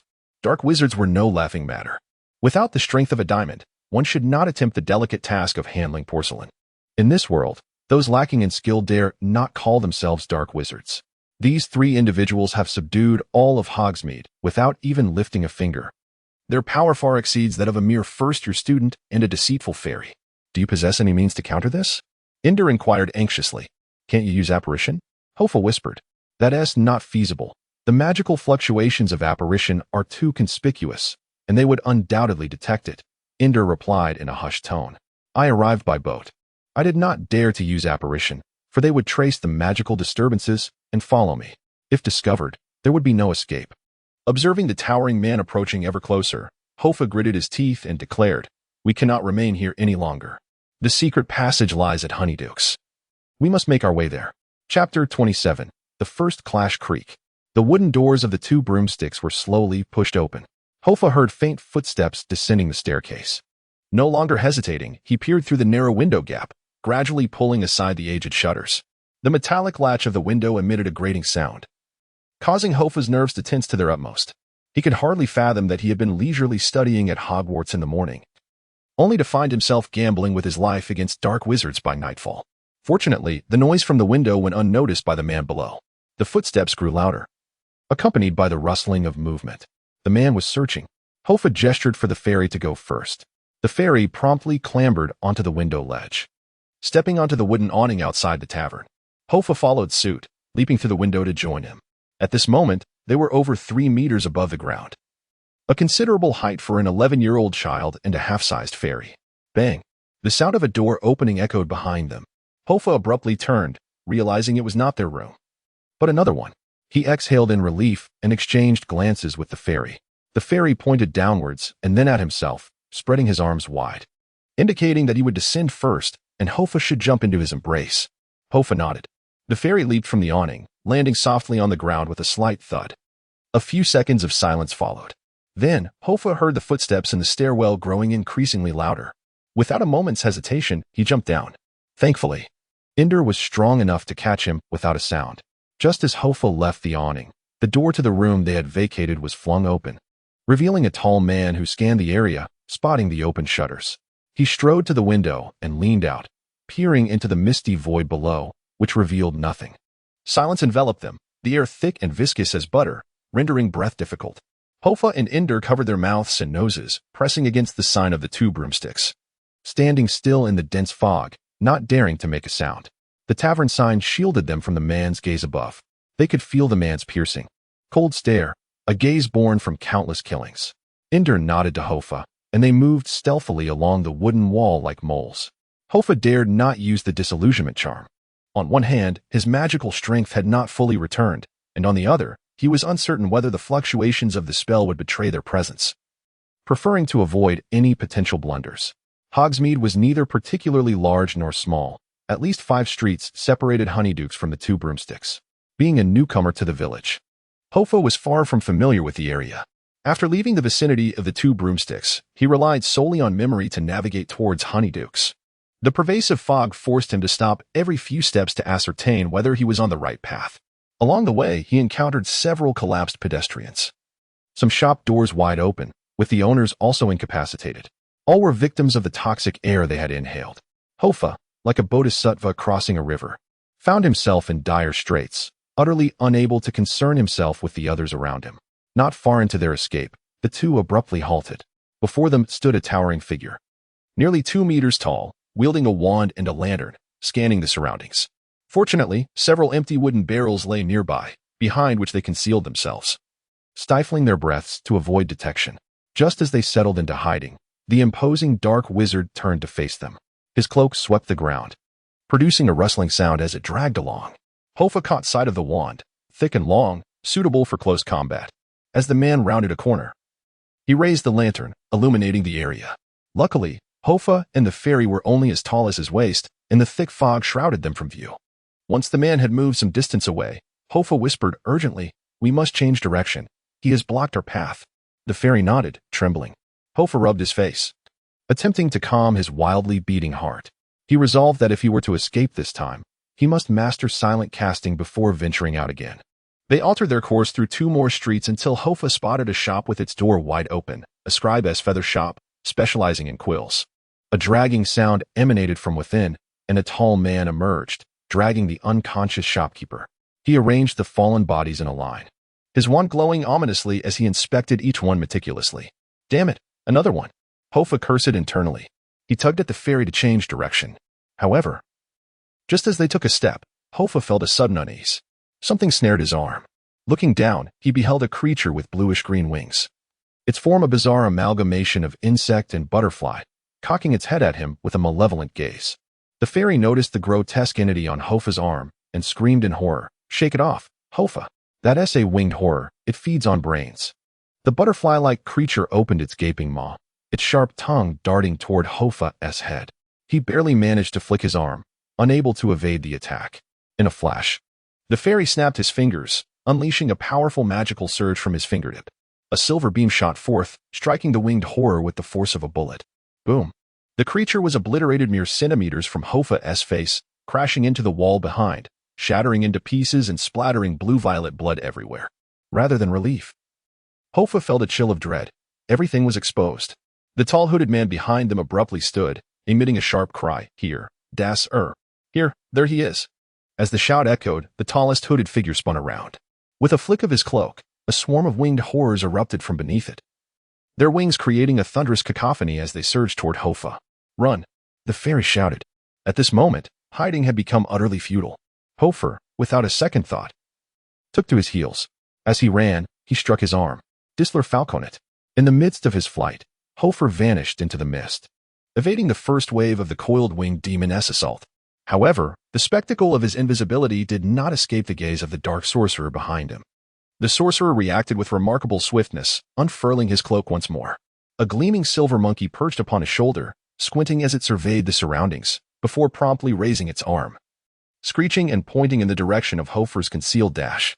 The sorcerer sprang into action, his dark robe billowing under the moonlight. Meanwhile, 2 additional dark sorcerers swiftly encircled him. Hoffa sensed the rapid approach of the sorcerers behind him, and panic swiftly engulfed his mind. These individuals could see through his stealth. What should I do? What should I do? Just when misfortune seemed relentless, Hoffa was unexpectedly tripped by an unconscious pedestrian. Behind him, the dark sorcerer raised his wand high. A perilous green light shot forth from the wand, aimed directly at the prone Hoffa. Was this the end? No. Thanks to that masked woman. Hoffa had endured numerous life-and-death trials within the illusion. In that moment, he bit his lip and quickly regained his composure. He propelled himself off the wall and rolled on the ground, narrowly evading the curse. The green spell struck the wall, swiftly corroding a large pit, with a hissing, white liquid dripping ominously onto the ground. The power was terrifying. Before the stunned Hoffa could catch his breath, another sorcerer raised his wand. A massive gray serpent materialized in midair, opening its gaping maw to devour Hoffa's head. It was silent, yet incredibly swift, leaving little room for escape. Just then, a thunderous roar echoed as a silver-armored figure descended from the heavens, crashing heavily before Hoffa. It raised its shield to confront the gray serpent. The clash of teeth against steel produced a grating sound that made one's teeth ache, but this was only the beginning. The serpent's eyes turned crimson, its body swelling before it exploded in an instant. Boom. The violent explosion illuminated the dark night, fire and fierce winds scattering the smoke. The silver armor bent forward, shielding Hoffa from the blast. Its shield and back were utterly devastated by the serpent's detonation. Hoffa, astonished by this unprecedented magic, found himself speechless. The fairy, breathless yet determined, stood at a distance, urging, "Run. Why are you still here?" Pale-faced, Hoffa quickly regained his senses. Ender had saved him once more. Not daring to squander the opportunity, he scrambled to his feet. Behind him, the dark sorcerer spotted Ender and immediately redirected his gaze. In the sky, the coiled winged demons had locked onto the fairy below. Like bullets, they surged towards Ender. Without hesitation, Ender snapped his fingers, intent on disapparating from this perilous location. However, the dark wizard reacted more swiftly, brandishing his wand with a flourish. A golden lightning bolt erupted from the tip of his spell. With a thunderous shout, the dark wizard unleashed the golden lightning, ensnaring Ender and forcibly pulling him from his state of apparition. Ender barely managed to cast a protective charm to shield himself from the encroaching flock of twisting wings, but soon found himself immobilized beneath the might of the electric force. Schmidt's voice was devoid of emotion as he commanded, "See Grafe Nick Osterton. There is another, do not let him escape." A silver monkey leapt from Schmidt's shoulder, swiftly climbing onto another wizard's head, while 2 other dark wizards resolutely pursued the direction in which Hoffa had fled. The wizard accompanied by the silver monkey discerned Hoffa's trajectory and strategically blocked his path to Duke Honeycomb. Having narrowly escaped death, Hoffa bit down hard on his lower lip, tasting blood, and allowed himself to regain composure. With a swift incantation, he halted and ended the illusion spell. Invisibility was futile. With that peculiar monkey around, stealth was impossible, merely a waste of magical energy. Ender was already ensnared, and Hoffa's route to the Duke was obstructed, leaving him ensnared in a dire predicament. Yet, this was not the moment to surrender. Hoffa rapidly organized his remaining cards within his mind. Conventional methods could not secure his escape. The disparity in strength was too great. However, his system retained 2-3 of the spell fragments. Given the circumstances, he had no choice but to gamble. With 45 of Hogsmeade explored in his mind's eye, Hoffa's resolve solidified. The 2 dark wizards, upon noticing Hoffa had dispelled his invisibility, assumed he was paralyzed with fear. They approached him with cold, mocking laughter. Yet the silver monkey seemed to sense something amiss, chattering frantically above their heads. As the monkey screeched, both dark wizards instantly became alert and vigilant. Without hesitation, Hoffa took to his heels, realizing that the monkey possessed an uncanny predictive ability. He could no longer afford to move with intention. He began to change directions erratically, his steps becoming increasingly unpredictable. At times he would become invisible, only to re-emerge moments later, his movements devoid of any discernible logic. The monkey atop the dark wizard's head found itself bewildered by Hoffa's chaotic antics, becoming increasingly agitated. Yet amidst the turmoil, Hoffa remained purpose-driven. His keen gaze darted across the storefronts nearby. At each shop he encountered, he would dart inside and then leap out through the window. Devi's and Banza's shop, Hogsmeade Exploration 46-100, Quidditch Supplies Store, Hogsmeade Exploration 47-100, Elegant Wizarding Attire Store, Hogsmeade Exploration 49-100, behind him. The two wizards remained utterly perplexed by Hoffa's actions, yet his behavior had thoroughly drained their patience. One of the wizards raised his wand high, and as magic surged forth, a roaring inferno sliced through the night, hurtling towards Hoffa. Suddenly, the fleeing Hoffa came to an abrupt halt. He spotted the sign of the Pig's Head Tavern in the distance, yet he felt no need to draw nearer. Mindscape. Ding. The exploration of Hogsmeade is now 50 complete. 100 points awarded, along with 1/3 of a spell fragment. Spell fragments. 3-3. You may now upgrade any spell ability of your choice. Chapter 28. Spectral Stride. Fragment of Spells. 3-3. Now, you may enhance any spell capability. Without the slightest hesitation, Hoff immediately allocated his upgrade to the Illusory Body spell, the only incantation at his disposal in the current moment. Within the sea of consciousness, the three orbs of hazy light suddenly crystallized. Yet before he could scrutinize them, they merged into a perfectly symmetrical equilateral triangle. The triangle blazed fiercely, and in an instant, it was consumed by flames, integrating into his very bloodline. The upgrade was accepted. A surge of exhilaration coursed through his entire being. Akin to a surge of adrenaline piercing his heart, a silver star shimmered within the expanse of his consciousness. Ding. The Illusory Body spell has been upgraded. Current spell, Advanced Illusory Body, Spectral Stride. Spectral Stride. When you enter a shadow state, your movement speed is greatly accelerated, and you become immune to any damage for 10 seconds. Hoff abruptly lifted his gaze. Time for contemplation was fleeting. A wave of scorching heat enveloped him as he turned to witness a conflagration raging around him. With no time to savor the experience of his spell's enhancement, Hoff activated his ability, Spectral Stride. In that instant, the dark wizard's magical flames descended upon him. Yet, he flickered momentarily, vanishing into thin air. He did not even need to utter an incantation. His speed surpassed that of the Illusory Body spell by a significant margin. Time seemed to slow. To the dark wizard, the boy before him merely distorted for an instant before being engulfed by the roaring inferno.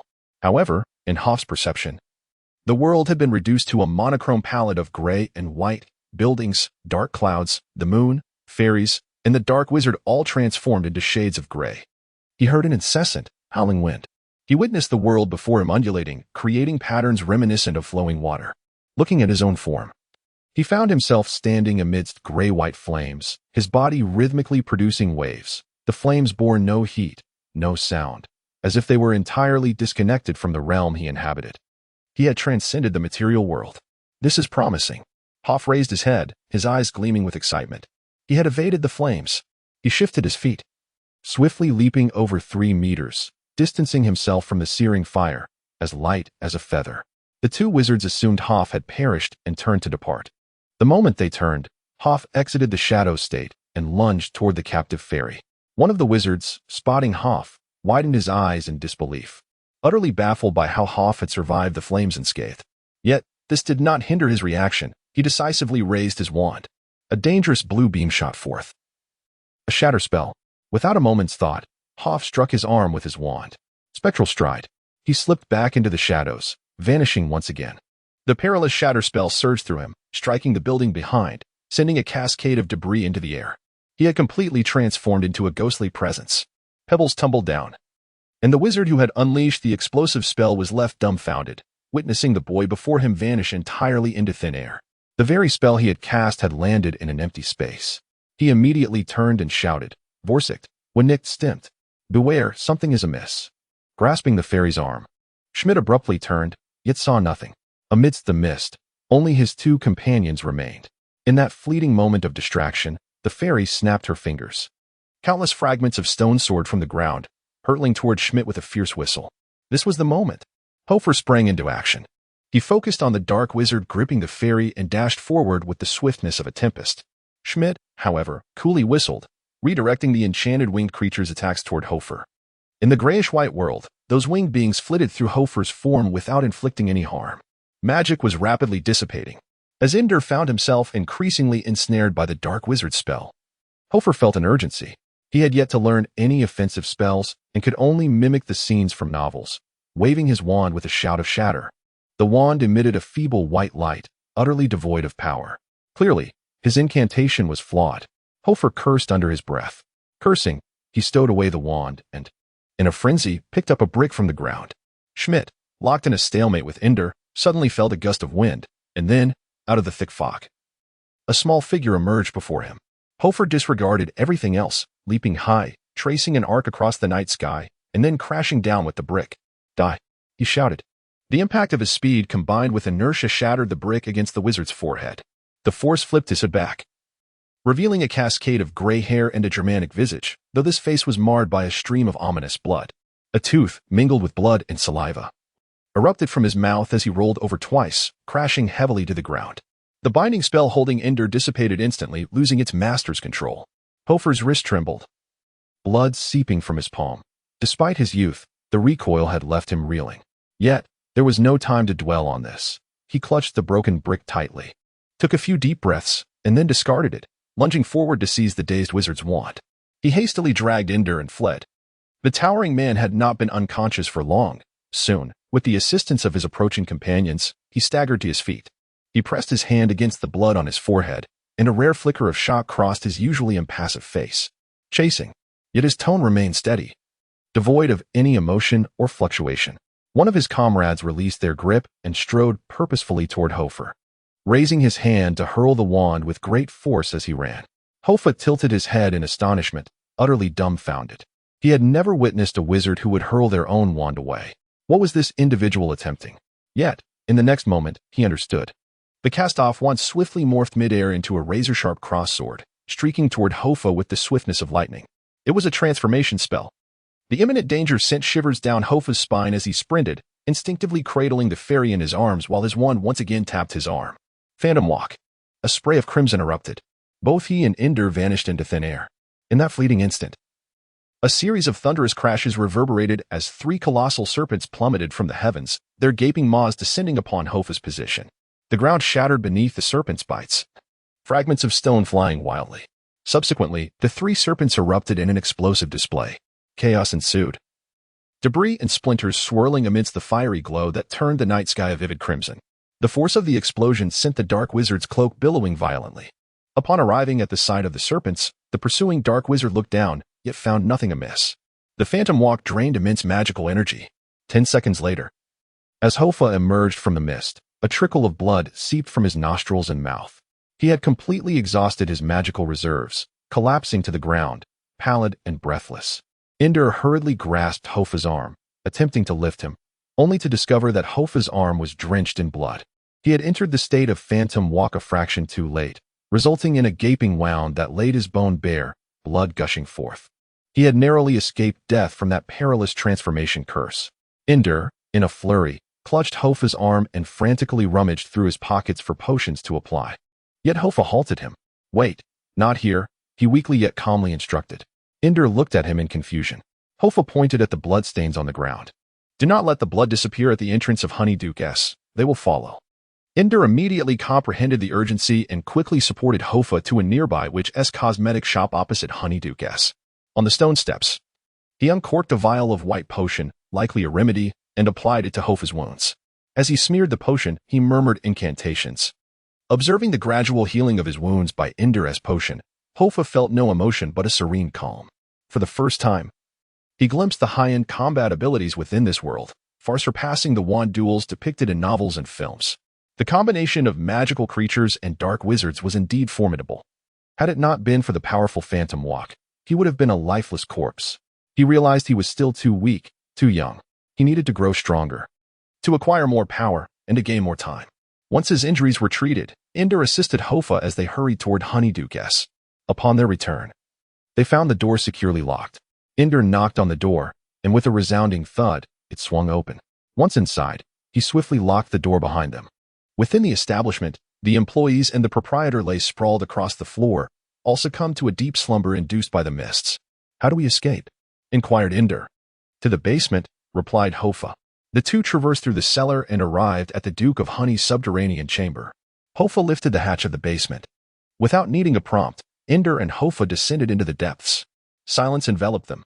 At that moment, Hoffa's magical energy was nearly depleted, and his physical condition had significantly deteriorated.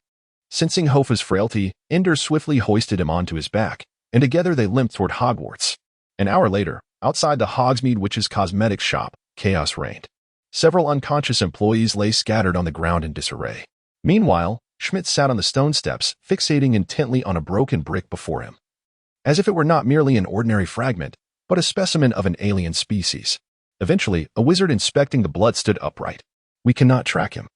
Not even the apparition monkeys can help. We are already within Hogwarts radius, surrounded by too many protective enchantments." Schmidt remained seated on the steps, wiping the blood from his face. His expression inscrutable. Upon hearing his subordinate's report, he rose and uttered a nonchalant "oh." Schmidt lifted his head and cast a cold glance at the speaker. A group of winged serpents hissed and snarled around him, prompting the wizard to immediately fall silent. Contemplating the terrifying presence behind him, he lowered his gaze in submission.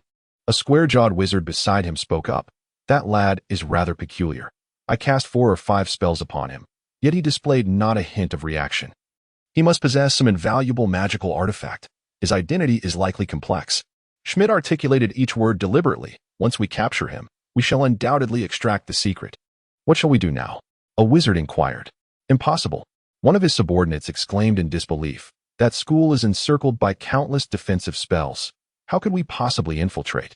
"No matter," Schmidt replied coldly. "That institution is not impregnable. Grindelwald left a seed within those walls, and now it is nearly time to reap the harvest." Chapter 29. Midnight Spectre. In the dark, damp passageway, water droplets occasionally fell, producing a rhythmic patter.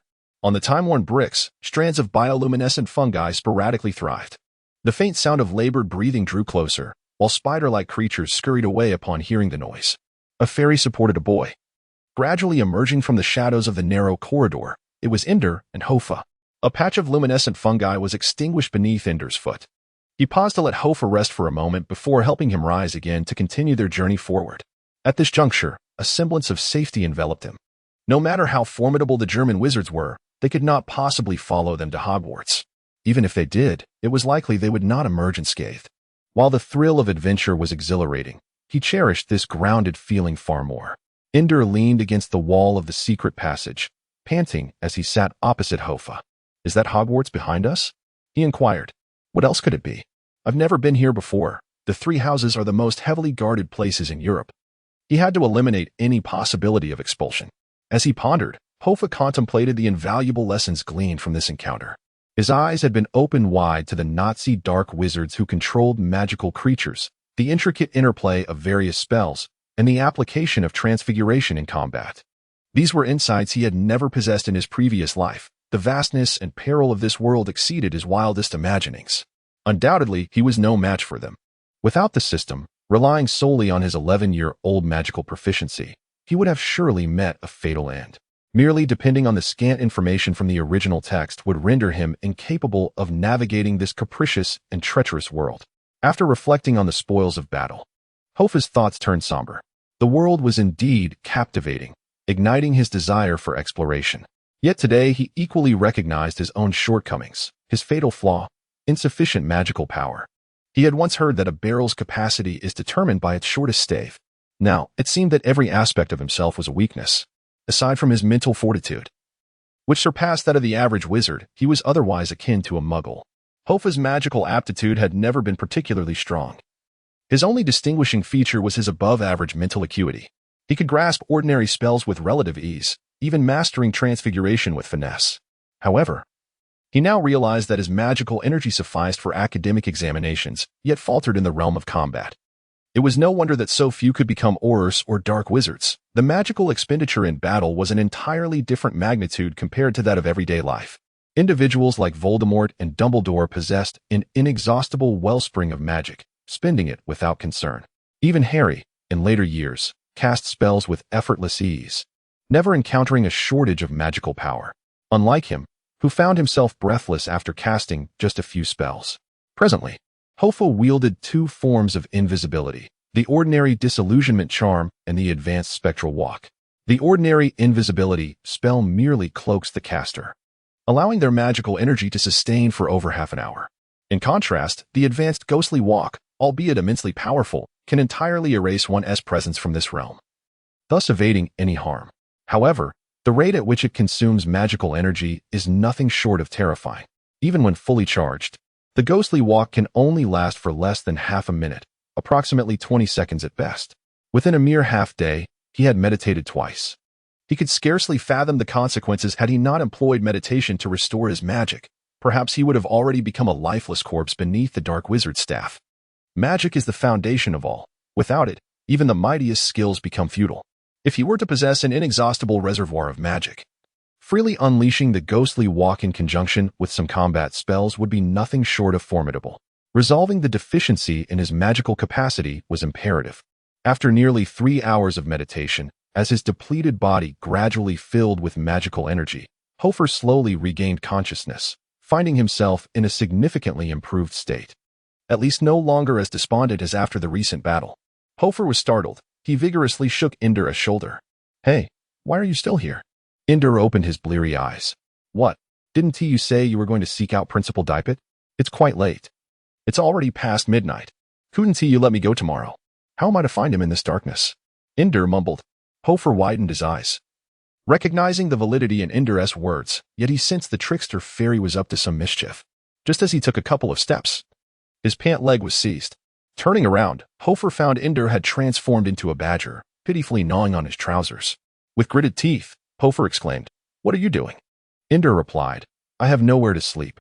You can't expect me to rest in the dirt. Go on, you were sleeping soundly just now. That was while you were here. Now that you've left, it's utterly dark, so frightening." The badger shivered as it spoke. Hoffa clenched his jaw. He was certain the fairy was feigning vulnerability. Having already encountered the dark wizard, he was aware that Indra's strength surpassed his own. Hoffa insisted, "No." With that, he turned to leave. The fairy darted in front of him, blocking his path. "Just for one night. I promise I'll be gone by morning." Hoffa ignored him and attempted to sidestep. Yet the silver badger wrapped its small paws around his thigh. "Just one night, I beg you." Trapped in his path, Hoffa rubbed his forehead and turned in exasperation, cursing his misfortune. "Do you really promise?"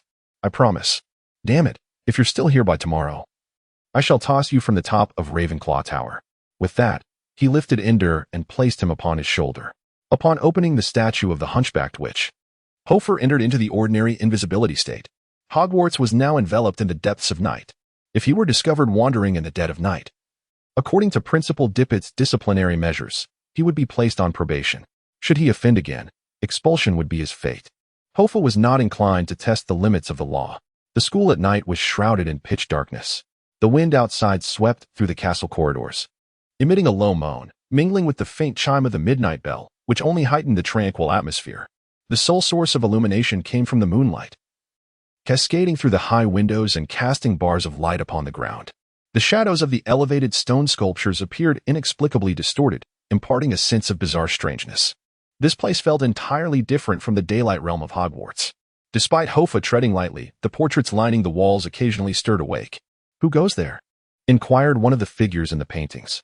Moreover, the suits of armor standing sentinel along the corridor seemed to possess their own awareness. Whenever Hoffa passed, their heads would turn, peering through the dark, hollow gaps in their iron exoskeletons, as if each suit harbored a soul within. Hoffa moved with trepidation, the only comfort being that Filch had yet to be born, sparing him from the anxiety of encountering that bothersome squib with his cat. Suddenly, a faint sound echoed behind him, as though someone had brushed against the armor. Hoffa whirled around. In the dim light, he seemed to glimpse a ghostly figure racing through the corridor, illuminated by the moonlight. Startled, Hoffa heard the elf whisper, "Why do I feel we are not alone here?" Furrowing his brow, Hoffa glanced back and, after a moment's contemplation, whispered to Indra, "This is a magical school. Let's not concern ourselves with anything else." Navigating through the corridor, Hoffa arrived at the Ravenclaw Tower. The tower loomed tall, and Hoffa grasped the banister of the castle staircase, ascending the tower step by step.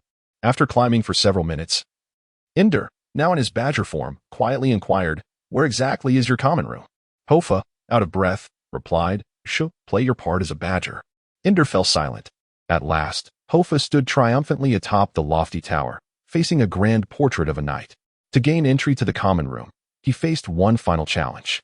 As Hoffa dispelled his disillusionment charm, the knight tilted his head and knelt silently on one knee. Beside him, the metallic eagle slowly unfurled its wings and posed the riddle. You see me, I see you. You have eyes, I have none. You can speak, I can speak. You have sound, I have silence. Ender, in his badger form, gasped in astonishment at such an eccentric question. What a peculiar school. Hoffa gently tapped Ender's head to quiet him. I see you. You see me. You have eyes, I have none. You can speak, I can speak. You have sound, I have silence. Were the questions at night more challenging than those by day? Hoffa spun around twice before furrowing his brow and looking up. A mirror. The eagle slowly folded its wings, bowing its head in reverence. Meanwhile, the knight in the portrait rose, revealing the passageway to the Ravenclaw common room. Hoffa sighed with relief and hurriedly climbed inside. Returning to the lounge, the tumultuous day finally drew to a close. Indeed, Hoffa muttered under his breath. Did I not instruct you to remain silent? Fool. The silver-black badger kept its silence. The room was shrouded in darkness. Several roommates had already succumbed to slumber, their breaths creating a rhythmic symphony. Hoffa exhaled with relief. He was utterly exhausted. He locked Schmidt's hefty one away in the wardrobe. Before he could even bid goodnight to the fairy, he collapsed onto his pillow and fell into a deep sleep. That night, Hoffa experienced an exceedingly peculiar dream. He envisioned a shadowy figure guiding him through a winding, dark corridor, perpetually devoid of an exit. No light, no hope. Cold, oppressive, suffocating. It felt as though he were submerged in an unfathomable ocean. The figure hovered neither close nor far from him, seemingly facing Hoffa, yet its features remained obscured. He yearned to catch up and discern the identity of this entity, but upon drawing nearer, he discovered that its face appeared to be split, simultaneously laughing and weeping. Chapter 30. Influenced the following day, Hoffa was roused from his slumber by a persistent scratching. Unlike the previous morning, he found it difficult to awaken, having exhausted his magical energy twice the day before, leaving him utterly fatigued. As he opened his eyes, he was greeted by Ender, transformed into a silver badger, who was vigorously nudging him. Ender murmured, If you don't get up soon, I shall perish from hunger. Startled, Hoffa bolted upright. Why are you still here? He exclaimed. But as the words escaped his lips, he swiftly covered his mouth and glanced around the room. Fortunately, it was nearly noon, and the dormitory was devoid of any presence. Ender whined, I'm hungry. At this, Hoffa's stomach grumbled in agreement, reminding him that he had endured one of the most tumultuous days of his life without a morsel to eat. Hungry. Let us go have lunch. Wait a moment. Hoffa suddenly threw off the covers and jumped out of bed, hands on his hips as he directed a reprimanding finger at the badger. Didn't you say you would leave at dawn? Didn't you claim I wouldn't see you in the morning? Can you utter a single truthful word? Ender scratched his head awkwardly with a small paw. Your roommates were too rowdy. They came running about as soon as morning broke, and I was too frightened to emerge from your blankets. Hoffa's expression darkened. But they are not here now. I'm starving. Hey, you little rascal. Are you really going to chase away a friend without even offering a meal? Taking a deep breath, Hoffa chuckled. I have yet to see someone so shameless as to stay over for dinner uninvited. Nevertheless, he scooped up Ender and nestled him in his arms, proceeding to change and freshen up before heading downstairs. Unlike the night before, he dared not place Ender on his shoulder. Instead, he tucked him into the front of his robe. It was Sunday, and as Hoffa entered the common room, he observed first-year students gathered, laughing and chatting. A few upperclassmen were notably engaged, wielding wands to conjure a duel between two flying books, which elicited applause from the surrounding freshmen. Ender peeked out from Hoffa's embrace. Are these your classmates? They certainly exude youthful vitality. Yet you. Why do you appear like a weary old man? Startled by Ender's sudden emergence, Hoffa swiftly tapped him with his wand. Silence. Who permitted you to speak? Finish your meal and be off. As Hoffa noticed Miranda's gaze drifting in his direction, he hastily pushed open the door to the common room and made his way toward the dining hall. He was faced with an urgent dilemma, how to elegantly extricate himself from the presence of this mischievous creature without losing face. Indeed, they were friends. But having Ender remain by his side indefinitely would surely lead to trouble. Unlike the steadfast spirit of Peter the Small Star, who could maintain silence for years, Ender was drawn to every commotion, unable to refrain from commenting on all that transpired. Hoffa was deeply concerned about the repercussions should anyone discover he possessed a talking badger, and even more anxious about the potential exposure of his clandestine escapades to Hogsmeade. He sensed that the incident from yesterday had sparked considerable attention, In the hall's dining area at noon, the delectable dishes prepared by house elves had just graced the platters. Ender, famished, was eager to dart out for a meal. It took several taps from Hoffa's wand on his head to calm him down. Upon seeing Hoffa, Miranda inquired with curiosity, "Where were you yesterday? We didn't see you all day." Hoffa had already concocted a response. "I got lost in the school. The corridors kept changing. And I spent the entire day trying to find my way out. By the time I finally emerged, it was dark." Miranda's eyes lit up with understanding. "Ah, it must have been the magical corridors. If you can't navigate through, you can always jump. Hogwarts wouldn't let its students come to harm." Hoffa chuckled awkwardly, and they exchanged a few casual remarks. At that moment, a skylight in one corner of the hall opened, and a flurry of owls swept in. They flitted around the dining tables until they located their respective owners, dropping letters or parcels onto their laps. Owls typically arrived in the morning or at noon. Hoffa had no owl of his own, nor did he expect any correspondence. Miranda, however, owned a beautiful chestnut-spotted owl, adorned with starry blue and white speckles on its forehead. A newspaper landed before her, the Daily Prophet. Hoffa, being financially constrained, could not afford a subscription. It cost 10 sickles a month, which amounted to a galleon over several months. After delivering their messages, the owls flocked to their owners, begging for food. Miranda's owl elegantly opened its beak, and she offered it a slice of jam toast. Hoffa often thought that pets sometimes mirrored their owners, much like Aglaia. Her white owl shared her self-absorbed demeanor after delivering its parcel. It unceremoniously buried its head into the communal nut dish, munching away gleefully. Seizing the moment of chaos caused by the owl's arrival, Hoffa hastily placed Ender on the table. Starved. Ender immediately snatched several drumsticks from the dining table, stuffing them into his mouth with cheeks puffed out. As Miranda began to unwrap the newspaper, she suddenly noticed an additional presence on the table, a badger. Her playful spirit ignited. "Hoffa, where on earth did you acquire a badger? It's quite rare for anyone to keep one." The mention of a badger instantly attracted the attention of all the Ravenclaw students, with even the Hufflepuffs at the adjacent table curiously gathering around, exclaiming, "What a peculiar badger, silver black. Oh, it's absolutely adorable. Look at its patterns. Doesn't it resemble a suit?" The Hufflepuff emblem being a badger rendered them particularly sensitive to such creatures. "Wow, you're so fortunate." Several Hufflepuff girls were visibly enamored, their eyes sparkling with excitement. "May I pet it?" Before Hoffa could respond, a few delicate hands reached towards Ender, eager to stroke his head. Ender appeared to relish the attention, leaving Hoffa with no choice but to forcibly tug at his tail, pulling him away. This foolish creature had no idea of the consequences of being discovered. "Wait." A chilling voice broke the silence, causing the Hufflepuff girls to turn in surprise. Emerging from the crowd was a girl with an owl perched on her shoulder, gliding forward with an air of regal arrogance, none other than Aglaia. Narrowing her blue eyes, she cruelly inquired, "A badger picked up by the Black Lake? HM? Why does this scavenged badger wear earrings? Bach, have you pilfered someone else's pet?" "Oh no, not her again. How sharp are her eyes? She resorts to the most malicious assumptions about me. If she were to discover the true identity of this badger, she would undoubtedly report it without a second thought." Without any need for Hoffa's intervention, Ender shrank deeper into his clothes, shivering in his embrace. Hoffa, attempting to maintain a facade of bravado, retorted, "You're slandering me. What proof do you have of my supposed theft?" "Humph. If you weren't stealing, why did you only dare to release it when the owl arrived?" Hoffa exclaimed. "You? What do you mean, you? If it's not stolen, why are you clutching it to your chest, preventing it from coming out?" Hoffa felt a surge of frustration. He finally comprehended the meaning of a baseless accusation. This person was nothing short of toxic, an unshakable specter, akin to an internet troll from a past life. He stood to leave, thinking, if I cannot confront her, can I at least evade her? Aglaia turned to those nearby, declaring, "See, I was right," he flustered, faced with her relentless aggression. Hoffa ground his teeth and turned away, just as a sudden commotion erupted from the side where Miranda was reading the newspaper. "My heavens, come quickly. Last night, a dark wizard infiltrated Hogsmeade and unleashed a deadly miasma." A dark wizard? This revelation was far more shocking than a mere badger, and everyone promptly surrounded Miranda. Aglaia's attention was diverted, allowing Hoffa to breathe a sigh of relief.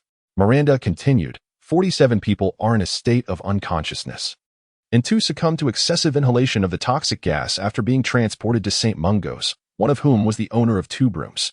Gasps echoed among the students, their faces paling. At other tables in the Great Hall, students from various years who had received the Daily Prophet also absorbed the alarming news. Miranda, astonished, flipped the page of the newspaper. The remaining 45 individuals were all in a deep state of unconsciousness. The Ministry of Magic discovered numerous signs of conflict at the scene and found the corpse of a curled-winged creature, preliminarily attributing the incident to the German Dark Wizard. Schmidt Ruttroff. Ruttroff had been expelled from Durmstrang in 1901 for carelessly breeding dangerous creatures and had previously killed numerous muggles in Romania, possessing a plethora of magical beasts. Extremely perilous. Hector Foley, the Minister of Magic, issued a vehement protest. The Department of Law Enforcement has dispatched a significant number of orders to seal off Hogsmeade and issued an A-Class Dangerous Wanted notice. As Miranda concluded her reading, the crowd was left in shock. After a brief silence, the Great Hall erupted into fervent discussions. Why would a dark wizard from Germany come to Hogsmeade? Are the ministry officials blind? That pathetic old fool, only capable of protesting? He will be ousted eventually. Wait a moment. Aglaia abruptly interrupted the debating crowd. Are you saying the ministry found numerous signs of a struggle at the scene? Miranda nodded. Indeed, but no parties involved in the conflict were discovered. Aglaia inquired, has anyone reported this incident to the ministry? Miranda replied, no, it was the merchants delivering goods to Hogsmeade in the early morning who stumbled upon this matter. There is something amiss here, Aglaia asserted decisively. The students at the Ravenclaw table turned their attention towards her. Aglaia pulled a chair and sat down, crossing her legs as she spoke eloquently. Every occurrence must have a cause. Why did the Dark Wizards arrive in Hogsmeade? Why did they engage in conflict here? More importantly, why did no one take the initiative to inform the ministry? I mean, if we ordinary folk encountered a Dark Wizard, we would surely flee and then report to the ministry. Miranda immediately countered. Perhaps the victims were already taken away. Impossible. Aglaia scoffed. Did you not read the newspaper? There were signs of a fierce struggle, and a curled-winged creature was slain. If we only consider the surface, it appears both sides were evenly matched, but in the end, it seems the Dark Wizards suffered greater losses. Miranda fell silent as a group of Ravenclaw students and some from Hufflepuff gathered around. Even members from Slytherin and Gryffindor leaned in to attentively listen to Aglaia's analysis. Aglaia raised two fingers. There are two possibilities. 1. The opposing party in the conflict wishes to conceal their identity. 2. Neither side involved in the struggle belongs to the British wizarding community, hence they care little. However, as the location is Hogsmeade, I believe the first possibility is more likely. As for who would be in Hogsmeade yet wish to remain undiscovered, it could be a fugitive, a dark wizard, or a lower year student. Of course, we can rule out lower year students. That is highly improbable. Thus, it is quite likely this was an instance of dark wizards clashing, a confrontation between British dark wizards and those from abroad. Furthermore, the British wizard involved may be even more perilous. The surrounding students were momentarily stunned, then resumed their fervent debate. The discussion shifted to the identity of the dark wizard, as they enumerated various possibilities, naming all known criminal wizards in Britain. Subsequently, the students from Gryffindor inexplicably began to seize the opportunity to vehemently criticize Slytherin, convinced that this incident could only have been perpetrated by one of them.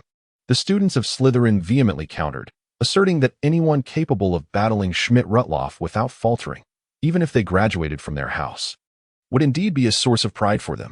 However, amidst their heated debate, none noticed a figure stealthily slipping out the door. Hoffa could no longer endure the conversation. Aglaia's grandstanding lacked rigor, yet it still caused his heart to race. Should anyone discover his clandestine expedition to Hogsmeade, he dreaded the punishment that awaited him. He pushed aside his plate and quietly exited the hall. At the entrance, he encountered a group of upperclassmen, their faces etched with terror. Most had visited Hogsmeade the previous day, narrowly escaping the horrific attack, leaving them in a state of profound anxiety. As Hoffa approached the hall's entrance, he spotted a one-eyed old man, bow and quiver slung over his shoulder, affixing notices to the school bulletin board. This was the gamekeeper of Hogwarts. Upon closer inspection, Hoffa read the urgent announcement. In light of the large-scale disturbances that transpired in Hogsmeade yesterday, all students are strictly prohibited from entering the village for the remainder of the term. Those who ventured to Hogsmeade yesterday must report to the Transfiguration classroom on the 5th floor by 3 p.m. for a security inspection. Furthermore, faculty members will be visiting Hogsmeade from September 23rd to 30th to assist the Ministry of Magic's Aurors in security operations. All classes and Quidditch matches for this week have been cancelled. Carefully reading the notice twice, Hoffa felt a heavy weight settle in his chest.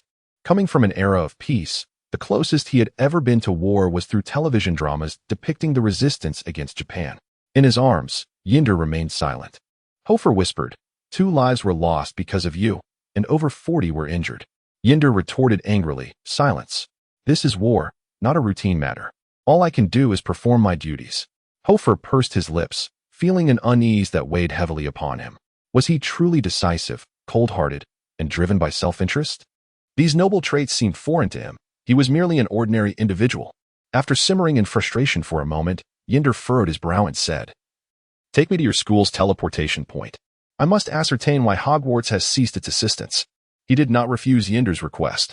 As they exited the castle, a drizzly gray sky enveloped them, and the grass turned muddy beneath their feet.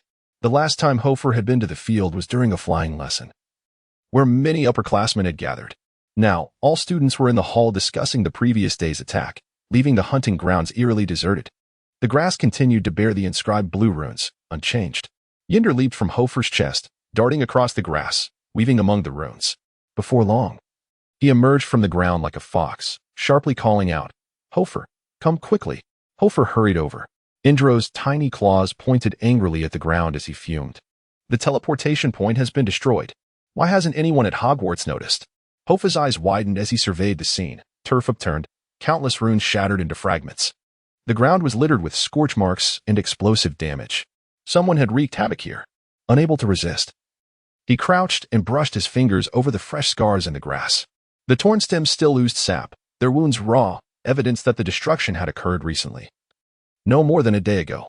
His expression darkened as he took a few silent steps forward, arriving at the spot where he had once attended flying lessons. Here, the damage had been hastily repaired. Though the blue runes now lay firmly etched into the earth, the barren brown patches stood like ugly scars, whispering of the violence they had endured. In less than a week, this place had been assaulted twice. Hoffa scanned the rain-drenched hunting grounds. No trace of another soul lingered. Only the distant, shadowy silhouette of the forbidden forest loomed under the oppressive sky. The clouds pressed low, swallowing the mountaintops, enclosing him within the suffocating shell of a vast, hollow world. Standing alone on the desolate field, he felt an eerie isolation, as though time itself had abandoned him. Let's go. Back in an empty classroom, Hoffa locked the door and placed Indro on the table. The goblin immediately demanded, Who did this? Do you have any leads? Hoffa shook his head.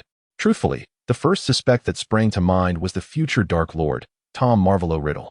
After all, the man had been the mastermind behind every catastrophe in Harry Potter's story, and the sheer destructive power of the spells used here suggested formidable magical ability. But the suspicion faltered quickly. There was no motive. Tom was currently in his phase of calculated charm, ingratiating himself with everyone. Hoffa couldn't fathom why he would sabotage the school's teleportation arrays. If not Tom, then who? Someone had repeatedly vandalized the runes without detection. It had to be an insider. Suddenly, Hoffa recalled the flickering apparition he had glimpsed in the moonlit corridor the previous night. Had that been the culprit? As Hoffa pondered, Indro paced restlessly across the table. After a long silence, Hoffa finally asked, So, what do you plan to do? Indro grimaced. No choice. You must take me to Headmaster Dipet. Now. The air grew cold. Hoffa stared at him, his silence speaking volumes. At this point, the goblin's behavior reminded him of the hollow promises of deceitful men from his past life. Just one meal. Just one night. I won't go too far. Hoffa had already gone to great lengths, even risking exposure by Aglaia. And now, Indro stubbornly clung to his original demand, to be taken to Armando Dipet. Did he not realize Hoffa was only a first year? Even the future Dark Lord, Tom Riddle, was lying low at this stage. At this moment, venturing out to stir trouble would be tantamount to courting disaster. You claim that I am self-centered. Yet I perceive that you have not considered my perspective, Inder. There exists an ancient Eastern adage that states, in times of poverty, one should cultivate oneself. In times of prosperity, one should assist the world. I find myself in dire straits. Inder paused, momentarily taken aback, and then fell into silence. Eventually, he hesitantly lifted his gaze. Could you not accompany me to seek out Dipet? Just a brief visit. I assure you he would not expel you. I fail to comprehend why you do not venture there yourself, responded Hoffa coldly. With a heavy sigh, the black and white badger plopped down onto a chair, covering his face with his paws. Forgive me, but an incident that transpired earlier has rendered me incapable of confronting Headmaster Dipet alone. What incident? Inder inquired, hesitating before shaking his head. This time, Hoffa did not waver. He nodded. Take care of yourself, Inder. Approaching the door, he swung it open. only to be taken aback as he found his path obstructed. Standing at the entrance was a man of advanced years. His meticulously groomed gray hair and deep blue robe denoting his position as the head of their institution. Professor Goshawk. Hoffa quivered slightly, instinctively positioning himself in front of Ender. He was utterly perplexed as to why Goshawk would appear here. Was he not meant to be collaborating with the Ministry of Magic's Aurors on patrol in Hogsmeade? Goshawk's face bore a stern expression as he addressed Hoffa. Bach. I have received a letter of complaint stating that you are harboring prohibited creatures. Is that true? Someone has reported me. The unexpected revelation struck Hoffa like a jolt, akin to being thrust into a swirling toilet, spiraling downward. The situation had taken a drastic turn, leaving him at a loss for words. Goshawk's keen gaze narrowed as he tilted his head slightly. What is that behind you? A badger, sir, Hoffa rasped. I grew up on Black Golan Island and am well-versed in the presence of magical creatures. Bach, when did you bring a magical creature in? It was as if he had missed a step while descending the stairs. Hoffa's complexion turned pale, and his breath became unsteady. How could this old man have sensed Ender's presence without even seeing him? Now, his plans lay in tatters. Would he be expelled for breaching school regulations? However, upon seeing Goshawk, Ender's demeanor shifted dramatically, as if he had encountered a sworn enemy. What do you intend to do, Goshawk? He exclaimed, positioning himself protectively in front of Hoffa. For reasons unknown, Hoffa detected a hint of animosity and murderous intent in Ender's voice. It is you, Ender? What brings you to Hogwarts? Goshawk inquired, his tone laced with mild astonishment. What brings me here? The magical creature glared at Goshawk furiously. I have amassed 10,000 galleons to fulfill my contract, yet you Hogwarts have repeatedly defaulted, failing to send a single guard to the island for an entire month. Enough. Goshawk interrupted Ender sharply. These words need not be uttered before the students. I have spoken. What can you do? Will you employ your favorite incantations against him? Silence. Goshawk's gray eyes revealed no emotion as he turned away and stated calmly, Bach, you are harboring prohibited creatures without permission. This contravenes school regulations. Henceforth, after classes each day this month, you are to report to the Hogwarts groundskeeper's camp to assist him with tasks in the Forbidden Forest. Do you understand? Ender exclaimed sharply. How dare you? He was at a loss as to why he felt such rage, attempting to seize Goshawk by the collar, only to be pushed away by the headmaster. I do not require your guidance on how to treat students, Ender. Goshawk regarded Hoffa coolly and said, Leave now, Bach. Someone will deliver a message to you this evening. Hoffa, expressionless, turned and departed. Ender's chest heaved with fury as he bellowed. Hoffa, you have done nothing wrong. This old fool has no right to punish you. Hoffa glanced back at the infuriated Ender, then at the indifferent Goshawk. After a moment's pause, he murmured in confusion, I do not know who you are. I merely found a badger. Ender was left speechless. You are quite clever, Bach, Goshawk remarked. However, the headmaster's next words sent Hoffa's heart plummeting to his feet. But should you err again, expulsion will follow. Hoffa silently nodded, pushed the door open, closed it behind him, and stepped outside. From beyond the door came Ender's furious roar. If you wish for me to stay away from your school, fix that damned portkey quickly and send the wizard over. The situation had turned exceedingly dire. In an instant, Hoffa transformed from an ordinary student to one warned by the upper echelons of the school. A future infraction would lead to expulsion. Goshawk's gaze was not a jest. He would indeed follow through. In this regard, Hoffa had no grounds for defiance. He had acquired the disillusionment charm and even advanced ghost walking, yet the reality of his frailty remained unaltered. At that moment, Hoffa realized he was not a savior. He possessed neither fame nor a halo. At merely 11 years of age, he lacked experience, resources, and the true power to defy the rules. Who had reported him? Hoffa could easily conjecture. Strangely, he felt no anger, only numbness. His disdain for Aglia had reached new heights. Were she a boy? Hoffa might have resorted to physical confrontation without the need for magic. Alas, he was thwarted by the confines of gender. As for the school's arrangements, he could only accept them as an inevitable lesson. Throughout the day, he sat in class with a blank expression, refraining from engaging with anyone. Caution was paramount. Expulsion? Such an event was utterly unacceptable. At merely 11 years old, alone in the European continent, he had no choice but to rely on Hogwarts for survival. That evening, during dinner, Hoffa regained his composure. He began to engage in lively conversation with his classmates, indistinguishable from any ordinary day. Halfway through dinner, an upperclassman approached him, presenting a letter to Hoffa. Upon opening it, he discovered 2 sheets of parchment. The first bore the inscription, Every day at 5:30. The keeper of the hunting grounds will await you at the entrance of the Forbidden Forest. I hope that amidst your labors, you may recognize your shortcomings. A debate Goshawk. It was a letter regarding labor punishment. Beneath this note lay another sheet of parchment. As he retrieved it, Hoffa felt a chill run through him. This was an assessment form intended for the keeper of the Forbidden Forest to sign and grade. It featured categories of excellent, good, average, and poor. Next to the average column was written detention, while beside poor, it stated expulsion. An additional objective was outlined: to behave earnestly for a month. Hoffa sighed. This was both his goal and his obstacle. He must overcome it to contemplate any future progress. Glancing at the time, he noted it was already 5 o'clock, leaving him only half an hour until the appointed time mentioned in the letter. He abandoned his plans for dinner, pocketing 2 chicken legs, and bid Miranda farewell before hastily departing. Outside the castle, a hazy, woolly moon had risen, casting a dim light as a gentle breeze tousled Hoffa's hair. The rain continued to fall softly, soaking his robes. The rain at the edge of the Forbidden Forest was much lighter. Towering trees surrounded him, and the air was laden with the scent of decaying leaves. As he approached the forest boundary, a sudden flurry of crows erupted from the dark woods, cawing as they flew past the moon, as if having witnessed something ominous. The hunting grounds were desolate. Hoffa paused at the entrance of the Forbidden Forest until the cawing subsided, allowing him to discern several carvings on a tree. Joydago, do not disturb. Joydago? It seemed this individual was the current keeper of the hunting grounds. The only keeper Hoffa was aware of was Rubeus Hagrid, who would not arrive at Hogwarts for another 2 years, and thus Hagrid's hut was absent from this place. He had encountered the present keeper, a one-eyed old man on horseback who had ferried him across the lake at the start of term, responsible for various school postings. Yet Hoffa did not know him at all. When in Rome, do as the Romans do, he reassured himself. With a flickering glow, a silvery light illuminated the darkness as he softly incanted. Hoffa raised his wand, directing it towards a narrow path that gradually vanished into the depths of the Black Forest. Peering into the Forbidden Forest, he could see nothing clearly. Tightening his robes around him, he stepped into this familiar yet foreign woodland. He had presumed that following the path would lead him to the keeper named Joydago. However, as he approached an oak tree, he sensed something amiss. For the narrow path beneath his feet diverged into 3 separate routes, each leading in a different direction.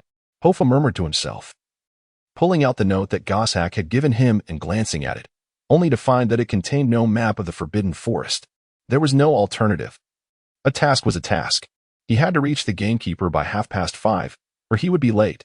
Folding the note, he approached the fork in the road and called out several times, "Mr. Dago, are you there?" Hoffa furrowed his brow, contemplating whether he was left with no choice but to select a single path. Yet, the 3 routes appeared indistinguishable from one another. He walked towards the ancient oak at the center of the fork. Upon closer inspection, he discovered rudimentary yet evocative carvings upon the tree. There were 3 images, each corresponding to one of the entrances. To the left stood a tower illuminated by a flash of lightning. In the middle was a robed woman holding a balance. To the right dangled a peculiar figure upside down from a tree. Hoffa pondered for a moment. These images seemed familiar, reminiscent of something he had encountered in his divination textbooks at school, though he was not particularly adept at such arts. Frankly, he held little belief in them. The cryptic phrases uttered by his divination instructor felt more like the ramblings of a lunatic. Each word was clear, yet their assembly eluded him entirely. Faced with this peculiar crossroads, Hoffa found himself at a loss. He sheathed his wand and stood before the 3 paths, tapping the ground with his hand. You, me, him, the great fool. Snow White marries him. Left it was. Hoffa followed the path indicated by the image of the lightning tower. As he stepped into the woods, his figure flickered momentarily before vanishing into the depths of the Forbidden Forest. The mist enveloped the path, and feeling the night air's dampness, Hoffa squinted, lifting his wand. The silvery glow illuminated the surrounding trail, revealing that the damp ground was carpeted with moss and vibrant fungi. Unknown luminescent insects danced in the darkness, scattering at the sound of Hoffa's voice. Having walked a short distance, a massive tree, large enough for 2 to embrace, emerged in the center of the path, firmly obstructing Hoffa's way forward. Damn! Frustration surged within him as yet another route was blocked. What was going on? Hadn't he been sent into the Forbidden Forest to find the gamekeeper? Why were the paths either forking or blocked? Was the gamekeeper lacking in common sense? In Hoffa's recollection, the current faculty at Hogwarts seemed quite rational. How could they engage in such absurdities? Irritated, he approached the tree, attempting to circumvent it. However, As he neared, he noticed 3 identical carvings etched into its bark: a tower beneath a flash of lightning, a robed woman with a balance, and a peculiar figure hanging upside down. Hoffa's impatience gradually morphed into unease. A sensation of being watched crept upon him as the glowing insects began to drift closer, their numbers multiplying. Just as he took a step back, he found his feet immobilized. Looking down, he saw a withered black hand clutching his ankle. Hoffa's hair stood on end. In that instant, the mist thickened. La la la. A mysterious laughter echoed around. As Hoffa turned, he beheld the tiny mushrooms sprouting in the damp, shadowy corners of the ground suddenly swell, enveloping the trunks and earth like a swarm of parasites. As the mushrooms expanded, some patterns cracked open, continuing to divide, resembling small faces, some grinning, others fierce, and some gazing back at him with a pitiful expression. They pressed in from all directions, sending a shiver down Hoffa's spine. The unforeseen transformation far exceeded his expectations, and the sudden crisis made him break into a cold sweat. He could only force himself to regain composure and change direction, fleeing anew. Yet, after merely a few strides, the swollen mushrooms erupted with a series of explosive pops, sending forth a shower of slime, from which countless dark hands emerged, tightly restraining Hoffa. Fireflies clung to his face, attempting to burrow beneath his skin. Without hesitation, Hoffa entered a state of ghostly walk. In an instant, he transcended the material realm, entering a shadowy world of stark gray and white. However, the dark hands did not dissipate. Rather, they burgeoned from the ground with renewed vigor. In the perspective of the Shadow Realm, the entire forest transformed, writhing as if it were a living organism. The dark hands seized Hoffa in the shadows, while the mushrooms kept a watchful gaze upon him. Countless insects burrowing into his cheeks, rendering his visage grotesque and fearsome. Damn it, Hoffa thought rapidly. Leaving the material world still did not free him from this bizarre magic. It appeared not to target the flesh, but rather the mind. Realizing this, Hoffa wore a grave expression. He refrained from wasting more magical energy and promptly exited the ghostly state. The dark hands nearly engulfed him, dragging him slowly beneath the earth, accompanied by their excited, strange murmurs. Hoffa shut his eyes, exerting all his effort to meditate, purifying his spirit while rapidly devising a strategy. Magic involving illusions, which could affect the mind, was often associated with dark sorcery, a concept Professor Mellis of Gryffindor had discussed in class. It could either be a defensive spell or purely dark magic, with only a thin line separating the two. Being merely a few hundred meters from Hogwarts Castle, Hoffa could not believe anyone could weave profound dark magic in this vicinity. Thus, it must be some peculiar defensive spell. As his meditation intensified, Hoffa's spirit sharpened, the surrounding scenery and dark hands beginning to blur. Some of the hands grasping his arms even began to scream, emitting wisps of white smoke, as if they were clutching not a person, but a searing iron. The insects clinging to Hoffa exploded with a crackling sound. Yet, Hoffa's resistance did not deter them. An onslaught of dark hands surged forth from the depths, overwhelming him. With his eyes closed, Hoffa's spirit radiated like a spider's web, each tendril of his consciousness transforming into a steel needle, piercing through a dark hand or grotesque creature. The entire realm of the mind transformed into a battlefield tangled with unknown magic. Just as the situation grew increasingly dire and stalemated, a powerful force surged from an uncharted source. A man reached out, transcending the boundaries of illusion and reality, grasping Hoffa by the shoulder and forcibly pulling him from the clutches of those shadowy hands. With a sudden jolt, it felt akin to falling from the edge of a bed after slumber. Hoffa awoke with a start, his eyes flung open, his body swaying slightly. He was fully alert now. Mushrooms, dark hands, writhing forests, and fluttering monstrous insects all had vanished. The sky continued to weep with a cold drizzle as he stood before an ancient oak tree at the entrance of the forbidden forest, almost pressing his face against the trunk, staring at the engraving depicting lightning striking a tower. Hoffa's complexion was pale, his fingers somewhat chilled. He realized he had ventured so far in thought, yet his body had remained motionless. He was utterly oblivious to when he had fallen into this illusion. "You arrived too early," a hoarse yet steady voice emerged from beside him. "You were supposed to come at 5:30. Why did you arrive ahead of time?" Hoffa turned to see a weathered face, belonging to a one-eyed old man in his 50s, who was assessing him with crossed arms. 33, dangerous creature. I received word to fetch you at 5:30, yet here you are, having taken a wrong turn, the old man stated slowly. Wrong turn? The chill in Hoffa's fingers began to dissipate, and his complexion gradually returned to normal. Undoubtedly, the elderly man bearing a bow and arrows was the gamekeeper of Hogwarts. Why did you set such a trap at the entrance? Hoffa questioned, pointing at the tree trunk, his frustration barely contained. He thought to himself how fortunate he was to possess the skill of meditation. Had he been an ordinary first-year student, he might well have been terrified into submission by such magic. This was not my doing. It was arranged by the centaurs of the Forbidden Forest, the old man replied, lacking the intention to elaborate. What? Why would the centaurs do this? The Forbidden Forest has been troubled lately. They wish to lend a hand. The old man remarked with a dismissive gesture. Follow me. With that, he tightened his grip on his bow and strode confidently into the Forbidden Forest. As Hoffa trailed behind him, he inquired, what do those 3 images on the tree signify? Past, present, future, the old man replied tersely. Stay close to me. Do not wander. What? The old man picked up his pace, forcing Hoffa to quicken his steps to keep up. What do you mean by past, present, future? Could you elucidate? I do not know. I have no interest in centaur magic. If you wish to understand, I suggest you ask a centaur, the old man stated, clearly disinclined to engage in further conversation. Seeing the old man's reluctance to converse, Hoffa fell silent and continued on the path, following the old man, indeed. No further strange occurrences transpired, and the surrounding scenery appeared much more authentic. Absent were the diverging paths and the previous absurdities. It was merely an ordinary forest. After walking for approximately 3 minutes, the surroundings became clearer. Hoffa glimpsed a faint light within the woods, accompanied by the crackling sounds of fire. The old man led Hoffa to a clearing where a campfire blazed, setting down his bow and arrows while gesturing towards a large stone across the fire. Take a seat. We have quite a busy night ahead, and we shall depart after our meal. The stone was circular, nestled amidst the trees, with the ground dry and untouched by rain. A tin pot simmered over the flames, emitting a subtle aroma of meat. Hoffa complied and sat down, momentarily silent as he studied the old man before him. Joy Dargo, he was the least wizard-like individual Hoffa had ever encountered, clad in animal skins with only one eye visible. A few steel daggers hung from his waist, and he carried a wooden bow and iron arrows, with 2 recently hunted rabbits suspended from a nearby rack. Had it not been for his presence at Hogwarts, Hoffa might have mistaken him for an inconspicuous rural hunter. Dargo remained taciturn. Since Hoffa's arrival, he had scarcely uttered a word.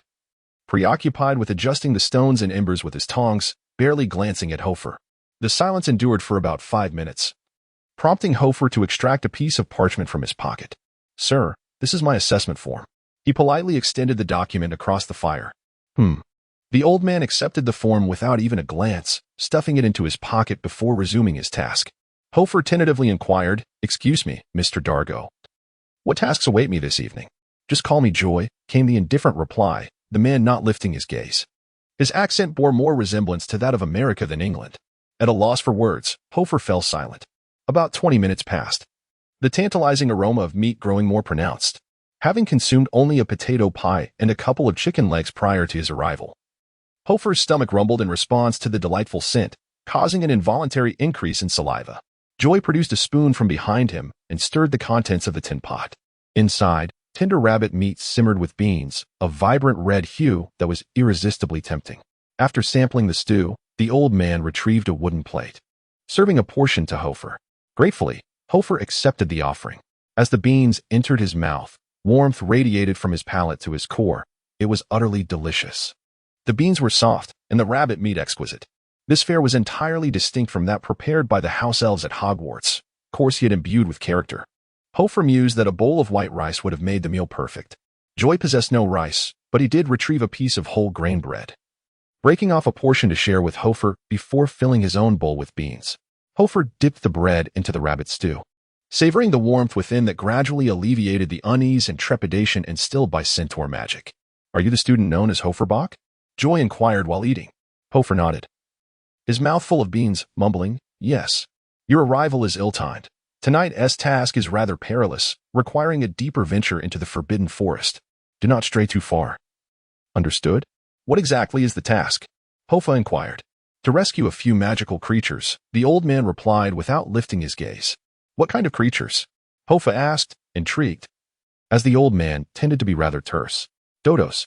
Dodos, does that sound dangerous? Hoffa did not decline. His current objective was to conduct himself properly and to erase any unfavorable records from school. The old man ate swiftly, finishing in a few bites before shouldering his bow and grabbing a torch. Let us go. Hoffa set down his plate and followed. It was Hoffa's first time in the Forbidden Forest at night. He felt a twinge of apprehension, had he been of the same era as Harry, knowing what awaited him. Even if it were the spectral form of Voldemort or colossal spiders, he would not have been anxious, for those encounters were certain, known, and inevitable. Yet now, he was entirely oblivious to what might transpire within this forest, and he did not know the old man beside him either. The uncertainty was what troubled Hoffa the most. Especially after being unnerved by that peculiar magical illusion, he walked cautiously. "Are you from Gryffindor?" Joy asked, catching sight of Hoffa's cautious demeanor. "No, I'm from Ravenclaw." "Ravenclaw? How rare. In my 10 years at Hogwarts, I've never seen a Ravenclaw student punished to the Forbidden Forest." Hoffa's mouth fell agape. What? He was the first Ravenclaw student in a decade to be sent into the Forbidden Forest. Hoffa fell silent, realizing the old man's words had a certain potency.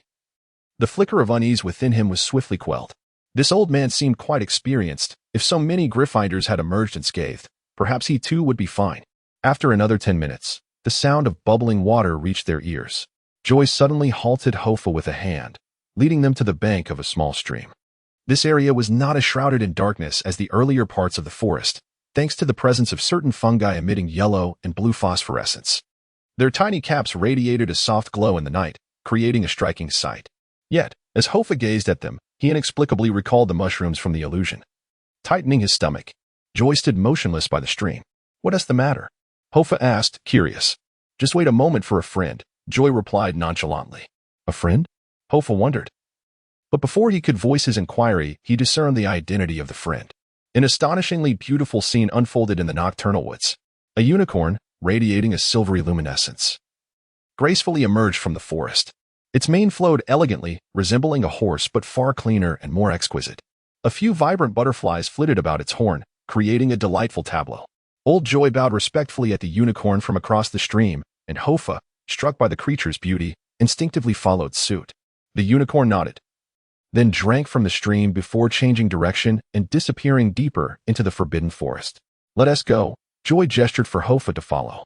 The unicorn possesses an intimate understanding of the myriad situations within the forest, typically aiding one in identifying issues that may arise.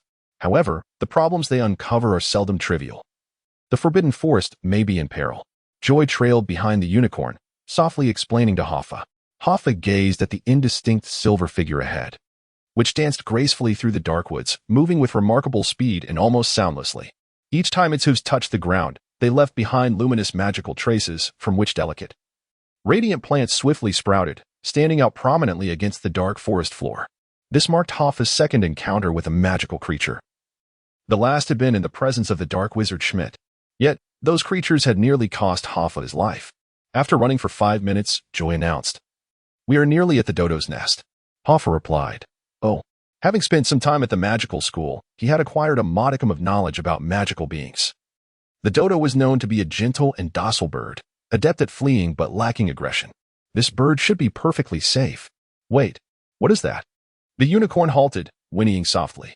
Joy illuminated his wand, and Hoffa gasped, taking 6 or 7 steps back until he leaned against a tree, utterly astonished. In the midst of the forest loomed a colossal creature, resembling a mountain, with the head of an eagle, 6 wings, gray feathers, and deep golden eyes. It measured at least 10 meters in length, and judging by its nesting position, one could only imagine the extent of its wingspan when it took flight.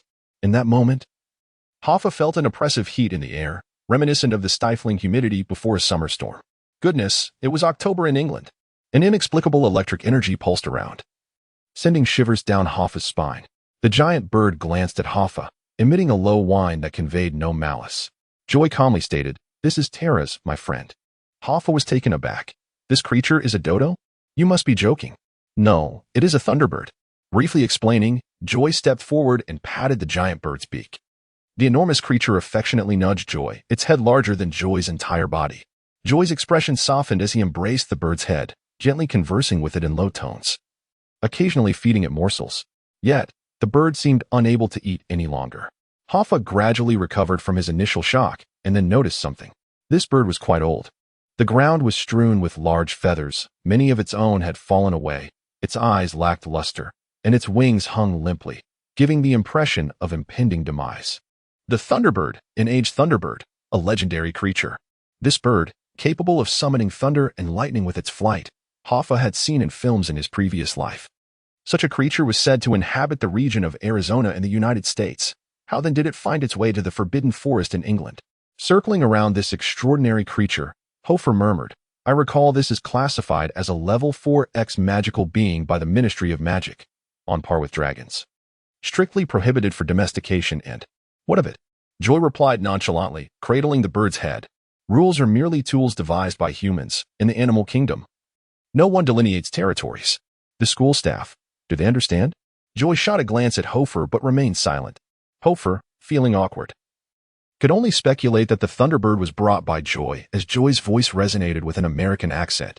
Joy chattered animatedly with the Thunderbird for a few moments, after which the magnificent creature struggled to lift its wings and emitted a low, mournful sound.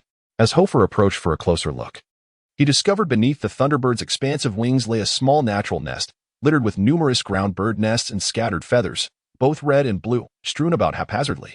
As Hoffa slowly walked around the nest, he accidentally kicked a hard object, startling himself. Upon closer inspection, he found a rigid, lifeless bird. It was the size of a hen, its eyes wide open, its once vibrant plumage now dull. A deceased dodo. Continuing around the nest, Hoffa gasped sharply. Turning past the cold fir tree that shielded the Thunderbird, he beheld a multitude of vibrant, round ground birds lying lifelessly on the ground. All the dodos were dead, their bodies stiff and aligned in a singular direction, a faint aura of death pervading the air. It appeared they had been struck down in an instant while attempting to flee. A unicorn circled Hoffa, moving slowly past him, its demeanor tinged with sorrow, reluctant to linger in such a place. After nudging a few bird eggs on the ground, it swiftly galloped away, vanishing into the thicket. Joy, wielding a shimmering wand, turned to witness the scene before him, his expression grave. He began to sift through the ground, his brow furrowed, occasionally lifting his hand to his nose for a scent. The time of death appeared to be no more than 48 hours. Damn it. The Thunderbird emitted a low growl, imbued with anger and defiance. Joy looked up at the Thunderbird and reassured, "This is not your fault. You have aged." The Thunderbird then fell silent. Joy stroked his chin, murmuring, "To think even the unicorn and Thunderbird were deceived. The perpetrator is truly remarkable." At that moment, a series of soft popping sounds, akin to soap bubbles bursting, echoed through the air. Hoffa glanced up to see a small figure flickering erratically in the air, appearing in different locations with each flash, resembling a headless fly in chaotic disarray. It was a young dodo, still alive. This was a creature that could not fly but could teleport. The little bird, trembling in the underbrush, shivered at the sight of Hoffa's gaze, letting out a plaintive cry. Both Joy and Hoffa rose to their feet. Yet the dodo became even more frightened, flashing around in panic before colliding with a tree and tumbling to the ground. Another living one. In a moment of impulsive desire, Joy aimed to capture the elusive bird. However, to his astonishment, the dodo, in a panic, emitted a startled cry and vanished to the treetops, trembling and refusing to descend. It had been greatly frightened. Joy hastily turned to Hoffa, urging him, "You are young, and it may be less wary of you. Help me bring it down. This is the last of its kind in this flock, perhaps even the final one on Earth. We cannot let it escape." The weight of the situation pressed heavily upon Hoffa. He approached the fledgling perched in the canopy, extending a friendly hand in hopes of enticing it down. Yet, the bird remained steadfastly unyielding, its trust in Hoffa non-existent. In a flash of inspiration, Hoffa retrieved 2 chicken legs he had pilfered from the hall earlier that evening. The fledgling, catching the scent of the food, slowly turned its head. Hunger gnawed at it, yet fear kept it from descending. In response to the conflicted gaze of the bird, Hoffa placed the chicken legs on the ground and raised his hands, gradually retreating. Still, the fledgling hesitated, gritting his teeth. Hoffa laid down his wand as well. The dodo turned its attention to Joy, who immediately disarmed himself of all weaponry. In an instant, the fledgling vanished from the treetop, reappearing before the chicken legs, devouring them ravenously. It must have been ages since a large bird had fed it. It was famished. Once the fledgling finished its meal, Hoffa produced another piece of chicken and approached slowly. This time, the dodo did not shy away and began to eat from his palm, gaining its trust. Hoffa breathed a sigh of relief. As the bird completed its feast, he quickly cradled the little dodo in his arms. It was warm and trembling, resembling a pitiful ball of fluff. "Shoo, it's all right," he whispered. The fluffy creature sensed Hoffa's calming aura, gradually stabilizing its emotions. Hofer soon noticed a wound on the dodo's leg, oozing an unusual blue blood. Joy, this bird is injured. Who could have done this? Why would anyone wish to harm a dodo? Joy extracted a roll of bandages from his waist, tending to the bird's leg while murmuring to himself. Could it be a predator? Hofer inquired softly. Not likely. If it were a predator, why would it only kill without consuming? Such extermination is rare in nature. Besides, these birds may lack prowess, but their escape abilities are exceptional. The one capable of slaying a dodo must possess formidable magical power. Is it human? Hofer pondered, gazing at the scattered bird corpses below, struggling to comprehend why someone would eradicate them completely. Was it a sign of a twisted psyche? Or did it serve some unknown purpose? Before he could finish his thought, a sudden sound sliced through the air. Whoosh! An arrow materialized from the darkness, hurtling towards Hofer with deadly speed. He sensed the danger but could not react in time. In that critical moment, the Thunderbird nudged Hofer aside with its wing, pushing him against the tree trunk.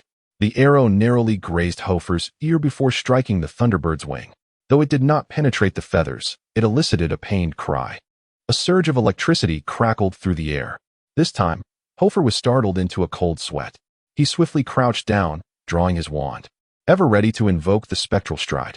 Meanwhile, Joy quickly nocked an arrow, firmly aiming it towards the obscurity of the forest. Who goes there? The archer emerged. With the rhythmic sound of hooves, a centaur gradually materialized from the shadows within the forbidden forest. This was a towering creature, an elder centaur, graced with a long gray beard and well-developed muscles. Following closely behind him was a cadre of centaurs, encircling them from the forest's edge. Each one drew their bows, their demeanor exceptionally vigilant.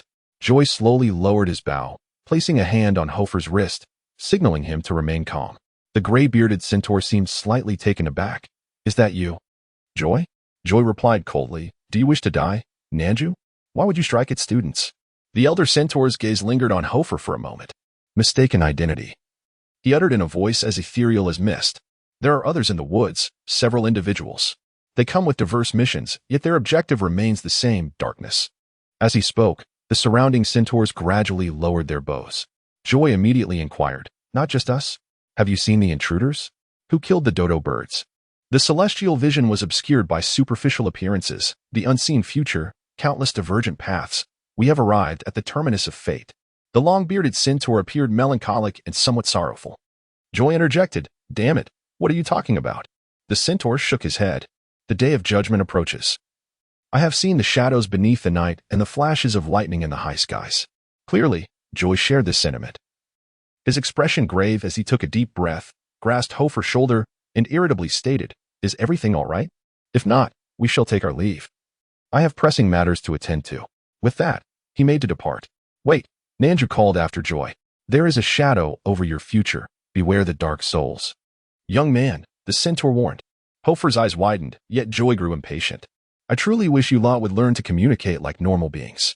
The centaurs did not follow. They merely turned, watching the two depart. As they traversed through the forbidden forest, Hofer remained silent, contemplating prophecy. He was unexpectedly confronted by prophecy. It was, without a doubt, the ability Hofer detested most, and seers were the most tedious and troublesome profession in existence. How many powerful figures and tyrants have unwittingly fallen prey to such foretellings? For instance, Voldemort and Harry, or Xiangyu and Fengyun, or Zeus and Kratos. They all heeded some prophecy, leading to rash actions that ultimately resulted in their own demise, ensnaring not only themselves but also the protagonists, serving only to enhance the seer's reputation for foresight. He recalled watching the World Cup in a past life, where individuals would predict in forums which team would triumph. Naturally, they did not limit themselves to a single prediction but would prophesy for all 32 teams. Once the World Cup concluded, they would resurface under a new alias to promote their successful predictions. Behold, I am a prophet, the Oracle. As the throngs below commenced their adulation, chanting Oracle, Oracle, it is dreadfully mundane. Had this been the ordinary realm, someone might have remarked to Hofer, hey, you seem to have a shadow beside you, beware of the dark spirit. Hofer would merely swat the remark away, retorting, darkness, nonsense. Are you caught up in some juvenile fantasy? Yet, this is not a conventional world. The realm of wizards is fraught with enigmas. And who can ascertain the truth of prophecies? At the very least, the oracles concerning Harry Potter have largely come to fruition. The centaur's words lodged uncomfortably in Hofer's throat, stirring a sense of unease within him. Upon returning to the place where he had first entered the Forbidden Forest, Hoffa could not resist asking Joy, "What did those centaurs mean?" "Pay no heed to those centaurs, nor believe their words," Joy replied with a certain disdain.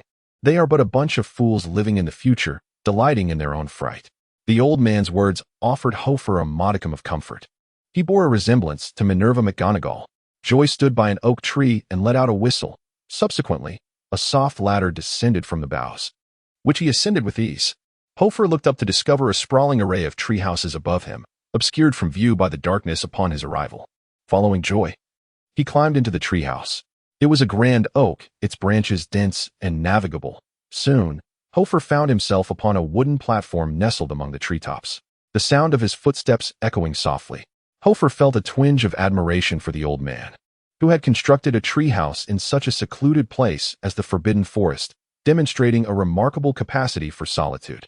As he pushed open the door, a cacophony of squeaks filled the air, revealing a space cluttered with feathers and stray threads. A flock of chick-like creatures, startled by Hoffa's entrance, huddled in a corner, their oversized eyes wide with fright, smooth pale gray skin, slender legs, and flat feet.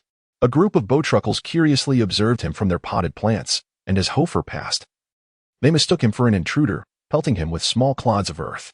Hoffa was at a loss, having yet to attend a class on magical creatures. Thankfully, Joy arrived just in time, whistling a command that silenced the bowtruckles. As Joy entered his treehouse, the timid chick-like beings formed a line and scurried out from the corner. "Are you well-versed in magical creatures?" Hoffa inquired. "Well-versed? Indeed, this is my livelihood," Joy replied, crossing his arms. "There is no creature in this world that I do not know." After his casual proclamation, he placed the fledgling on the table and procured some herbs and a bowl, beginning to grind them. "Help me unwrap its bandage. I shall administer some medicine," Joy instructed. Hoffa complied, and at that moment, the fledgling had calmed and was curiously gazing at the bowtruckles overhead. After unwrapping the bandage, Hoffa asked, "Are you aware of a type of monkey, shimmering silver, with large eyes, that can always discern the position of its enemies?" "The phantasm monkey." Joy nodded, fully aware of the existence of a remarkably rare and unique creature endowed with a certain foresight of the future. Its fur could be fashioned into an invisibility cloak. "How did you come to know of it? Have you encountered such a being?" Hoffa hastily shook his head, stating, "No. I have only seen it in books and am somewhat curious." He certainly did not wish for anyone to discover his confrontations with the Dark Wizard. Old Joy, suspecting nothing amiss, handed Hoffa the ground potion. "Clean the wound, then apply it evenly," he instructed. Following his guidance, Hoffa fetched some clear water and washed the wound on the dodo's leg, revealing a hand stained with blue. Joy offered Hoffa a towel, exclaiming with a sigh, "The blood of the dodo is blue. They possess certain spatial magical abilities, allowing them to move through blinking. The school keeps them here for a significant purpose. Now that they are in trouble, I fear the responsibility may fall upon me." "What?" Hoffa was taken aback by this revelation. "They are kept by the school?" "Indeed," Joy replied. "What purpose do they serve?" "We draw their blood at regular intervals," Joy said glumly. "Why draw blood?" Hoffa inquired. "The blood of the dodo is a crucial ingredient for various teleportation spells and even for flu powder. Without it, many teleportation charms cannot be executed." Hoffa mechanically turned his head, asking, "What do you mean? What can this bird's blood do?" "It is a vital component for the teleportation circles. The dodo is a remarkable creature capable of shifting its form at will, a feat that many wizards cannot achieve. Their bloodline is imbued with extraordinary spatial magic," Joy explained. "For this reason, these birds have been extensively farmed and hunted, and their numbers have dwindled significantly." Hoffa's expression grew vacant as he instantly recalled the damaged teleportation circle at the school. Undoubtedly, the culprit responsible for the dodo's demise was the same individual who had destroyed the school's teleportation array. The destruction of the teleportation circle led to Ender's arrival at the school seeking him. Now that Ender had just arrived, the perpetrator had decisively severed the source. How resolute! Swiftly, the chick thrived under Hoffa and Joy's care. Dodos are creatures of the present, within a single night. It forgot the horror of its species annihilation and resumed its daily routines of eating and sleeping. However, Hoffa found himself unable to share in such tranquility. His quality of life continued to deteriorate. Each day, in addition to his regular academic assignments, he wandered the forest gathering herbs. More often than not, he patrolled the fringes of the Forbidden Forest, inspecting the living conditions of the various magical creatures within. This was a laborious task, as the abundance of magical beings in the Forbidden Forest was overwhelming. There were the Morot mice, resembling rodents found by the lakeside, which feasted on crustaceans and bore tumors akin to sea anemones on their backs. Hoffa needed to collect these tumors for the school's infirmary. Then there were the mischievous pixies, small humanoid beings resembling fairies, yet possessing multiple limbs, covered in black fur, with wings as thick as those of beetles. Hoffa was tasked with gathering their claws for the potions class. These are the creatures that Hoffa despises most. They inflict little harm, yet incessantly flit about overhead, buzzing chaotically, akin to the mosquitoes that hover near summer grass. On one occasion, Hoffa witnessed two of the charming fox spirits mating deliberately above his head, inciting his ire to the point that he forcibly separated them and hung them from branches.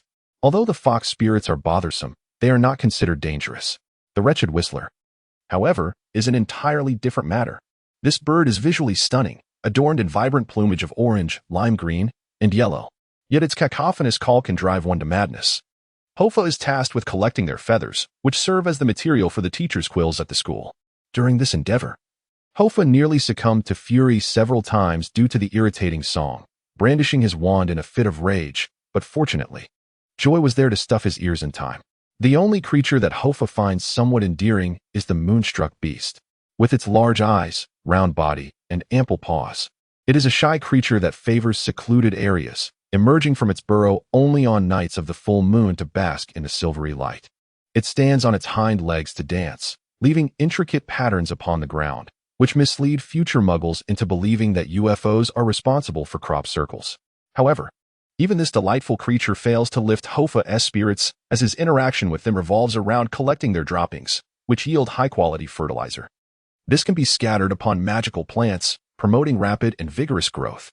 This task is hardly enjoyable. Each collection deepens his dissatisfaction with Enderth, who left him behind at Hogwarts to toil away without so much as a word of farewell. Amidst his laborious existence, Hoffa remains vigilant about external news. Whenever the Daily Prophet from Miranda arrives, he eagerly approaches to glean information. He yearns to hear of the capture of 3 dark wizards.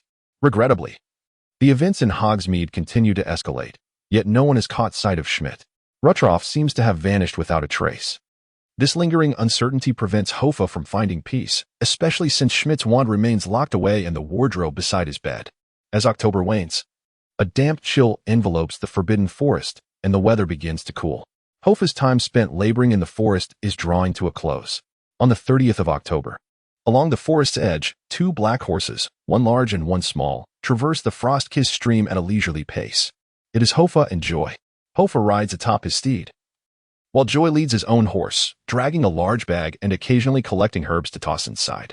Due to the extensive patrolling required in the Forbidden Forest, Hoffa has learned to ride over the past month, a generous tutorial provided by Joy. However, patrolling on horseback is hardly a glamorous task once the novelty wore off. Hoffa often found his backside sore and his thighs chafed, making it difficult to walk without keeping his legs apart. Of course, this is contingent upon Joy assigning him a rating of good or better on his scorecard. Hoffa held no doubts regarding this matter. After all, they had spent a month together, and their relationship had flourished. Yet today, on their final day of patrolling together, Joey seemed to be in a rather dismal state. He walked ahead of his horse, his gaze vacant, occasionally bending down in a mechanical manner to pick up various plants and toss them into his bag, appearing as though he were a marionette on strings. Hoffa, perplexed by the old man's demeanor, half seriously, half jokingly inquired, "Hey, Joey, did you sign that list for me?" Yeah," came the lackluster response. Hoffa furrowed his brow as he sat atop his steed. "So, did you give it an excellent rating?" Yeah." No longer pressing for answers, Hoffa reined in his horse to block Joey's path. "What is actually wrong with you?" After a moment of hesitation, Joey slowly replied, "Talaris is dying. Would you accompany me to see it off?" "What?" The sudden revelation struck Hoffa deeply. Talaris, the old Thunderbird, was nearing its end? He recalled a night a month prior when the Thunderbird had shielded him from an arrow shot by a centaur, saving his life. Throughout the month, Joey had taken Hoffa to the Forbidden Forest every few days to care for the Thunderbird. Initially taken aback, Hoffa had gradually grown accustomed to the majestic creature. It had a gentle temperament but hardly moved and refused to eat or drink. It was simply too old and frail. Hoffa understood that the great bird might not endure much longer, yet he had not anticipated it would only last less than a month. Joey lamented, The cold weather in England is causing it great suffering. It has decided to end its life prematurely. Of course, I will go, Hoffa replied. Not only that, but I also need you to assist me with something. Suddenly resolute, Joey clenched his teeth and stated, What do you need? Thunderbirds are akin to phoenixes. Each death signifies a new beginning. However, unlike phoenixes, they erase their memories and souls before passing, giving birth to offspring unrelated to themselves. As he spoke, determination sparked in Joey's eyes. I can no longer communicate directly with it, but you can. Your spirit is above the ordinary. No one can endure the centaur's magical illusions for so long. I hope you can help me speak with Talaris, persuading it not to erase its soul. At the very least, leave behind a fragment of memory. Hoffa paused, taken aback by this request. You want me to speak with Talaris? Precisely. I do not wish for it to forget me. For over 30 years, we have shared countless adventures. If possible, I would prefer it not to take this course. Does it not understand your feelings? Hoffa countered. It understands, yet it has refused my plea. If you could, I would like to ask you to try one last time. Joey implored. Hoffa nodded, recognizing that speaking with the bird would be a small effort on his part. However, he was entirely ignorant of how to converse with avians. Uncertain of the methods Joey might employ, the two rode their horses along the path, arriving at a clearing in the woods, one after the other. The last time he visited was under the cover of night, rendering everything obscure. This time, however, the daylight unveiled a stark reality. Hoffa observed the once magnificent Thunderbird, now in a state of utter desolation, far worse than he had remembered. Its body was emaciated, skin a pallid gray, and its skeletal frame protruded grotesquely, resembling a skin-clad fossil with feathers strewn across the ground. As the cold wind wafted through the air, he noticed the faint rise and fall of its abdomen. The sight tugged at Hoffa's heart. Perhaps an early release from its suffering would be a mercy. Joy led Hoffa closer to the Thunderbird, its once vibrant consciousness now dulled and unaware of their presence. With clenched teeth, Joy caressed the frail creature, pausing briefly as he uttered incantations under his breath. A peculiar magical aura began to course through the atmosphere. While chanting, Joy produced a small knife and sliced through the Thunderbird's sagging skin, a droplet of blood pooling at his fingertip. Then, in a shocking act, he severed his own little finger, causing Hoffa to gasp in horror, his skin prickling with unease. What was this man attempting? To inflict such harm upon himself without a flicker of hesitation. The blood from Joy's wound mingled with that of the Thunderbird, and an inexplicable tempest began to howl. Even from several meters away, Hoffa could sense the formidable magical essence contained within that single drop of blood. Joy's complexion turned ghostly pale, his hair becoming ashen, as if he had aged a decade in an instant. The act of drawing forth that blood seemingly draining him of all vitality. He approached Hoffa, grasping his hand, and with one trembling knee on the ground. He applied the blood to Hoffa's hand, inscribing an arcane symbol resembling an eye. A chill coursed through Hoffa's body. Was it truly necessary to go to such lengths merely to converse with a bird? Having completed this ritual, Joy appeared on the brink of collapse. This is an ancient sacrificial magic, allowing you to commune with souls. You must inquire with Talas if it is possible to retain even a fragment of memory. Just a sliver would suffice. Hoffa nodded, albeit somewhat perplexed. The notion of returning when he was clearly in the forbidden forest bewildered him. Where exactly do you want me to go? He pressed, before Joy could articulate his thoughts. The Thunderbird began to convulse violently. Joy forcefully pushed Hoffa aside, advancing to restrain the creature's beak. Old friend, let us commence. I shall care for you well, he declared. The bird raised its head, its throat laboring with effort, and ultimately expelled a viscous egg, roughly the size of Hoffa's head. This act drained the Thunderbird of its remaining strength, causing it to collapse heavily to the ground. In its final moments, it affectionately nudged its head against Joy. Its deep, golden eyes filled with reluctance as it gazed at him, panting heavily. Meanwhile, Joy knelt beside the bird's beak, tenderly stroking its head. Moments later, the great creature ceased to breathe, its golden eyes losing their luster. Joy knelt motionless on the ground, burying his head in the neck of the other. Witnessing this scene, Hoffa felt a pang of sorrow. Who claims that animals lack emotions? Sometimes, the bond between humans and animals can be more genuine and pure than that between humans themselves. However, before Hoffa could dwell on his sentiments for a few moments, the blood-red eye on the back of his hand seemed to come alive. It blinked. Immediately, Hoffa sensed an overwhelming heaviness in his eyelids. With a thud, he collapsed to the ground, as if someone had forcefully tugged at his hand. His vision faded to pure white, devoid of darkness. An invisible door swung open with a thunderous roar, and a gust of wind swept away Hoffa's consciousness. Following that mysterious force, his awareness traversed through layers upon layers of space. Countless worlds flashed before his eyes, innumerable dimensions aligning beneath his feet, as if his surroundings were enveloped in old film reels. In a haze, Hoffa suddenly felt that this sensation must resemble the effects of flu powder, despite never having used it. At last, when he ceased his descent and stood upon solid ground, a bone-chilling wind assaulted him, as if it could obliterate him into nothingness. He shuddered involuntarily, huddling his shoulders, on the verge of a scream from the pain. Yet swiftly, the meditation practices of the Milarepa ascetic within him activated, repeating themselves tirelessly. The meditation flowed through his icy body like warm blood, resisting the relentless cold. Hoffa's spirit began to refine itself repeatedly, the pain from the chill and the wind gradually fading. Finally, he managed to pry his eyes open. Upon his first glance at this place, he was astounded. Before him lay an endless abyss of ice and snow. The predominant hue was a chilling blue, and the cold wind represented the only climate here. Diagonal flakes of snow descended from the dim, ethereal sky, vanishing into the unfathomable depths below. Everything here was hazy and inexplicable. Hoffa extended his hand, and a snowflake landed upon it, revealing an image of a boy wearing a crown, celebrating his birthday. That vision lingered for a few seconds before disappearing with the snowflake's melt. Examining more flakes, he found each one depicted a different scene. Wiping the snow from his hand, Hoffa widened his eyes to survey his surroundings. He was now standing on a bridge. This was a massive, straight stone bridge, emerging from a nebulous realm, leading to an unknown shore. At the far end of that shore loomed a colossal, indistinct silhouette of an eagle, so vast that words could scarcely describe it. As it scanned its surroundings, it emitted a glimmer of light, the only illumination within this abyss. Hoffa's mouth fell agape as he sensed something behind him. Turning around, he beheld a gigantic eye, a meter in diameter, floating in the air, adorned with crimson tendrils. Within the pupil of that eye, Hoffa faintly discerned the forbidden forest of Hogwarts, his point of origin. At that moment, within his mind, the long-awaited system notification echoed once more. In the chilling winds of Helheim, the message resonated. Discover the bridge of the past in the realm of the Reaper, Helheim. Upon completing 50 of the 100 realm explorations, you shall receive 1/3 of a spell fragment. 1/3 of a spell fragment, imbued with peculiar energy, allows you to upgrade one of your spell abilities upon collecting 3.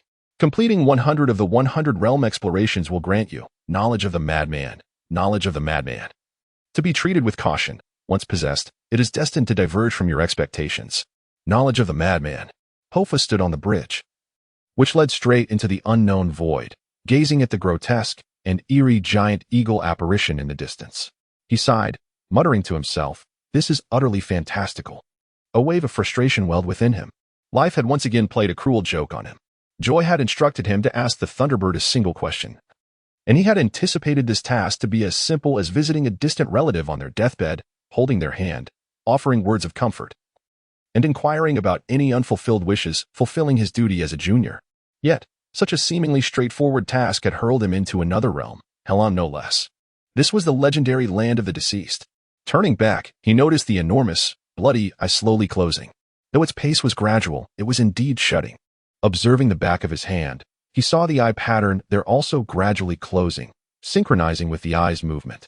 Calculating the rate at which the eye was closing, Hoffa estimated he could remain here for only about half an hour. Time was of the essence. He needed to act swiftly, confirming his objective. Hoffa braved the howling winds and sprinted across the stone bridge. As he ran, his body seemed to disintegrate like sand, scattering into tiny fragments that trailed behind him like fine threads. This marked his second departure from his original world. The first occurred in the Violet Society's secret chamber at school, when he had entered a tome titled The Book of Spells. However, this time was distinctly different. Previously, the system had provided no notifications, suggesting that place might not truly exist or had long since vanished, its authenticity still a matter of debate.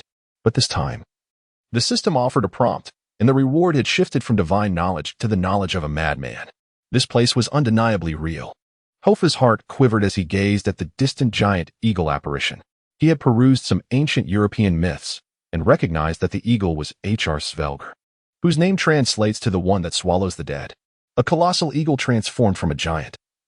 H.R. Svelgr donned a cloak of eagle feathers and resided at the world's northernmost reaches. When he waved his arms, transformed into eagle wings, the cold winds would howl across the land. He had thought these tales mere myth, yet this world was 100-fold more bizarre and grand than he had ever imagined. If deities truly exist, do they still dwell among us? The vast bridge lay desolate, devoid of any presence.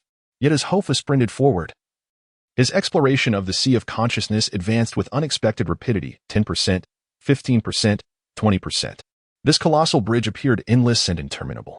However, no matter how swiftly Hoffa ran, the scenery on either side remained unchanged. The biting wind and snow, the abyss of nothingness, and the towering phantasm of a colossal eagle. After approximately 10 minutes of running, as the grotesque eye of flesh and blood behind him shrank to a mere speck, a notification from the system resounded. Ding! Bridge of Helheim's passed. Exploration level reached 50%. Acquired spell fragment, 1-3. Achieving 50% exploration yielded a fragment of arcane knowledge. Before Hoffa could revel in his newfound excitement or ponder the nature of the madman's wisdom that awaited him, a peculiar figure materialized on the path ahead. It was square in shape, towering and moving at an agonizingly slow pace, obscured by the howling winds and heavily fragmented. Could it be Terrace? Hoffa hastened towards the enigmatic form, having encountered nothing during his long journey. This was the first animated entity he had come across. As he drew nearer, the shadowy figure became increasingly distinct. Hoffa soon discerned that it was a being burdened by a towering stone tablet, its body encased in rusted chains, emaciated and hunched. The stone tablet upon its back loomed nearly 5 meters high, exuding an aura of immense weight. Is it you, Terrace? Hoffa hesitated, turning to inquire. But upon facing the creature, he instinctively recoiled in terror. The creature beneath the stone tablet was devoid of clothing, its skin a dark, withered hue, lacking eyes, nose, or ears, possessing only a gaping maw teeming with writhing maggots. It writhed in agony, clutching its chest, trembling and struggling against the frigid winds as it crawled toward an unknown destination. Hoffa's gaze fell upon the stone tablet on its back. The inscriptions were entirely incomprehensible to him. They were not of this world script. One figure soon led to another. Before long, Hoffa encountered a second creature bearing a stone tablet, followed swiftly by a third and fourth. They all trudged in the same direction, some, like the first, encumbered by a single tablet, while others bore dozens, nearly immobilized beneath their heavy loads. They crawled along the ground like snails, struggling to advance. Most of these figures were grotesque in appearance, terrifying and indescribable. Only a select few moved without any tablets, their expressions blank and indifferent as they walked onward. This surreal tableau left Hoffa profoundly unsettled. He meditated, centering his thoughts, and gradually began to forge ahead. As he pressed onward, the number of strange beings multiplied. Terrace? Hoffa called softly while running, seeking to locate his elusive target. Yet, the inhabitants here are all faceless. Some are so grotesque that their features are unrecognizable, while others possess only a flat, blank visage devoid of any discernible characteristics. Hoffa instinctively surmises that Terrace is not present, for it could never assume such a form. He yearns to shift his perspective. However, at that moment, a frail figure, burdened by a stone tablet, finally succumbs to the weight and collapses to the ground.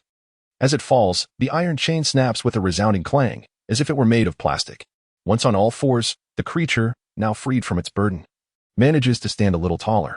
Yet, liberated from the weight, it does not rise with ease. Instead, it emits a heart-wrenching wail before frantically lunging toward its stone tablet, grasping the iron chain with its emaciated arms in a desperate attempt to hoist the stone back onto its back. However, it is utterly incapable of moving the immense slab.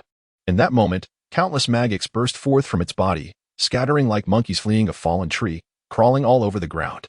Some plunge off the high bridge, while others ascend onto the bodies of other shadowy figures, burrowing within. Once the maggots have vacated, the creature is left as nothing more than an empty husk, which, upon the chilling breath of Helheim, disintegrates into fragments, vanishing completely. This scene fills Hoffa with profound dread. He had assumed someone was punishing these shadows by weighing them down. Yet it appears the reality is far more sinister than he imagined. Before he can contemplate the reasons behind this, another hunchbacked figure collapses under its load, repeating the previous cycle. This time, however, the figure is closer to him, and some of the maggots, after abandoning their former host, fixate on Hoffa. They possess no eyes. Yet he can feel their gaze piercing into him, an inexplicable mixture of ecstasy, greed, and envy twisting within him. This emotion surges through him like electric current, reverberating across the stone bridge. A single stone stirs 1,000 waves. All the maggots within the monstrous forms suddenly sense Hoffa's presence. Silently, they descend from their original hosts, gathering on the ground to form a large mass, gradually coalescing into a humanoid maggot creature. It slowly makes its way toward Hoffa, rising as it crawls. Initially unsteady, it soon adapts to upright movement, matching Hoffa's height and size, bearing a resemblance to him, as if it were a maggot-infested version of himself. Hoffa recoils in horror. As he retreats, the maggot creature immediately opens its gaping maw, laughing maniacally as it lunges toward him, its expression filled with insatiable desire. Witnessing this deranged figure rushing toward him, Hoffa's countenance changes. He has never encountered such a distorted monstrosity. At that moment, a warm sensation emanates from his waist. As Hoffa backs away and reaches for it, he unexpectedly draws forth his wand. This entity has followed him here. At that instant, the character, at the end of his wand, glows an unusual crimson, starkly contrasting its usual faded hue. The maggot-formed figure roars as it approaches, its visage brimming with jealousy, envy, and madness. What shall he do? The wand was present, yet the question loomed. What spell should he employ? Ghostly walk. Hoffa waved his arm. The first thought that crossed his mind was indeed the ghostly walk. Boom. The anticipated disappearance did not occur. Hoffa tumbled clumsily, narrowly evading a heavy strike teeming with maggots. He had failed to utilize the ghostly walk, and with a moment's contemplation, he realized his folly. This was not the material realm, and he was evidently not a corporeal being. It was absurd to think the ghostly walk would have any effect here. Regaining his footing, Hoffa scrambled away from the onslaught of the maggot creatures, his mind racing with thoughts on how to confront this dire predicament. On the Great Bridge, countless maggots emerged from the void, coalescing into grotesque forms, reminiscent of the creatures from a Cronenberg film. Each one bore Hoffa's likeness, their faces twisted with yearning. Suddenly, a recollection struck him, those German dark wizards. Previously, in Hogsmeade, he had narrowly escaped being slain by their transfiguration curse. It was a remarkably effective offensive spell, and the incantation appeared deceptively simple. With this thought, Hoffa sprang into action. Transfiguration was his forte. He immersed his consciousness into the wand, striving to alter its form just as he had in his first transfiguration class. Upon entering this mental state, he discovered the wand was more malleable than he had anticipated. He could sense its eagerness for transformation. On the stone bridge, the number of creatures had multiplied into the dozens, surging forth with reckless abandon toward Hoffa. Magical energy coursed through him, rapidly depleting by a fraction. Suddenly, he opened his eyes wide. The wand in his grasp morphed swiftly, elongating, expanding, and sharpening until, at last, a 2-meter-long greatsword materialized in his hand. This sword, though seemingly heavy, was intricately linked to Hoffa's essence, allowing him to maneuver it with his mind, just as he would wield his wand. With a flourish of his hand, he swung. The magically transformed blade was exceptionally sharp. One maggot creature was cleaved in twain by Hoffa's strike. Yet, the other monstrosities charged forward, undeterred by their fallen comrade. Hoffa then arced the greatsword in a sweeping motion. And as he did, the blade elongated from 2 meters to 5. With a glimmering arc of cold light, a dozen maggot creatures were bisected, collapsing to the ground with anguished cries. Had it worked? Hoffa felt a surge of joy. The transfiguration was proving far more effective than he had imagined. However, to his dismay, the severed halves of the maggot creatures did not perish. Instead, they squirmed and contorted, merging back into 2 separate entities. With his strike, the number of creatures had more than doubled. They continued their relentless advance, shrieking. Cursing under his breath, Hoffa was taken aback. Realizing the gravity of the situation, he intensified the flow of magical energy, and the greatsword began to transform once more, widening, thickening, and ultimately morphing into a massive hammer. The massive hammer at the forefront is square and adorned with barbs, exceptionally thick, reminiscent of a weapon from the realm of fantasy. With a resounding crash, Hoffa swung the hammer, sending 5 or 6 worm-like creatures tumbling through the frigid air, their bodies rolling as they hit the ground, colliding with a multitude of their kin. Here, the spirit embodies strength. Yet, the encounter was far from over. Observing Hoffa's formidable presence, the fallen monsters exchanged glances, and in a sudden, collective decision, they merged into one colossal worm-like abomination. However, their amalgamation required time. Just then, Hoffa felt a sudden darkness envelop his vision. A vast entity blotted out the scant light as it soared overhead. He looked up to witness a multitude of creatures flying high in the sky, casting shadows that covered the bridge. Upon closer inspection, Hoffa discerned a 6-winged bird among them. It was Talus. Indeed, it was soaring through the void, accompanied by an array of unknown beings, venturing into the unfathomable distance. Tal! Hoffa opened his mouth, but no sound escaped. The Thunderbird in the sky cast a fleeting glance at him before hastening its flight, vanishing beyond the horizon in the blink of an eye. Alas, it's over, he thought, realizing that the creature seemed utterly indifferent to his plight. Since Tallis had no intention of lingering, Hoffa could not compel it to stay. He glanced at the distant bloodshot eye and then at the half-closed eye pattern on the back of his hand, as if sensing his sentiments. The giant worm roared in frustration. It had not yet completed its fusion and was now clumsily crashing through numerous hunched figures on the stone bridge, pursuing him with a grotesque fervor.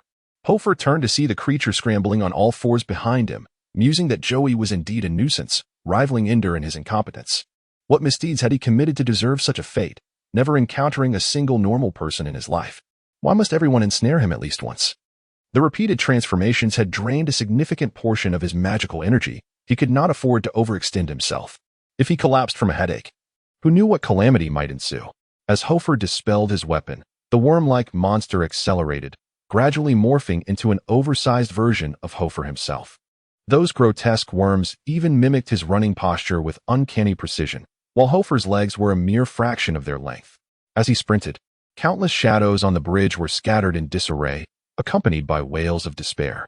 A mere glance over his shoulder revealed the creature closing in on him, intensifying his anxiety.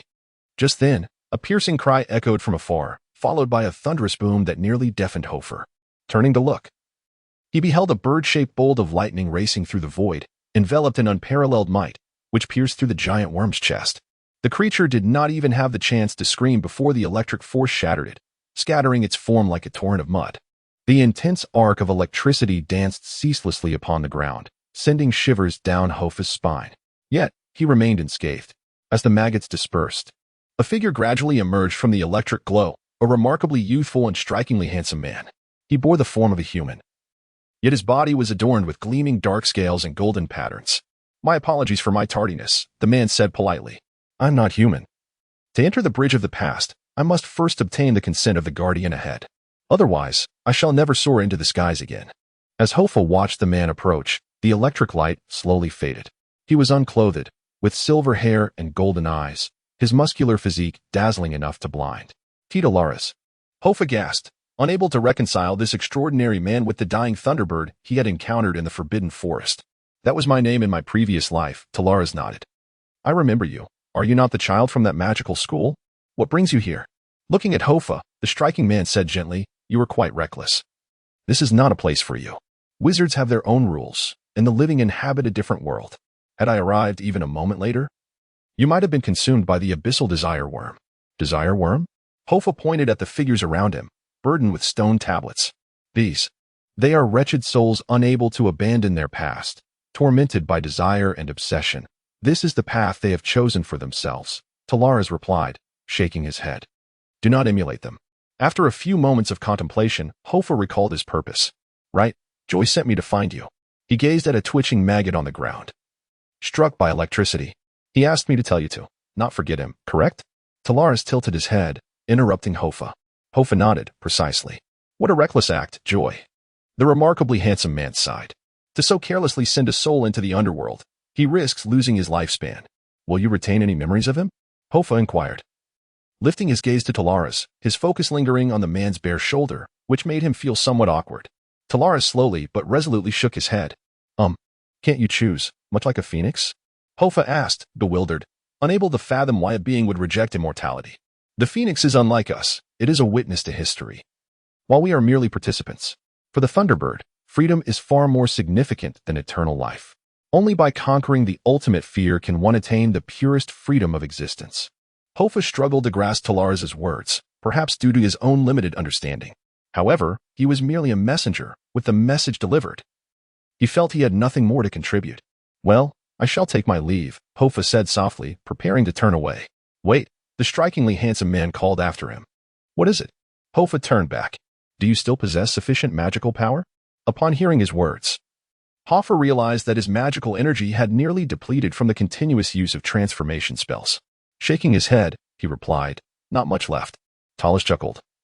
"You are indeed the most peculiar wizard I have encountered, with an astonishing mental fortitude that even the frigid winds of Helheim cannot diminish. Yet, your magical energy is lamentably scarce, possessing scarcely half of what an average wizard of your age would have." Hoffa, Talas pointed towards the bridge, without magical energy. You cannot dispel the worm of desire. They are irresistibly drawn to your life force, and will persistently entwine themselves around you until you descend to their level of existence. Hoffa surveyed his surroundings and, indeed, noticed that the electric shock had merely incapacitated the maggots, which were now showing signs of revival. Moreover, an increasing number of them crawled up from the abyss onto the bridge. Do you have any solutions? Hoffa inquired. Talas nodded. Fortunately, your earlier endeavor was not in vain. I am nearing the end of my life, and though I have some residual power left, it is of no use to me now. Take it. As he spoke, he suddenly stepped forward and grasped Hoffa's hand. With a crackling sound, he forcefully pushed Hoffa. A surge of energy coursed through Hoffa's left hand, enveloping his entire being. And he widened his eyes in astonishment. It was a sensation he had never experienced before. He felt as though he could accomplish anything. He wished to bid farewell to Talas, but before he could utter a word, Talas smiled and waved his hand, transforming into a flash of lightning and vanishing into the horizon. Hoffa was now filled with an overwhelming energy on the verge of explosion. A glimmer of golden light flashing in his eyes. He turned and took a step, covering dozens of meters in the blink of an eye. The exhilaration was indescribable. He noticed the eyes on the back of his hand were almost shut, and with all his might, he began to run at a speed 100 times faster than before, traversing the straight stone bridge. However, the number of maggots crawling up from beneath the bridge was also increasing, as countless grotesque creatures formed from the wriggling masses sought to possess Hoffa and claim his soul. The closer he approached the massive eye, the more hideous creatures emerged, converging like a formidable army. They desperately resisted the electric light, surging towards Hoffa in their hundreds and thousands. Hoffa's forward momentum began to slow. Yet, he felt no fear. The surging magical energy within him ignited a wild and combative desire, even stirring a primal instinct deep within. He raised his hand and clenched it, causing his wand to rapidly elongate and expand amidst the boiling magic, exceeding 2 meters, then 5, and finally surpassing 10 meters, showing no signs of stopping. Ultimately, the wand transformed into a colossal electric sword measuring 40 meters in length. Dragging the hilt behind him, he ran with all his strength, tracing a magnificent arc. Every creature within a 40-meter radius was cleaved in two by his sword. Regrettably, his moment of exhilaration was fleeting, as the magical energy bestowed upon him by Talas was quickly expended. Subsequently, unimpeded, Hoffa collided head-on with the enormous eye, vanishing into its pupil. After Hoffa beheld through the eye, the colossal bloodshot orb gradually closed, dissipating into dust amidst the frigid winds of Helheim. Once more, he traversed layers of convoluted space, akin to indulging in a surreal and bizarre dream. Hoffa's once shadowed eyes gradually returned to normalcy. A flicker of electric light crackled within his gaze for a fleeting moment before succumbing to silence.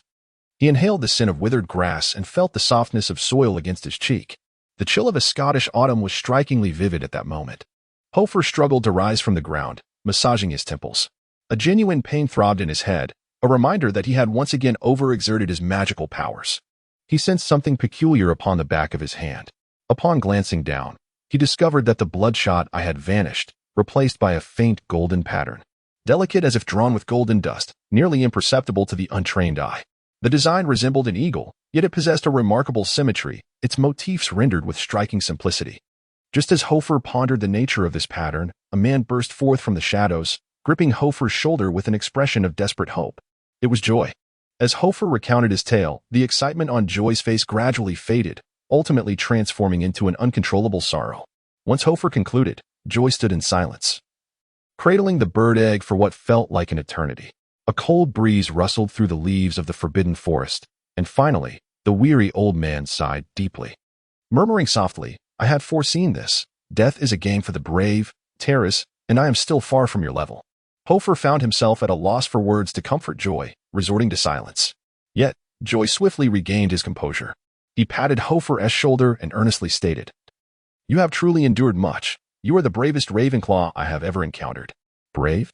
Hoffa rolled his eyes, contemplating that if Joy had initially mentioned the journey to the underworld, even if it meant breaking his legs, he would have refused, realizing he had been led astray. He extended his hand, inquiring, Where is the document? Joy, cradling the egg with one arm, retrieved a crumpled parchment from his pocket with the other. Hoffa accepted the parchment. And indeed, at the pinnacle of the sheepskin, a bold red check mark was emblazoned, accompanied by Joy's signature and wax seal beneath it. Satisfied, Hoffa tucked the parchment into his robes. Upon returning to the treehouse and bidding farewell to Joy, Hoffa, still massaging his aching head, made his way toward the castle. This was the legacy Terrace had left for him in the underworld. Initially, he had presumed the power was a one-time gift, expiring after use. However, it seemed that this was not the case, and Hoffa was intensely curious about the nature of this phenomenon. He felt an inexplicable essence flowing from within his body toward the golden pattern, as if he had acquired a new organ that could breathe. As he scrutinized the pattern, he reached the entrance of the school, and the throbbing pain in his head intensified. Hoffa's expression shifted. Something was amiss. He had not cast any spells. So why were the symptoms of magical overexertion becoming increasingly severe? The sensation of movement along the golden pattern on his arm grew more pronounced. A peculiar sensation of hunger surged through Hoffa's mind. Hungry? Am I truly hungry? Hoffa was momentarily taken aback as he glanced at his arm. He finally comprehended the situation. The golden pattern was voraciously devouring his magical energy at an alarming rate. Damn! As the throbbing in his head intensified, Hoffa promptly seated himself on the ground and began to meditate. Once he entered meditation, an unparalleled hunger enveloped him, not a corporeal hunger, but one that craved magical energy. He dared not be careless, diligently practicing the meditation technique of the Mirajiba Walker, striving to restore his magical power. Yet, after only a few moments, that gnawing hunger returned, akin to an insatiable infant crying for sustenance. A sudden, piercing headache forced Hoffa to lean against the wall, clutching his head. What the hell? Ignoring the astonished gazes of nearby students, Hoffa had no choice but to sit down once more and continue his meditation. Thus, each hour of meditation allowed him to regain his magical energy, yet within mere minutes, if not seconds, that faint golden tattoo would drain him entirely, showing no signs of relinquishing its grip. After 3 consecutive meditations, the initial intrigue and curiosity dissipated, replaced by frustration and confusion. At the castle entrance, Hoffa vented his exasperation, startling a flock of pigeons. Hey, you old bird, what on earth have you left on me? In the Hogwarts library, those most obedient and yet somewhat unremarkable wizards were consistently recruited as librarians. Remley Vennington was one such individual, a diligent old man who had faithfully served for over 40 years. On a November morning, he was engaged in dusting the restricted section of the library's collection when he suddenly heard the faint sound of pages turning behind him. Who is that? Remley quickly turned around the corner, clutching his leg, only to find the area deserted. After pondering for a moment, he cursed in realization. Damn it. These accursed magical tomes. The pain in his leg soured his mood. As he muttered curses, he vigorously dusted the shelves with his feather duster, as if he harbored a deep-seated grudge against the books. Cleaning 50,000 volumes daily for a meager 10 galleons a month. Damn that Dipet. He grumbled about his work. Unbeknownst to him, a feather that had been flung from his duster suddenly hovered motionless in the air, lingering in the corner. As the sound of his complaints faded around the corner, the feather gently descended to the ground. Hoffa, having lifted the invisibility charm, removed the feather from his head and sighed. Once the librarian's voice faded into silence, he resumed extracting a potions book, reading it word for word. As November progressed, the air within the castle grew increasingly frigid. Hoffa embarked on his journey of acquiring various extracurricular knowledge at the school. Hoffa had originally intended to avoid such reckless behavior, especially in swiftly contravening school regulations. After all, he had painstakingly managed to blend into the background, becoming an inconspicuous student. Yet, circumstances had now forced his hand. The faint golden tattoo on the back of his hand absorbed a significant portion of his magical energy daily, at unpredictable intervals. Sometimes it would occur during the day, other times in the dead of night. Essentially, every few hours it would demand its due. Although the efficiency of energy absorption had diminished from its initial intensity, the rate at which his magic was consumed was unbearable for Hoffa. While his magical reserves were already scant, sufficient for daily life and studies, they were woefully inadequate for combat. Frequently, he found himself in the midst of a class, only to have his magic suddenly depleted. The most embarrassing instance occurred during Transfiguration class when Dumbledore requested Hoffa to demonstrate the transformation of a snake into a rope. This task was hardly daunting, however. As he began the transformation, his magic was abruptly siphoned away by the tattoo. Dumbledore, eager to witness the outcome, was met instead with the rope biting Hoffa's hand, causing his fingers to swell grotesquely. The class erupted in laughter, leaving Hoffa humiliated. In desperation, he delved into research. scouring all available materials in an attempt to decipher the nature of the enigmatic pattern on his hand. Yet, after 2 weeks of relentless searching, he had yielded nothing. Not only did he fail to uncover information about the tattoo, but he also found no records pertaining to Helheim or Thunderbirds. Naturally, with such a steep price to pay, Hoffa had entertained visions of possessing a hidden treasure. Perhaps this tattoo could devour his magic, purging impurities and releasing purer energy. Or, it could serve as a reservoir for his magic, unleashing it in times of battle. Maybe it would imbue his magic with an electric attribute, amplifying its potency. He even fancied the notion that an ancient spirit resided within the tattoo, waiting to awaken after consuming his magic and guide him to the pinnacle of success. Yet, there was nothing, absolutely nothing. It merely consumed his magic without any feedback, reason, or rhyme. Irrespective of time, place, or circumstance, it persisted. It was akin to a destitute man, struggling to make ends meet, suddenly burdened with a hungry child, compelling him to seek a way out. Since he could not prevent the tattoo from siphoning his magic, his only recourse was to focus on augmenting his magical reserves. Now, he was compelled to discover methods to enhance his magic. Otherwise, he would find himself unable to combat, let alone complete his studies. And the prospect of graduating from his first year would be in jeopardy. In utter desperation, Hoffa had no choice but to embark on another venture. The silver lining was that after an arduous and monotonous search, he had temporarily identified 3 viable methods to enhance his magical energy. The first, the most conventional and safest approach, was natural enhancement. A wizard's magical capacity would gradually increase with the passage of time. This is a natural law. Between the ages of 14 and 17, a wizard's magical power experiences a significant leap, reaching its zenith by the age of 30. However, this method is not feasible for Hoffa. The second approach involves soul transmutation within the realm of dark magic, a method shrouded in darkness and scarcely documented. Hoffa surmised that delving into this topic could result in spending the latter part of his life in Azkaban. Not being a dark wizard and finding no allure in such a path, he abandoned this method after a brief exploration. The final approach is rather ordinary and commonplace. It entails the consumption of certain magical potions to rapidly restore one's magical energy. This practice has a long history and is deemed relatively safe. This is the reason Hoffa has been spending his days in the potion section seeking formulas. He discovered numerous recipes, and not just one. Remarkably, he did not even need to venture into the restricted section. The ordinary area contained records of such formulas. These are not classified as illicit potions like the complex concoctions. Many wizards have studied them. Furthermore, the ingredients listed in these recipes are quite common and can be easily gathered in the potion classroom. The sole issue is that these formulas are exceedingly ancient. Not only antiquated but also incomplete. Most texts are vague or overly generalized. As for the reason behind this, Hoffa found an explanation in a book titled The Modern Applications of Ancient Potions. Minor Magical Energy Restoration Potion. This potion is patented by the European Wizards United Guild.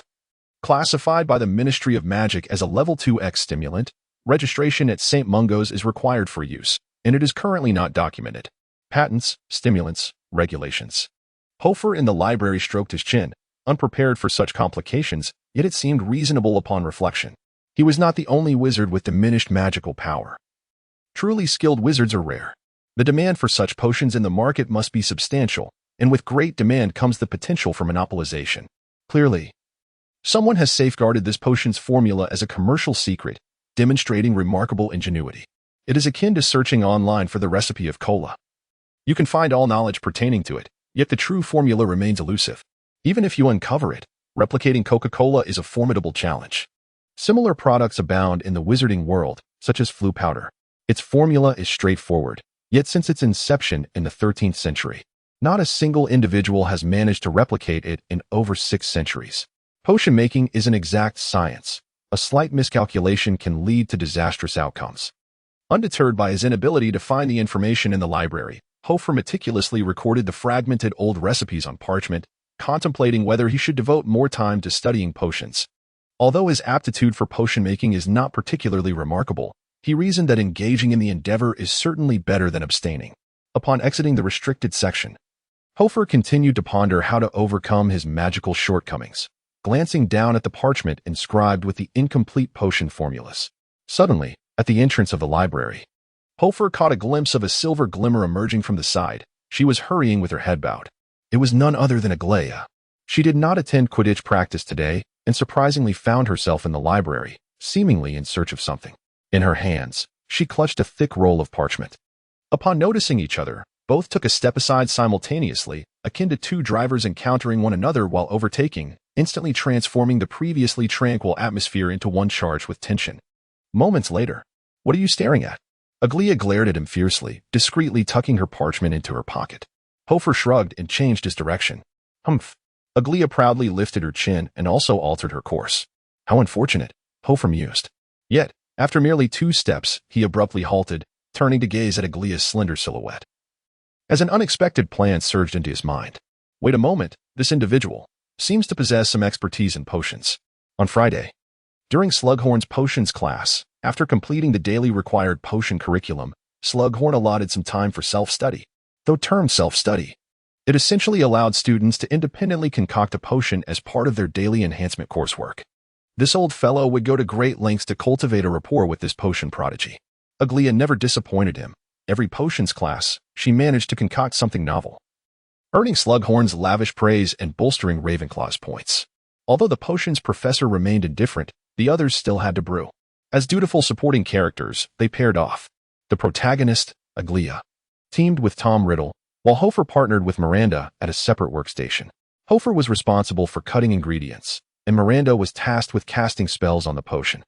Miranda's performance was far from stellar. One could only describe it as mediocre, with her skills in potions and transfiguration being quite ordinary, as were her abilities in astronomy and divination. After collaborating with her, Hoffa's potion grades ceased to attract Aglia's attention. In class, while slicing the tentacles of a murlap, Hoffa pondered the formulation of a magical potion. Undoubtedly, given Slughorn's extensive network, he must be privy to the recipe for such a potion. Hoffa glanced up at Slughorn, who, rotund and jovial, stood beside Aglia, intermittently expressing admiration with soft clicks of his tongue, his eyes brimming with appreciation and indulgence, as though her every action was worthy of praise. Riddle, assisting her, wore a similarly obsequious expression, leaving Hoffa uncertain whether it was genuine or feigned. Hoffa returned his attention to his task. Pursuing Slughorn's favor was clearly an unviable path. Since the last potions class, the old man had forgotten even his own name. Moreover, potions was one of Aglia's strong suits. Though she had temporarily ceased to mock him, it did not imply she was oblivious to his presence. Should he dare to emerge and seek Slughorn's approval or reveal any ulterior motives, Aglia's character would undoubtedly retaliate, subjecting him once more to her disdain.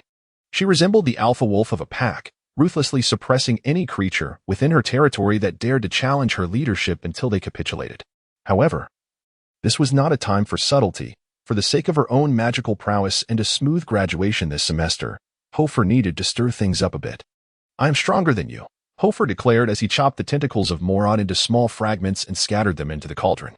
Instantly, the clear water within transformed into a crimson hue, one of the ingredients for a potion of magical restoration. Meanwhile, Miranda was intently reciting spells from the potion book, stirring the cauldron as if in a trance. Upon witnessing Hoffa add the Morad tentacles, she paused. "Hey, Hoffa, weren't we supposed to brew a shrinking potion today?" she inquired. Hoffa replied quietly, "Well, that seems rather dull. I've recently developed a new formula that is particularly intriguing. Allow me to take the lead." "All right then," Miranda conceded, adjusting her glasses as she switched positions with Hoffa and took over the cauldron. Hoffa then directed her to chop various ingredients from the potion classroom. Subsequently, he recklessly tossed the prepared materials into the cauldron without regard for the correct proportions. Naturally, such a careless attitude towards potion making was bound to yield disastrous results. And as the ingredients splashed into the pot, the color became increasingly bizarre. Miranda, while chopping, cast worried glances at the boiling cauldron, which had begun to emit ominous hissing sounds. "Hoffa, I've never seen a potion brewed in such a manner. Are you concocting a stew?" she whispered. "Sure. Just help me chop the daisy roots," he replied. After tossing in more ingredients, the cauldron's hue morphed into a shade reminiscent of a lunatic's expression, the potion boiling violently and releasing a scent akin to burnt shoehorns. The classmates nearby could not help but furrow their brows, witnessing the potion take on increasingly abnormal characteristics. Confused, Miranda retrieved her wand, intending to intervene. However, it was too late. With a thunderous explosion, the cauldron erupted. Hoffa swiftly pulled Miranda back, evading the wild spray of potion, causing everyone in the potion classroom to turn, pinching their noses. Engrossed in watching Aglia's performance, Slughorn suddenly lifted his head, brow furrowing as he strode towards Hoffa's table, pinching his nose and demanding, "What is this? Hoffa, please explain." The cauldron was spewing forth a kaleidoscope of colors, the liquid hissing as it dripped from the table, sprouting peculiar branches upon the floor. Hoffa, flustered and glancing around in a state of bewilderment, appeared like a deer caught in headlights. He was waiting. In less than a second, it was as if a switch had been flipped, triggering an inevitable event. Humph. A subpar potion of magical restoration. A cold yet mocking voice rang out from the crowd, causing Hoffa's heart to leap with joy. "Ha! Caught you. It was merely a failed restorative potion, yet you, Bach, thought you could concoct such a thing. How utterly naive." In the potion class, Princess Aglaya's voice commanded immediate silence among her peers. With her arms crossed and a stern expression, she feigned disdain and impatience. Yet the ecstasy and excitement in her eyes were unmistakable. Hoffa, unwilling to relent, shouted, "What business is it of yours what potions I brew? Huh? Just consider your own capabilities." Aglaya brushed aside the student blocking her path and strode boldly to Hoffa's cauldron, brandishing her wand with a flourish. The boiling cauldron instantly calmed. Malarat rat's whiskers, lionfish spine powder, porcupine quills, armadillo bile, and a touch of fey root, she declared, eyeing him sidelong and listing the ingredients Hoffa had employed with precision.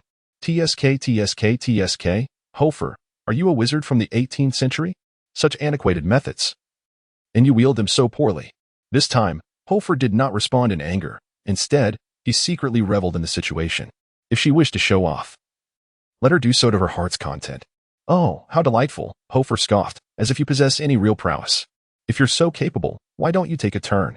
Aglaya's excitement intensified, her eyes sparkling with a captivating brilliance. I shall surpass you with one hand." With a decisive shove, she pushed Miranda aside and eagerly snatched the stick from the bewildered girl's grasp. "Watch closely. If it were I wouldn't include so much rat fur. For the whiskers serve only to neutralize pain in this potion, not to enhance resistance. What purpose does your excess serve?" Her fingers deftly retrieved various potions from the cabinet, disassembling, slicing, and tossing them into the cauldron with a speed that dazzled the eye. 1 minute later, "And that meager amount of armadillo bile you added, what is that supposed to accomplish? Have you not listened in class?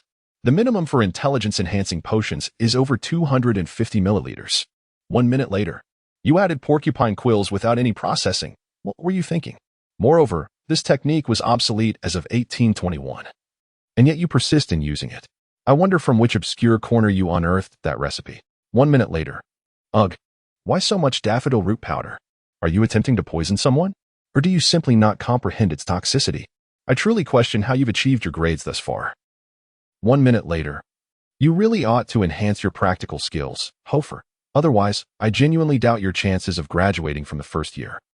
She reveled in the joy of imparting knowledge, her eyes gleaming with a sense of intoxication, completely oblivious to Hoffa's gaze. At that moment, Hoffa disregarded Aglaya's mockery entirely. He focused intently on his meditation technique, his mind woven like a spider's web, deeply attuned to the nuances of the potion before him. At long last, after an indeterminate passage of time, amidst the vacant gazes of her classmates, all the materials in her hands transformed into a series of diminutive vials. Agrippina held 3 small glass tubes aloft, her eyes sweeping the surroundings as she puffed out her chest. Unable to suppress her pride, she proclaimed, "Of course, the restorative potion, being one of the most widely utilized and specialized wizarding concoctions, requires a final step of precise proportioning to be successfully brewed." She elongated her tone. "I dare say, few in this world possess knowledge of this ratio." With a raised hand, Hoffa was utterly engrossed. "The ratio must, cough cough." Suddenly, a deliberately loud cough resonated from the crowd, interrupting Agrippina's eloquent discourse, as well as the astonished expressions of her classmates. Turning around, she beheld Slughorn approaching. Hoffa's countenance fell immediately. Why had this old coot decided to appear out of the blue? Slughorn regarded Agrippina with a mixture of astonishment and nostalgia. "Enough, my dear. No need to continue," he gently admonished. Agrippina furrowed her brow at the potion in her hands, her performance having been abruptly halted, leaving her exceedingly displeased. "What is it?" she inquired, her irritation palpable, entirely disregarding his status as a teacher. The surrounding students stifled their laughter, as though concocting a restorative potion were a matter of disgrace. Slughorn looked again at Agrippina, his tone affectionate. "Your execution is nothing short of exquisite. It is truly an art form. However, This potion is protected under patent law. I cannot permit you to conduct your experiment in class, for should word get out, the school would bear responsibility, which would be quite unfortunate. If you are interested, I could arrange for you to meet with the Department of Magical Drugs Control next time." His endless reassurances managed to quell Agrippina's sulking demeanor, though she still frowned as she tucked the potion into her pocket, letting out a huff and crossing her arms as she departed. Hoffa gritted his teeth in silence. Potions class was evidently not destined to be his forte. He was merely a step away from success, yet Slughorn had intervened at the last moment. Now, possessing the full recipe yet lacking the final ratio was a vexing predicament. After potions class concluded, Agrippina exited in a sullen mood, though Slughorn acknowledged her talent with potions. She felt a sense of incompleteness since she had not fully brewed the potion. Moreover, Slughorn's constant praise had dulled its novelty, even instilling a sense of annoyance within her. She yearned for broader recognition, particularly from that arrogant individual. Yet, merely brewing half a potion was hardly sufficient to compel him to acknowledge her prowess. Indeed. Hoffa glided past her, his gaze unwavering. Agrippina laughed and chatted with her sycophants, yet her peripheral vision remained fixed on him. How infuriating. He continued to disregard her. Did he truly believe she was incapable of brewing a restorative potion? She was more than capable, she was merely a fraction away. Just a fraction. The more she pondered, the more her frustration mounted. At last, she pushed aside those around her and caught up with Hoffa. To live is to affirm 4 words. I am stronger than you. Damn Slughorn. It was just a hair's breadth away. Hoffa hurriedly walked while extracting a quill and parchment to jot down notes. Though his spirit soared above the ordinary, and his memory was commendable, committing an extensive array of potion recipes and instructions to memory was no simple feat upon entering an unoccupied study room. He clutched the quill and parchment in his mouth and rushed inside, hastily selecting a spot to begin his documentation. Aglaia followed Hoffa to the doorway, poised to confront him, questioning whether he doubted her skills. Suddenly, she noticed Hoffa scribbling something rapidly within the room. What on earth is he writing? Aglaia stood at the threshold, momentarily stunned. Before her brow furrowed in concern. She was no fool. In fact, she was quite astute. Just moments ago, she had been ensnared in a frenzy of self-assertion, oblivious to Hoffa's eccentric behaviors. It had been over a month since he had engaged in any peculiar activities, so why? Today, was he concocting a potion of level 2x? Rubbing her pointed chin, Aglaia's expression gradually softened. A sudden realization struck her as she slapped her palm with her fist. The audacity, stealing my knowledge. Initially reveling in her triumph, her demeanor quickly darkened. How dare he exploit her? This fellow must harbor some clandestine secrets. Aglaia cast a wary glance at Hoffa within the room. Meanwhile, Hoffa, engrossed in documenting the potion recipe, felt an unsettling shiver run down his spine, as though he were being scrutinized by an unseen specter. He immediately glanced towards the doorway, yet saw nothing. Aglaia's prowess in potion-making was extraordinary. After her display of superiority, Hoffa had acquired nearly 90% of the complete recipe. Had it not been for Slughorn's interruption, he would have secured it by now. However, lamenting Slughorn's interference was futile. Swiftly addressing his magical deficiencies was of utmost importance. With a stable and unending source of magic, he could not only relieve the burden of the peculiar tattoo on his arm, but also continuously employ the ghostly walk. An eternal ghostly walk. Forever immune to any harm, such a thought was terrifying. Possessing 90% of the recipe, combined with a few antiquated formulas gleaned from the library, Hoffa believed he could calculate the synthesis ratio for the magic restoration potion. This approach was often employed by many students. The second task, however, posed a conundrum. He required a location, an undisturbed environment for potion making. Although this potion was not classified as forbidden, Slughorn had cautioned that if discovered, it could lead to unfavorable consequences. Better to avoid unnecessary trouble. Hoffa initially contemplated using the abandoned washroom at the entrance of the chamber, but then mocked himself for being so forgetful. At present, the myrtle remains alive and well in Ravenclaw. The ladies' restroom is still unremarkable, though one might fear being hoisted up by a gentleman if entered. After much contemplation, Hoffa resolved to relocate to the room of requirement on the 8th floor to delve into potion studies, for there exists no sanctuary more secure than that.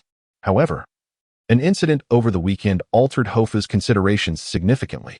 He sought to procure a substantial quantity of potion ingredients, yet lacked an owl.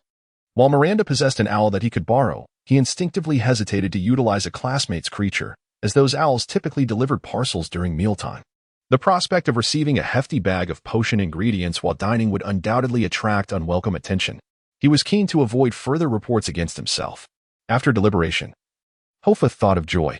Having collaborated with Joy for a month, their rapport was relatively amicable. The old fellow housed several owls, and borrowing one would pose no issue. More importantly, he was not concerned about Joy reporting him. Though a faculty member, Joy engaged in far more reckless activities, including raising thunderbirds in the Forbidden Forest. By mid-November, the temperature plummeted, and each morning, a white frost blanketed the surroundings of the Forbidden Forest, heralding the onset of winter in England. On the weekend, when Hoffa arrived at Joy's abode, the treehouse was in disarray, the fireplace ablaze with heat, creating an oppressive warmth within the room. At that moment, Joy, donning a pair of red mechanical glasses and bare-chested, darted around the room, intermittently stoking the fire and bustling about the table. On the table lay a nest of hay, cradling a round bird egg, the very one expelled by the thunderbird Talus. "What are you doing?" Hoffa inquired. "Attending to Maya." "Maya? Is this thunderbird female?" Hoffa asked, puzzled. He approached Joy and nudged him gently. Hey. Finally, Joy seemed to register, straightening up and removing his glasses. "What do you need me for?" "May I borrow an owl?" Hoffa replied. "Go fetch it yourself," Joy retorted, returning to his examination of the egg. "Oh," Hoffa said, turning to leave. Just as he reached the door, Joy called out to him once more. "Wait a moment, I just remembered. I need to head to Diagon Alley to purchase some ingredients. So I can't lend you an owl just yet." "Huh?" Hoffa was taken aback. "What a coincidence. What are you buying?" "Maya is in a vulnerable hatching state. And given the increasingly inhospitable English climate, I require some special potions to sustain her life." Hoffa paused in astonishment for a moment. "Well, actually, I'm also going to Diagon Alley for potions." Now it was Joy's turn to be surprised. "Are your supplies from the school insufficient?" "I intend to brew a potion for magical recovery," Hoffa stated. "Don't be ridiculous," Joy scoffed. "That concoction sells for 20 galleons per vial at St. Mungo's. If you could brew it, that would be miraculous. Moreover, considering your tender age, what purpose do you have for such a thing?" 20 galleons. Hoffa marveled inwardly. As the cost of the raw materials for a single vial is less than a galleon, yet it is sold for 20. With the scant funds he possesses, purchasing a completed product would hardly suffice to acquire 4 vials. Truly, the world of hospitals is as corrupt as ever, one must remember. A wand costs less than 20 galleons. If only I could ascertain the formula for the healing potion, perhaps I could one day amass wealth through it. "I lack sufficient magical power," Hoffa lamented. "How old are you?" "In a few years, your magical abilities will surely increase." Hoffa pondered the notion of a few years. Without access to a magical power potion, passing the first-year examination might be in jeopardy. Furthermore, with Schmitrutrov still roaming outside, he must inevitably confront the many risks of the future and address his magical deficiencies. Noticing Hoffa's silence, Joy looked surprised. "Are you truly considering brewing it?" "Yes." "Ah. Truly a worthy Ravenclaw." With that, he seated himself and began to write fervently on a piece of parchment. Once finished, he handed it to Hoffa. "If you wish to purchase, do so, but remember to bring these items back to me, divided between 2 owls." Without a doubt, Joy was utterly indifferent to Hoffa's potential transgressions. His mind was wholly preoccupied with that thunderbird egg, oblivious to external matters. Thus, after departing from Joy, Hoffa abandoned the thought of visiting the room of requirement, opting instead to research the magical recovery potion within Joy's treehouse. Venturing to the room of requirement would necessitate stealth, and with so many students around, discovery was a distinct possibility. Conversely, Joy's abode offered a more secure environment. Protected by an old rogue, ensuring that should trouble arise, there would be someone to shield him. 3 days later, Joy's owl efficiently delivered the necessary materials from Diagon Alley. The bundles were so numerous that they nearly exhausted the 2 owls. Naturally, Joy's potions also arrived, appearing murky and unappealing, reminiscent of the sludge found in a pond. With the materials at hand, Hoffa now needed to make daily trips to Joy's treehouse. Lacking Aglaya's level of expertise and a complete recipe, he anticipated numerous experiments would be required to concoct the magical recovery potion. Days passed, and on a Friday afternoon, as Hoffa concluded his classes, he hurriedly exited the classroom and made his way to Joy's treehouse. Typically, Joy would be found in the treehouse's hall, diligently tending to his egg. However, on this particular day, Hoffa spotted Joy beside the stables at the edge of the Forbidden Forest, preparing to saddle a white horse. The horse was adorned with a sheath and a bow, while Joy himself carried several small glass vials emanating an enigmatic glow, appearing fully armed. This peculiar attire inexplicably reminded Hoffa of Gerald. "What are you up to?" He could not help but inquire. Upon noticing Hoffa's presence, Joy casually replied, "You carry on with your tasks. I'm venturing into the Forbidden Forest. It seems there is trouble with the centaurs. Oh, and please keep an eye on Maya.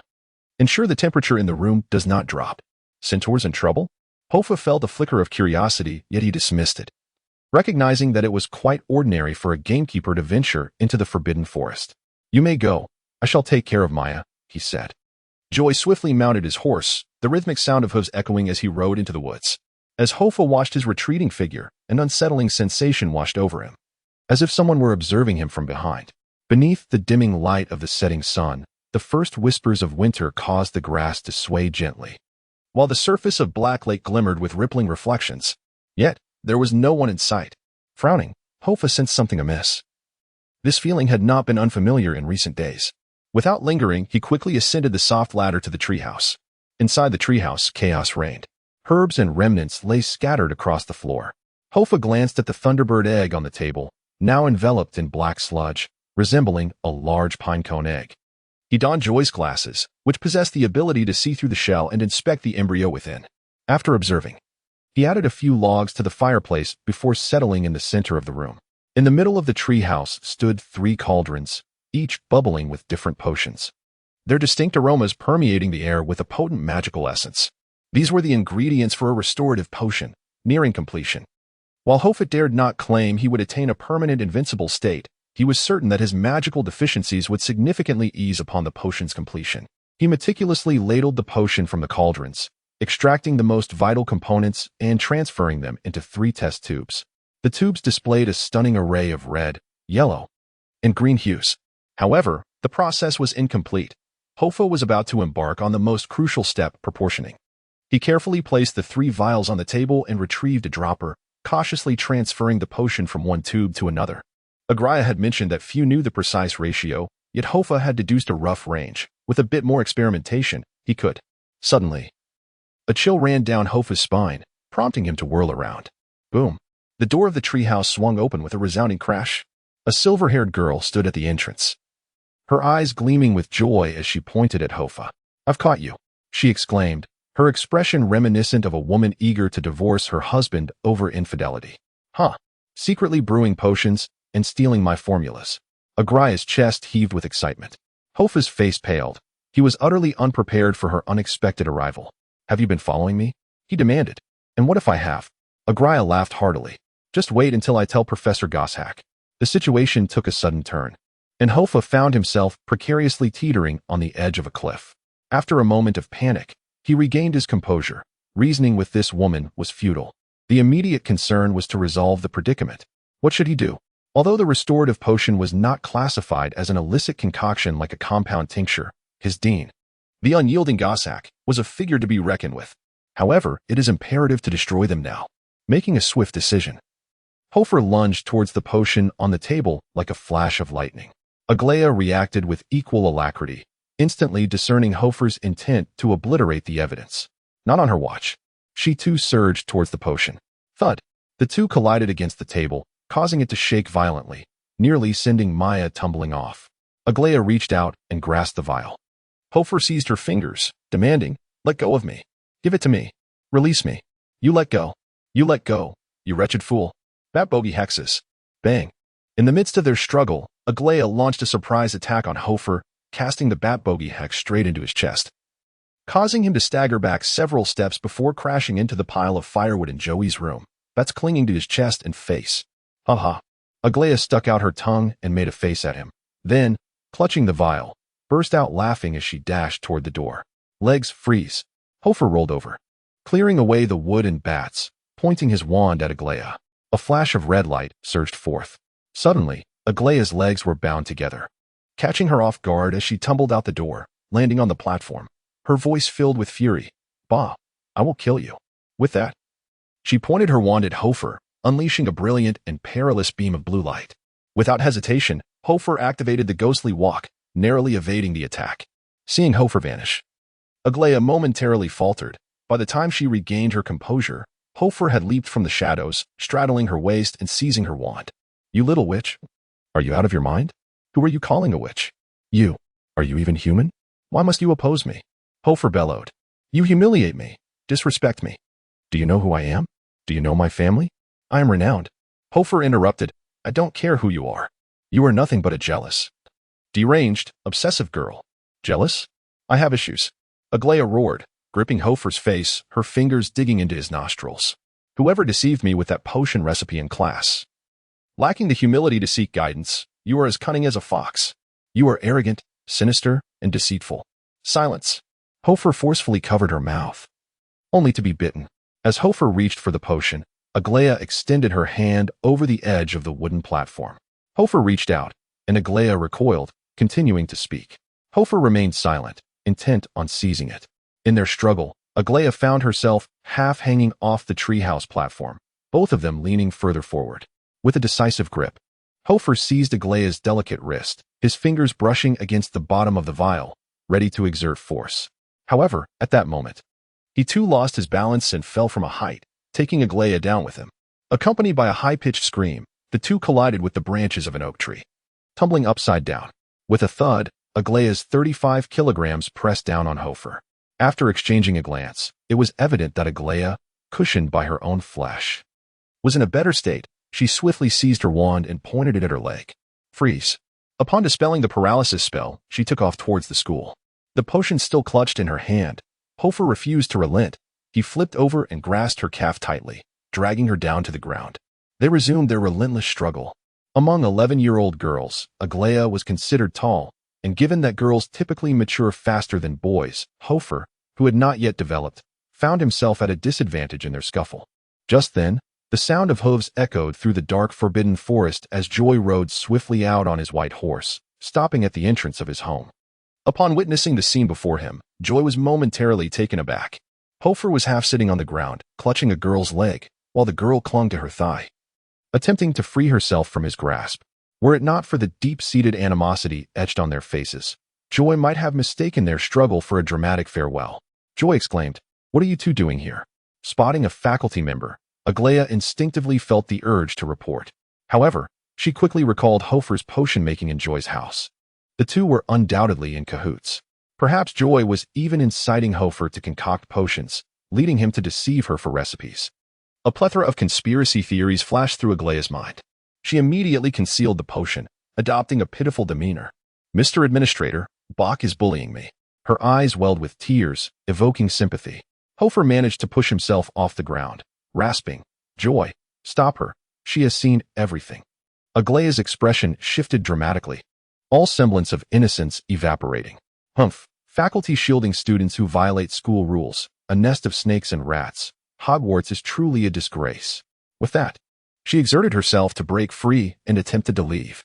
Yet, Joy seemed indifferent to Aglaia's intentions. He shrugged nonchalantly and turned to Hoffa, asking, "Hoffa, do you understand Centaur script?" Hoffa, exasperated, jumped in frustration. Aglaia had snatched the potion, and now she was about to report him to Goshawk, while Joy was seriously inquiring about his knowledge of Centaur writing. What on earth? Hoffa cursed under his breath as he limped after Aglaia. Yet, to his astonishment, something even more surprising occurred. Upon hearing Joy's words, Aglaia actually halted, turning to look at Joy in disbelief. "What did you say, Centaur script?" Observing her pause, Hoffa lunged to seize the potion. Aglaia merely sidestepped, evading his grasp. "Did the centaurs leave behind a script?" Joy nodded. "Indeed.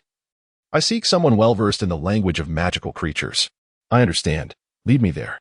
Aglaia stepped aside once more from Hoffa's grasp, declaring, "Hoffa, what on earth are you babbling about? You may observe the centaurs and the minotaurs as you please, but return my potion to me. Do not touch me." Aglaia pressed herself against the tree trunk, one hand behind her back, the other pushing Hoffa away. How could a mere mortal comprehend the true value of precious prophecies? "First, I shall investigate what the centaur left behind, and then I will report you to the school." With that, she held her head high and said to Joy, "Lead the way." Joy's eyes widened in surprise, yet he felt no anger. Rather, he found the situation quite amusing. "Is this your friend, Hoffa?" "Certainly not." They both exclaimed in unison. Joy couldn't help but chuckle. "Little girl, do you truly understand the language of the centaurs?" "I understand everything," Aglaia replied confidently.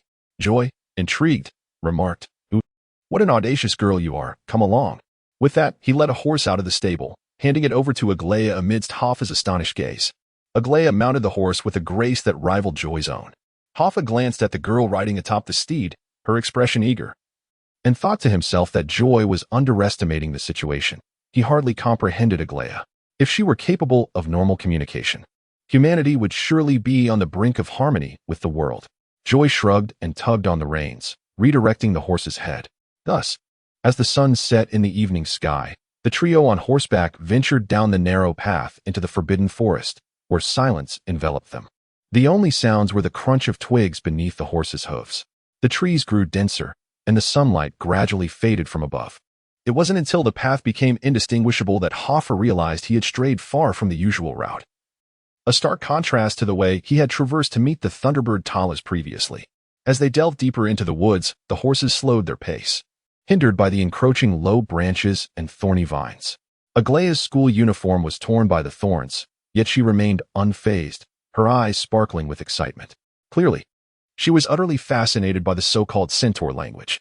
Hoffa's gaze fixated on the vial of potion in her hand, pondering whether some curse could silence the white-feathered raven forever. Meanwhile, oblivious to Hoffa's concerns, Joy rode ahead, explaining, "There was once a centaur tribe here, comprising 17 centaurs. Their leader is named Nanlu, whom you have encountered, Hoffa. However, just yesterday, they sent me a message via an arrow." As he spoke, he drew a short feathered arrow from his quiver and handed it to Hoffa.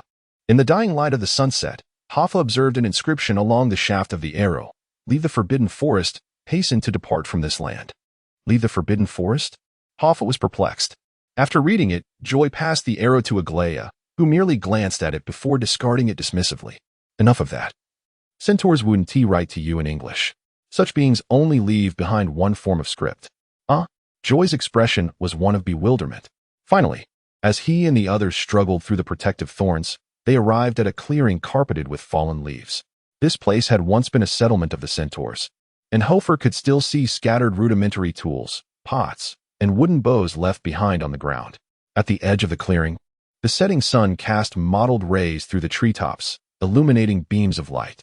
In the center of the clearing lay a gray rock, indistinguishable in shape from ordinary stones of the Scottish Highlands, round and slightly cracked, adorned with moss. The singular difference was the multitude of yellow characters etched upon its surface. Unlike any human language Hoffa had encountered. "I received word and came here this afternoon, but found nothing except for this line of unintelligible script," Joy remarked. Aglaia, however, was indifferent to Joy's observations.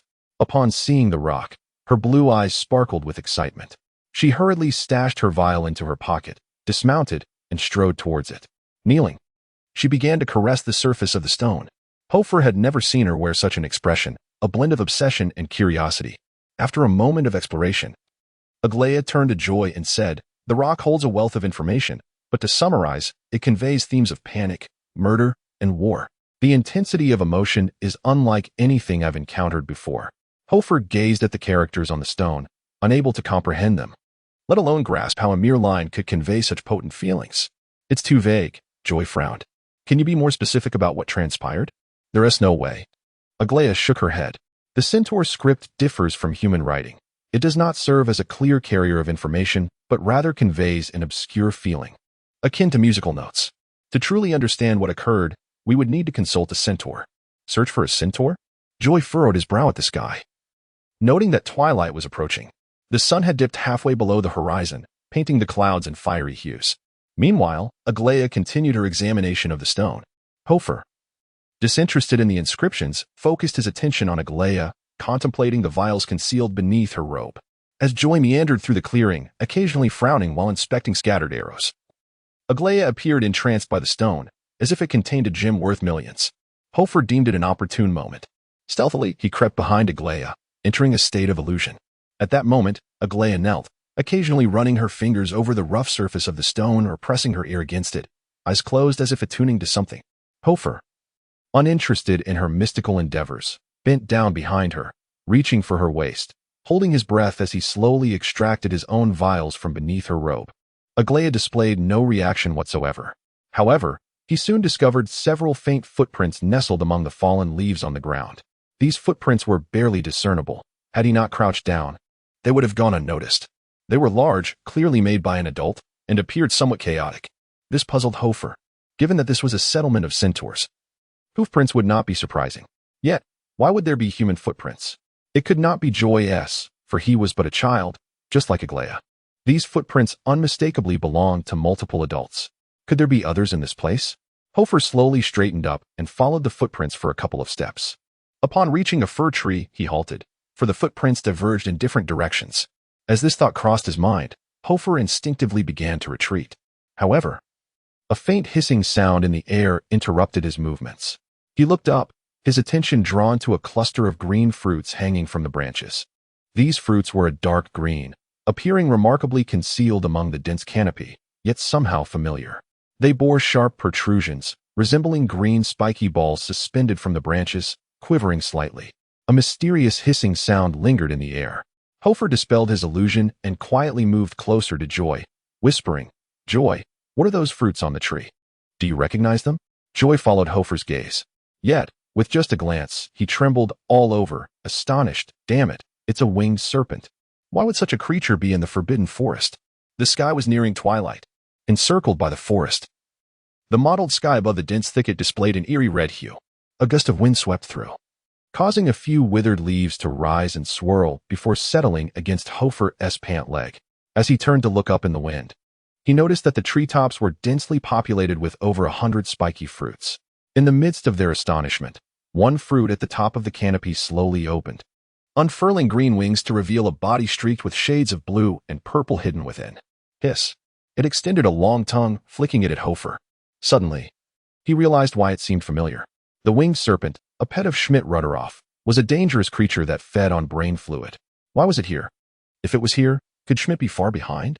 Did he recall the attack in Hogsmeade? Hoffa turned pale, his voice trembling slightly. Attack? What? That dark wizard harboring dangerous creatures actually hid in the forbidden forest? Are you certain? Who told you? Hiss. Atop the canopy, several winged serpents unfurled their wings, their pairs of green, hungry eyes glowing in the darkness. Remembering that letter, Hoffa gritted his teeth. Damn it, this is a trap. A trap deliberately laid. Hoffa looked at Joy, who also appeared bewildered and horrified. He knocked an arrow in his bow and said, "You take that girl and leave first. I will hold them off." Hoffa approached without hesitation, seizing Aglaia and pulling her up. Aglaia, engrossed in her reading by the stone, was utterly unaware of the impending danger. Incensed by the interruption, she exclaimed, "What are you doing? Do you realize how crucial my interpretation is?" "Silence, Holmes," Hoffa retorted mercilessly, dragging Aglaia toward the horses. He was oblivious to Schmidt's whereabouts, but he knew he had to flee before the dark wizard appeared. However, as they reached the horses, Hoffa noticed that the steed Aglaia had been riding was swaying erratically, as if intoxicated. Alarmed, Aglaia rushed toward the horse to investigate its condition. Yet, Hoffa's keen eyes caught sight of a tail swinging from the horse's nape, and his expression shifted dramatically as he swiftly grasped Aglaia's wrist. In that fleeting moment, a blood-soaked winged demon burst through the horse's skull, showering the area with its brain matter. "Ah!" Aglaia screamed, instinctively shielding her head. In a flash, an arrow struck, pinning the lunging demon against a nearby tree. The unfortunate horse collapsed, its head completely destroyed, crashing to the ground in a final spasm of death. "Forget it. Ride another one," Joy urged. Aglaia had never witnessed such horror. Her face turned pale, trembling uncontrollably. Hoffa remained composed, guiding her toward another horse. He drew his wand and commanded, "Mount up." Aglaia struggled to climb onto the horse's back, failing several times to find her footing. Hoffa, combining support and force, hoisted the shaking Aglaia onto the steed, securing her before he mounted himself. At that moment, the dark forest resonated with hisses and flapping wings. Hoffa turned the horse around, galloping back the way they came. They needed to escape swiftly. Indeed, Joy followed closely behind, unleashing a barrage of arrows, dispatching winged demons mid-flight. A deluge of bluish-purple blood rained down around them. However, more demons emerged from the surrounding woods, their numbers overwhelming Joy's arrows.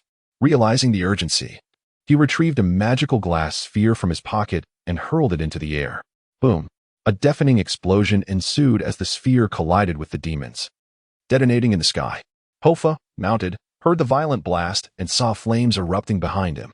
A glance revealed the forest ablaze, the trees at the epicenter reduced to splinters. The shockwave, laden with leaves and soil, stung Hoffa's face. With little time to worry about joy, he noticed several demons tumbling towards him, crashing against the trees in front. These creatures, resilient as they were, shook off their brief incapacitation and charged at Hoffa. Just then, as he galloped fiercely, two demons seized Aglaia by the collar of her shoulder, yanking her off the horse. The creature, though diminutive in size, possessed an astonishing strength. Bah!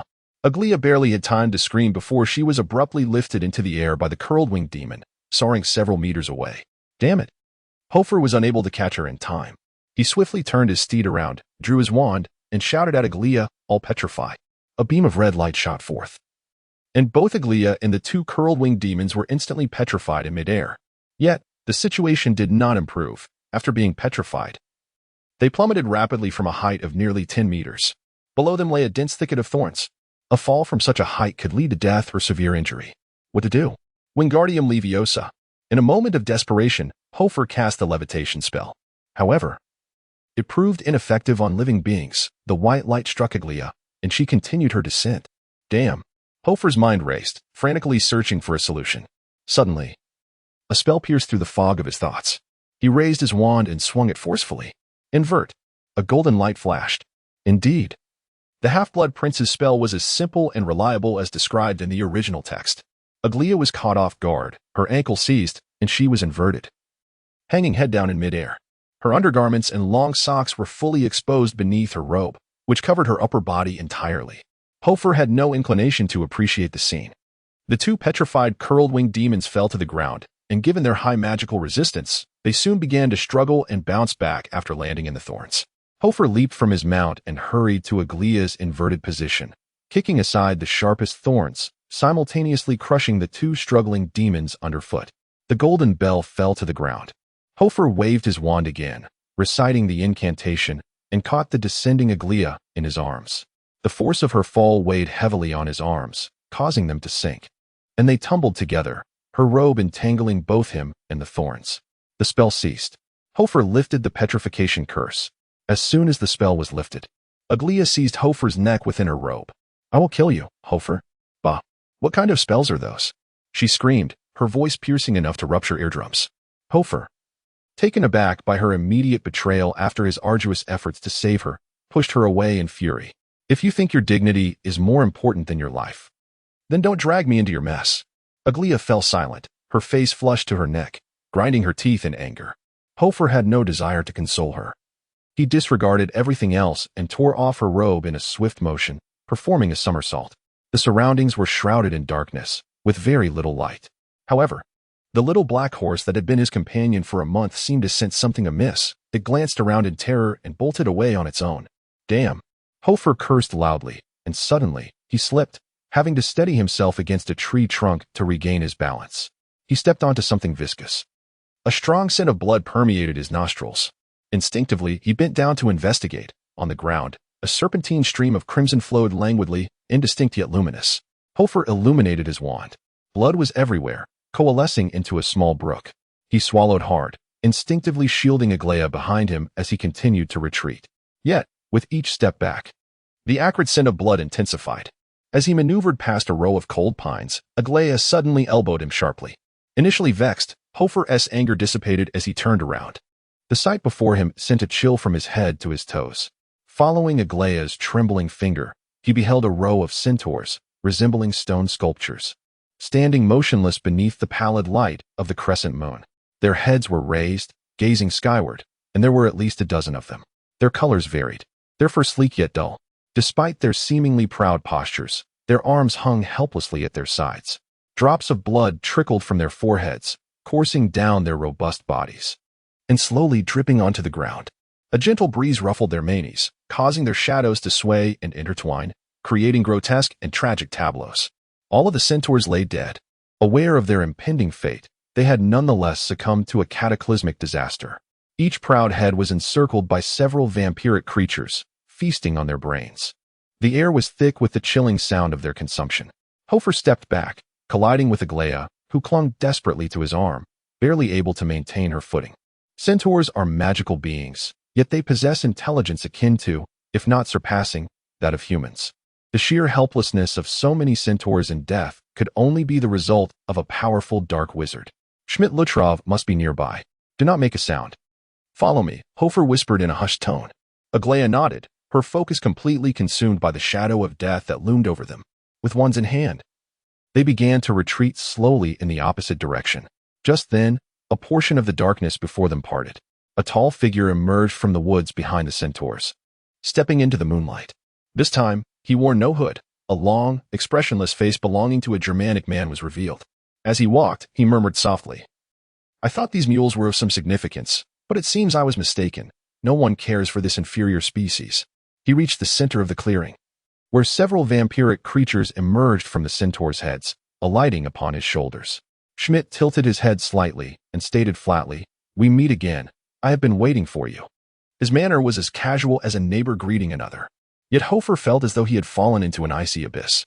Without a doubt, he had walked into a trap. Schmidt-Lutrov had been patiently awaiting their arrival. Hoffa retreated to the edge of the clearing and remarked, "Is it not preferable to leave England in such tranquility?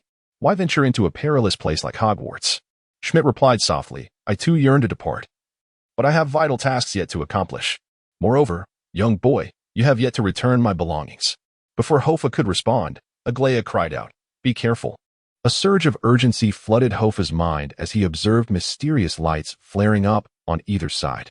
A spell was upon him. At the moment Schmidt distracted him, both of his companions launched an assault. The Forbidden Forest, despite its dangers, belonged to Hogwarts, and Hoffa had never anticipated encountering Schmidt-Lutrov within the confines of the school. However, he had little time left to ponder. Spells collided around him, casting his face in hues of purple and green. "Not on my watch." Hoffa gritted his teeth and turned sharply. He seized the stunned Aglaia and decisively slipped into the shadows. Ghostly stride. The world before him dissolved into shades of gray and white, a strange wind howling in his ears. His magical energy surged like a raging inferno. The intersecting spells struck empty air, sending huge plumes of earth flying, which were then instantly frozen into bizarre, green ice by the magic. Hoffa retreated swiftly within the shadows. In the thicket, countless winged beasts momentarily diverted their heads from the centaur-esque gaze, soaring high into the air, hurtling towards Hoffa and Aglaia. "Do you truly believe the same tactic will work every time?" Schmidt remarked indifferently as he observed another failed strike at Hoffa. Using magic that exceeds one's limits inevitably incurs a cost that surpasses those limits. "I am curious how long you can endure." He tore at his clothing, revealing a small beast coiled upon his chest. With a roar, the beast twisted its head and bellowed, rapidly inflating in size, spines erupting from its skull until it reached the stature of a man. Dense gray smoke billowed from its maw. It was a venomous pouch leopard, an exceedingly dangerous creature of level 5X. Fortunately, it was still in its juvenile stage. Ghostly stride enabled Hoffa to move with remarkable speed, retreating over 80 meters in mere seconds. He tore a strip from Aglaia's sleeve, ripping it in two. One half he tied over her face, the other over his own. "Pure water." He dampened the fabric and pushed Aglaia forward. Shaken, Aglaia yanked the cloth from her face, exclaiming, "There is fog behind us." Hoffa hastily secured the damp cloth back over her face. "Fool, I have no desire to explain. If you wish to live, wear this." Two dark wizards burst forth from the shadows. Schmidt tilted his head, commanding, "Bring them before me, alive." Hoffa grasped Aglaia and inscribed an invisibility charm upon his arm, attempting to stealthily slip away. Yet, in the very next moment, he found himself face to face with an old adversary. The monkey, shimmering with silver light, leaped through the treetops, each landing just above Hoffa. This drove him nearly to madness, for the dark sorcerer could ascertain Hoffa's location merely by following the monkey. Aglaia also noticed the peculiar happenings overhead. She raised her wand and incanted, "Bind swiftly." Yet the phantom monkey had foreseen her intentions and nimbly evaded her spell. Aglaia's enchantment struck nothing but air, further exposing their positions. The two pursuing dark wizards immediately converged from another direction. One of them waved his cloak and vanished in an instant. Subsequently, a startled Hoffa collided with the dark wizard who emerged from the opposite edge of the forest. The dark wizard raised his wand, aiming directly at the invisible Hoffa. Just in the nick of time, a powerful roar echoed through the woods. "Disarm you." The dark wizard's wand flew from his grasp. It was Joy, riding a fully armored warhorse as he galloped out of the black forest. The horse's head struck the adversary, sending him soaring. Joy deftly caught the wand midair and hurled another glass orb heavily to the ground where the dark wizard landed. With a crack, the temperature plummeted. Within a 10-meter radius, all the trees were encased in ice, creaking ominously. The dark wizard, quick on his feet, rolled several times to evade this lethal blow. Yet his robes and shoes were thickly coated in frost. "Where are you, kid?" Joy shouted. Hoffa revealed himself from his stealth, bellowing, "Watch out." Just then, another dark wizard brandished his wand, unleashing a torrent of searing flames that surged toward Joy like a fire dragon. Joy, leveraging the reaction force, narrowly dodged the inferno. In a flash, he drew his crossed sword, slicing through the air in a graceful arc before delivering a powerful strike. The dark wizard, taken by surprise, was struck on the shoulder, letting out a pained cry as the wound laid bare to the bone. Joy gripped the blade tightly, exclaiming, "Take that girl and run. This is beyond your capability, kid." As his words faded, another beastly roar reverberated through the air. The mist thickened, and Joy's warhorse staggered after inhaling the poisonous gas. Collapsing unconscious, Joy, witnessing the noxious fumes, turned pale. He attempted to draw his wand to cast the cleansing water spell. However, the dark wizard he had injured clung fiercely to the sword, his hands bloodied but refusing to let go. Joy forced the blade, pushing the dark wizard back several steps. At that moment, a sharp, furious voice called from behind, "Stupor." It was another accomplice of Schmidt. A brilliant red light pierced through the darkness. Both Joy and the dark wizard, entangled in their struggle, fell victim to the spell. They tumbled through the air, crashing to the ground. Hoffa, witnessing this scene, felt utterly helpless. He gritted his teeth and pulled Aglaia forward. Regaining some composure, Aglaia anxiously asked, "Are we just going to leave him like this?" Schmidt discerned Hoffa's intentions with a single glance. He bent down to retrieve the wand of his unconscious companion and waved it with a flourish. The dense toxic gas in the forbidden forest swiftly expanded, forming a circular ring that immediately pursued Hoffa. Aware that his magical energy had dwindled to a mere 50%, Hoffa gritted his teeth, unwilling to hesitate any longer. He activated the ghostly walk once more. This time, he did not cancel the ability. Instead, he dragged Aglaia forward, striding through the poisonous mist. Upon emerging from the ghostly walk, he unhesitatingly initiated it again. The consecutive bursts of speed allowed him to vanish from Schmidt's sight in an instant, leaving even the phantom monkey unable to predict Hoffa's whereabouts. Yet, this fleeting escape came at a tremendous cost. More than 150 meters away, two figures stumbled out of their shadowy state, and the familiar sensation of a splitting headache surged through Hoffa again. He collapsed to the ground, the inertia causing him to drag Aglaia through the thick carpet of fallen leaves, shrouded in darkness. His magical energy was once again depleted, and this time, it was not within the safety of an inn. In the pitch-black woods, silence enveloped them for a few seconds before Aglaia, covered in dirt and devoid of any semblance of grace, struggled to rise from the ground. Suddenly, she jolted. Hey. Seeing Hoffa motionless amidst the leaves, panic overtook her. She knelt beside him, desperately pushing him. "What is wrong with you?" Aglaia stood up, pulling Hoffa up by every means possible, dragging him to the side of a tree while repeatedly slapping his face. "Hey, are you going to die? Come on, you're so weak." Hoffa, barely regaining a modicum of strength, immediately brushed her hand away. "Don't touch me. I'm out of magical energy." "Shut up." His tone was far from friendly. If it weren't for her burden, he would not have only managed to escape this little distance after 2 consecutive ghostly walks. Had she not instigated trouble, he wouldn't have fallen into this trap in the first place. "Hey, you're the clever one. Think of something. Are you going to die in silence? Let me rest for a moment." Aglaia clenched her teeth and fell silent, rising to her feet, moving about like a headless fly, continuously rubbing her temples as if contemplating a solution. Meanwhile, Hoffa seized the fleeting moment to meditate and recover his magical energy. After a while, Aglaia grew anxious. "Have you thought of a way out? Someone is coming this way." Hoffa opened his eyes, took a deep breath, and turned his head, his expression stern. "To leave here, I need more magical energy than what I currently possess. Teach me that invisibility ability, and I will take you with me." Aglaia pleaded urgently. "Humph." Hoffa scoffed dismissively. Not only was he skeptical of her ability to learn the ghostly walk, but even if she could, he was not inclined to share his ultimate trump card with anyone. He had not yet reached a point of utter desperation, at least, not yet. He was compelled to make a choice. Undoubtedly, under the looming specter of death, he relinquished his dignity. Hoffa reached for his chest and withdrew 3 vials of potion. "How long will it take you to concoct the secondary healing potion?" Aglia's expression shifted markedly upon seeing the vials in Hoffa's hand. 10 minutes. No. 8 minutes. 5 minutes. Hoffa gazed into the misty distance and murmured, "We have no time. Within 5 minutes, if you cannot prepare the potion, we shall perish, and so will joy. Aglia glanced around at the obscured surroundings, distressed. It is too dark here. I cannot see anything. The potion must be prepared with utmost precision. Use the Lumos spell, Hoffa insisted. You must be mad. You want me to cast Lumos now? That would make me a living target. Aglia whispered, her foot tapping anxiously. I will draw their attention. You assist me in concocting the potion, Hoffa stated, pale yet resolute. Are you serious? Aglia's voice trembled. This is our only chance. Hoffa calmly handed the potion to Aglia. She took the potion, momentarily frozen in place. Hurry, Hoffa urged. Aglia stared at the dark palm before her, then extended her hand to accept the potion, casting one last glance at Hoffa. She accepted the potion. As she vanished into the shadows, Hoffa leaned against a tree trunk. Gazing at the sky with closed eyes, inhaling deeply, his trembling hand tightening into a fist.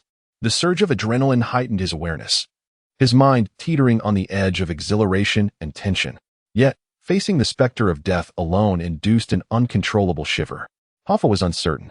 If given the choice, he would not entrust his life to Aglia. He had no desire to place his faith in someone who had consistently opposed him. If she chose to abandon him, he would not be surprised. Her intentions were inscrutable to him. Her every action seemed aimed at her own expulsion. Reluctantly, he acknowledged that he and Aglia were of the same ilk, both self-centered Ravenclaws, she openly self-serving, while he concealed his self-interest. Perhaps this was the very reason for their mutual disdain. Hoffa pondered how Aglia might choose, yet he found himself devoid of options. Collaboration was his only recourse.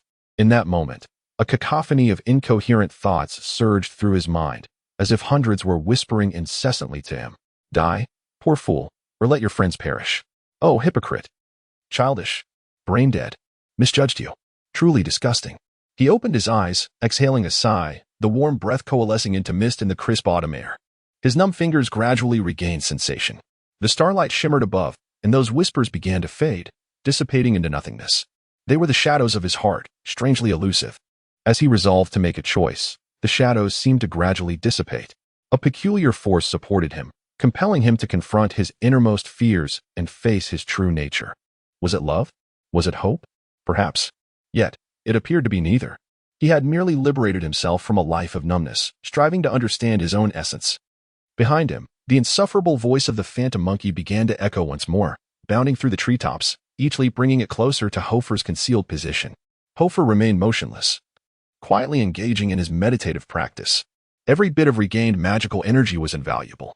At last, the phantom monkey located Hofer's whereabouts. Leaping with a swift motion onto the tree before him, excitedly tilting its head in his direction. Hoffa merely cast it a cold glance, concentrating fully on his meditation. Moments later, footsteps echoed behind him. Despite the phantom monkey pointing the way, the two dark wizards proceeded with great caution. What else can you do besides hide? Face me.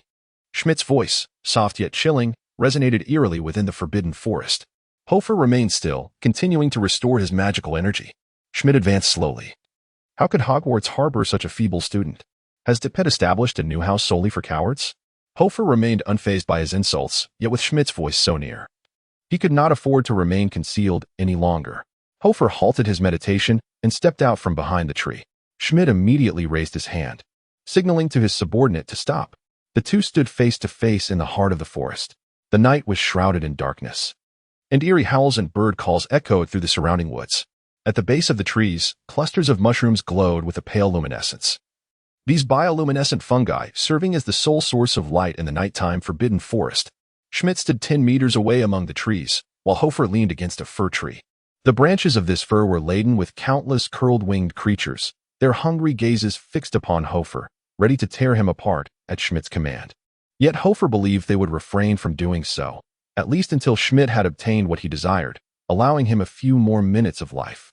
The sensation of overexerting one's magic is rather unpleasant, isn't it, young boy?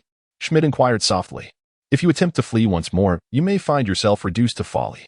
His tone was gentle, yet devoid of any emotion. In truth, since Hoffa first encountered this individual, he had maintained a stoic demeanor, as if someone had severed the nerves in his brain that sensed emotion, rendering his face a mere mask. You may give it a try, Hoffa replied, gripping his wand tightly, a smile creeping across his lips. Engaging in combat was unwise. He would have to resort to conversation to buy time. Many wizards have met their demise at my hands, yet I must admit, you are the second most troublesome I have encountered. What magical secrets do you possess that allow you to evade the curses time and time again? Schmidt remarked. How shameful it is that you are not the first. Hoffa spoke slowly, casting a sidelong glance into the depths of the forbidden forest. What is your name? Schmidt stepped a little closer. Tom Riddle, he stated candidly. I truly admire your talents and capabilities. Come with me.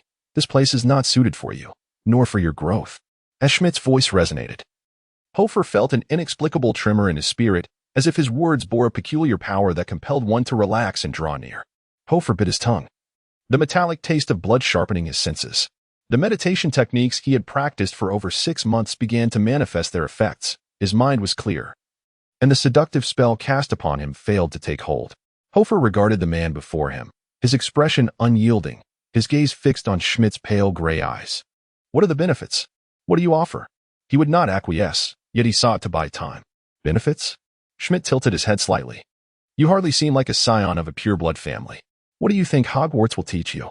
They will merely mold you into a soldier, sending you to the battlefield to serve the Ministry of Magic and the elite of England. Schmidt took another step forward, closing the distance to 5 meters. Hoffa's heart raced, his feet tense, fingers gripping the bark of the tree. Above, the drool of the twisting-winged creatures dripped onto Hoffa's shoulders and hair. Those with true ability never submit to subservience. The lofty pure-blood families will inevitably fade away with the passage of time. This is the inexorable truth of history. Schmidt spoke calmly, tilting his head. The world of wizarding families will ultimately disband, transforming into a realm of individuals, and Hogwarts will follow suit. Who taught you such words? Hoffa inquired, his fingers tightening around the trunk. Tom, you stand on the wrong side. Together, we could strive towards a greater goal, pursue the illustrious footsteps of Gellert Grindelwald. A rare smile flickered at the corners of Schmidt's mouth. I do not know any Gellert Grindelwald, Hoffa replied cautiously. You will come to know him soon enough, Tom. As he spoke, he moved even closer. Could you allow me a moment to think? My mind feels rather muddled, Hoffa suggested. Schmidt halted, a mechanical smile creeping upon his poker face, one that sent chills down Hoffa's spine. Time passed, each second seemingly stripping away a sliver of hope from Hoffa's being. 6 minutes elapsed. Hoffa began to doubt his trust in others, contemplating the possibility that no one would come to his aid. Perhaps everyone was a solitary creature, an elevated eagle destined for solitude. Have you made your decision? Schmidt slowly drew his wand, and above, countless twisting-winged creatures opened their mouths wide. With a single flick of his wand, Hoffa's demise was assured. 7 minutes. Hoffa let out a desperate sigh, relinquishing his grip on the tree. You have one. Take me away. Hoffa. A piercing scream echoed from the depths of the forest. He turned to see Aglia, breathless, rising amidst the trees. Then, her body arched gracefully, and with great effort, she hurled a glimmering vial into the air. It was a healing potion. Hoffa's eyes sparkled with hope. Akin to a weary traveler spotting an oasis in a desert, an unseen force seemed to propel him forward. He reached out to seize the falling vial, driven by an inexplicable surge of strength. However, Schmidt's lips curled into a slight smile. As if he had anticipated this moment, he swiftly brandished his wand. A silver arc of energy shot forth, striking the glass vial with precision, shattering it into countless glittering fragments that rained down. Hoffa, momentarily stunned, felt his aspirations crushed in an instant. Clearly, Schmidt had remained vigilant, never allowing his guard to slip.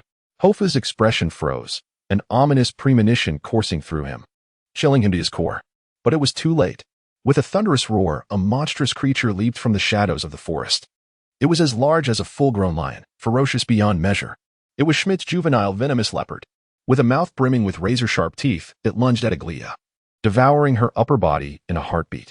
Crack! A single bite severed her in two. The stubborn girl's headless body crumpled to the ground.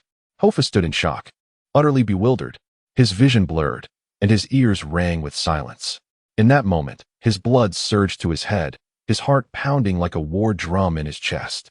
An inexplicable ferocity surged through his left arm, gradually eroding his rationality, his eyes turning crimson as his body began to undergo a transformation. He had indeed harbored a deep disdain for Aglia, often fantasizing about how much better it would have been if he had arrived just a moment later at Platform 9, thus avoiding her altogether. He had even pondered whether enduring her presence might have spared him from this calamity. Yet, even such aversion did not justify witnessing the death of an 11-year-old girl before his eyes. The sheer inhumanity of what these three had brazenly perpetrated was unforgivable. Lacking magical prowess, he nonetheless swung a fist at Schmidt. Unbeknownst to him, his arm began to swell, sprouting fine white fur. Schmidt, expressionless, raised his left arm and caught Hoffa's fist effortlessly. He stepped back slightly, then delivered a powerful kick to Hoffa's abdomen. The force was tremendous.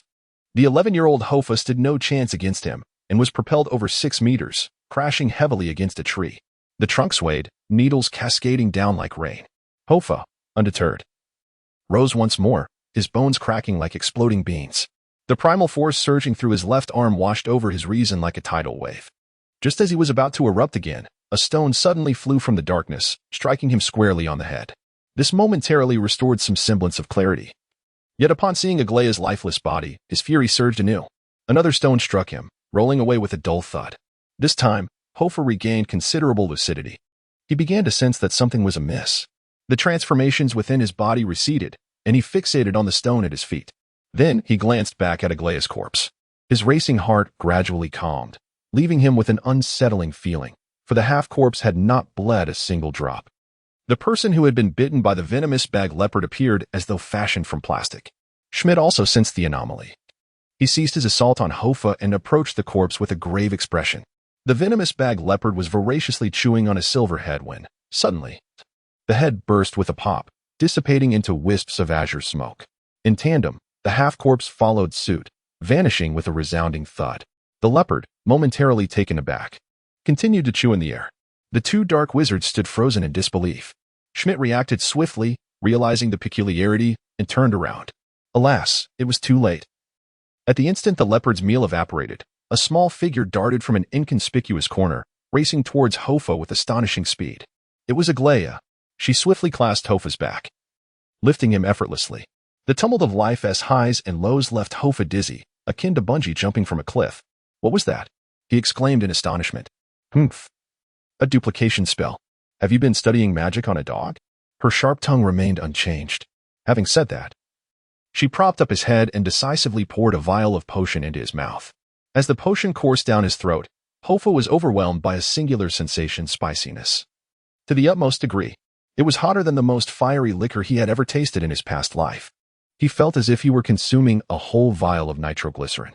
Once inside, the potion transformed into surges of magical energy coursing through him, radiating from his mouth and spreading to his limbs, stimulating his nerves, imbuing him with an insatiable strength.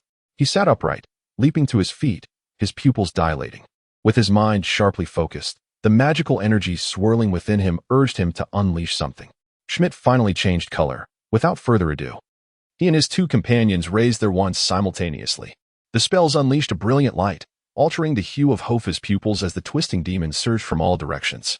The venomous bag leopard leaped high into the air, accompanied by a dense cloud of gray poison, soaring several meters. Unfortunately, just a second before these creatures could reach Hoffa, he vanished into the forbidden forest, taking Aglaya with him. The twisting demons crashed to the ground in a series of impacts. The venomous leopard charged through two massive trees with ferocity. Two incantations shattered the ground, obliterating the curled-winged creatures, causing a violent surge of purple blood. Yet, astonishingly, the one who most deserved to perish eluded death. In the face of such turmoil, Schmidt maintained his impassive demeanor, though his subordinate, consumed by rage, struck a nearby trunk with a fist, causing blood to flow freely, oblivious to his own pain. How elusive, he bellowed in German. Schmidt replied coolly. Regardless of where he flees, his objective must be the school. Intercept him at the exit and prevent him from entering Hogwarts. His conjecture was indeed correct. Hoffa's target was the school, and he was heading unerringly in that direction. Moving with ghostly swiftness, Hoffa covered more than 2 meters with each stride, even while carrying Aglaya. However, Aglaya struggled to keep pace with the rapidly advancing Hoffa, though she was notably tall for an 11-year-old at 1.40 meters. Her shorter legs hindered her ability to match his speed. After sprinting 100 meters, Hoffa ceased his ghostly march. Just as he prepared to continue, Aglaya stumbled due to the inertia of her speed, tripping over an oak tree root and falling to the ground. Hoffa turned to see her clutching her ankle, biting her lip as she nestled against the tree. Can you walk? Hoffa inquired. I can, Aglaya replied, her voice trembling. Without hesitation, Hoffa grasped her arm, draping it over his shoulder, but as he took a step, she cried out in pain. I've twisted my ankle. Her distress was genuine. When Hoffa lifted her sock, he could see her ankle swelling visibly. Curse it, Hoffa thought, furrowing his brow as he noticed the dark wizard rapidly approaching in the distance. Without further ado, he crouched down, urging, "Hurry, I'll carry you." Aglaia hesitated for a moment, but upon hearing the calls behind them, she disregarded everything else and quickly climbed onto Hoffa's back. At only 11 years old, Hoffa found running arduous enough. Carrying someone almost left him breathless. However, in a moment of ingenuity, he cast a levitation charm on his shoes and clothes, significantly lightening the burden. Just as Hoffa hoisted Aglaia onto his back, a chilling voice echoed from behind. "True wizards disdain to flee, young boy. Did your parents never teach you that? Or perhaps you have no parents at all? Merely a wretched existence?" The taunt aimed to provoke him, yet Hoffa's gaze remained unwavering as he prepared to depart. The voice resonated once more. "I'm curious. Do you truly find it so easy to submit? Do you not feel stifled? A man whose only goal is to escape holds no future." Aglaia, filled with dread, pressed her hands against Hoffa's ears as she lay on his back. Hoffa gently pushed her hands away, his voice calm to the point of cruelty. His composure inspired Aglaia, who resolutely nodded in agreement. "Very well." While Schmidt continued to taunt, his companions unleashed a barrage of spells, each incantation raining down upon Hoffa. Hoffa leapt over 2 obstacles in succession when Aglaia suddenly warned him from behind, "Beware of the curse." Without hesitation, Hoffa activated his spectral walk, plunging into the shadows with Aglaia. A flurry of chaotic spells missed their mark. When they re-emerged, Hoffa had gained considerable distance from the 2 pursuers. Schmidt narrowed his eyes, refusing to relent as he observed the boy drawing ever closer to the forest's exit. "Little girl, are you one of the Maiwa clan?" A chilling voice taunted, echoing in Hoffa and Aglaia's ears. Hoffa cursed inwardly, recognizing the underhanded tactics at play. Knowing that provoking him would be futile, they resorted to targeting Aglaia. In a frantic rush, Hoffa urged Aglaia, "Ignore him." Aglaia pressed her lips tightly together, her complexion paling. "I've heard that Maiwa creatures are only good for carnal pursuits with men. Are you here seeking thrills in the woods?" Aglaia recoiled, turning away, biting down on her lower lip until her eyes glimmered crimson. Hoffa, alarmed, grasped her arm firmly. "We must leave quickly. Once we're out, everything will be fine." The cold voice persisted. "It is said that a Maiwa will consort with many different men throughout her life, but each encounter is fleeting. I wonder if that's true." Hoffa's heart sank as he sought to alert Aglaia, but it was too late. Trembling, Aglaia spoke to him. "Just go. Don't worry about me." "Hey, don't be foolish. A gentleman waits 10 years for revenge, but I'll retaliate immediately." Before Hoffa could utter another word, Aglaia forcefully pushed him away, sliding off his back. Upon landing, she drew her wand and limped toward Schmidt, her eyes ablaze with fury, her countenance as cold as ice. If I can just reach the castle, I will be safe." Casting a glance at the forbidden forest exit, Hoffa closed his eyes in anguish, cursing vehemently. Damn it! After venting his frustration, he stomped his foot and turned to charge at Aglaia. Aglaia brandished her wand, shouting incomprehensible incantations in a fit of rage. Yet, Schmidt merely tilted his head with indifference as 3-winged beasts lunged toward Aglaia, absorbing her spells. They seized her face, tearing away the damp cloth that covered it. The toxic gas from the venomous leopard surged into Aglaia's lungs, and she clutched her throat, unable to utter a word. All she could do was glare at Schmidt with unbridled fury and despair. Fool. With that, Schmidt delivered a swift kick to her forehead, sending her sprawling back. Crashing heavily against the stones by the stream, her head bloodied as she lost consciousness. Hoffa lunged forward, reaching out to pull Aglaia to safety. But just then, an invisible cord ensnared him, causing him to stumble. Another accomplice of Schmidt emerged from the depths of the forbidden forest, seizing Hoffa by the back of his robes and lifting him effortlessly. Hoffa raised his wand, but it was swiftly snatched away by the dark wizard and flung to the ground. Schmidt coldly regarded Hoffa, declaring that weakness and sympathy would ultimately lead to demise. Unless one learned to cast aside such impurities, how could they ascend to a higher existence? The sensation of a shared bloodline surged once more. The wand sensed Hoffa's peril and soared towards him. In mid-flight, it swiftly transformed.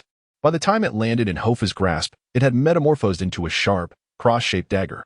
The dark wizard gripping Hoffa caught a glimmer of cold light in the shadows, causing his brow to furrow in alarm. Clenching his fist, he struck towards Hoffa's temple. In response, Hoffa swiftly swung the blade, slashing fiercely behind him. As the edge advanced, it elongated further. The dark wizard sensed the impending danger and decisively abandoned his assault on Hoffa. He forcefully shoved Hoffa forward while leaping back, striving to create distance between them. He achieved this, but it was already too late. The blade extended rapidly, a silver arc flashing through the air. Hoffa was struck, blood gushing forth as the dark wizard staggered backward, collapsing to his knees. The wand fell limply from his right hand. Grasping his chest tightly, he discovered a massive wound had opened on his neck as well. A grievous gash stretched from his abdomen to his forehead, bisecting his face at an angle. With his one remaining eye, he glared fiercely at Hoffa, his lips moving but producing only rasping sounds. The sensation of drained magic left Hoffa's lips pale. He stumbled to his feet, retreating repeatedly until he leaned against a tree trunk to avoid falling. Useless, Schmidt remarked as he advanced instead of retreating, kicking aside his injured companion and pointing directly at Hoffa, heart-piercing. A cruel red light shot forth. Hoffa's pupils constricted, yet at that moment, he found himself unwilling to retreat. Conquering his fear, an inexplicable strength surged within him, compelling him to rise. He watched as Schmidt spat on the ground, and in defiance, he charged forward with his dagger, determined to strike down his opponent, even if it meant his own demise. Schmidt was taken aback by the boy's ferocity but showed no intention of yielding. Standing coldly in place, Hoffa raised his dagger, the curse illuminating his face in a crimson hue. Suddenly, an ancient oak nearby sprang to life. It uprooted itself and leaped, positioning itself between Hoffa and Schmidt with its massive branches crossing. The heart-piercing curse was entirely thwarted by the formidable trunk. Hoffa collided with the tree, momentarily dazed. Schmidt lowered his wand, taking a deliberate step back.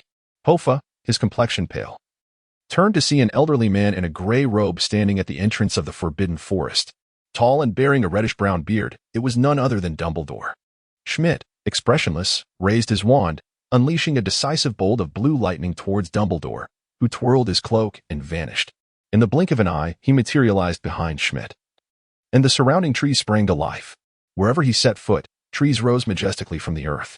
The colossal treant gently placed Hoffa on the ground and then pressed a hand against the soil. Countless branches crackled and plunged into the ground, beginning to grow wildly. As the earth heaved, numerous small tree folk emerged, wielding wooden swords, their eyes emitting a ghostly emerald glow. The animated treants encircled Schmidt in layers, sealing off any escape. This spectacle sent Hoffa's heart racing. This was true transformation. Schmidt squinted, murmuring, "Albus Dumbledore. It's me. I never anticipated your eagerness." Dumbledore replied calmly. "The war has yet to commence, and you are already rushing to prison?" As he spoke, he nonchalantly waved his wand. A golden radiance burst forth, illuminating the night as brightly as day, and the pulsing magical energy sent a shiver down Hoffa's spine as he hid behind the treants. Under the weight of that incantation, Schmidt's face grew grave as he waved his wand, conjuring rows of metallic shields before him. However, those shields offered no resistance against the penetrating golden light. In a moment of crisis, Schmidt reached out and seized the unconscious Aglia, using her as a human shield. Dumbledore immediately waved his wand again. The powerful golden spell curved sharply, severing several thick tree trunks before vanishing into the forbidden forest.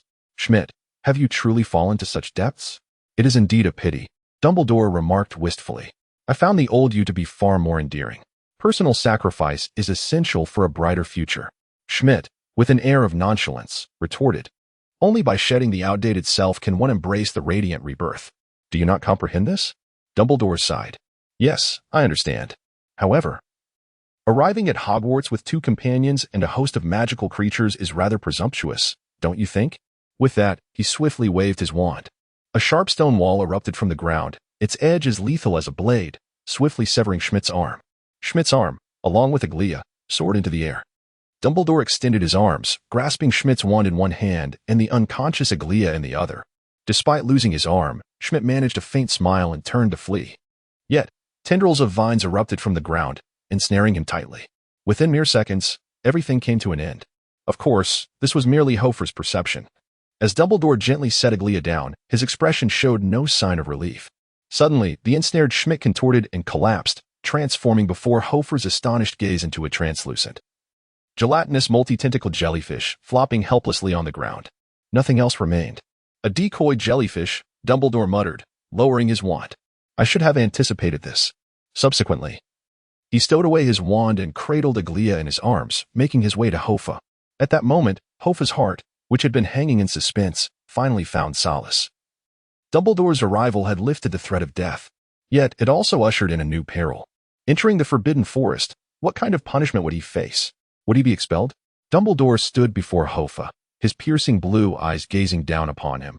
momentarily silent, a look that rendered Hoffa somewhat uneasy.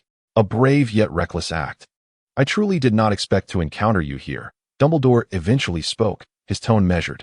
Hoffa found himself at a loss for words, unable to explain. Dumbledore sternly inquired, "Do you still have the strength?" Hoffa silently nodded. Upon this, he handed the unconscious Aglia over to Hoffa.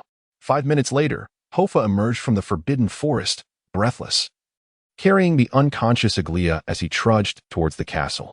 Along the way, he noticed the castle ablaze with light. Heads of various houses, accompanied by faculty and prefects, hurriedly made their way to the scene of the incident. Hoffa spotted Professor Mellis of Gryffindor, Slughorn from Slytherin, and Professor Urbaugh of Hufflepuff. Yet, he saw neither Professor Goshawk nor Headmaster Dipet. On the castle's lawn, students from various houses reveled in laughter and playful banter, savoring the leisure time that followed a day's end. The air was imbued with a faint floral aroma mingled with the scent of dried grass, and the crisp autumn night breeze stood in stark contrast to the harrowing events unfolding outside. They remained blissfully unaware of the horrors transpiring within the Forbidden Forest, oblivious to the massacre of an entire centaur tribe occurring less than 20 kilometers away. However, their joy failed to reach Hoffa. His heart was heavy with worry, consumed by thoughts of joy, Aglia's fate, and the uncertainty of his own destiny. The infirmary was housed in a rather isolated tower, situated on the eastern side of the castle. By the time Hoffa arrived at the infirmary, his legs had grown weak with exhaustion. The overextension of his magical energy had left his head pounding as if cleaved by a mighty axe. Fortunately, the nurse had received word in advance and rushed to meet him from a distance. In his previous life, he had only known Madame Pomfrey to be the nurse at Hogwarts, yet she was nowhere to be found at that moment.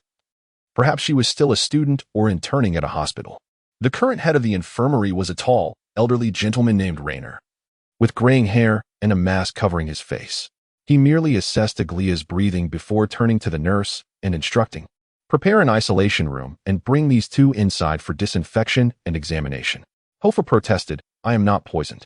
Yet, Dr. Raynor paid him no heed, merely casting a sharp glance in his direction. After enduring a series of awkward disinfection procedures and physical examinations, Hoffa was finally placed in a communal ward.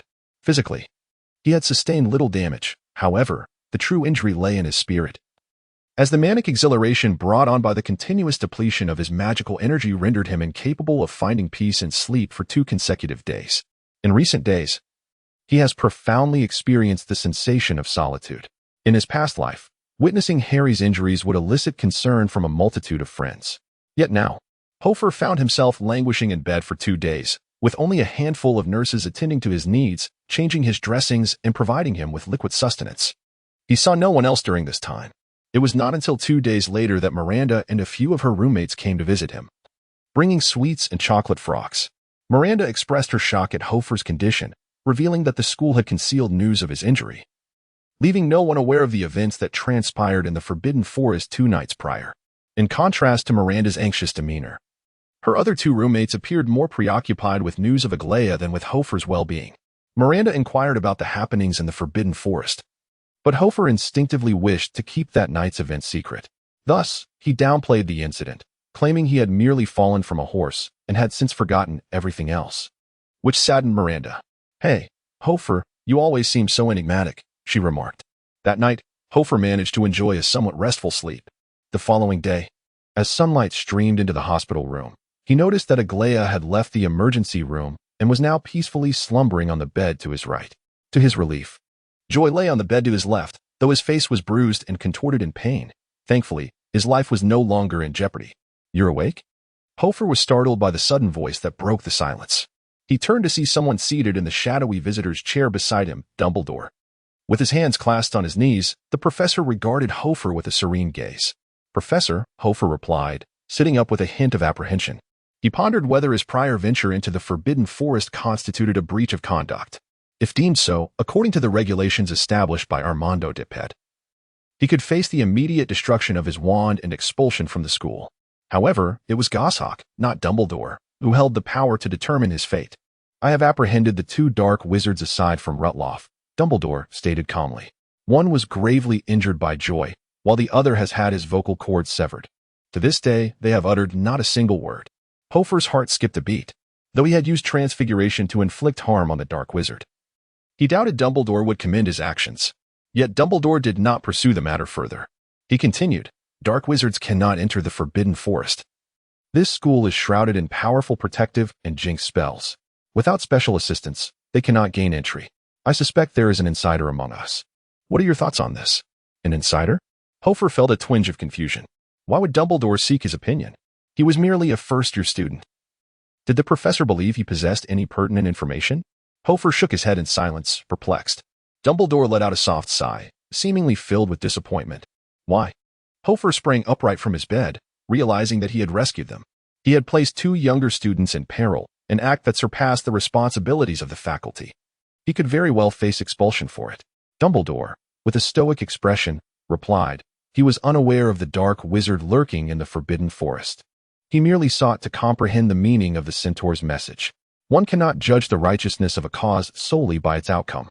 Upon uttering these words, Hoffa was taken aback by his own fervent response, a stark contrast to his usual demeanor. Dumbledore fell silent, lowering his gaze to scrutinize Hoffa. Suddenly, a slight smile graced his lips. That night in the Forbidden Forest, I was curious as to why you were not in Gryffindor. It seems, in retrospect, that Ravenclaw is indeed a more fitting house for you. Hoffa, perplexed by the implication, remained silent, lips pressed together. Dumbledore continued, you need not concern yourself with faculty matters. I am here today as a mere teacher, visiting you.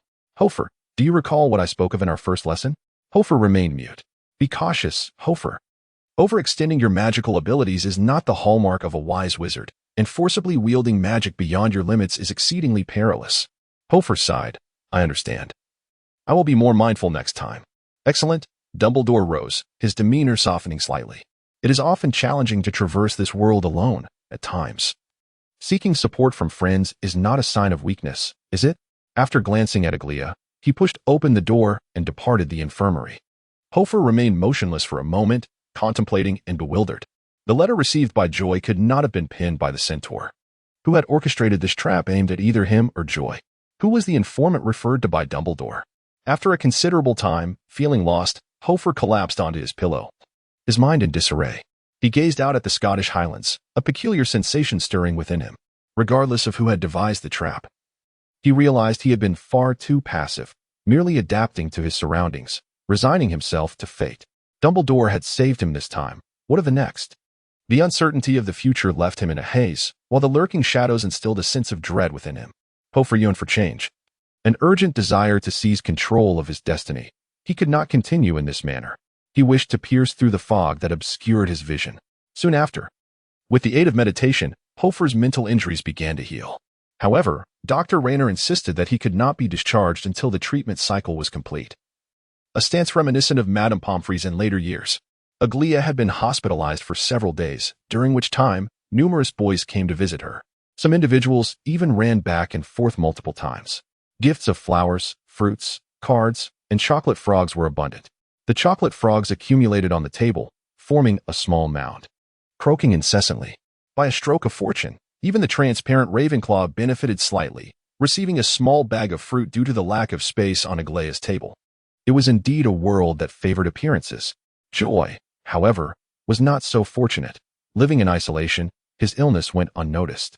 Hoffa bore a portion of the responsibility for caring for him, simultaneously worrying whether the magical creatures he tended would perish from neglect. On the final day of Dr. Rayner's treatment, Hoffa awoke at dawn by the bedside in the hospital. His condition could not have been better. Aglia also appeared well, her complexion rosy and her sleep peaceful, save for a bandage encircling her forehead.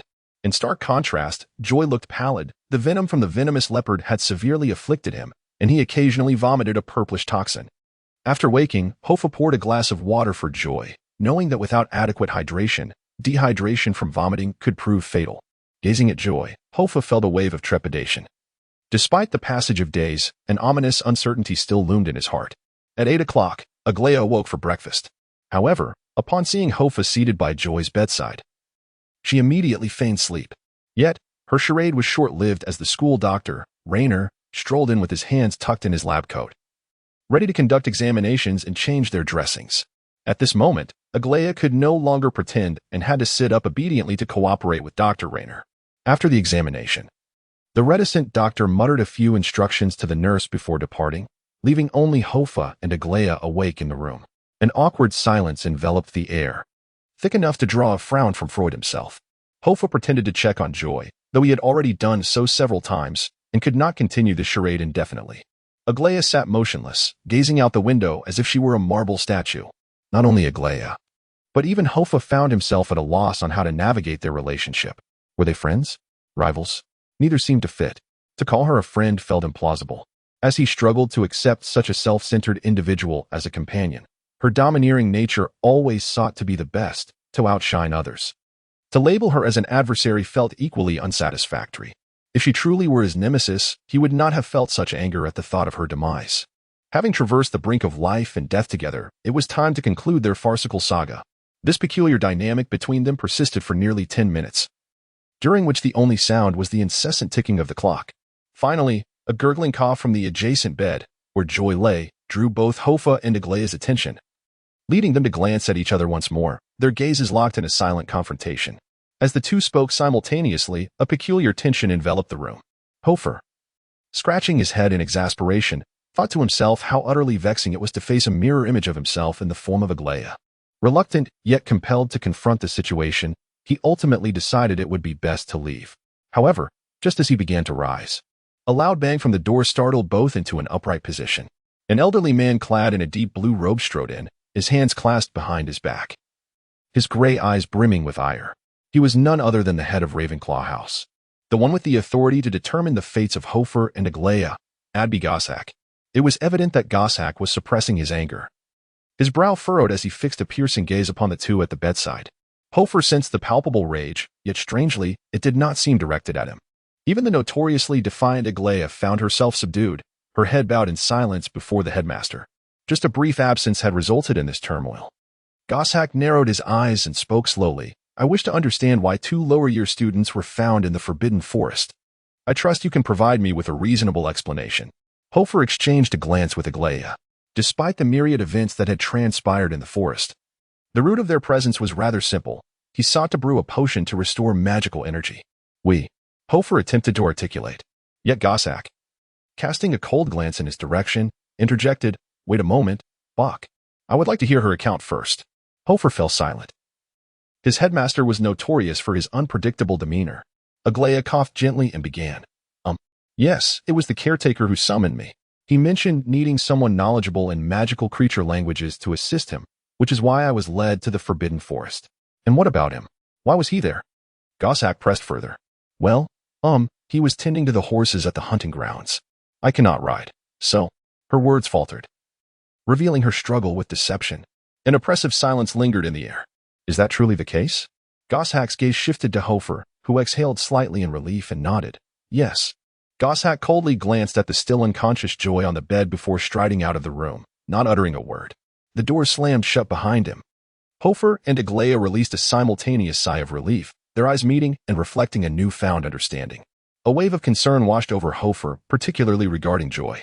Despite being colleagues, Gossack's standing was evidently far superior to Joy's. Hoffa pondered how Gossack might react to Joy's predicament, noting the headmaster's evident dissatisfaction with the situation. After a moment of contemplation, Hoffa swung his legs over the side of the bed and politely nodded to Aglaia. You should rest well.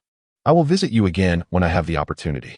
Indeed, while he did not harbor any ill feelings towards her, the notion of becoming intimate friends with Aglaia, akin to Harry and Hermione, was a concept that Hoffa found exceedingly difficult to accept. Wait, hold on. Hoffa turned his head. What is it? Aglaia seemed to momentarily forget her query, contemplating for a considerable time before finally articulating. How did you learn those spells? The one that suspends a person upside down is one thing. But what about that profound invisibility charm? The Half-Blood Prince. Hoffa responded without hesitation. I learned it from a man known as the Half-Blood Prince. He attributed the entirety of the responsibility to the future Severus Snape. This was not entirely inaccurate. Aside from the Spectre Walk, the Levi Corpus was indeed a creation of Severus Snape. Hoffa pushed the door open and stepped outside. It took Aglaia a while to react. She turned to gaze at the empty doorway, then sprawled on the hospital bed, staring at the ceiling and murmuring, There are no princes among wizards. No one troubled him any further. This sensation was akin to the sudden dissolution of the Soviet Union. A sudden ceasefire in the Middle East, or the abrupt disappearance of keyboard warriors across the universe. The world had finally turned tranquil. Aglaia no longer glared at him. Yet she ceased to engage him in conversation. Instead, she chose to circumvent him each time they crossed paths, pretending not to notice his presence. Occasionally, she would share laughter with other girls around the corner of the stairs, falling silent upon his approach, only to resume once he had moved away. Naturally, Hoffa also made an effort to navigate around her politely, as though an invisible demarcation existed between them. He believed that as long as she could maintain this state, he had no objection to accommodating her desire to be the dominant one. December quietly arrived, bringing increasingly frigid weather to England. The sky perpetually donned a dazzling shade of pale, and the muddy grounds were blanketed with a shimmering frost each morning. The mountains surrounding the school appeared hazy, cloaked in ice and snow, while the surface of the lake resembled tempered steel, cold and hard. Each morning, the vista outside the Ravenclaw tower grew wider. Unbeknownst to him, his classmates had taken to donning thick scarves and gloves. After classes, they would rub their hands together in the corridors, exhaling clouds of white mist. However, Hoffa lacked these comforts. He possessed neither warmth nor the luxury of a scarf or gloves, having left the orphanage without anyone to tend to his needs. At that time, he had deemed the winter clothing too cumbersome and had only brought a small bag with him. In retrospect, he realized how thoughtless he had been. The latitude of England was significantly higher than that of his homeland, and in his pursuit of convenience, he had suffered the consequences of the cold. As December progressed, the chill intensified. Thick, gray snowflakes danced in the sky, sealing every window, and the castle appeared considerably dimmer than usual during the day. The delivery had exhausted Miranda's chestnut owl, leaving Hoffa with feelings of guilt and concern. He wished to offer the owl a sip of steaming pumpkin juice. However, after relinquishing the parcel to Hoffa, the owl took flight, seemingly indifferent to his presence. "Your owl certainly possesses a unique personality," Hoffa remarked to Miranda with a hint of admiration. "It simply isn't accustomed to consuming food from strangers," Miranda replied. Just as they were conversing, Professor Gallic unexpectedly appeared beside the Ravenclaw table. Miranda instantly lowered her head, seemingly reluctant to meet her grandfather's gaze. However, Professor Gallic merely cast a fleeting glance at his granddaughter before producing a list for the students to fill out, one by one. "Indeed," Miranda smiled. "But now our family consists solely of my grandfather and me." "What?" Hoffa exclaimed, his mouth agape in surprise, having never inquired about Miranda's familial situation. "And your parents?" "They have both passed away," Miranda stated calmly, observing Hoffa's expression and offering a gentle smile. "Isn't it quite normal? I dare say a third of the students in this hall have lost family members to the world wars. Besides, I was merely a child when they died." With no recollection of it at all. Though she spoke in such a manner, Hoffa felt a twinge of guilt and replied, "I'm sorry." Miranda's words deepened his understanding of the world. A third. If his memory served him correctly, this body's original father, a man of Chinese descent, had also perished in the Great War. The Muggle conflict had ended in 1918, a mere 20 years ago, now at the age of 11. It was evident that this body's father did not succumb to the Muggle War. Was he also a wizard? A Chinese wizard, perhaps? The strife among wizards never waned. As he pondered the slogan posted in Hogsmeade, Hoffa found himself lost in thought. As days turned into weeks, the snowstorm intensified. The castle's windows were primarily shut tight, blocked by the falling snow, leaving only a small area through which to gaze. Even when one looked outside, all that could be seen was a vast expanse of white, so blindingly bright that the distinction between the grass and the Black Lake became virtually indistinguishable. The snow-laden castle instilled a sense of insecurity in Hoffa, evoking a vivid impression reminiscent of a scene from a horror film. Many students would enchant the snow into a myriad of whimsical shapes, and they even held competitions to build snowmen. Among the first-year students, Aglaia conjured a plump Welsh green dragon using her wand, standing over 10 meters high and remarkably lifelike, earning her resounding applause. Yet Hoffa refrained from joining in the merriment. Each day after classes, he hurriedly traversed the corridors with a towel in hand. Outside, magical snowballs flew about as if in a chaotic battlefield, reminiscent of a snow-covered Iraq, where a moment's distraction could lead to an unintentional hit from his exuberant classmates. During these days, aside from attending classes, Hoffa ventured outside very rarely, even with a scarf and sweater purchased. He preferred to remain by the crackling fire in the common room. Each day, he meticulously calculated the formula for the restorative potion on paper. Although he believed that asking Aglaia would likely yield the answer he sought, he could never bring himself to do so. On the second Sunday of December, Hoffa was engrossed in potion studies in the common room, while Miranda sat cross-legged not far from him, perusing a leisurely book. Suddenly, a cacophony erupted at the door, and Aglia, who had been frolicking in the snow outside, appeared. She hesitated for a moment at the entrance before enthusiastically taking a seat across from Hoffa and Miranda. Shaking her hair, the snowflakes from her silvery locks splattered onto Hoffa's face, prompting him to quickly shield his parchment. A splendid piece of news has emerged. Guess what? Aglia exclaimed excitedly to Miranda, deliberately raising her voice. Has the ministry appointed you as the new minister? Miranda replied, flipping a page of her book without looking up, a smile playing on her lips. In truth, the two shared a rather amicable relationship, allowing for playful banter. As a matter of fact, Miranda got along well with everyone. Charles Crouch? Miranda turned another page, inquiring with feigned ignorance. What on earth are you talking about? I'm talking about the Seeker. The Seeker, Aglia exclaimed, propping herself up on the table with her elbow. Crouch is our team as Seeker, and since he has left, it's my turn to take the field.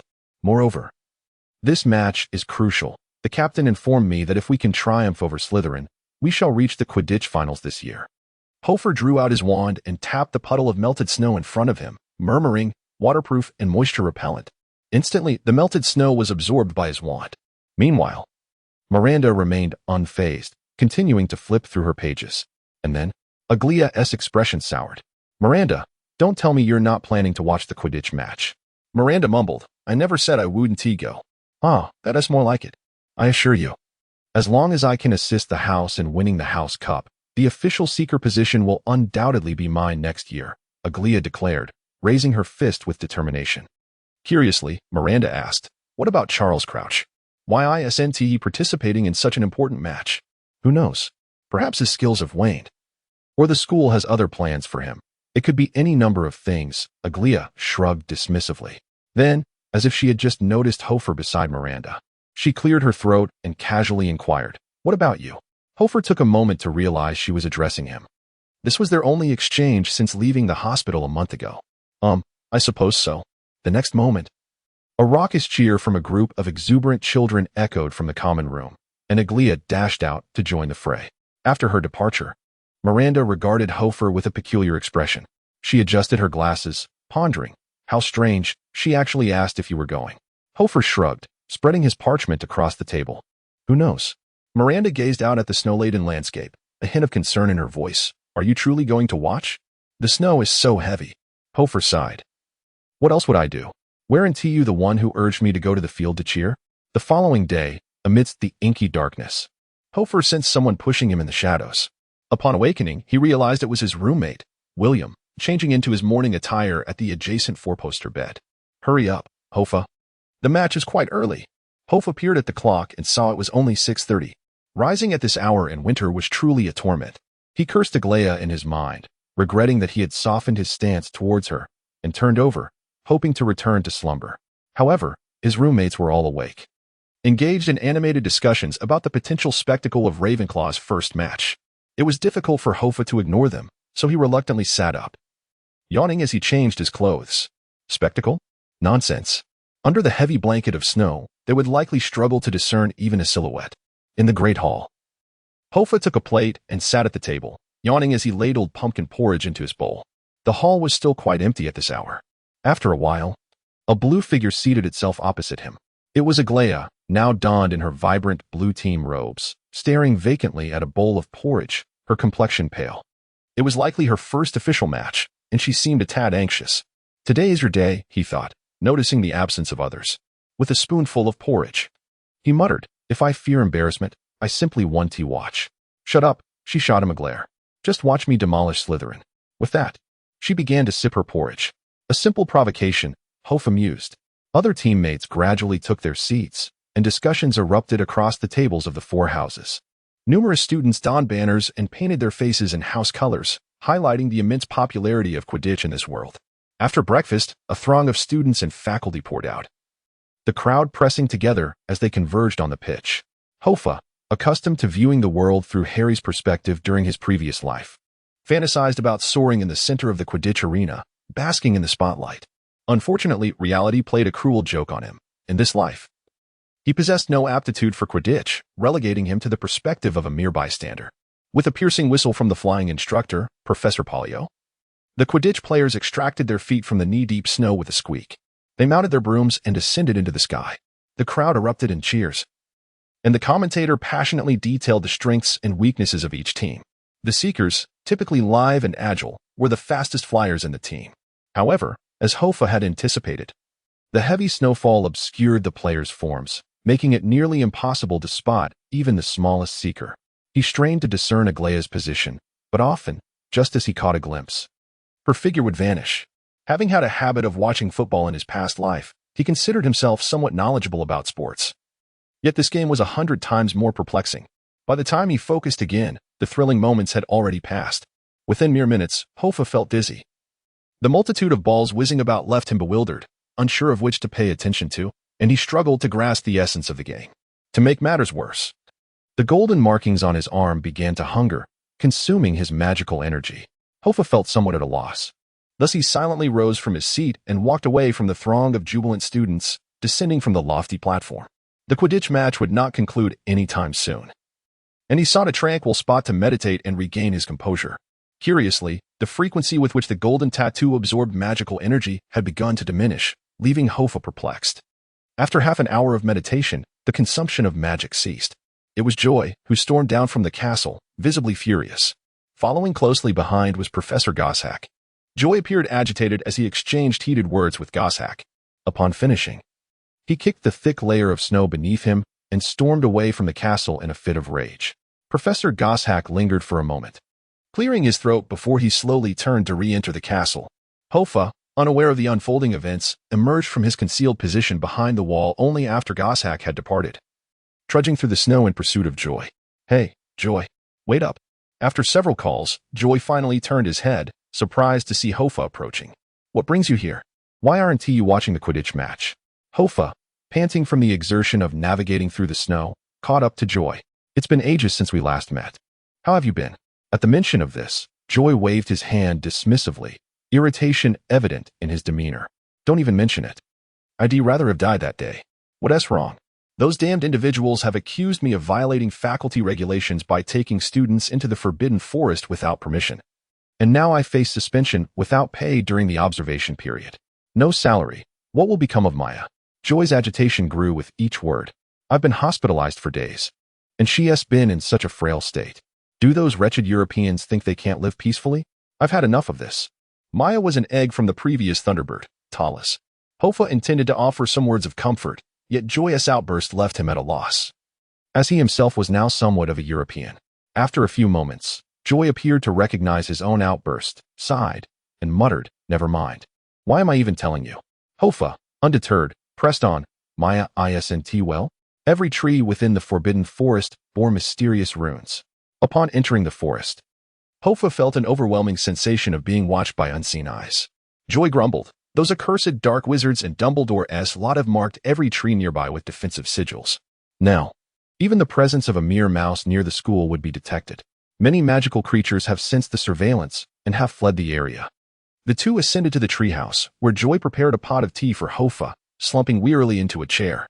On the wicker basket atop the coffee table before them rested a large, grayish-white bird egg, appearing even duller than when Hoffa last saw it.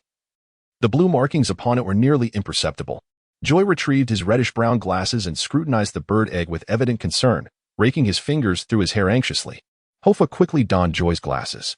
Through the lens, Hoffa discerned that the embryo within the eggshell had markedly withered. It seemed indeed in a dire state, causing Hoffa to frown. Is there truly no remedy?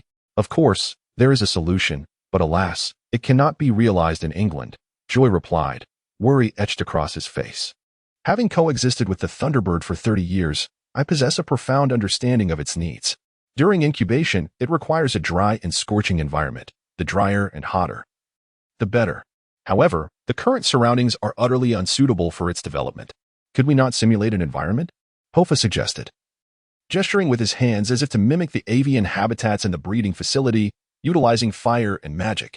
This is a mystical creature, not a mere turkey, Joy retorted, irritation creeping into his voice. Even if we could replicate a dry and hot environment, we would still fail to emulate the climate it prefers. Do you comprehend? That oppressive heat, the looming storms, the thunderous atmosphere. Are you referring to the climate of Arizona in the United States? Hoffa inquired. Precisely. The Thunderbird thrives in such an environment, Joy affirmed, glancing at the egg and then at Hoffa's furrowed brow. Suddenly, an unusual idea dawned upon Hoffa. I believe I may have a solution, he said slowly. What notion could that be? Is there such a place? Joy asked, astonished. Indeed, I have witnessed it firsthand. Does the American wizarding community not possess such a place? Hoffa replied, to which Joy shook his head vigorously. We could purchase one, if... Hoffa began. How much? Joy interjected directly. Hoffa pondered for a moment. If my memory serves me correctly, it should be 50 gold galleons. 50 gold galleons? Joy gasped. My monthly salary at Hogwarts is merely 15 galleons. And I must send 10 of those to America each month. Where would I acquire such funds? Moreover, those detestable school officials have suspended my salary due to the Forbidden Forest incident. Hoffa let out a bitter laugh. Indeed, these wizards are quite grounded. Possessing magic does not alter the reality of poverty. In my previous life, I read about the Weasley family, who were impoverished due to their numerous offspring. It seems even Harry Potter did not lead a life of luxury post-graduation, given the meager rewards of working in the Ministry of Magic. Hoffa took a sip of tea and inquired, what brings you to work in England? Why not pursue a more lucrative profession? My family in America is rather large, and the constant noise is quite vexing. Back in the day, Tallis also found my family intolerable. It preferred tranquility. Thus, I brought it to Hogwarts, Joy explained. Do you have many children? Hoffa casually asked, sipping his tea. 17, old Joy sighed deeply, stretching his legs. Hoffa nearly choked on his tea. How many? 17. I am a Mormon. Do you not find that excessive? I care not for your religious affiliation. Hoffa exclaimed. 17? How did you manage that? Your wives. I have 9 wives, old Joey replied calmly, over in America. Pfft. A mouthful of scalding tea erupted from Hoffa's lips, splattering Joey's face. The sympathy he had felt for the man's difficult situation evaporated instantly. Coughing, Hoffa gazed in shock at this familiar yet unfamiliar old man before him. He sensed his worldview crumbling rapidly. 9 wives and 17 children. What does that even signify? Is it reminiscent of a feudal or slave society? How could one marry 9 wives and father 17 children in 1938? Is this for real? Hoffa rasped. Why do you look like you've seen a ghost? Joey, irritated, wiped the tea off his face with a towel. I already told you, I'm a Mormon. Our faith permits polygamy. Hoffa was struck by sudden clarity. Without hesitation, he asked, what are the requirements for joining? Old Joey chuckled at Hoffa's expression, shaking his head with a sigh. How old are you, pondering these matters?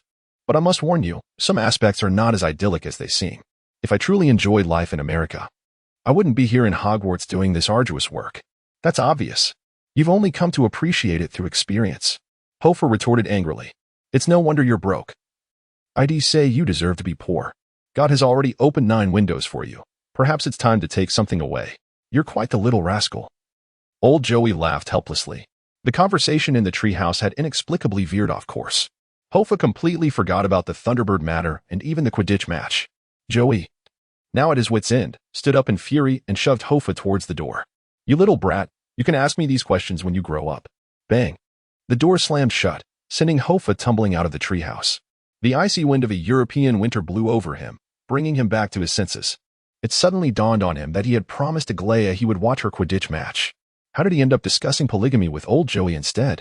Grumbling, he climbed down the trunk, landing in snow up to his knees. He felt as if a new goal had materialized in his life. After graduating from Hogwarts, he envisioned going to America to become a modern-day Wei Xiaobao. As he walked, he pondered the feasibility of this idea seriously. Upon reaching the edge of the Forbidden Forest, Hoffa turned to glance back at the woods. He felt compelled not to let that old fellow abandon his job at Hogwarts hunting grounds. He needed to find a way to keep him there. With 60 gold galleons left from the money Dodo had given him, he could perhaps order a climate blanket from Diagon Alley reminiscent of Arizona. The snow fell heavily, blanketing the ground. In the distance, the grandstands of the Quidditch pitch loomed high, for massive house banners fluttering in the sky, their columns faintly visible through the thick, feather-like snow. The match has yet to conclude. Hoffa, shielding his eyes, hurriedly made his way towards the Quidditch pitch, his steps uneven in the snow. However, midway through his journey, he spotted a solitary and indistinct figure standing amidst the vast expanse of white snow, a stark contrast to the surroundings. Someone was indeed standing there. Curiosity piqued. Hoffa approached the figure, pondering why anyone would choose to stand alone in the snow while a match was underway. Surely, They could not share his disinterest in Quidditch. As he drew nearer, the figure abruptly lifted their head, locking eyes with Hoffa through the swirling snow. In that moment, the figure turned and fled with astonishing speed. Hoffa, momentarily bewildered, soon felt a surge of alarm as he realized the implications. The very spot where the figure had been standing was the location of a teleportation portal. This individual posed a significant threat. Hoffa sprang into action, sprinting across the snow with determination. "Stop," he shouted, but the figure showed no sign of slowing down. Their cloak billowing as they became increasingly indistinct against the snowy backdrop. Drawing his wand, Hoffa stumbled toward the spot where the figure had stood. Indeed, the snow had been nearly entirely displaced, revealing the dark brown turf beneath. The ground was uneven, and the massive, abandoned teleportation portal, long buried beneath the grass, was now exposed, having suffered unprecedented damage. Each rune lay shattered, the air thick with tumultuous magical energy, a testament to the violent spells that had recently ravaged this land. "I've got you now." Hoffa glimpsed the fading silhouette, which had transformed into a mere gray speck, flickering momentarily in the heavy snowfall before vanishing entirely. The direction of its disappearance led toward the Quidditch pitch. Without a moment's hesitation, Hoffa pursued. This individual was the architect of his perilous entanglement with Schmidt. Had the teleportation portal not been destroyed, Ender would not have come to Hogsmeade seeking him. Had Ender not sought him out, he would not have unwittingly provoked 3 German dark wizards or encountered a dark wizard in the Forbidden Forest, narrowly escaping death twice. This figure was the root of it all. Who could they possibly be? Was it Schmidt himself? As he sprinted through the snow, Hoffa contemplated the identity of this enigmatic figure. The distant silhouette had already vanished from view. Activating his ghostly stride, Hoffa melded into the swirling snow. As the world morphed around him, he disappeared from sight. In this shadowy state, his speed surged, each stride covering more than 3 meters, leaving behind a trail of faint footprints in the snow. 10 seconds later, as he exited his stealth mode, he unhesitatingly activated his ability once more. 20 seconds of rapid movement brought him closer to the flickering gray figure, now at the entrance of the Quidditch pitch. Following the imprints in the snow, Hoffa burst into the stadium.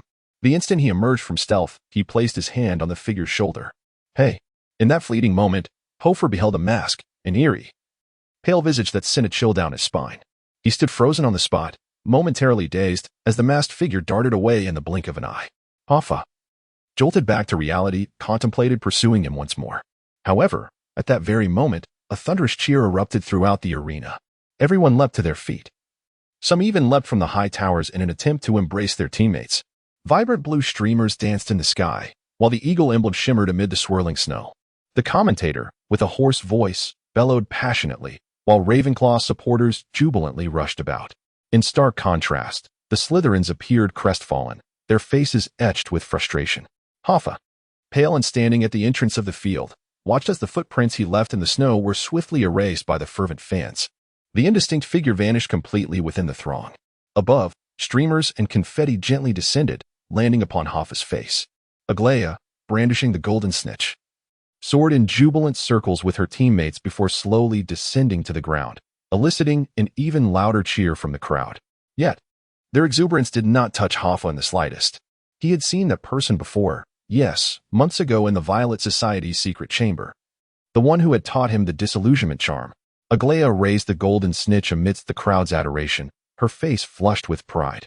Hoffa stood there, bewildered amidst the crowd. Suddenly, a hand pulled him from the throng and into the forefront. Miranda reproached him. "Where have you been? I've been looking for you." At that moment, Aglaia, gleefully waving the shimmering golden snitch, approached Hoffa. Did you see my final move on the backwards broom?" Hoffa slowly nodded. "You are the most formidable seeker I have ever seen." "Ha ha." Aglaia laughed triumphantly. In the following days, despite the weather growing increasingly frigid, the Ravenclaw common room was imbued with a festive spirit. As everyone admired Aglaia's heroic feat, she basked in the success of her display, strutting about like a peacock in courtship, proud and ostentatious. Whenever she sauntered past Hoffa, she would deliberately steer the conversation toward Quidditch, as if imploring him to praise her once more. Hoffa could hardly fathom how much he would detest this boastful peacock if it weren't for Schmidt and Rutloff. Fortunately, he had gradually grown accustomed to it all. If she ever toned down her exuberance, that would be the true anomaly. Of course, Hoffa had no intention of indulging her desires for praise. The near encounter with the masked figure left him in a state of inexplicable unease. Following the brutal confrontation in the Forbidden Forest, he had resolved to take proactive steps to alter his circumstances and escape the shadow of the Dark Wizard. Yet, when it came to action, Hoffa found it was far more challenging than he had anticipated. Ultimately, all of his efforts appeared futile. He was utterly oblivious to the individual in question, knowing neither her name nor her identity, and was at a loss for words even if he wished to report her. The image of that society had long been devoid of life, rendering entry impossible. The thought of Schmidt, who was still on the run, and the lurking danger within the Forbidden Forest gnawed at Hofer's heart like a persistent thorn, a palpable tension. He was determined to locate that person. At long last. The term had concluded. On a tranquil morning, Hofer found himself alone in the dormitory, welcoming his first Christmas holiday at Hogwarts. Awakening from slumber, he felt an unusual weight pressing upon him. Upon rising, he discovered that the meteorological blanket he had purchased for Maya had arrived. Hofer unwrapped the blanket, and immediately the temperature in the room surged, creating an arid atmosphere reminiscent of a desert. The blanket depicted a landscape of brown soil, transforming in hue under the sun's rays. Depending on the intensity of the sunlight, the rocks varied in color from deep blue to brown to vivid red, ever-changing in a mesmerizing display.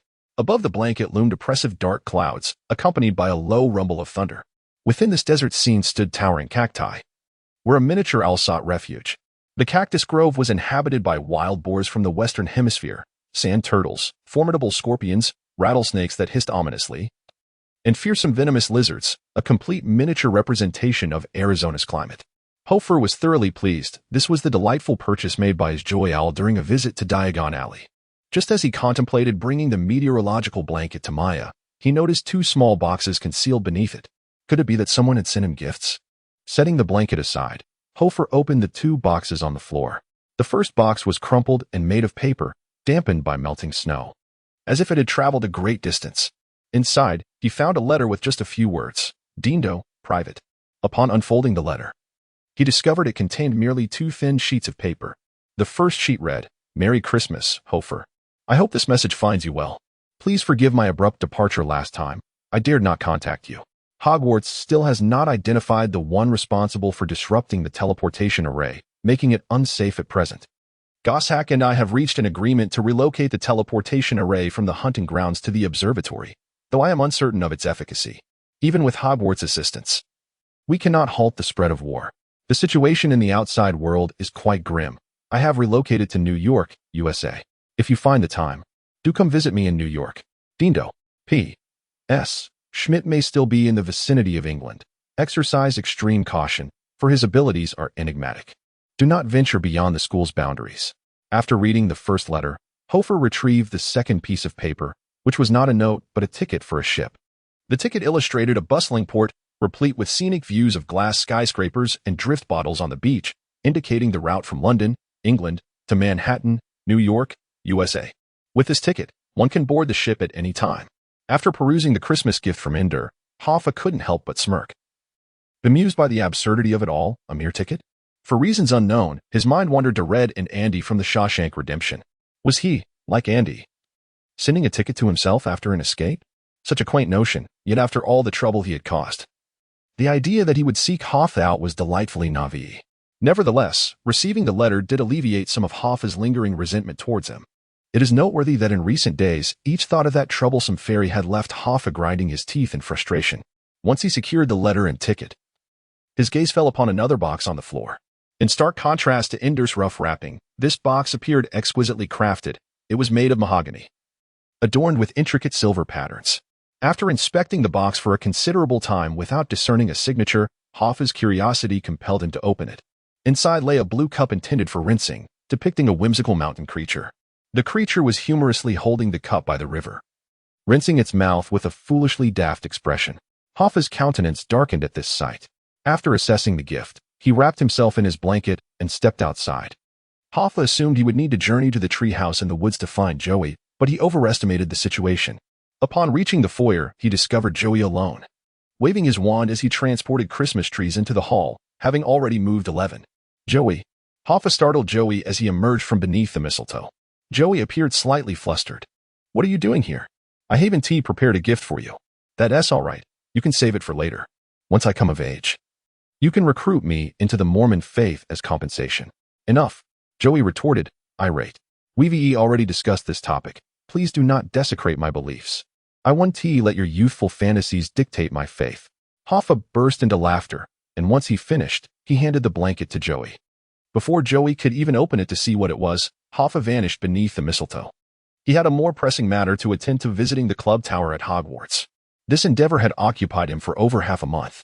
For Hoffa, locating the masked man was the most critical objective at hand. With the enemy lurking in the shadows while he remained exposed, the sensation was profoundly unsettling. As he traversed the school hall to reach the tower, he noticed Tom Riddle leaning against the doorframe, engaged in conversation with several green-clad Slytherins. As Hoffa passed, Riddle chuckled softly, "Merry Christmas, Hoffa." Receiving a greeting from the future Voldemort brought Hoffa no joy. Exercising caution, he had cast the disillusionment charm upon his arrival. Though he was uncertain of its efficacy against the masked man, he made his way through the tower, navigating the corners, finding not a soul in sight. Even the surrounding portraits hung in eerie silence. Ultimately, when Hoffa arrived at his destination, it appeared unchanged from the mundane sights he had witnessed over the past fortnight. Inconspicuous corners and vacant oil paintings surrounded him.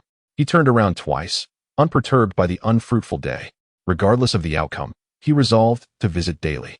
However, as he descended the staircase and turned a corner, he encountered an entirely unexpected guest, an elderly man clad in a gray robe. He stooped slightly, his head somewhat bulbous, and his eyes glimmered with a peculiar intensity. This was Hermione Dipet, the current headmaster of Hogwarts. Upon seeing Hoffa, Dipet abruptly turned his gaze toward the place where Hoffa was concealed. A wave of anxiety washed over Hoffa. It was better to avoid unnecessary entanglements. He had chosen invisibility as a precaution against the masked figure and had no desire to be summoned for questioning by the headmaster. Without hesitation, he slipped into a ghostly state. Dipet's brow furrowed instantly. After a few seconds, he rubbed his eyes, muttering about the effects of age. Before passing right by the invisible Hoffa, Hoffa felt a chill run down his spine. Was discerning invisibility a fundamental skill of the Hogwarts headmaster? It seemed that Harry Potter's invisibility cloak had little effect on Dumbledore in later years. Yet, before Hoffa could fully contemplate the headmaster's remarkable perception, his attention was drawn to an object in Dipet's hand. Armando Dipet strode forward with his hands clasped behind his back. Yet his right hand clutched a bouquet, a vibrant bunch of violets. Upon seeing the bouquet, Hoffa froze, as if struck by lightning. Memory surged within him like an explosion. He recalled the swift moments on the Quidditch pitch, the peculiar society with but a single member, and 3 months prior, the masked figure in the society's chamber, slowly changing the flowers amid a wall adorned with masks. Is it just you in the society? If one person can accomplish the work of 10, then the existence of the other 9 is rendered meaningless. Wow, you truly have done the work of 10 individuals. Hoffa gritted his teeth, cursing inwardly.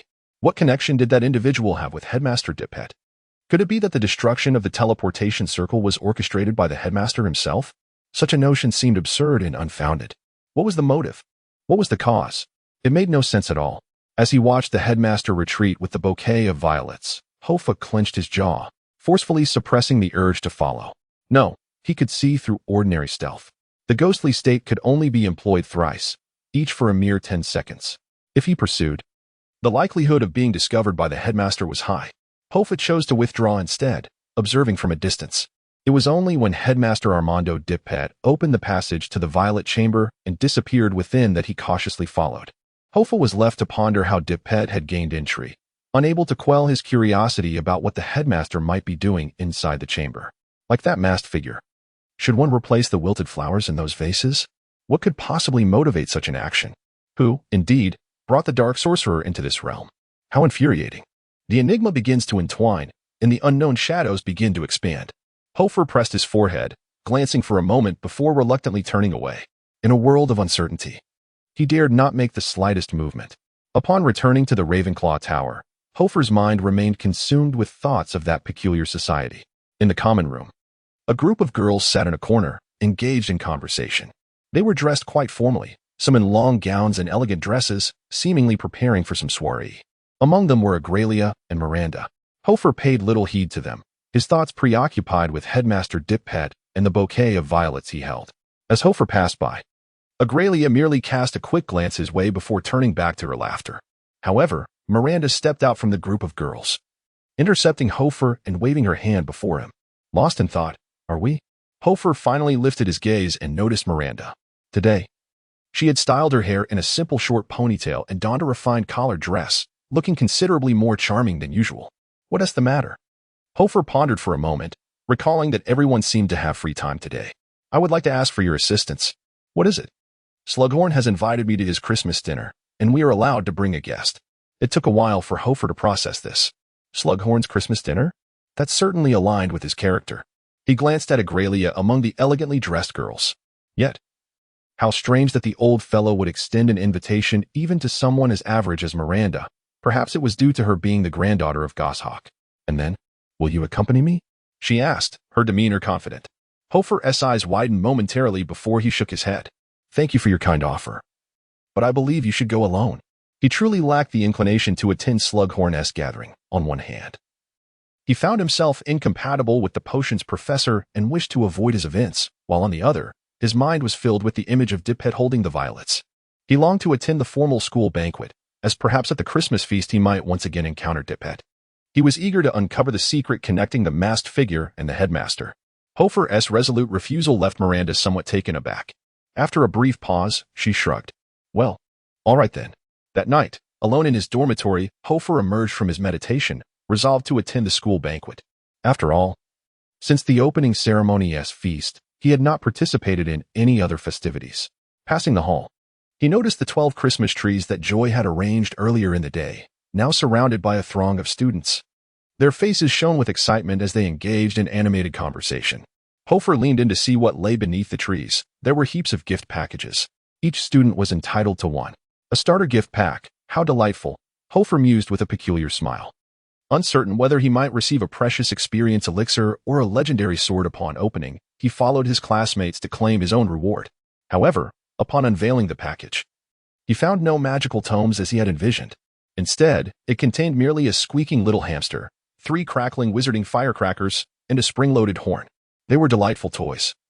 And had he been a few years younger, he might have leaped with joy, Hoffa mused. Yet, at the very bottom of the gift, Hoffa discovered a mask, specifically.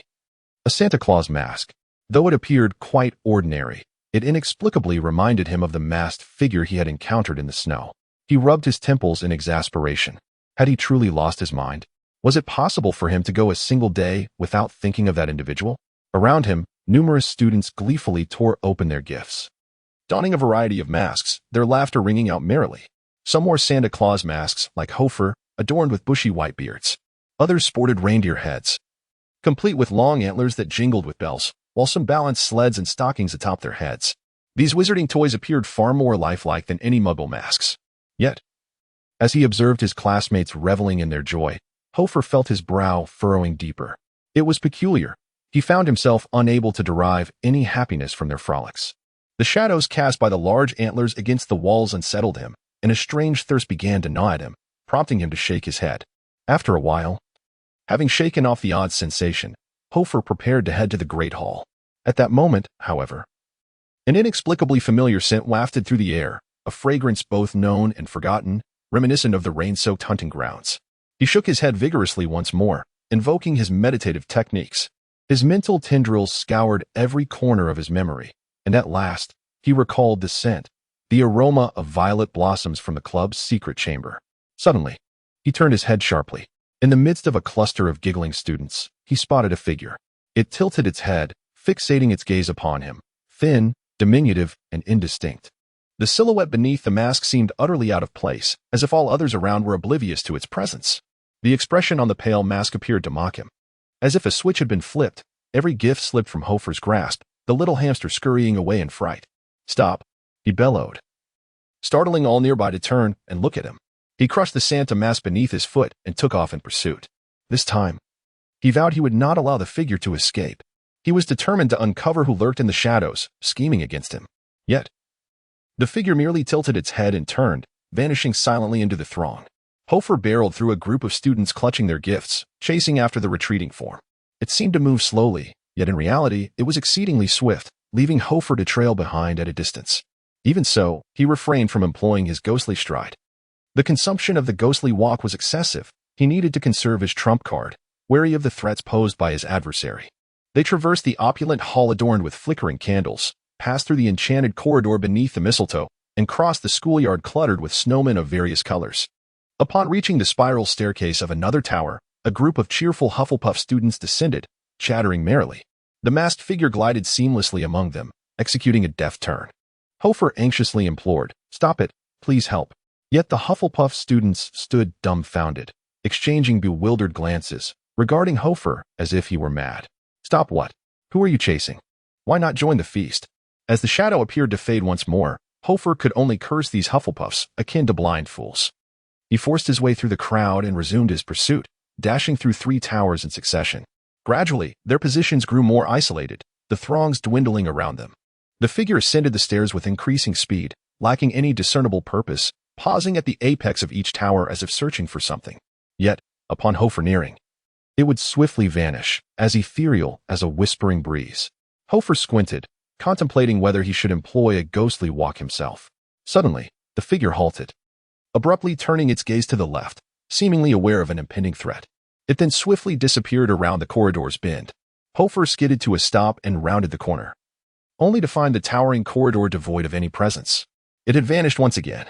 The only witnesses were the curious figures trapped within the oil paintings. "Little one, this is not your place. Whom do you seek?" Ignoring the painted figures, Hoffa paused, breathless, narrowing his eyes and slightly tilting his head. He could not see his quarry. Yet he sensed it had not truly vanished. That presence lingered nearby, fully concealed.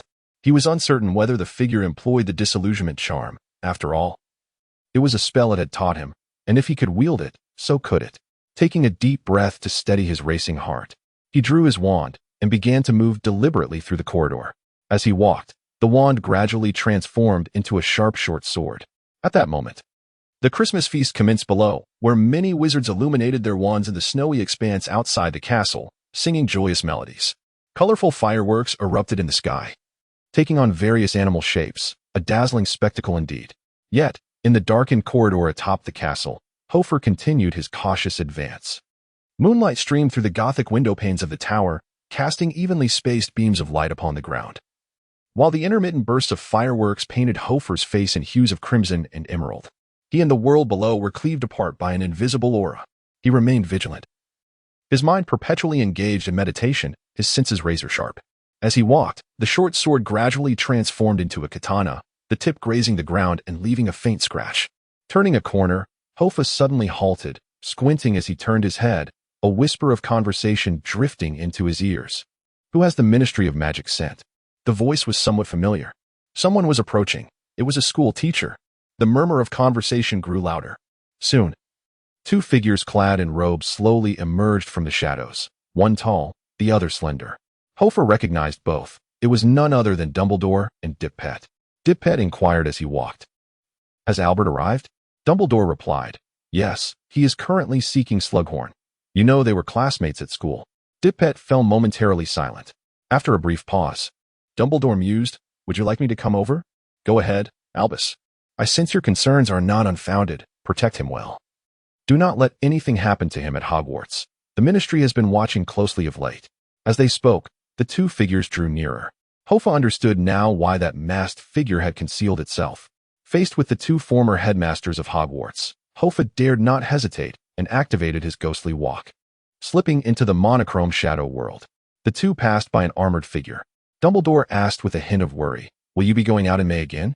"It's unavoidable. The situation this year is dire. The Austrian Ministry of Magic has already collapsed, and if we do not sign the agreement soon, it may be too late." Dumbledore began, then Dipet interjected, "I will have Adibay accompany me.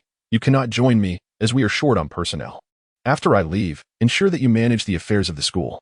The 2 walked further away, their voices fading. Hoffa gradually withdrew from the shadow state. Dumbledore remarked, "If the Violet faction were still around, they surely would not. This is none of your concern, Albus. There is no need to dwell on the past. Go to Slughorn first." "Very well." Upon concluding their conversation, Dipet opened a stone door resembling a dripping monster and vanished within. Albus Dumbledore remained rooted in place, standing in silence for a long while. He frowned, raising his head as if sensing something. Hoffa slowly retreated, realizing he had not anticipated that the masked figure would be in the vicinity of the headmaster's office. Regardless of why the 2 former headmasters of Hogwarts were conversing here, it was certainly not a matter for a mere first-year student to meddle in. He needed to leave this place of trouble promptly. Retreating to the end of the corridor beside a suit of steel armor, he exhaled a sigh of relief. If only he could leave this place. Yet, at that moment, the strange aura intensified abruptly. He looked up to see the masked figure coldly gazing at him from the railing of the tower above. After a moment of silence, the figure's lips curled into a smirk as it casually tossed a stone, striking the head of the steel armor beside Hoffa. The sound rang out, sharp and clear in the stillness of the night corridor. At such a moment, the other party actually sought to entrap him. Hoffa stood frozen for a second, then resolutely suppressed his urge to flee, remaining motionless as he fixated on the shadowy figure above.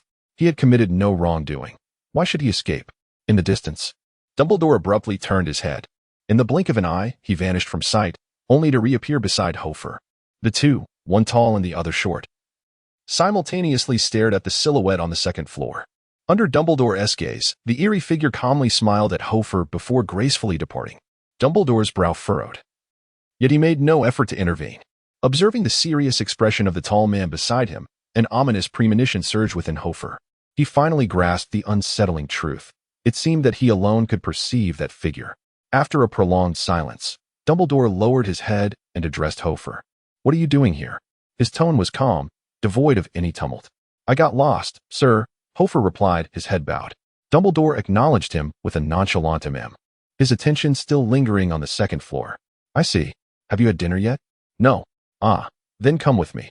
I shall take you to get something to eat." Dumbledore finally shifted his focus away from the upper floor, patting Hoffa's shoulder with an air of natural authority. "Where to?" Hoffa inquired. "To your potions professor, to request a glass of aged house elf brew." A hint of nostalgia flickered across Dumbledore's face. With that, he strode ahead, leading Hoffa away from the area. At last, as they departed from the tower housing the headmaster's office, Hoffa could no longer contain his curiosity. "Did you notice anything unusual?" Dumbledore paused momentarily, an expression of mild surprise crossing his features. "Ah, you sensed it too?" "Indeed," Hoffa nodded. But Dumbledore did not pursue the matter further. Instead, he stroked his crimson beard. Reflecting, wizards with heightened awareness in their youth often perceive things invisible to ordinary folk, those elusive magical essences that linger at the boundary between reality and illusion. Phantoms of the ethereal. It is both a gift and a curse. "Did you see it?" Hoffa asked. "That I cannot see. To sense does not equate to sight." "I have grown old," Dumbledore replied, shaking his head gently. "Sometimes, perceiving the extraordinary is not a blessing, Bach. You are still young. Your energies should be devoted to tangible friendships." "Cannot see?" Despite his mental preparation, Hoffa felt a chill at this revelation. The first time in the Violet Chamber, it had emerged directly from the painting, and he had not questioned it. But reflecting now, it was evidently abnormal. Even wizards could not simply emerge from portraits. Dipet had to open the painting to enter. Moreover, it had always been solitary. Even in a crowd, others would overlook it entirely. More elusive than a ghost. Descending from the tower, he yearned to inquire further, yet Dumbledore had already briskly advanced, warmly greeting several wizards. They arrived at Slughorn's office. Unlike his predecessors, Slughorn, the head of Slytherin, did not reside in the dungeons. His office was situated on the third floor of the castle, adjacent to the office of Professor Marathon, the Defense Against the Dark Arts instructor. Perhaps Slughorn deemed this location more suitable for gatherings. After exchanging pleasantries and passing two house elves collecting invitations, Hoffa caught sight of Slughorn. With a rotund belly, he donned a purple smoking jacket, jovially conversing at the doorway. Upon noticing Dumbledore's arrival with Hoffa, a flicker of surprise crossed his face. But he quickly masked it and approached Dumbledore with haste. Dumbledore gently nudged Hoffa forward, who understood the cue and entered the office alone, granting them a private space for conversation. Uncertain whether it was inherently so or due to enchantment, Slughorn's office was significantly more spacious than that of an ordinary teacher. The ceiling and walls were draped in vibrant green, deep crimson, and gold curtains, evoking the ambience of a grand tent. The room was crowded and stifling, illuminated with a warm hue by a magnificent golden chandelier hanging from the center of the ceiling, where real house elves twinkled like bright points of light. A few elderly wizards, enveloped in the smoky haze of their pipes, animatedly conversed, while some house elves scurried about with heavy silver platters, preparing the dining table. A multitude of guests had gathered, both men and women of various ages, all adorned in formal robes. Hoffa swiftly spotted Miranda and Neglia among the throng, surrounded by a group of upperclassmen. Elegantly attired in their robes, one exuded noble beauty while the other radiated a charming cuteness.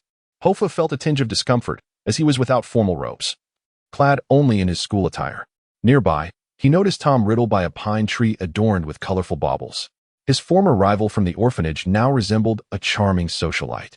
And though dressed modestly, his distinguished demeanor and handsome appearance drew the attention of several elders, coupled with his now courteous conversation.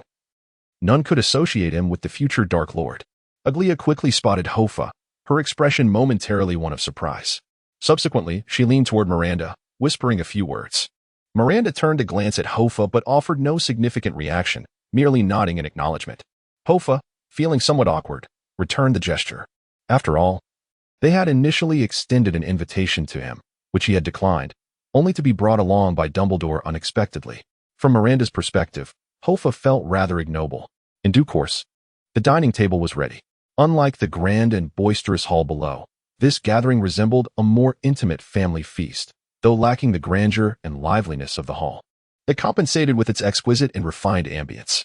It is likely that Slughorn, a man of his stature, would not appreciate the notion of snapping his fingers to summon food, only to make it vanish with another snap. He revels in grandeur and tradition, relishing dishes such as turkey stuffed with truffles and neatly arranged roasted quail. He would find delight in rich meat gravies, roasted creamy corn porridge, and meticulously sliced meat pies garnished with strawberry jam, all served in an orderly fashion. A dozen servings of almond pudding, likely a portion for each guest, adorned the table, while a roasted piglet, its mouth clasping a bright red apple, caught the eye. Observing the array of delectable dishes, Hoffa suddenly realized he was indeed quite hungry. After all, he had chased that faceless figure up at least 40 flights of stairs. However, a sense of awkwardness enveloped him, as he had no experience with such private gatherings and lacked friends to guide him through the etiquette. Consequently, he found himself uncertain of where to sit. He contemplated inquiring Dumbledore about his proper placement, but Dumbledore had already vanished into the throng, leaving no trace behind. As he watched the attendees gradually take their seats, a sense of retreat began to settle within him. The isolation he felt amidst the crowd was more discomforting than the cold winds of Helheim. Yet, unexpectedly, a savior appeared. Aglia casually passed by him, cleared her throat lightly, and pointed to a vacant spot, instructing him to sit there before departing. Hoffa silently complied, and after 10 minutes, Aglia returned with another upperclassman. Engaging in light-hearted conversation as she settled beside him, her sky-blue pleated skirt swaying gently. She exhibited no signs of familiarity with Hoffa. In fact, she often pretended he did not exist, never once indicating any signs of an easing relationship in front of others. Engrossed in conversation with her companion, the topic of discussion was a man named Albert Boot. The incredulity was palpable as a tall boy remarked that Professor Slughorn had managed to invite Boot, a feat his uncle had failed to achieve several times due to Boot's busy schedule. Boot? I've heard of him. Miranda from across the table chimed in with a smile. He's a decent politician, a renowned pacifist. I believe he is preparing to sign a peace treaty with Germany, though I'm not certain of its authenticity. I think the Ministry of Magic's approach is rather reckless. I do not fully agree. The surrounding students voiced their opinions on the ministry's political affairs. Yet Hoffa remained skeptical of the empty rhetoric of politics and showed little interest in their debates. He sat quietly beside Aglia, refraining from conversation, his fingers tracing the tablecloth beneath the table. After a while, as the chatter continued, Aglia suddenly lowered her gaze and disdainfully remarked, "Boot is a weakling, a failure. His policies are nothing but compromise and protest, lacking substance." Hoffa looked up in surprise as Aglia resumed her conversation with others. The rapidity of the transition left him questioning whether he had merely imagined her previous words. Suddenly, enthusiastic applause erupted from the entrance. The rotund Slughorn entered, escorting a somewhat balding middle-aged wizard. The wizard appeared slightly awkward, yet undeniably pleased. Slughorn pulled out a chair, his voice resonant. "Albert, take a seat. I've prepared a little soiree just for you this evening." "Oh, you are too considerate. The journey from the department has utterly exhausted me," replied the middle-aged wizard. The two continued to shake hands and embrace each other warmly. Many around them greeted one another with fervor. Albert Boot, director of the Department of International Magical Cooperation? Hoffa observed the man with a twinge of sympathy. In this era, holding the position of director was hardly enviable. During wartime, such high-ranking officials became prime targets for public scrutiny, and it was not uncommon for their lives to be at stake. During the subsequent turmoil of Voldemort's war, 2 consecutive ministers of magic met grim fates, one tortured to death, let alone the ordinary directors. Shortly after he sat down, the table filled with guests. Yet Dumbledore remained absent. Hoffa noticed Miranda seated beside Director Albert, engaged in conversation, her demeanor that of an infatuated admirer. Several boys gravitated towards Aglia, eager to sit closer to the enchanting young lady, casting jealous and resentful glances at Hoffa. In their eyes, Hoffa was merely an interloper, having arrived early to seize a favorable position. Before the meal commenced, the group began to pray. Hoffa was entirely uncertain of what to pray for, so he mimicked others, clasping his hands and moving his lips in a semblance of participation. Just as Slughorn concluded the prayer, someone questioned Hoffa's identity. "Who is this?" A burly third-year student inquired, his face etched with discontent, as though Hoffa had encroached upon his rightful place. Before Hoffa could respond, Aglia was also taken aback. "His name is Hoffabach, a master of transfiguration. Have you not heard of him?" Surprisingly, the defender was none other than Tom Riddle, reclining lazily in his chair, exuding an air of elegant nonchalance. "If you haven't heard of him, it merely reflects your own ignorance." The surrounding crowd exchanged glances. Hoffa felt a twinge of awkwardness. Truth be told, he would rather be forgotten by all than remembered by Voldemort. Of course, regardless of Tom's assertion, he was not yet the future Dark Lord. He was merely an overlooked figure, much like Hoffa. Meanwhile, the main focus at the dining table remained on Slughorn and Albert. Hoffa chose to disregard the conversations around him and the opinions directed at him. All he could do was quietly enjoy his meal. Initially, his attention was entirely consumed by the food. On one hand, he was indeed hungry, and on the other, he found the gossip and trivial news of little relevance and no interest to him. However, after a few rounds of drinks, the director of the International Affairs Department had indulged a bit too much in alcohol, and under its influence, his words became increasingly abundant, veering towards sensitive topics. "Horace, hic. I work in the International Affairs Department of the Ministry of Magic and possess some advanced information. I have heard that Hogwarts has captured 2 foreign wizards and detained them within the school. Is this, hic, true?" Albert's words elicited soft gasps from the crowd, causing Hoffash to momentarily pause his meal. He certainly knew about the 2 foreign wizards. They must be the 2 Schmidts apprehended by Dumbledore, under the command of Rutschroff. Had the Ministry of Magic already been informed of this matter? "What? This is news to me." Slughorn chuckled awkwardly. "My dear friend, that is incorrect," Albert retorted, gazing intently at the portly headmaster after taking a sip of his drink. "Perhaps those foreign wizards are indeed a bit uncouth and lack decorum. Nonetheless, in such circumstances, it is prudent to report to the Ministry of Magic promptly. This matter should be brought to Headmaster Dipet." Upon hearing Slughorn mention this, Albert felt a surge of irritation. Albus had been exceedingly busy since he assumed the role of headmaster of Hogwarts in 1793, and it was difficult even for the Minister of Welfare to secure an audience with him. "I understand, Albert," Slughorn replied, attempting to pacify him as he poured another glass of wine. Albert tilted his head back, downing the liquid, his face turning slightly flushed as he let out a belch. "In any case, the stance and position of Hogwarts do not align with the current tone of the ministry. Following the recent Hogsmeade incident, the Minister of Welfare preferred to resolve matters through negotiation." Upon sensing the sensitivity of the topic, Slughorn quickly interjected, "Naturally. Headmaster Dipet and our 4 houses have always been very supportive of the ministry's endeavors. You know, Hector, whether it be welfare or the previous Loken MacLaird, we have always." "Is that so?" Albert probed suspiciously. "I have heard that you have a portal at the observatory specifically for transporting young wizards to some extremely sensitive regions, such as Polynesia, Martinique, and the Isle of Helgoland." He shook his wine glass. "Such actions could disrupt the peace of the wizarding communities across nations, Slughorn. You ought to counsel Headmaster Dipet on this matter." "Haha, of course, hic." Slughorn seemed somewhat distracted, his attention shifting towards Tom Riddle, whom he offered a plate with his large, clumsy fingers. "Do partake of some caviar, Tom. It is beneficial for you." Albert continued to chatter, but Hoffash began to feel increasingly uneasy. Seated in the corner, he expressionlessly traced circles on his ice cream with his fork. The more he pondered, the more he sensed something amiss. Finally, Hoffash slowly set down his fork, realizing the source of his discomfort. The observatory. In a letter to himself, Hoffa explicitly informed that the new teleportation array at Hogwarts had been installed in the astronomy tower. Now, Albert had once again mentioned the astronomy tower, and Hoffa realized what the masked figure was searching for. In the snow, it had miscalculated its target, Now, it was seeking the correct location of the teleportation array. Turning his gaze, he noticed that amidst Albert's monotonous political declarations, the others around him were inattentively listening. Slughorn appeared somewhat embarrassed. Miranda rested her chin on her palm, and Aglia curled her lip in a display of disdain. Tom Riddle, however, was playing with a fork at the table, listening with keen interest to Albert's words. Hoffa lowered his head, entangled in a painful dilemma. He was uncertain whether he should involve himself in matters that ostensibly did not concern him. Yet, the threat against him from the Forbidden Forest surged to the forefront of his thoughts, reminiscent of the insider Dumbledore had mentioned. He wished to share his concerns with others, only to realize that the figure was invisible even to Dumbledore. No one could see it but himself. Damn it! Gritting his teeth, Hoffa slowly stood up and quietly told Aglia, "I need to use the restroom." Aglia acknowledged with a sound.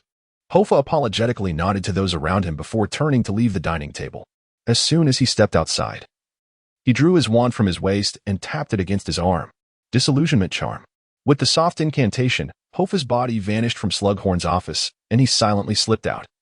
Hastening through the castle, he intended to investigate the astronomy tower. The astronomy tower was located on the western side of the castle. Hoffa had some recollection of the place, as both the Ravenclaw Tower and the astronomy tower were prominent spires of Hogwarts, connected by several high corridors. With the aid of the magical staircases in Ravenclaw Tower, Hoffa swiftly elevated his position.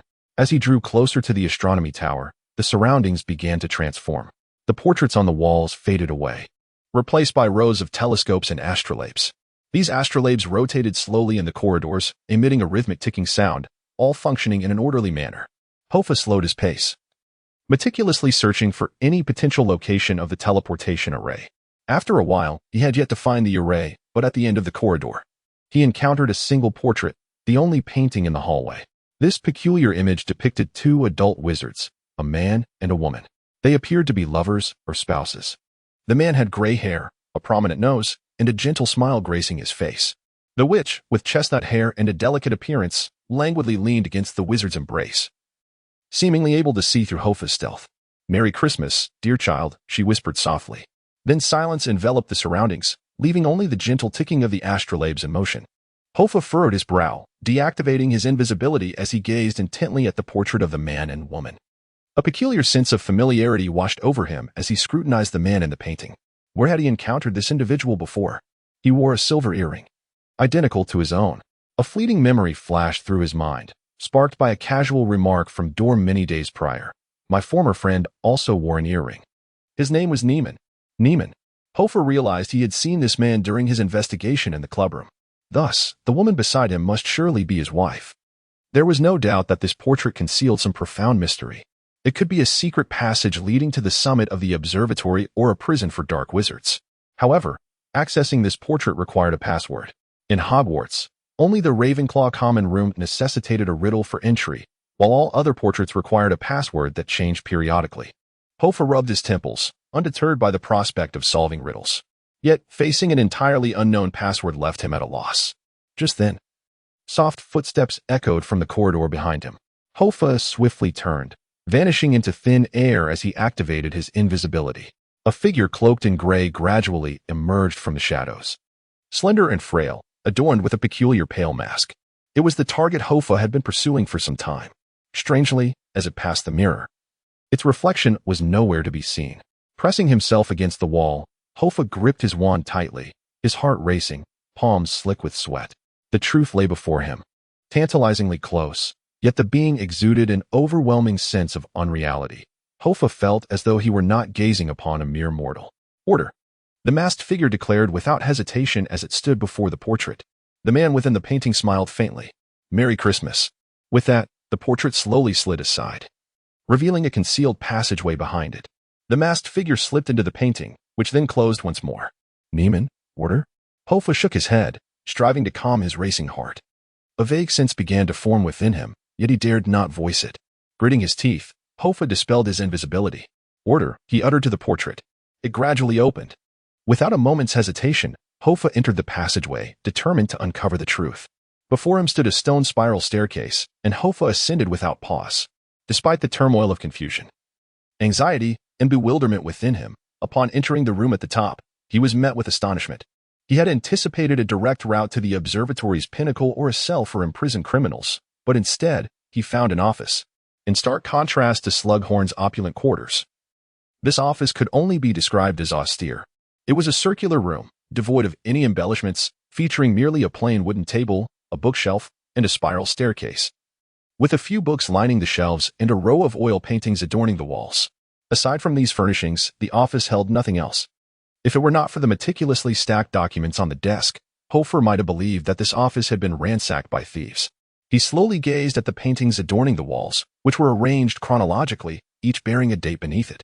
The earliest painting depicted a boy riding a flying broomstick, resembling a Deep Gossack to a striking degree. There were a dozen or so paintings, capturing his journey from school to graduation and eventually to marriage.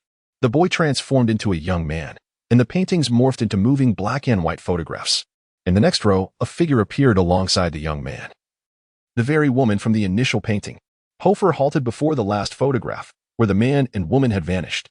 Neiman Gossack, 1901 to 1928, and Alice Gossack, 1903 to 1928. Hoffa's complexion turned pale as he lifted his gaze. The identity of the office's owner became unmistakably clear. It was Adib Gossack, the head of Ravenclaw House. And the previous partner of the fairy was indeed the headmaster's son. The school had placed the teleportation array in the headmaster's office. Then, the masked figure. At that moment, a sharp clang echoed from above the spiral staircase, akin to the snap of a chain. Hoffa realized with alarm. No, Miranda. He rushed up the staircase, only to find that the iron door leading outside had been severed by a spell, with two steel chains lying on the ground. Hoffa forcefully pushed the door open and stepped outside. Before him lay a vast open platform, adorned with several stout stone columns for astronomical observation. Under the frigid night sky, countless blue runes shimmered with a dim glow in the moonlight, and there stood the masked figure at the center of the platform. In the sky, a dark green vortex swirled, intermittently flashing with eerie lights. The masked figure raised his wand high, its tip radiating a blinding green light. The magical energy in the air was suffocating to Hoffa. He had only felt something akin to this once before, outside Ollivander's wand shop, when he sensed similar magic in Tom Riddle. But this time, it was far more terrifying. Hoffa abandoned his stealth, thrusting his wand upward, shouting, "Miranda, stop!" Upon hearing the call, the light from the masked figure's wand gradually diminished, and he slowly turned, his bizarre, pale mask as mocking as ever. "Who were you looking for?" The figure asked nonchalantly. "I'm looking for you," Hoffa retorted loudly. "Miranda, do you even realize what you are doing? You've mistaken me." The masked figure interjected, tilting his head. "Mistaken?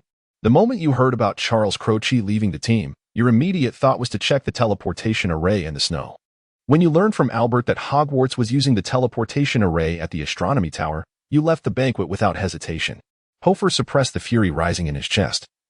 "Miranda, did you let the dark wizard come to kill me?" "I did, but you still have the wrong person." With that, the masked figure swiftly waved his wand. A fleeting flash of violet light appeared, and without uttering a word, it lunged forward. The ever-vigilant Hoffa immediately rolled to the side. Disler's Falcon Gate. Hoffa entered a state of illusion and dashed toward the masked figure. An illusion spell, is it? The masked figure squinted. Utterly futile. With remarkable speed, it waved its wand once more. Scorching earth. A vast expanse of flames erupted from the ground, shooting skyward and forming towering orange-red walls of fire. The temperature in the air surged, causing the solid ice on the rooftop to melt away rapidly. Hoffa had never encountered such a spell. He had no choice but to leap onto a stone pillar, vaulting over the flames, and promptly cast a stunning spell. Stupefy. Yet, his spell merely struck an invisible barrier, dissipating into nothingness. Hoffa's hopes of stealthily gaining the upper hand were instantly dashed. The masked figure stood behind a transparent shield, chuckling. "Is that all the spells you've mastered from your textbooks? With such feeble attempts, you cannot hope to defeat me." The adversary proved to be more formidable than anticipated.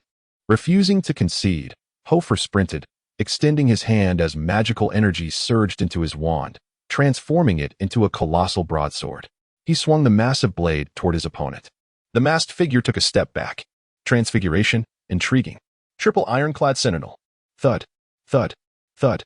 With three resounding crashes, three ghostly knights clad in icy blue armor descended from above, crashing heavily onto the observatory floor. "Huh," they roared, uniting their shields to form an impenetrable barrier around the masked figure. Hoffa swung his broadsword against the armor. Boom. The clash of sword and shield sent sparks flying, shaking Hoffa's arm and nearly causing him to vomit blood. The defensive prowess of the spectral knights was evident. This was no ordinary armor spell. Truly, a worthy apprentice of Dumbledore, possessing considerable skill. A detached voice emanated from within the armor. Silence. Hoffa stumbled back, intensifying the magical energy flowing into his weapon, which swiftly morphed into a formidable warhammer. He then charged forward with 3 powerful strides, swinging the heavy hammer down upon the armor. Boom! A thunderous sound reverberated as one of the armored knights was sent flying. The masked figure, taken aback by this unforeseen turn of events, stepped back decisively, while another knight rushed forward to fill the gap. Hoffa, undeterred, rapidly waved his right hand. His wand transformed into metal, encasing his arm and morphing into a massive silver lion-headed gauntlet. Boom! The lion's head struck the masked figure's chin with a forceful punch. Hoffa, wary that his opponent might be Miranda, restrained himself, exerting only 70% of his strength. Yet even so, the masked figure crumpled like paper, the mask shattering upon impact.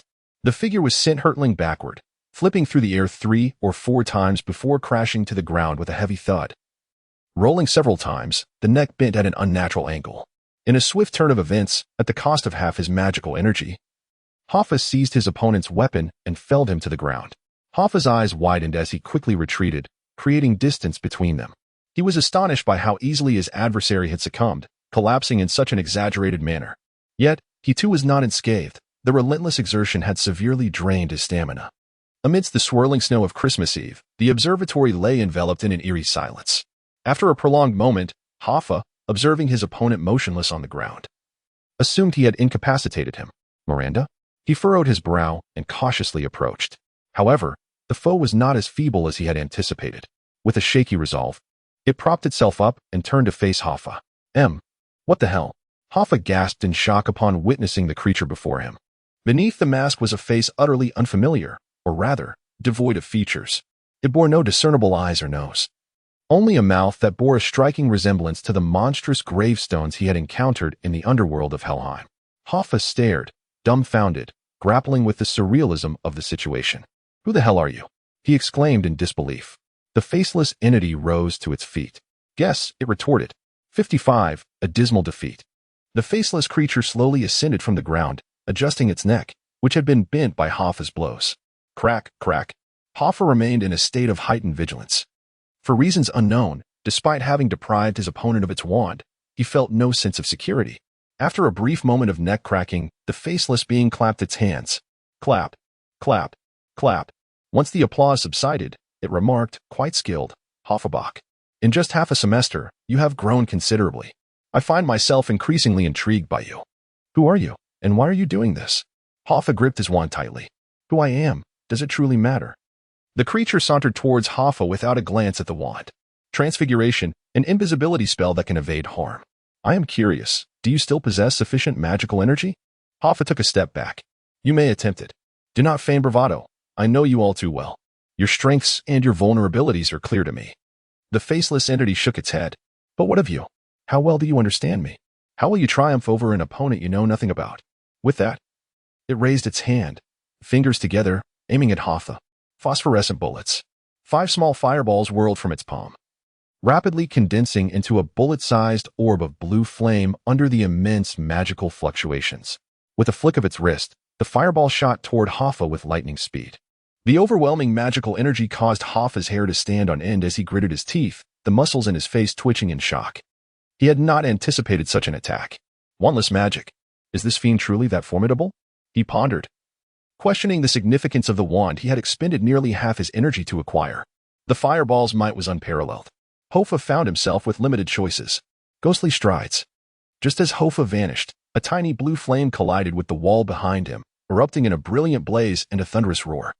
The ceiling of Goshawk's office was lifted entirely, stone fragments swirling through the air. Yet, this was only the beginning.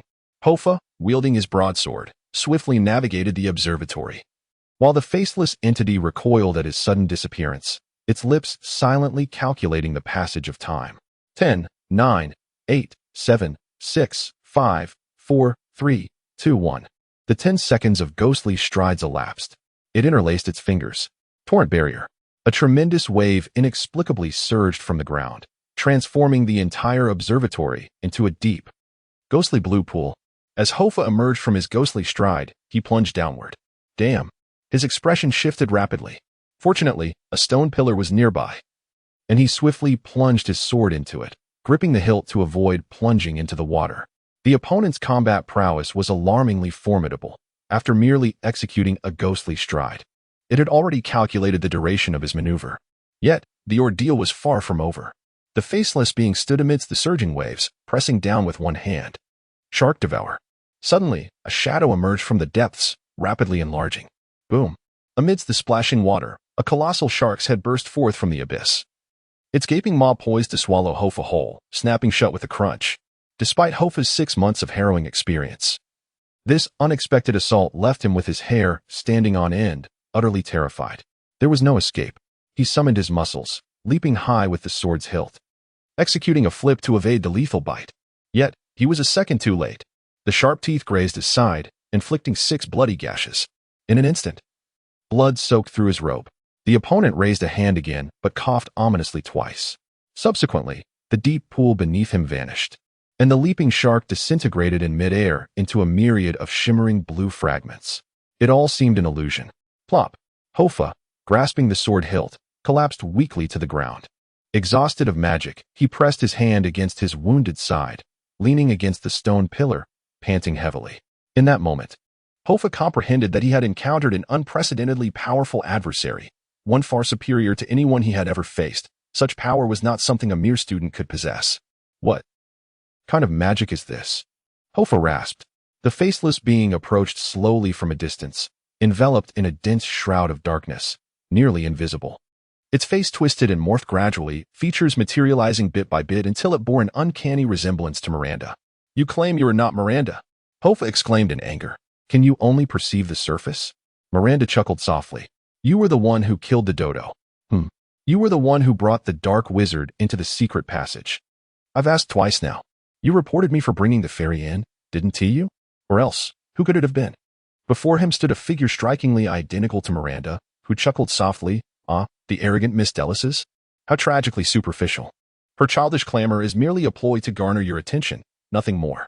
As she drew nearer, her silhouette, shrouded in a profound darkness, rendered Hoffa unrecognizable. The world had become so chaotic that it felt akin to living with a docile chihuahua, only for it to transform overnight into a ferocious beast. She stood beside Hoffa, one hand clasped behind her back, the other poised before her, gazing down at him with an air of superiority. I warned you in the violet chamber not to seek me out again, she declared with chilling indifference. Yet you disregarded my kindness. Blood seeped slowly from his body, mingling with the agony of magical exhaustion. This was Hoffa's most disheveled moment. Even in the presence of Schmidt-Ruttroff, he had never felt so utterly defeated. He raised his gaze to meet hers. That visage, pale and sullen, bore an uncanny resemblance to Schmidt-Ruttroff's cold, unfeeling expression. Hoffa inhaled deeply, striving to regain composure. I fail to comprehend the nature of your relationship with Schmidt. Such a question delves into rather private matters. Do you presume I would divulge that to you? Hoffa's eyes locked onto hers as he spoke slowly. I had believed we were friends. Friends? Do you truly have any?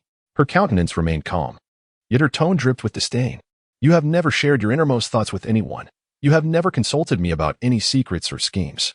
You have never genuinely watched Aglia's Quidditch matches, yet you can still feign admiration for her flying skills.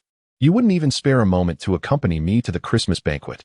I have extended numerous opportunities to you, yet you prioritize your own little world above all else. It seems to me that you are rather callous. The likeness to Miranda gradually crouched down, grasping Hoffa's collar, her voice dropping to a whisper as she confronted him. You do not truly regard me as a friend. Your mind is consumed by your own self. Do you believe others will remain stagnant, waiting for your growth? Or do you find solace in hiding away in your little corner? Hoffa's complexion turned ashen. In that instant, her frigid words transformed into the sharpest of blades, challenging his very philosophy of existence. She had stripped away the gentle facade that cloaked their relationship, revealing the hollow essence lurking beneath. There was nowhere for him to hide. In that moment, whether it be magic, body, or spirit, all crumbled into ruin. His vulnerabilities were laid bare, starkly evident to her, as everything that once seemed logical and reasonable shattered in the face of the situation. He even found that the physical pain he endured paled in comparison to the terrifying onslaught of negative energy that assailed his psyche, interrogating his very soul. He was rendered utterly speechless. Releasing her grip, the girl rose to her feet, coughing twice before declaring with an air of indifference. It is the essence of ordinary humanity to seek advantage and avoid harm, yet this is not the essence of a hero, Hoffa. To defeat me. You are still woefully inadequate. However, fortune smiles upon you this time. Someone has come to your rescue. As her words fell, a black chain suddenly erupted from the ground, clattering as it ensnared the girl's arms. The moment the iron chain materialized, she turned her head toward the doorway. Subsequently, countless chains, like serpents, sprang forth from the earth, binding her entire being with relentless fervor. Her thighs, arms, and neck became ensnared, yet she exhibited no surprise. Standing serenely as she gazed at the office that had been uprooted from the tower's pinnacle. At last, a figure slowly emerged, clad in a cerulean robe. His countenance was twisted with rage. "Get out of my granddaughter's body," roared Adebe Goshak. "Is it truly so difficult to acknowledge my identity and your own errors?" The girl's lips curled slightly upward. "Silence, monster." Goshak raised his wand. "A monster? You raise these students like livestock, only to send them off to a war of wizards. Having lived 50 years longer than I, does that not make you an old monster?"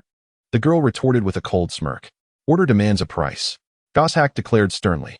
"And that price includes your descendants, does it not?" Professor Goshak fell silent. After a lengthy pause, he finally uttered, "I am sorry." He lifted his wand, aiming it at the girl. "Conceal your hypocritical facade.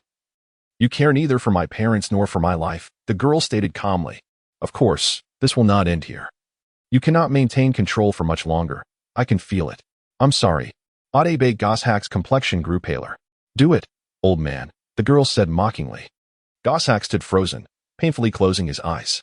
Then, with a fierce motion, he swept his wand downwards, causing all the metallic chains to tighten instantaneously, exerting immense force that ripped apart the girl's limbs. The girl turned her gaze towards Hoffa, smiling faintly, her lips moving silently. Though voiceless, Hoffa discerned her farewell. As the chains constricted, her neck snapped, her eyes glazing over. She knelt, swaying twice before collapsing onto the icy surface. Her entire body erupted with a thunderous crash, dispersing into countless tendrils of black mist that vanished into the night sky. After a long while, Adebe Goshak inhaled deeply, exhaling a plume of white mist into the frigid night air. He appeared as aged as a frail elder, a stark contrast to his usual commanding demeanor. He opened his eyes and approached Hoffa slowly. "You killed Miranda?" Hoffa sat despondently on the ground, his mental state in disarray as he gazed at the spot where the black mist had dissipated, murmuring his inquiry. "No, I could not kill her," Goshak replied softly. "She is not Miranda. That was Miller." In the mind of Miranda, the dark wizard Gellert Grindelwald has sown the seeds of mental torment. As long as Miranda remains alive, these seeds will perpetually spawn. Goshak knelt down, his wand directed at Hoffa's waist, as his wound began to heal at a visible pace. Miller, Grindelwald, a product of dark magic. Hoffa found himself at a loss for words. He had long been aware of Miller's existence. A long time ago. On the very first day he boarded the school train, he had heard Aglaia mention that name. At the time, Hoffa had assumed Aglaia had mistaken someone, never realizing that this individual was indeed real, albeit not a physical entity, but rather a manifestation of Grindelwald's dark sorcery. He had finally torn through the fog that had plagued him, only to discover that beyond the mist lay an insurmountable mountain, the world's most formidable dark wizard, Grindelwald. Finding solace in his secluded realm was a natural inclination, was it not? When did it become a sin to merely exist as an ordinary person? The weight of Miller's words struck Hoffa profoundly, leaving him somewhat unsteady even after Goshak had tended to his injuries. At that moment, Adebe Goshak called out to him. "Buck. Wait a moment." Hoffa turned, staring numbly at his interlocutor. "What is it?" "I am immensely grateful that you took the initiative to thwart Miller's destruction of the teleportation array. Such courage is not something ordinary individuals possess," Goshak remarked solemnly, gazing at Hoffa. "However, remember this, a true man rises from where he has fallen. Do not allow others to sway your resolve, understand?" Hoffa's mouth fell open. This seemingly mundane platitude struck him with profound impact. Undoubtedly, this was the positive energy he so desperately needed. Adebe Goshak's words provided Hoffa with a semblance of comfort. Yet the path to recovery from such a devastating defeat was fraught with difficulty. In the school corridors, Hoffa drifted like a lost spirit, numbly wandering. He allowed his feet to guide him, instinctively moving toward the Ravenclaw Tower. This was the first time in his life that he had actively sought to accomplish something. He appeared to have succeeded in halting the destruction of the teleportation array. Yet, Simultaneously, he had suffered a catastrophic defeat. Throughout his journey, he pondered the words spoken by the dark persona, Miller. For half a year, he had lived under the shadow of the Second World War, enveloped in fear of conflict, and plagued by a lack of security. He had never candidly spoken with anyone about his feelings, nor had he considered seeking a true friend with whom he could share his heart, as Harry had done. He believed it unnecessary. Yet, he did not exist in a vacuum. He lived in the present. Inevitably, he impacted others and was, in turn, influenced and even shaken by them. Hoffa inhaled deeply, seated in front of the fire in the common room, burying his face in his palms. In that moment, his emotions were tumultuous and conflicted. He found himself envying the one-track-minded protagonists of anime, the decisive heroes of web novels, and even began to envy Tom Riddle. Perhaps they remain unaffected, as if they were destined for a particular purpose upon their arrival in this world, before his inner turmoil could linger. The sudden sound of a door creaking open announced the entrance of Aglaia, clad in a blue pleated skirt, as she dragged Miranda into the lounge. "Oh dear. Is this how it's going to be? You downed a drink, and it's fruit wine no less. You truly are abysmal," she complained, only to abruptly glance up and spot Hoffa by the hearth, who in turn noticed her. They shared a moment of habitual silence before Hoffa's attention shifted to Miranda, who hung her head, utterly limp like a discarded rag. Aglaia furrowed her brow, hoisting the flaccid Miranda slightly, and remarked with a sardonic smirk, "You've lingered in the restroom for quite some time, haven't you?" Hoffa offered no explanation, but instead rose and slowly approached Miranda. "Have you been with her all this time? What else would I be doing?" "Hey, have you been? The entire time? Nowhere else to go?" "Of course. Have you lost your mind?" Aglaia retorted, her irritation palpable. Hoffa pondered for a moment before gently pulling Miranda from Aglaia's grasp, addressing her. "Could you wait for me outside the lounge for a moment? I have some questions for Miranda, please." With a puzzled expression, Aglaia stared at him, glancing between Hoffa and Miranda for a while. "What do you want to ask?" "Well, fine. Just be quick about it. I still need to take a shower." After watching her leave, Hoffa took a deep breath, redirecting his focus to Miranda. She had not gone anywhere. She had remained at the Slaghorn gathering, yet an identical figure had appeared on the terrace. This suggests that this individual possesses the ability to separate another persona from their body without anyone else perceiving it. Being able to see it may simply indicate a mental acuity beyond the ordinary. Hoffa narrowed his eyes, touching Miranda's forehead, which felt icy to the touch. He recognized this symptom all too well. It was not mere intoxication, but rather an exhaustion of magical energy. A flicker of understanding dawned upon Hoffa. Could it be that the seed planted by Grindelwald had absorbed Miranda's spirit and magic, giving rise to Miller? The intention behind this was to conduct covert sabotage at Hogwarts, disrupting the transportation network and allowing dark wizards to infiltrate, potentially leading to the school's destruction. One must concede, the foresight was indeed astute, targeting the granddaughter of the vice principal. However, one must ponder when this all commenced. Was it at the beginning of this semester? Or had it been sown long before? It seems likely it was planted much earlier. Otherwise, Aglaia wouldn't have made that misjudgment prior to the term's start. Yet, which persona holds dominion? Miller, Miranda? Or do they coexist without interference? After a moment's contemplation, Hoffa inhaled deeply, engaging in meditation to restore his magical energy and steady his mind. He then began to shake Miranda's shoulders gently. After a few moments, she gradually roused from her stupor by the hearth. With a weary blink, she murmured, "What happened?" Upon seeing Hoffa, Miranda rubbed her temples. "Weren't we supposed to attend Slughorn's gathering?" She sat up languidly, reminiscent of a cat, her gaze soft and her eyes veiled in a dreamy haze, seemingly oblivious to the deadly confrontation that had transpired just an hour prior. Hoffa regarded her in silence. Noticing the bruise on Hoffa's face, Miranda crawled over, massaging her forehead, and inquired, "Who did you fight with?" Her cold fingers traced Hoffa's cheek, yet he remained mute. Miranda, perplexed, scrutinized Hoffa. "What kind of look is that? Is it sympathy?" Hoffa averted his gaze and calmly stated, "You drank too much at Slughorn's banquet." "Did I? I can't even remember what I ate. How much did I actually drink?" Miranda mumbled. "Do you know Grindelwald?" Hoffa abruptly interrupted, crossing his arms. His muscles taut as he asked the question. Miranda's mouth fell open, her expression bordering on foolishness. "Huh? What?" Upon seeing her expression, Hoffa realized there was little hope. There were only two possibilities. Either the two personalities were completely independent, reminiscent of her inexplicable forgetfulness after helping him borrow a book last time, or this young lady had become so adept at her acting that the truth was indistinguishable. Regardless, he knew he would not obtain answers from Miranda. Never mind. It's nothing. I'll escort you to rest, Hoffa said, steadying Miranda's arm. Make sure to get a good night's sleep. He gently pushed and guided her to the entrance of the girls' dormitory, lingering for a moment before hastily stepping outside to the common lounge. On the narrow bridge high above, Aglaya's blue eyes sparkled with discontent. Hey, what do you want from me? Hoffa leaned against the railing beside her. I have a pressing question to ask you, Aglaya replied. Huh? Who is Miller Gosak? You mistook me for Miller on the train. Why?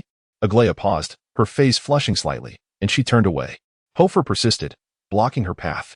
Please. Tell me quickly. Why bring up something irrelevant? Aglaya retorted, a hint of irritation in her tone. I made a mistake. Is that not permissible? Hoffa pressed on. Then why mention Miller when no one else? What does it matter to you? Aglaya frowned. I do not know Miller. I've never truly met him. I only know of his existence. Children from wizarding families are often somewhat related. I frequently heard talk of a remarkable spellcaster from the Goshawk family named Miller.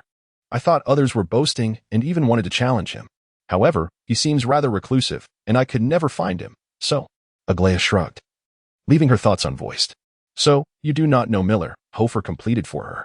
Indeed, I surmise that this so-called prodigy should be at Hogwarts, yet he is not. My mistake in identifying you as him stems from the profound connection between the Goshawk family and the fairies.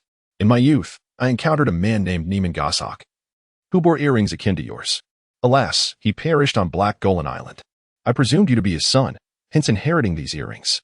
Regarding the relationship between Miranda and Miller, I conjecture they might be cousins, as the intermarriages among wizarding families are exceedingly intricate, and the Goshawk family is no minor lineage. As for their precise relation, I have never inquired of Miranda, and she has never divulged it to me, Aglaya remarked. Hoffa remained silent, aware that the situation was far more complex than Aglaya perceived. The seemingly ordinary and charming neighborly girl harbored an entirely undisclosed aspect within her, a profoundly dark, wild, and perilous facet. Aglaya crossed her arms, scrutinizing Hoffa with curiosity. What is the matter? What has transpired? Why are you so concerned about Miranda? Hoffa hesitated for a few moments, the shadows of the past entwining him once more. He recalled Miller's derision, retreating into his own little world. Damn it. Ultimately, Hoffa resolved to change. He recounted the events of the evening to Aglaya in their entirety, feeling he might require assistance to resolve the matter. Perhaps Aglaya, being a fellow girl, could offer better counsel. Upon his conclusion, Aglaya cast a ghostly expression toward the darkness beneath the narrow bridge. After a prolonged silence, she turned her gaze back. Are you implying that Miranda and Miller are the same person? Indeed, after a moment of quietude, Aglaya exclaimed, What nonsense! Have you lost your mind? Hoffa neither refuted nor affirmed her statement, merely exhaling a sigh. Aglaya studied him for a while, her expression of disdain transforming into astonishment. My heavens, she truly disrupted the teleportation array. I am sharing a wall with a girl possessing a magical alter ego. And her other persona is none other than the German chief wizard, Gellert Grindelwald. Aglaya's visage turned pale, her tone fervent. How could the school allow this? Do you comprehend how terrifying an emotionally unstable wizard can be? If this repression continues, she may very well transform into a creature akin to a Dementor. Do you know what a Dementor is? Hoffa raised a hand. Do not shout. Her power exceeds your imagination by at least 100-fold. Aglaya parted her lips, seemingly ready to dispute further, but ultimately, she regained her composure. The recent life and death struggle in the Forbidden Forest had solidified her trust in Hoffa as a companion. Do you have any sound ideas? Aglaya inquired. After a moment of silence, Hoffa gazed into the darkness beneath the narrow bridge, contemplating the letter that urged him to leave the Forbidden Forest and the last surviving dodo. At last, his expression grew resolute. The experiences of the past 6 months have rendered him far less fragile than when he first entered this world. He will not easily succumb to the words spoken by that dark persona within him. Aglaya, what is it? Could you assist me in concocting a potion? Aglaya's mouth fell agape in disbelief as she gazed at Hoffa, who appeared almost unrecognizable compared to the boy she had previously known. Almost instinctively, she blurted out, Beg me. Hoffa remained silent, merely observing her. A blush crept across her cheeks. I was jesting. What sort of potion do you desire? A mana restoration elixir. I require a great deal of it. In abundance. After a moment's contemplation, Aglaya nodded. Very well, I shall procure it for you. Thank you. And what about you? Aglaya inquired softly. What do you intend to do? Hoffa lifted his head, inhaling deeply, and resolutely declared, I shall seek out Goshawk once more. I must confront the challenges ahead. Legendary figures are bound to possess extraordinary spirits. With Christmas behind them, a new semester and a new year dawned. Hoffa gathered his convictions and set forth anew. Yet this time, he would not await fate's design. He would actively pursue his battles. This was a matter of spirit and destiny. In just a few terse phrases, that dark persona, Miller, had become his inner demon. If he did not vanquish this adversary, Hoffa believed that his life would be devoid of hope, relegating him to a mere existence of mediocrity. His foremost task was to understand the enemy. On the first day of the new semester, Miranda was, as usual, absent from the charm class. Goshawk did not deduct any points for this absence. Nor did he even mention it. In class, Hoffa could observe the weariness lurking beneath the old man's eyes, a stark contrast to his previous vigor. After class, Hoffa did not rush to leave. Instead, he stood and approached Professor Goshawk. Professor, a moment, please. Goshawk shot him a surprised glance, but remained stationary. Aglaia nodded slightly at him as students bustled past, leaving only Hoffa and Goshawk in the classroom. I wish to understand Miranda, Hoffa stated directly, disregarding Goshawk's astonished expression. I need to know the reason behind her destruction of the teleportation array, as well as the origins of that Miller character. After a prolonged silence, Goshawk finally responded, taking a few steps before interlacing his fingers atop a nearby desk. Do you comprehend what you're asking? I do, Hoffa replied calmly. I am quite certain of my thoughts. I wish to understand her. May I inquire why? Goshawk countered without objection. From where one falls, one must rise again. You said this, and now I have risen, but I must prevent myself from falling once more. Goshawk pondered Hoffa's proposition for a moment. Bach, you are merely a first-year student. Your assistance that night was already more than sufficient. Miranda is also a first-year student, Hoffa calmly stated. Goshawk did not outright refuse. After a moment's contemplation, he rose and began to exit. Bach, you are merely an outsider. This matter does not concern you. Doesn't concern me? Hoffa positioned himself in front of Goshawk, obstructing his path. Do you truly believe I would be relentlessly pursued by dark wizards in the Forbidden Forest without reason? Or do you think I would allow such a predicament to occur again? It will not happen again, I assure you.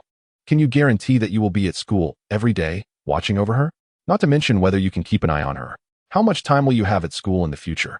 With the impending war in Europe, how much of your attention can you spare to care for her? I have heard from Headmaster Dipet that you are soon to depart for Romania. Silence. Goshawk could no longer contain himself. He resumed his typical commanding demeanor as the head of Ravenclaw. You must not mention this. You fear she might discover the truth. Hoffa pierced through Goshawk's facade of authority. You dread that Miller will learn you are absent. Once you leave, it will manifest, will it not? Apart from you and me. No one else in this school can perceive it. Enough. Hoffa's lips curled into a slight smile. I certainly won't be late. That evening, Hoffa informed Aglaia of his need for remedial lessons, which unexpectedly provoked her irate response. I have been unable to sleep for several nights. Miranda must know something. She has been regarding me with such peculiar eyes.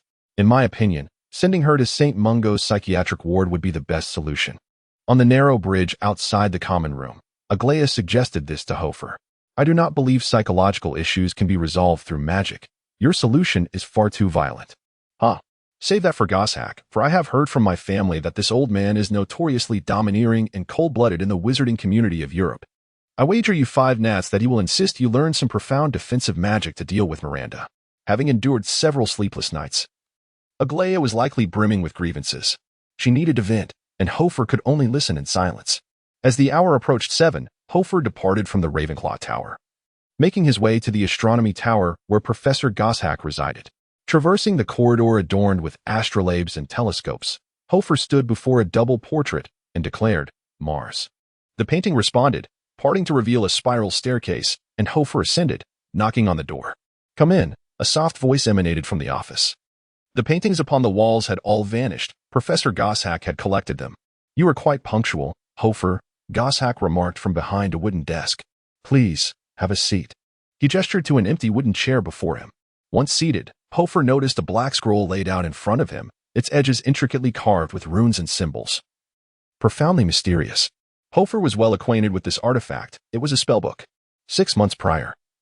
As he delved into the art of the disillusionment charm within the clandestine chamber of the Violet Society, he employed this very object. This artifact possesses the ability to record the memories of others, akin to a meditation basin. However, the memories must pertain to the incantation itself. Goshawk, without uttering a single superfluous word, immediately addressed the matter at hand. To exert control over the dark persona of Miller, I believe you require exceptionally potent control spells. The most effective way to learn magic is undoubtedly by observing the incantation processes of other wizards in real time. Therefore, I have borrowed a precious tome of spells from Principal Dipet to serve as a teaching aid. Today, I wish to guide you through. Please wait a moment, Professor, Hoffa interrupted Goshawk. With a furrowed brow, Goshawk expressed his displeasure. What is it? I wish to understand her first. You must disclose the entire sequence of events to me. How did Miranda fall victim to Grindelwald's dark magic? And what caused the rift between you two? After a brief silence, Goshawk replied in a low tone, It is rare for a first-year student to exhibit such audacity. I seek to resolve the issue, Hoffa replied calmly. Gazing steadily at Goshawk. With a frown, Goshawk glanced at the ceiling for a moment before interlocking his fingers and stating softly, Wizards wield extraordinary powers and, naturally, bear extraordinary responsibilities.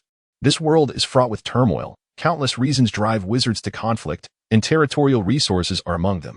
Each year, the school dispatches students to contend for regions, a practice common across nations, comprising both current students and graduates. Miranda's parents were among those sent. Who was responsible for sending them? Hoffa inquired. Was it you? After a prolonged pause, Goshawk slowly nodded. They were slain by German dark wizards. Miranda was devastated, convinced that their deaths were my fault. As he spoke, Goshawk's gaze shifted to Hoffa's ears, including your friend, Indur, who was also a companion of Neiman. Naturally, he too believes I am to blame for the demise of Miranda's parents. In this regard, I do not deny my part. However, in the face of war, my choices were severely constrained. Miranda possessed remarkable talent in spellcraft from a young age, particularly after the tragic loss of her parents. Her capacity for learning spells accelerated at an unparalleled pace. Yet, for a young girl, such extraordinary talent can be a double-edged sword, drawing unwarranted envy. By the time I became aware of this, it was too late. Grindelwald had set his sights on her, hoping to mold her into a formidable subordinate. He planted a seed of dark magic within her mind, one that would consume her emotions and magical essence to flourish, ultimately supplanting her original persona. Pausing momentarily, Goshawk continued. You have likely encountered Schmidt-Lutloff. He is a complete manifestation of someone wholly consumed by such a mental seed. Grindelwald has done this to many, possessing a remarkable aptitude for manipulating the human psyche. I kept Miranda at the school, hoping she could overcome her dark persona with the assistance of other teachers and students. Yet, contrary to expectations, her recent condition has deteriorated significantly. Perhaps after this academic year, I shall withdraw her from the school. Once Goshawk had finished speaking, Hoffa felt a peculiar discomfort within his heart. At the beginning of the term, he believed he had secured a golden opportunity. But now it seemed that every household has its own challenges to contend with. Goshawk, in a rather detached manner, remarked, I appreciate your initiative in seeking me out. But merely understanding Miranda is insufficient. What you truly need to comprehend is Grindelwald. He produced a tome of spells, placing the scroll upon the desk and gradually unfurling it. Unlike the last time, Hoffa now observed with keen clarity. As the frayed and ancient scroll was unveiled, two intricate symbols emerged upon its surface, one resembling a hand and the other an eye. Goshawk gestured toward the scroll with his wand, elucidating. The hand signifies endeavor, while the eye denotes observation. Endeavor can be attempted numerous times, commonly employed in the coercive learning of spells, whereas observation can occur only once, typically utilized in the study of potions or transfiguration. To speak candidly, given your magical prowess and innate talent, I harbor doubts about your ability to surpass Miranda in the realm of spells. Upon finishing his words, Goshawk tapped the scroll with his wand, murmuring, Unseal the seal. A beam of white light surged forth from the eye upon the scroll, swiftly enveloping its entirety, identical to the previous encounter. In the following moment, the white light burst forth, and both Hoffa and Goshawk were rendered devoid of consciousness, collapsing onto the desk. As before, Hoffa found himself ensconced in a realm devoid of space, time, and matter, characterized by a vast white expanse. Ultimately, this whiteness began to dissipate. Once colors returned to his vision, he discovered himself standing upon a small island, surrounded by the tranquil depths of the sea. The air was filled with the cries of seabirds, and he found himself on a red sandstone highland encircled by steep cliffs. where a multitude of various seabirds perched upon the vibrant sandstone beneath his feet. The air is pure as crystal. On the opposite side of the island lay a quaint village, with simple wooden cottages scattered amidst the forest, distant somewhat from his current location. This time, the perspective felt less constricted than before, allowing Hoffa to feel as though he were observing memories within a meditative basin. Hoffa inquired, "Where are we, Professor?" Black Golan Island. 1928. This narrative belongs to Headmaster Dipet, the current headmaster. I hope you glean some knowledge from it. Having spoken plainly, he guided Hoffa along the sandstone highland. Before long, Hoffa beheld a line of wizards standing at the cliff's edge, their robes billowing in the sea breeze. Approaching the assemblage of wizards, he turned about. There stood an elderly man, his hair thinning, clad in a silvery robe, his demeanor solemn as he stood alone atop the cliff, his robe rustling in the ferocious wind. Headmaster Dipet, the present headmaster, appeared significantly more upright than he had during the opening feast, shedding the stooped posture he had then displayed. Behind him stood a line of individuals, and upon sighting them, Hoffa's heart skipped a beat. They all wore masks, each a pale visage adorned with simple patterns, identical to those depicted in the oil paintings of the Violet Society on the walls. Goshawk took the initiative to explain to Hoffa, "These are members of the Violet Society, one of the elite factions at Hogwarts." Hoffa inquired, "What is the relationship between Principal Dipet and them?" Goshawk replied, "He is the direct leader. Some Violet graduates go straight into the British royal family, becoming court wizards. He is the head of this assembly of sorcerers, akin to Dumbledore's connection with the Order of the Phoenix." As he circled around them, he indeed spotted a man adorned with fairy earrings in the middle of the third row, Neiman Goshawk. Goshawk's gaze lingered on the man for a while before he softly stated, "In the observation mode of the spellbook, the observer and the observed cannot interact, for what you experience is merely a record within the spellbook." Perhaps fearing Hoffa would not comprehend, he added a comment that resembled a soliloquy. Before long, a vessel belching black smoke slowly approached from the sea. To call it a ship might be misleading. It was an antiquated warship, quite archaic in design. Hoffa's sole impression of such a vessel was derived from faded photographs in history books detailing the Sino-Japanese War. In his memory, Principal Dipet's voice resonated profoundly. "It has arrived." All the masked wizards beside him solemnly drew their wands and vanished in a flurry of apparition, including Miranda as father, Neiman Goshawk. Yet, Dipet remained still, standing alone on the cliff, gazing at the coast. Hoffa's attention fixated on the sea. Once the warship anchored, a dozen individuals disembarked. These individuals were also wizards. But instead of operating, they ascended the cliff step by step. Leading them was an extraordinarily handsome middle-aged man, his slick white hair impeccably styled, with profound green eyes and a tall stature, clad in a sharp black overcoat. Upon reaching the cliff's edge, the man raised his arm, signaling his followers to halt, and then sauntered forward to stand before Principal Dipet. Hoffa's gaze lingered on this wizard, and he surmised the man's probable identity. Indeed, he heard Principal Dipet croak, "Grindelwald. Where is the object I seek?" "Gellert Grindelwald, the former Dark Lord." Hoffa cautiously approached, scrutinizing this lifelong rival of Dumbledore.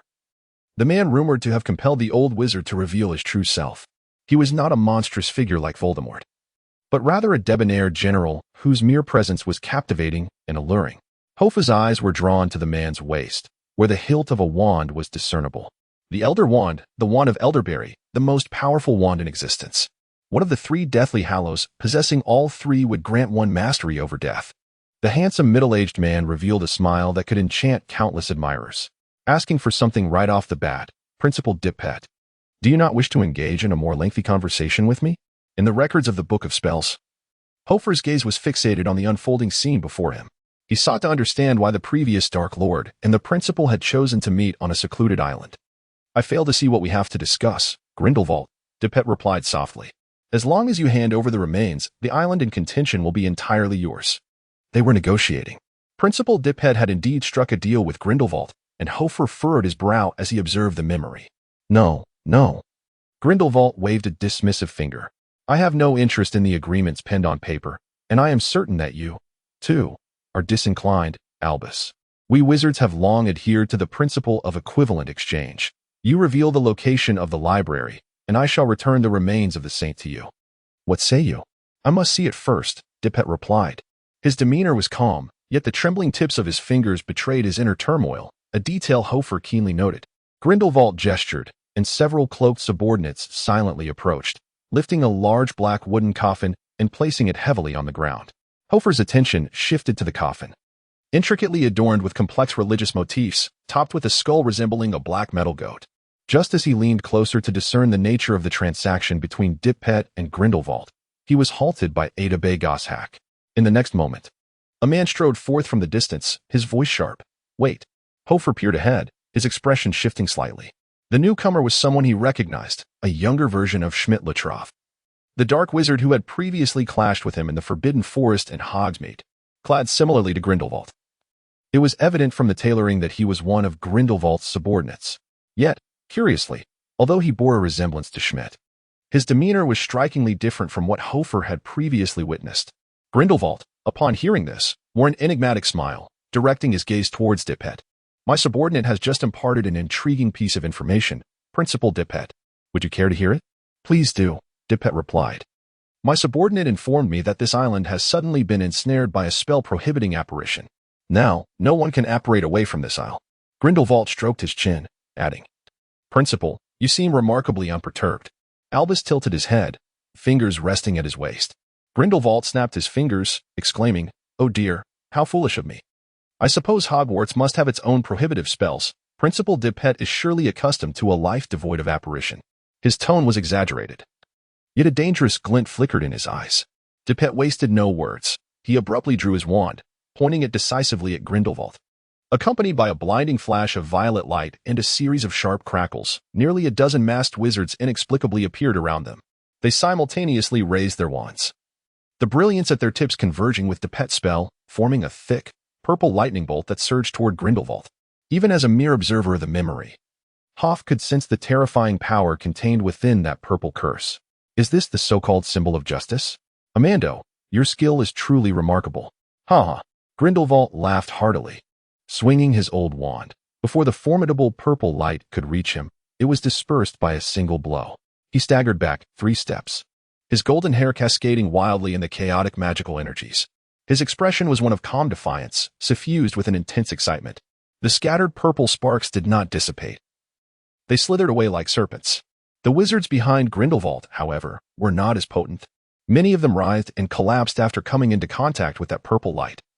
Schmidt among them, who fell to the ground with a cry of despair.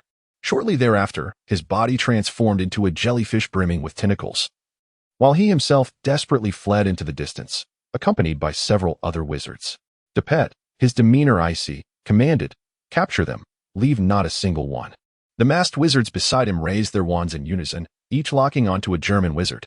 Did you consult my opinion? Grindelwald retorted, tossing his golden hair as he held his wand in an unconventional manner. He pronounced loudly, Shatter's grasp. As the incantation echoed, the surrounding scene began to morph rapidly. The ground trembled, the cliffs began to fracture, and countless vast fissures and gorges appeared upon the island, while the sea surged with colossal waves, reminiscent of a catastrophic earthquake of magnitude 9. Standing at the epicenter of this upheaval, Grindelwald howled to the heavens.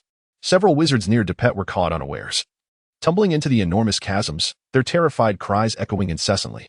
Hoffa, observing the memory, was left utterly astonished. Is this the power of the Deathly Hallows? Yet the spectacle was not over. Grindelwald's veins bulged ominously as he thrust his old wand upward. The shattered earth came alive, intertwining to form massive arms of rubble that flew in all directions. A dozen wizards surrounding Dipet were ensnared by these stone arms, suspended in midair. Except for Headmaster Dipet, none escaped their fate. They screamed in agony, yet remained utterly immobilized. Hoffa was struck with awe at this scene. One spell had seized nearly 10 wizards, such formidable control magic. Just as Hoffa intended to continue observing the unfolding events, Goshawk behind him clapped his hands. With a sharp sound, the entire scene before him froze. The laughing Grindelwald, the pale Amando, Dipet, the colossal rocky arms, the struggling wizards, the scattered spells, and even the birds in the sky were all suspended in time, as if reality itself had come to a halt. Hoffa turned to see that Goshawk had halted the flow of the spellbook. Professor, he began. Bach, composure is an admirable trait in a wizard, Goshawk replied. Focus solely on the task at hand. Now, we shall commence our lesson. He stood beside the sculptural Grindelwald, pointing at him and saying, This is Gaetler Grindelwald, who dropped out of Durmstrang in Russia at the age of 16, acquired German citizenship at 26, and is an exceptionally powerful dark wizard, endowed with extraordinary talent. In this scene, Grindelwald employed a highly intricate spell known as Shatter's Grasp, successfully exerting control over nearly 10 formidable adult wizards. Goshawk spoke eloquently. Shatter's Grasp is a spell of Grindelwald's own invention. It appears to be an incantation, yet it is, in fact, a potent transfiguration charm. It can alter the environment through magical energy, thereby creating obstacles and binding opponents. Standing with his hands clasped behind his back, Goshawk continued in a tone devoid of emotion. Since you have come to seek me out, I shall allow you to endeavor to understand Grindelwald and his magic. Should Miranda exhibit signs of transformation again, you may use this spell to subdue her. Hoffa gazed at the scene before him, where the wizards were firmly imprisoned by shards of stone, and noticed that the earring-clad Niemann was among them. He turned to glance at the inscrutable expression on Goshawk's face, reflecting on Aglaya's words. Indeed, the old man was as steely as they came. It seemed that learning advanced defensive magic would indeed require instruction from Grindelwald. Hoffa declared, I will strive to try. I need a definitive answer. Goshawk replied with rigidity, of course. Goshawk placed his hand on Hoffa's shoulder. Instantly, an endless white mist enveloped Hoffa, and the surroundings rapidly blurred. Hoffa felt an inexplicable agitation within. Being yanked away from the spectacle halfway was unsettling. What lay within that black coffin? What would be the outcome? Yet, he refrained from voicing these thoughts, as Goshawk showed no inclination to provide any explanations. He stared blankly at the runes inscribed in the spellbook, his mind besieged by a flurry of confusion. However, Goshawk remained indifferent to Hoffa's feelings. Practice. If you struggle, I can guide you, he instructed. Throughout the remainder of the night, Hoffa diligently attempted to master Shatter's Grasp in Goshawk's office. Disappointingly, he found the difficulty of casting this spell far exceeded his expectations. Notably, he sensed a slight alteration. As he waved his wand, the dust on the floor stirred momentarily. Yet, he could not ascertain whether this was a result of magic or merely the wind generated by his wand's movement. When he endeavored to sense the ground mentally, akin to manipulating a transfiguration wand, he encountered immense resistance and unforeseen opposition that felt as if the ground itself was rebelling against his mental intrusion. Why not have Albus Dumbledore teach you? Hoffa mused silently, grappling with this doubt. Goshawk, however, shook his head. Upon returning to the Ravenclaw Tower, Hoffa felt utterly fatigued. Yet after changing his clothes, slumber eluded him. Lying in bed with his arms behind his head, he stared blankly at the deep blue curtains of his four-poster bed. In busyness, he found it difficult to contemplate quietly, but now, as he settled into leisure, myriad questions surfaced in his mind. Goshawk claimed that it was he who sent Miranda's parents to the battlefield, resulting in their untimely demise and the subsequent fracture of their relationship. Miranda's parents presumably perished during the harrowing battle at Black Golan Island. If that is the case, does it imply that Principal Dipet and the members of the Violet Society were all vanquished by Grindelwald? Indeed, that is hardly a commendable record. Turning over and adjusting his pillow into a more comfortable shape, Hoffa felt an unsettling disquiet. If that were merely the case, it stands to reason that the bond between Miranda and her grandfather would not have deteriorated to such an extent. As she herself articulated, 1/3 of the students in this school have lost family members to the ravages of war. As kin, shouldn't they possess a deeper understanding of one another? Or is it possible that Goshawk has concealed something from him? After a supplementary lesson concluded, Goshawk exhibited no inclination to continue tutoring Hoffa. He even refrained from further communication. Growing increasingly distant, it was, after all, a considerable achievement for Hoffa to compel the notoriously stern Professor Goshawk to relent and offer him a private lesson. Mastering Grindelwald's transfiguration was not permitted to be discussed with Dumbledore. Hoffa gained a deeper understanding of the pride inherent in Ravenclaw, despite having someone well-versed in Grindelwald beside him. Goshawk harbored a marked indifference towards Dumbledore, maintaining a considerable distance, unable to grasp the transfiguration spell and reluctant to seek Dumbledore's counsel. Hoffa resorted to perusing his tome on transfiguration, Anatomy of All Things. Structure is king. He hoped to glean some enlightenment from Morgan Le Fay's words within this book. However, Morgan's assertions proved disheartening. To attempt to alter external objects with magic is base, tedious, foolish, and utterly meaningless. A true master of transfiguration should endeavor to transform oneself. Once the self is altered, all else will follow suit. Hoffa did not know Morgan personally, yet the text was rife with subjective opinions. Grindelwald had already shattered islands with transfiguration. Could such transformations truly be deemed inferior in Morgan's eyes? The weight of immense pressure bore down on him. The spring of 1939 unfurled as expected, with the castle set against a backdrop of deep blue mountains under a violet sky, its edges adorned with rosy clouds. Small wizards frequently frolicked across the hills, launching magic kites into the air without strings or engaging in frisbee games on the grass. Their joy was of no concern to Hoffa, who faced an unprecedented dilemma. He found himself utterly incapable of mastering Grindelwald's transfiguration spell, despite his prior proficiency in transfiguration. Where he could effortlessly morph his wand into fantastical shapes, this particular incantation rendered him utterly perplexed. He practiced relentlessly, almost ceaselessly. He honed his skills during meals, before sleep, in class, and even in the restroom. Yet, regardless of his efforts, that transfiguration spell remained as impenetrable as a locked door. After enduring prolonged and agonizing practice, he could indeed achieve a modicum of change, yet this transformation felt futile and strained. Grindelwald shattered the island, while Hoffa could merely cause the ground to split open a tiny fissure or conjure a miniature stone hand resembling a mushroom. Of course, Hoffa possessed knowledge of transmutation magic. He earnestly endeavored to mentally comprehend the soil and the earth itself. However, regardless of how deeply he sought understanding, the alterations he could evoke remained limited. He encountered a significant bottleneck in his transmutation studies. This time, even Milarepa's meditative techniques proved ineffective in unraveling the mysteries of magic. Days turned into weeks, and the bright spring began to envelop the entire school. Outside the window, the grassy fields were blanketed with blooming heather. Yet, Hoffa's condition deteriorated increasingly. The weight of burdensome assignments, the looming threat of a world war, and the insidious presence of Miranda's darker persona compounded the pressure he faced, an amalgamation of stress unlike anything he had experienced in 2 lifetimes. He began to suffer from anxiety, insomnia, nightmares, and even symptoms of nausea. The once inviting culinary delights of the school lost their appeal to him. Blisters formed at the corners of his mouth due to the heat within, necessitating daily visits to Dr. Reiner for treatment.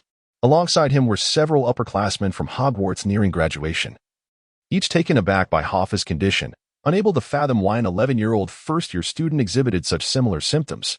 Day after day, he immersed himself in the library. Yet this proved futile. While knowledge accumulated in his mind, a genuine solution remained elusive. Hoffa contemplated giving up. But the memory of Milarepa's words that fateful night dispelled any thought of retreat.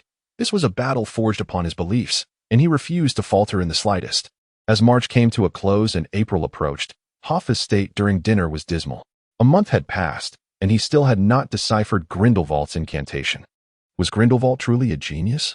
Meanwhile, Miranda began to grow suspicious of Hoffa's erratic behavior. Since Hoffa commenced his studies in the art of the shattering grip, he had scarcely spent time alone with her. At the Ravenclaw dining table that evening, she gazed at Hoffa, whose eyes were heavy with fatigue, and remarked, "Hoffa, seeing you is more challenging than meeting the Minister of Magic." She joked, yet Hoffa's hollow gaze met hers, slowly regaining focus. Was she mocking him? A shroud of negativity began to envelop Hoffa, altering his thoughts. Milarepa's words from that night lingered like a specter, blurring the boundary between Miranda and Milarepa. Miranda lowered her head and chuckled. "Have you encountered some difficulties? Do you require my assistance?" This inquiry felt like the final straw that broke the camel's back. Reminiscent of the night when the great shark had opened its gaping maw before him. After so many days of anxiety, it seemed he had found an outlet. Hoffa coldly lifted his head and replied tersely, "I do not need a madman's help." Miranda's mouth fell agape, her astonishment at Hoffa palpable, as if she were meeting him for the very first time. Her expression resembled that of a time-worn porcelain doll, suddenly stripped of all its luster, transforming into something rather ghastly. Within the restaurant, an inexplicable wave of enchantment rippled outward, altering the atmosphere dramatically. The ceiling of the hall seemed to change with the weather, prompting all the students to gasp and look up. Hoffa's fork, pointed at the table, warped and bent as if it were crafted from wax. Beside him, Aglaia, ever vigilant, sensed the shift in the air as Miranda slowly rose to her feet. In an instant, she leaped forward, wrapping her arms around Miranda's neck, beaming as she exclaimed, "Miranda, I have wonderful news. Would you like to hear it?" Though Miranda remained fixated on Hoffa, the embrace from Aglaia restored a hint of color to her formerly pallid face, gradually returning her to a state of normalcy. With a dazed stare, she blinked and inquired, "What good news?" "The good news is, I shall be participating in this year's Quidditch finals," Aglaia declared. "Is that so? When?" Miranda asked. "Next month, just before the exams conclude," Aglaia replied, her grip tightening around Miranda's neck. her arms trembling slightly. "Are you starting training so soon?" Miranda questioned. "Indeed. There will be a few friendly matches as well. But those are of little consequence. You all will come to watch the finals, won't you?" Aglaia urged, casting a subtle glance at Hoffa, signaling him to make his exit. Hoffa quietly set down the misshapen fork, understanding that Aglaia was rescuing him from an awkward predicament. Things had spiraled out of control. This was far from his usual demeanor. He inhaled deeply, muttering, "I must go." Without uttering another word, he swiftly turned away from the Ravenclaw table. His pace quickened from a brisk walk to a full sprint, until he finally arrived at the hunting grounds, where he leaned against the castle's corner. His complexion pale and his stomach churning. The anxiety that had built up over the past several days reached its zenith, and as Miranda had just revealed her magical prowess, he nearly lost his composure. Kneeling on the ground, Hoffa engaged in meditation, striving to regain his equilibrium. He faced a personal crossroads, pondering how to transcend his limitations. He was uncertain how to elevate his transfiguration skills further. Looking up, Hoffa noticed a small pink ground bird approaching rapidly. With its large beak and green wings, it appeared adorably charming. Remarkably, with each step it took, it seemed to leap through space, covering several meters in an instant, its movements swift and agile. The sound reminiscent of a bubble bursting had emanated from the bird's teleportation. It was a dodo, a bird incapable of flight yet gifted with the ability to teleport. Hoffa paused in astonishment. It was the young dodo he had rescued from the forbidden forest alongside Joy. Had it grown up in the span of 6 months? He was intrigued by why the dodo had come to the hunting grounds. The pink-headed creature turned, its gaze locking onto Hoffa in the corner. With joyous hops, it bounded twice and, with a chirp, flashed to Hoffa's side. It nibbled at Hoffa's pant leg, and it dropped a letter at his feet, then affectionately rubbed against his leg. It turned out to be a messenger. Hoffa, looking somewhat pale, gently stroked the bird's head and mumbled, "Are you mocking me too?" The dodo said nothing. It merely let out a soft sound and flitted to Hoffa's head, pecking at his hair. With a sigh of resignation, Hoffa picked up the letter from the ground. Within it were only a few sparse lines. "Thank you immensely for your weather blanket, Hoffa. Maya is about to be born, without your help. She wouldn't be so healthy. I don't want you to miss her rebirth. If possible, please hurry to Joy's treehouse. Maya, Joy's Thunderbird is about to be born." Hoffa slowly lifted his head. He hesitated for a moment, but ultimately decided to take a look. The Thunderbird, a creature rarer than a fire dragon, was not something he wished to miss, no matter how busy he was. He hurriedly made his way to the forbidden forest, with the dodo flitting down from his head to lead the way, moving swiftly while occasionally stopping to wait for Hoffa. Crossing the sunlit meadow, Hoffa arrived beneath Joy's treehouse and noticed it was piled high with cut oak stumps, each one split and haphazardly stacked on the ground. Joy was busy organizing a tin bucket in the treehouse when he spotted Hoffa. Instantly, he tossed a soft ladder down to him. "Hurry up." His face was alight with joy, radiating warmth. Hoffa climbed up the ladder and quickly entered the room with Joy. At that moment, the entire space was charged with a peculiar voltage. Hoffa could see the weather blanket he had purchased, thick with dark clouds and crackling with lightning. The eggshell was making a clicking sound. Without Hoffa needing to remind him, Joy handed him a pair of glasses. Hoffa put them on. Inside the eggshell, an enigmatic blue substance filled the space, constantly in motion, resonating with the lightning on the weather blanket. The embryo, submerged in the blue substance, twisted and turned, struggling to find a comfortable position, but to no avail. It decided it could no longer remain in the eggshell. With a sudden upward thrust, it pecked. "Well done," Joy exclaimed in delight as a gray, pointed beak emerged. Hoffa quickly moved his chair back. The ionized air from the weather blanket made his hair stand on end. With a crack, a tiny claw broke through the eggshell. Boom! Within the weather blanket, a miniature lightning bolt struck the eggshell. The creature inside emitted a joyful chirp, then burst forth from the shell. It was a wrinkled, gray little bird, not much different from an ordinary chick, except for its slightly larger head and bigger claws. Upon emerging, it immediately called out to Hoffa. Its gray beak was quite large, and faint electric currents crackled against Hoffa's face, sending tingles through his scalp, causing him to instinctively draw back. However, Joy thrust a square box into Hoffa's arms. "Quick, feed it." Upon examining the box, Hoffa found it brimming with plump, white oak grubs. It became evident that old Joe had felled those trees solely to harvest the insects within. The incessant chirping of Maya grew more exuberant as the aroma wafted through the air. It was hungry.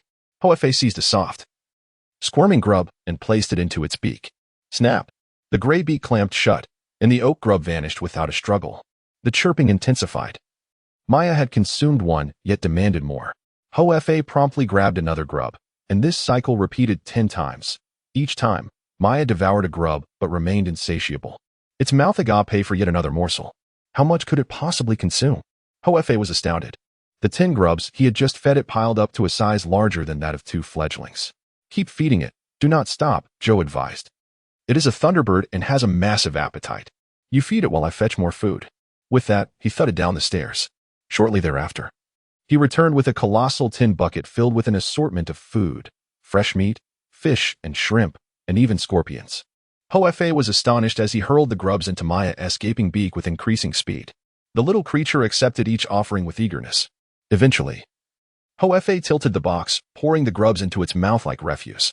As the fledgling's throat undulated, the grubs vanished as if enchanted by a seamless stretching spell. In awe, Hoffa picked up a pair of red glasses to scrutinize its form, curious about where this creature was storing its food. Upon peering through, he discovered to his amazement that the little being possessed 3 hearts, rhythmically pulsating like a highly sophisticated machine. Its blood coursed through its body with the swiftness of electricity, rapidly digesting the food consumed. Just as he marveled at this phenomenon, Old Joe clumsily placed the bucket of scorpions on the table, saying, "Enough watching. There will be ample opportunities in the future. The thunderbird is most vulnerable at birth and requires a copious amount of sustenance." Hoffa gazed at the black scorpions scuttling within the tin bucket, apprehensive, and asked, "Can it truly eat those?" Joe tossed Hoffa a pair of dragonskin gloves, replying, "What is a scorpion? Once it matures, it will be the apex predator of the Americas, able to consume anything. Hurry and help feed it. This is the best opportunity to befriend it. Once it grows, it will be much harder to win its favor." Indeed, Hoffa extracted a plump black scorpion, positioning it near the fledgling's beak. The scorpion writhed violently, its tail thrashing.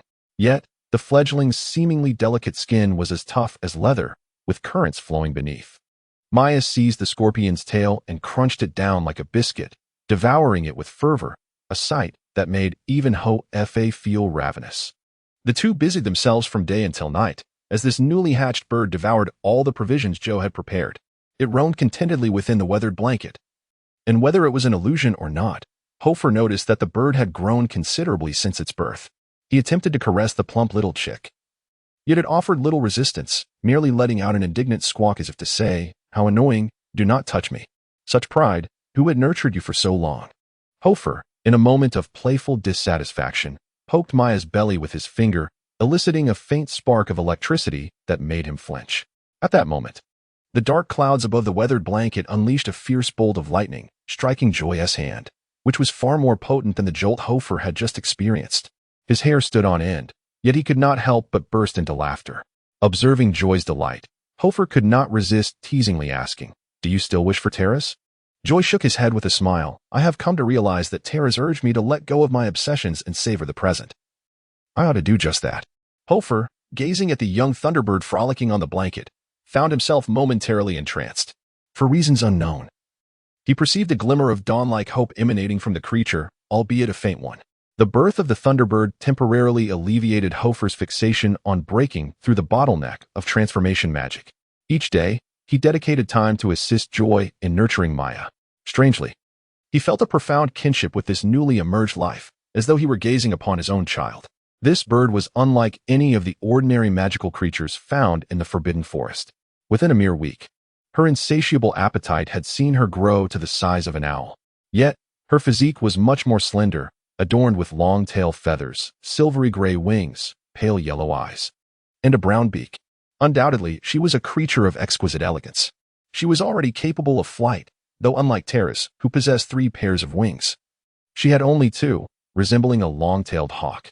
In this regard, Joy explained, thunderbirds enjoy long lifespans, and as they age, they develop additional pairs of wings, signifying their maturity. Each day, Hoffa observed her while she fed, gently stroking her smooth feathers and feeling her delicate bones. Initially, when she was still small, he could do so freely.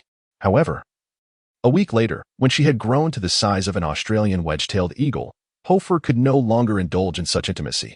She no longer lingered in his palm begging for food. Instead, she perched high atop the treehouse, requiring Hoffa to lift his hand to offer her sustenance. She was proud and astute, seldom vocalizing but distinctly recognizing her name and Hoffa's intentions. It would stand to reason that as birds grow, their appetite would increase. Yet, as Maya's plumage became increasingly resplendent, joy reduced her feedings. By the end of April, when Hoffa arrived at the woodland treehouse, he found Joy fully armed at the entrance, with Maya perched upon his shoulder. "Are we not feeding her today?" Hoffa inquired. Joy shook his head, remarking that once the Thunderbird matured, it would no longer require the care of ordinary humans. Instead, it would bestow blessings upon them, sensing their needs and their suffering. In ancient America, when the people faced drought, they would seek out the Thunderbird and kneel in prayer. If the Thunderbird was in a benevolent mood, it would unfurl its wings and soar through the skies, bringing torrential rain wherever it went. Long ago, a tribe had to depend on it for survival.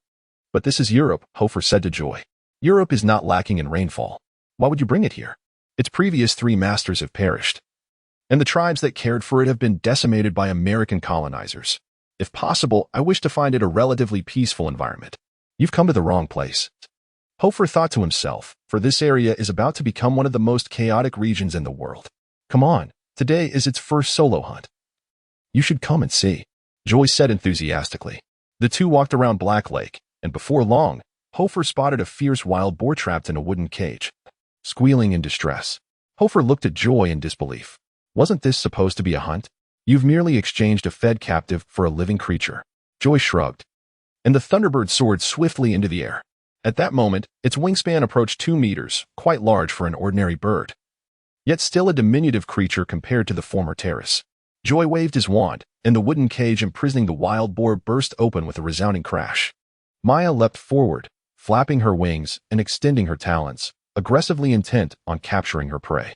However, the wild boar was formidable and fierce. It turned its head and charged, its sharp teeth striking Maya in the abdomen, and in a fit of fury, it rammed against the Thunderbird as it fled. Thud! A dull sound echoed as leaves rustled downwards. The wild boar relentlessly shoved Maya against a tree. Seeing Maya in peril, Hoffa instinctively stepped forward to assist. Unexpectedly, Joy seized Hoffa's arm, restraining him. Do not interfere. This is her battle. But what if something happens to the Thunderbird? Hoffa protested. Joy, arms crossed and calm, replied. The Thunderbird does not require sympathy or comfort from others. In fact, human consolation only renders it weaker. What it needs is combat, the natural order. Indeed. After being thrust against the tree, Maya let out a sharp cry and flapped her wings fiercely.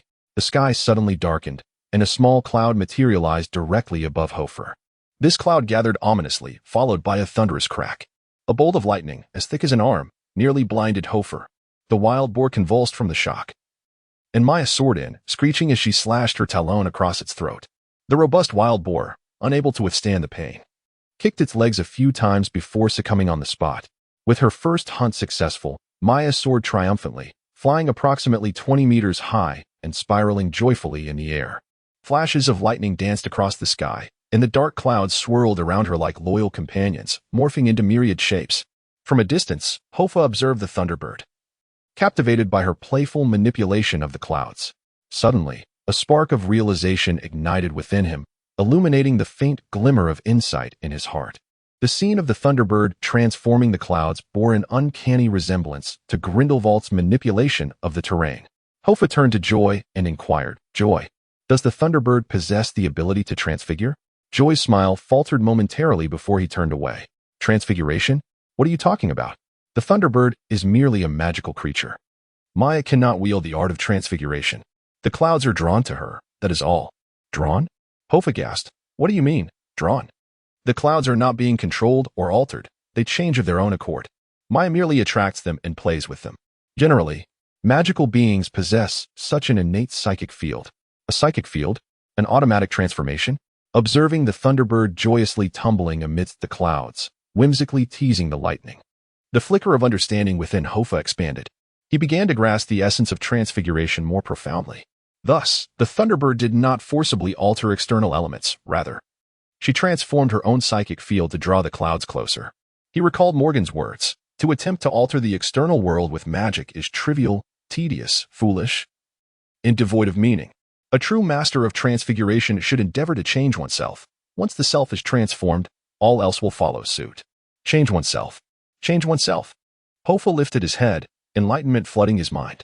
A bolt of understanding surged through him. shattering the veil of confusion that had long obscured his thoughts. Hoffa comprehended. He finally grasped it.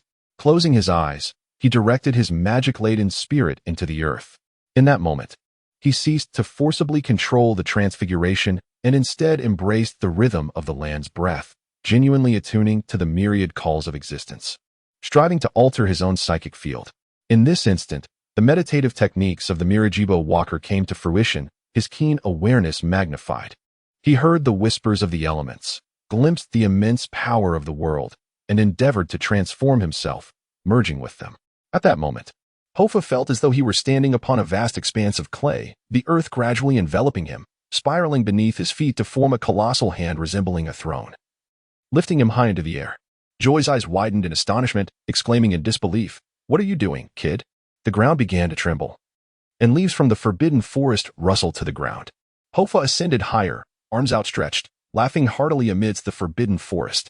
With his laughter, the earth quaked even more violently. "I understand. I understand." Old Joy shouted, "Kid, stop at once." Boom. But what answered him was a massive, earthen arm that erupted from the ground, firmly grasping Joy and lifting him high into the air. The tale is far from over. Countless clods of earth beneath Hoffa's feet morphed into a myriad of shapes, resembling creatures kneeling in reverence, as if bearing witness to the birth of an extraordinary legend. Joy, in a fit of rage, exclaimed, "What sorcery is this? Release me at once." "Aha, I see." Hoffa chuckled with delight, waving his wand without uttering a word. In that moment, a barrier was shattered. Hoffa's transfiguration magic ascended to an entirely new realm. He no longer needed to exert force to wield his magical power or to control the transformation. He entered a domain where the force of his mental energy drew change from his surroundings. After breaking through this barrier, Hoffa perceived that the shattered grasp, which had vexed him for 2 months, was but a trivial challenge. He required no incantations nor flamboyant gestures. He simply needed to transform himself and embrace his environment. Though not as grandiose as Grindelwald, who had split an entire island, their abilities were fundamentally very close. Hoffa descended the giant hand step by step, as the soil instinctively shaped itself into a staircase beneath him. Maya danced around his head before settling gracefully upon his shoulder. The substantial weight caused Hoffa to lean slightly, yet he remained blissfully content, gently stroking her smooth tail feathers. "Thank you, Maya," he whispered. The thunderbird chirped joyfully, flapping its wings as if to say, "No need for thanks."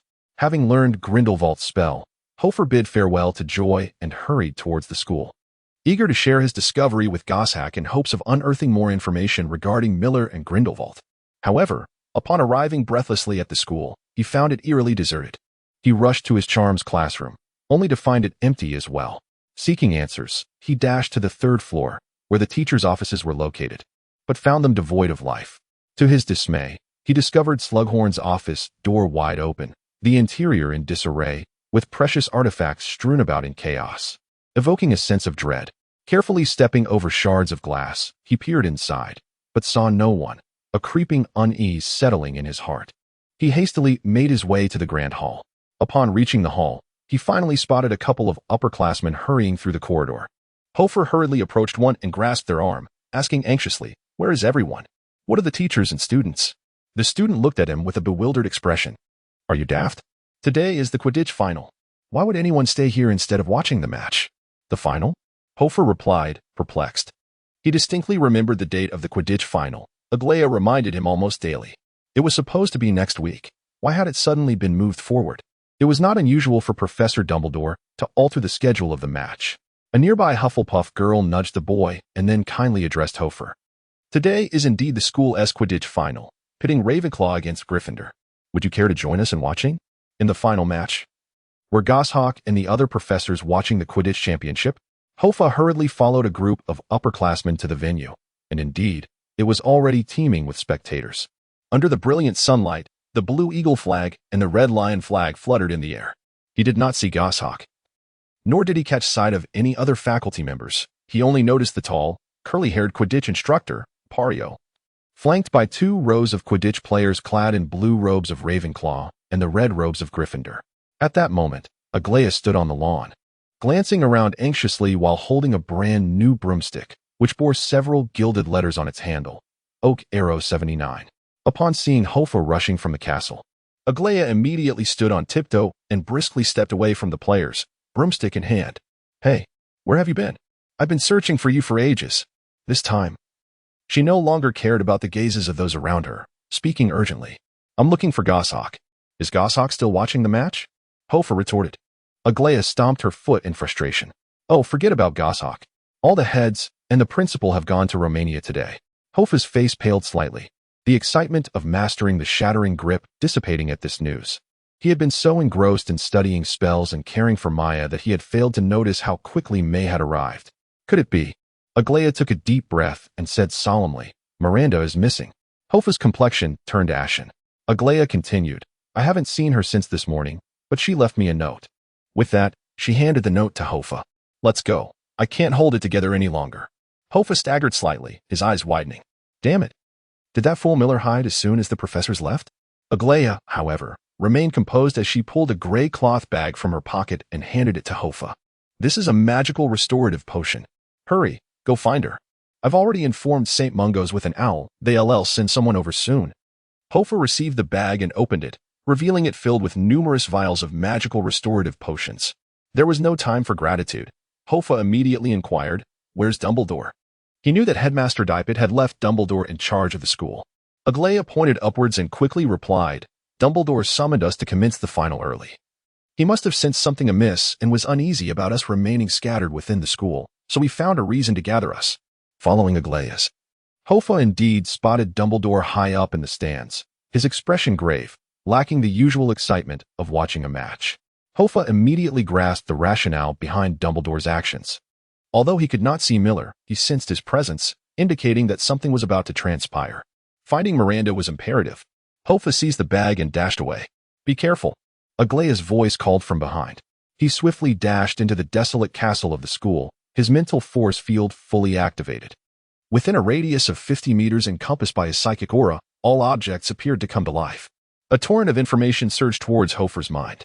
Indeed, he sensed that presence, the dark energy of the mind, hovering nearby, gradually intensifying. After a brief pursuit, he followed the source of this aura and spotted Miller leisurely traversing the staircases of Ravenclaw Tower, twirling a hefty black staff in his hand like a pencil. Upon seeing the staff, Hoffa's expression turned ashen. It was Schmidt-Rutroff's wand, stolen from his dormitory. Miller noticed him too, raising the wand in a display of mockery and waving at him. Without hesitation, Hoffa pursued. After months of waiting, this was the day he had anticipated. Armed with a dozen magical restorative potions, he felt fearless in the face of his adversary. Miller, however, remained remarkably composed, tapping his wand against the railing as he strolled through the castle. Occasionally, he would leap down from the railing, using the spiral staircase to swiftly change positions. Hoffa attempted to mimic his moves, but Miller merely smirked, tapping the wall with Schmidt's wand. Suddenly, a staircase meant to retrieve Hoffa halted abruptly in midair, and he plummeted from the 7th floor. Though this unexpected turn of events caught Hoffa off guard, he did not panic. With a flick of his wand, he transformed it into a long whip, securely anchoring it to the stone eagle statue on the castle wall, halting his fall midair. With no solid ground beneath him, Hoffa squinted, and under the guidance of his mental field, a stone hand naturally emerged from the wall, catching him in midair. He found himself standing on the castle's wall, several feet above the ground. The paintings on the wall gasped in astonishment, while Miller tilted his head, a flicker of surprise playing across his features. Soon after, a slight smile crept up his lips as he nodded at Hoffa and swiftly turned to depart. Hoffa pursued him with determined strides, running along the wall. And with each step, a stone pedestal would naturally grow beneath his feet, aiding his rapid chase. Miller's speed increased, and the scenery around them shifted quickly, becoming increasingly familiar. Hoffa followed Miller to the Society Tower, where he vanished without a trace. Yet Hoffa knew precisely where he had gone. Deep within the Society Tower, the entrance to the Violet Society's secret chamber stood wide open. What intentions did Miller harbor by bringing himself here? Hoffa slowed his pace, treading cautiously. This was his second time entering the depths of the Society's secret chamber. In the dimly lit confines of the square underground room, flickering torches illuminated the space. And there sat Miller on a stone platform, curiously observing Hoffa. I find you increasingly intriguing. In just a few months, your progress has been remarkable, he remarked softly. This place is unlike the last. In addition to the oil paintings, several thick iron chains are strewn haphazardly across the floor, accompanied by dark brown mottled stains that suggest that several individuals may have once been held captive here. Yet, these chains lie broken, severed by a sharp curse. Clearly, the two dark wizards captured by Hogwarts, as mentioned by the director of the ministry, Albert, were confined within the secret chamber of the Violet Society. The shattered chains indicate that the dark wizards have since been released. Miller. Hoffa lifted his head and whispered in fury. I am delighted you finally addressed me correctly. Hoffa, came the mocking reply. However, after that disastrous defeat on that fateful night, what gives you the audacity to stand before me now? Enough of your prattle. Where is Miranda? Hoffa asked darkly. She has far more pressing matters to attend to. Hoffa, unwilling to engage in further banter, blinked and vanished from sight. Ghost Walk. His wand transformed instantly into a silver lion-headed gauntlet, encasing his arm. This time, the gauntlet appeared even more fearsome and exaggerated than before. Hoffa did not hold back. He struck Miller's head with a heavy punch. Boom. The faceless Miller was sent spiraling in an arc, colliding with the wall with a resounding thud. In an instant, the wall extended a stone hand, firmly grasping Miller and binding him immobile. What do you intend to do? Hoffa inquired. Looking for a fight? This is hardly the moment. With his head twisted like a pretzel, Miller continued to smile. You stand on the wrong side, Hoffa. Today, I shall demonstrate the formidable power of a righteous belief. With that, he erupted into a cloud of black smoke, vanishing without a trace. This is bad. Hoffa turned swiftly to see the door to the violet chamber, closing rapidly. He activated Ghost Walk, and the stone steps before him scattered apart. Like a fleeting shadow, Hoffa narrowly escaped through the entrance. Taking a deep breath, he quickly regained his composure. This fiend was employing a diversionary tactic, leading himself into the violet chamber to attempt to confine Hoffa within, clearly buying time. The release of the dark wizards indicated that Schmidt-Luttroff was nearby. Dumbledore was preoccupied with protecting the students at the Quidditch pitch, leaving him spread thin. It was imperative that Hoffa locate Miranda swiftly, as she was the source of it all. Where could she be? The astronomy tower. Indeed, she must be in the astronomy tower. As he pondered this, Hoffa swiftly navigated the empty castle, and this time, Miller was nowhere to be seen. With a certain level of mental fortitude attained, he could gradually sense the emotions of his surroundings. There was an aura of malevolence, darkness, and despair. Ascending the Ravenclaw tower and traversing the corridor high above, Hoffa arrived at the door of Goshawk's office. The atmosphere here is no longer the serene order it once was. Shattered astrolabes lie strewn about, and every looking glass has been reduced to fragments, creating a carpet of glass shards and scattered metal debris. On the walls, Hoffa glimpses frenzied magical scratches, reminiscent of countless sharp nails clawing at a chalkboard. Merely gazing upon these marks, Hoffa feels as if he can perceive Miranda's inner turmoil and madness. She has become utterly unmanageable. 2 oil paintings on the wall have been torn asunder, the figures of Neiman and Alice trapped in the corners of their canvas. Gazing mournfully at Hoffa, Hoffa utters. The anticipated revelation does not materialize. The painted Neiman shakes his head. No, not so? Hoffa's heart sinks. Has the command word changed? Order? No. The figure in the painting continues to shake his head. Hoffa ponders the possible command words that Gosak might have used. Violet? He tentatively inquires. The blank canvas remains unresponsive. Hoffa asks, who altered the command word, Miranda or Adabe? The painted Neiman replies, Miranda. Goodness. Hoffa spins in place, rubbing his temples. The 2 dark wizards have undoubtedly escaped, and Schmidt must be hiding somewhere within the school. Moreover, Miranda has inexplicably altered the command word to Gosak's office, obstructing his path to find her. Miller? The blank canvas remains indifferent. Hoffa slaps his cheeks twice to regain composure, drowning in a sea of memories. Reflecting on the moments spent with Miranda, yet he finds that this girl has always cloaked herself in mystery, eluding any clear understanding of her true nature. What could it be? What command word might she employ? Suddenly, the tendrils of his mind cease their searching. He recalls the first meeting with Miranda. The faint scent of violet wafting through the train carriage, the girl engrossed in her book. You read Muggle books too? Hoffa raises his gaze. War and Peace. Neiman smiles with approval. Well done. Keep it up. The damaged painting opens, revealing a passageway behind it. Hoffa succeeds, hastily entering the empty office and swiftly traversing the spiral staircase. With a resounding crash, after 3 months, he once again pushes open the door leading to the observatory. At the pinnacle of the tower, Miranda sits cross-legged at the center of a stone pillar, seemingly awaiting something. Upon seeing Hoffa enter the tower, She merely casts a cool glance in his direction. Without her glasses, her pallid complexion exudes a sense of foreboding, surrounded by swirling dark energy, a harbinger of her imminent transformation. The air is thick with an oppressive tension, as if a storm is brewing. The dust on the ground hangs suspended in the atmosphere. A terrifying surge of magical energy creating a suffocating pressure. Miranda pays Hoffa no heed. She calmly gazes into the distance at the bustling Quidditch pitch, where the sounds of the crowd resound. Hoffa slowly approached her, and with each step, the pressure in the air intensified. When he stood before the stone pillar where Miranda resided, the atmosphere thickened like butter, rendering him nearly breathless. Miranda. Hoffa shook his head, sheathing his wand and raising his hands. Your grandfather instructed me to bind you with magic, but I have always believed that was a misguided course of action. Miranda fell silent once more, her demeanor darkening. Capriciousness? She inquired from her elevated position, her voice calm. Do you truly comprehend my thoughts? This school, from the headmaster to the professors, is replete with war criminals. They send innocent wizards to partake in battles, those utterly senseless and unjust conflicts. Countless lives have been lost. Yet nothing has changed in the end. I have exerted every effort to halt this madness, and you deem me merely capricious? Do you think I am a Drasus? Right or wrong is not ours to determine, Miranda. Hoffa declared, braving the turbulent magical energy surrounding them. The conflict among wizards shall not cease. And neither will the strife among humanity. This is beyond your capacity to prevent. Miranda slowly turned her head, her expression shifting through a myriad of emotions, regret, anguish, indifference, and gloom. Hoffa remained steadfast, awaiting the moment when Miranda would conquer her other persona. Alas, the girl before him ceased her internal struggle. Her expression grew still. A pallid shadow of the girl from that fateful night. The surrounding psychic field abruptly transformed, and Hoffa felt his own mental space constrict violently. He recognized that she was no longer Miranda. She had become another entity entirely. Rising to her full height, she gazed down at Hoffa, toying with her wand. I wish to obliterate this school. Do you have any objections?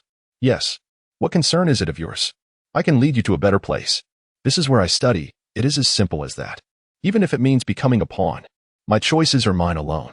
Miller fell into silence for a moment, before discarding his wand onto the ground as one might dispose of refuse. In that instant, the pressure in the air surged, causing Hoffa to stoop slightly. As if the very ground of the observatory were being struck by a colossal hammer, fissures appearing beneath him. The figure before him became indistinct, features fading until only the mouth remained visible, fingers splayed wide. Bach, do you understand the purpose of your existence? The dark new star would rise slowly, promising unprecedented change for this world. I offer you one last chance. Silence, Nietzsche. Hoffa retorted. A moment of quiet ensued, followed by the sound of a ticking clock. Phosphorescent bullet. With a flick of her wrist, a blue fireball of intense heat rapidly formed, hurtling towards Hoffa's face. Without hesitation, Hoffa slipped into a ghostly state, just as a violent explosion rocked the entire observatory. In the gray-white world, chaos and madness ensued as everything around them erupted. Miller stood resolutely above, his robe swirling wildly, a steadfast figure amidst the turmoil. In Hoffa's hand, his wand transformed into a massive lion-headed gauntlet. Beneath his feet, a series of stone steps ascended ever higher.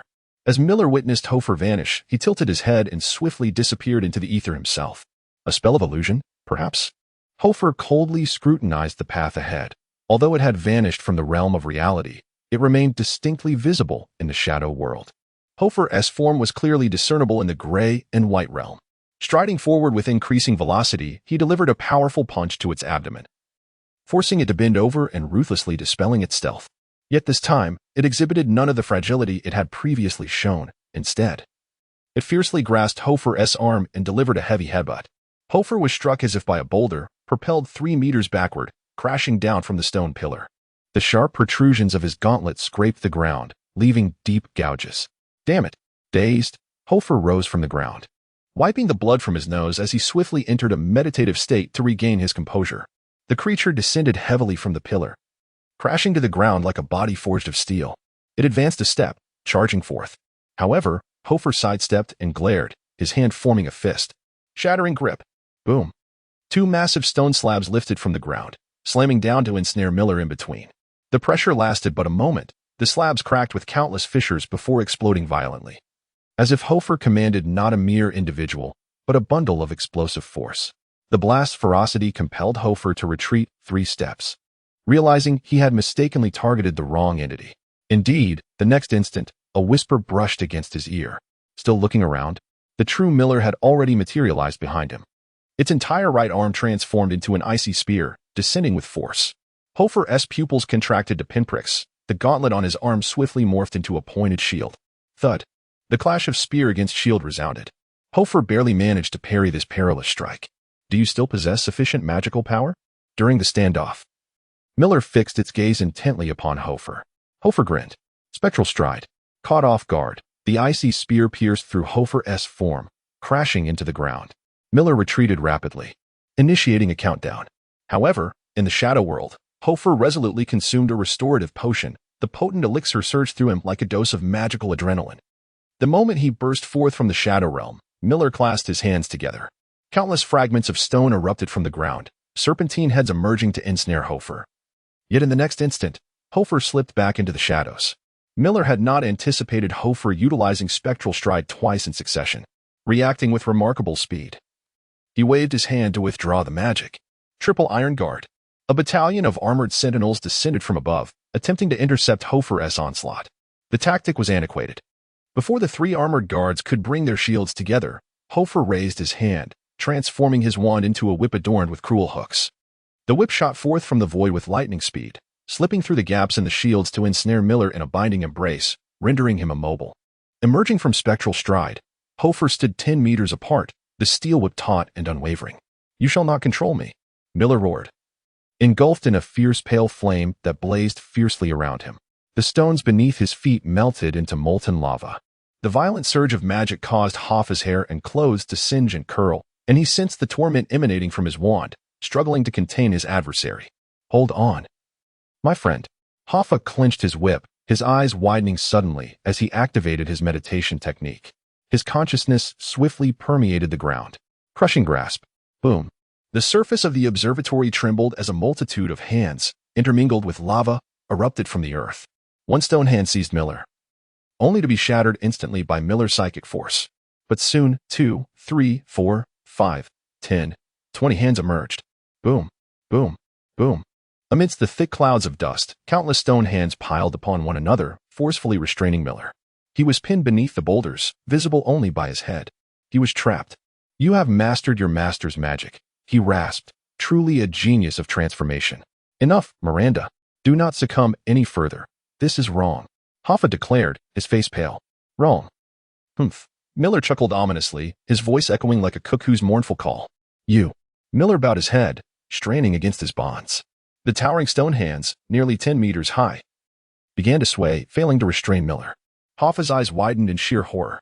By what right do you stand atop your moral high ground and dictate to me? Miller roared hoarsely. Do you have any idea what I have endured? With that outburst, he suddenly lifted his head and turned fiercely toward Hoffa, the stone hands shattering around him. A dark psychic force surged forward like a deluge. Boom. Miller lunged forth, transforming into a shadowy figure that pinned Hoffa to the ground. The violent tremor left Hoffa momentarily blinded as his opponent dragged his consciousness into a realm of illusion. In that moment, the psychic forces of the two wizards intertwined. A tide of dark energy pulled Hoffa into an abyss. Once more, he felt as though he were traversing a lightless corridor, akin to wandering through the depths of a murky ocean, surrounded by despair, oppression, and darkness. Before him stood a figure with two faces. Do you wish to know the truth? The dual-faced entity asked, both weeping and laughing. Hoffa could not utter a word. The intense dark nightmare blurred his consciousness. Their psychic fields entwined, plummeting onto a shattered, ancient, dark street. Here, Hoffa beheld a handsome middle-aged man kneeling before a little girl. That man was Grindelwald. Grindelwald, to uncover the truth, one must make a sacrifice. Are you willing to halt all conflict? Let it begin, Miranda replied. Grindelwald placed his palm upon Miranda's head, and the scene was swiftly enveloped in darkness as thick as ink, causing Hoffa to plummet once more into the void. This time, he fell upon a small island. The very island he had previously encountered in the Tome of Spells, the island of Black Golan. Unlike the last occasion, a sudden reversal of fate ensued, with Grindelwald bound high in the sky by shattered stones. Though ensnared, he laughed heartily. Wizards are ultimately but human, rather than wielding control over the inanimate force of magic. It is far more prudent to govern humanity itself. Would you not agree? Dipet, what exactly are you trying to convey? I wish to say, Grindelwald chuckled, farewell. As his words echoed, A silver flash cut through the air. A dagger, emerging from an unknown origin, pierced through the right side of Armando Dipet.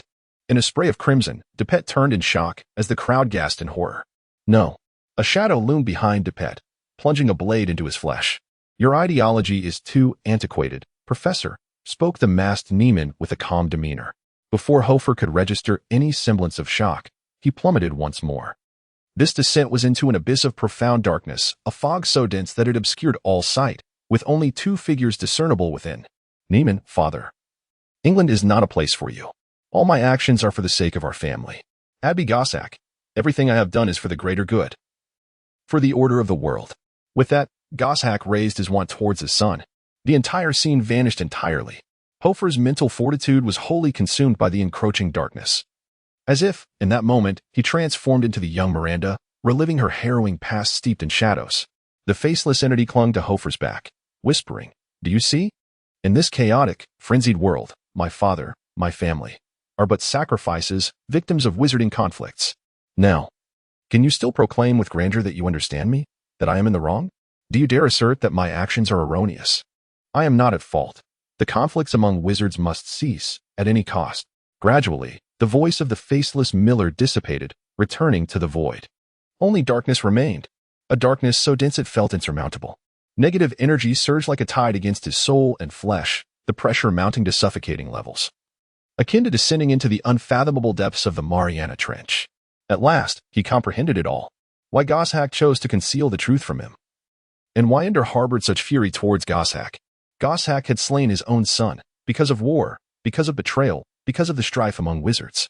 In matters of kinship and allegiance, he had opted for allegiance, for the institution. Hoffa finally grasped that it was not his grandfather Miranda despised, nor even Hogwarts itself. It was war she loathed, the very essence of conflict between wizards. The shadows of the past entwined her, rendering her unable to liberate herself. The little girl trudged forward, burdened by a heavy stone tablet, reminiscent of the monstrous figure she had glimpsed upon the bridge of the past in Helheim. He comprehended everything, grasping the very essence of what Miranda despised most. Yet this time, he did not falter. He felt no sympathy for her, nor was he swayed by her words. A powerful flame of spirit ignited within his consciousness, recalling the words the Thunderbird had spoken to him in the underworld, without relinquishing the past. How could one face a new life with equanimity? At last, he understood Tara's choice. Over a year of experiences flashed before him like a mirror. Hoffa forced himself to speak through the entanglement of nightmares, trembling softly, "Me. Ran. Duh." Each syllable felt as heavy as lead upon his tongue. Though your past is shrouded in darkness, profound darkness. However, Hoffa swallowed hard, his grip tightening around his wand as sparks of electricity began to manifest, crackling from his left hand throughout his entire being. But Hoffa suddenly opened his eyes, electrified and resolute. Within the depths of an exceedingly dark mental realm, a glimmer of light abruptly emerged. "But, Miranda!" Hoffa roared. That flicker of light transformed in an instant into a colossal sword, over 40 meters long, crackling with energy.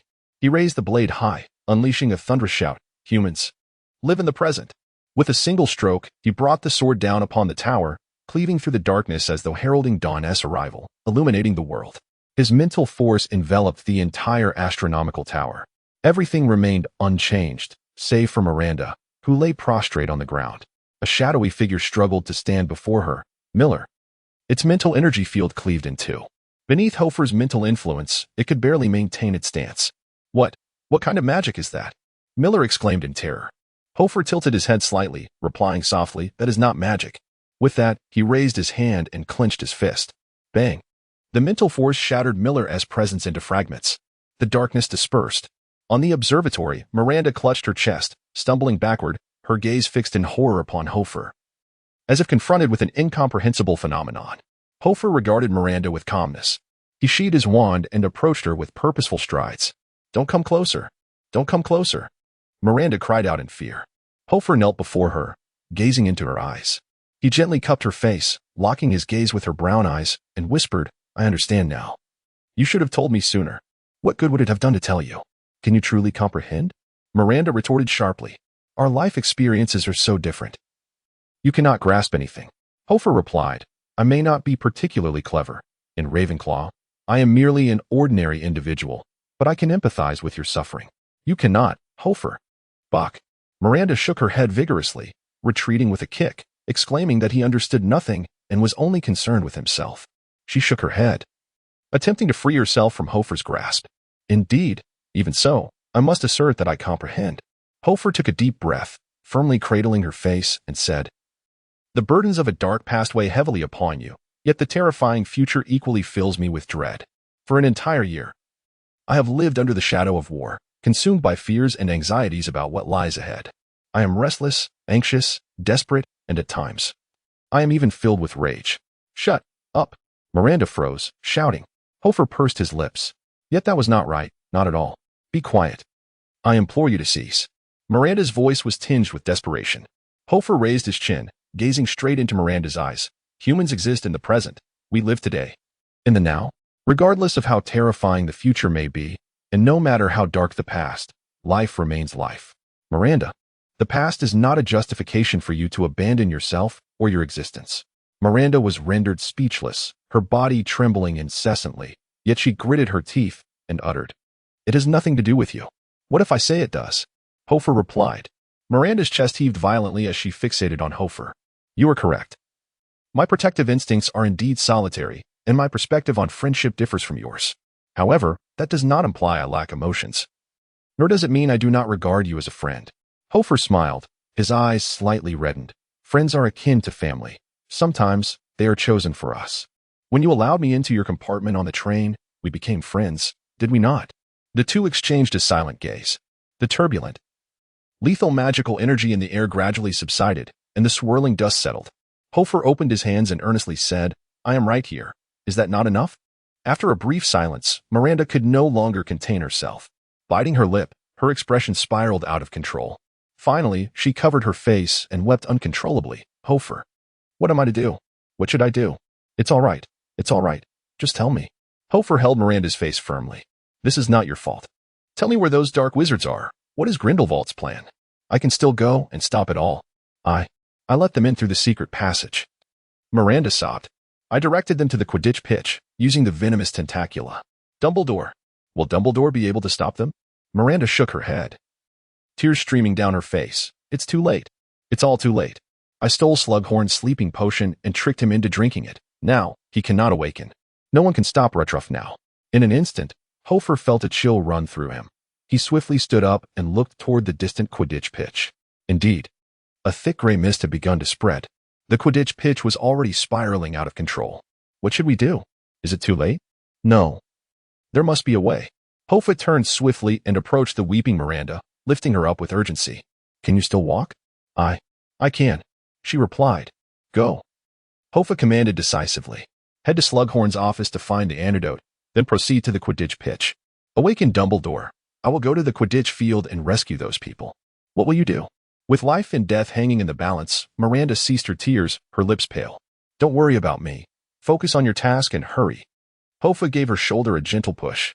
Stunned, Miranda gazed at him, and finally, nodded slightly before turning away, covering her mouth as she sprinted off. Alone on the observatory, Hoffa pondered his strategy. He needed to take action, to change the course of events. His gaze fell upon the distant Quidditch pitch, crowded with people. What could he do?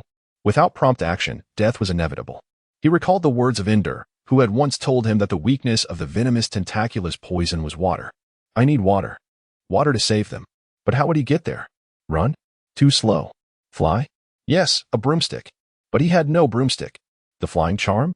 No, he couldn't perform it. Even if he could, he lacked the talent for flight. Hoffa clenched his teeth, murmuring to himself. In that moment, he entered a state of profound meditation, his mind sharpening with focus. I must fly. There must be a way. Vivid memories surged through his mind. All the knowledge he had acquired this semester flashed before him. An audacious and reckless plan began to take shape. Fly. Hoffa lifted his gaze to the sky, his lips pale. I will fly there. As the thought took root, his mental energy shifted dramatically. In the sky, wisps of clouds began to gather.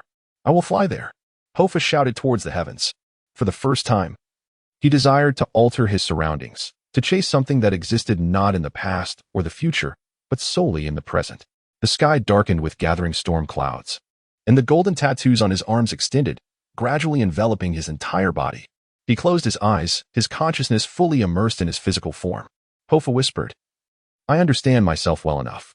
The clouds above thickened ominously, thunder rumbling as the atmosphere grew increasingly volatile. I understand myself well enough. Hoffa suddenly opened his eyes wide, proclaiming with fervor. From the roiling clouds, a powerful blue lightning bolt struck down, seemingly in response to his determination. Magic surged within him, a torrent of energy that was instantaneously drained. Without hesitation, Hoffa retrieved a potion of magical restoration and drank it down. The potion transformed into magic within his mouth, only to be completely absorbed by a transfiguration spell before he could harness it. One vial was insufficient. Hoffa opened another vial, tilting his head back to consume it. As he continuously ingested the potions, a torrent of magical energy surged wildly within him.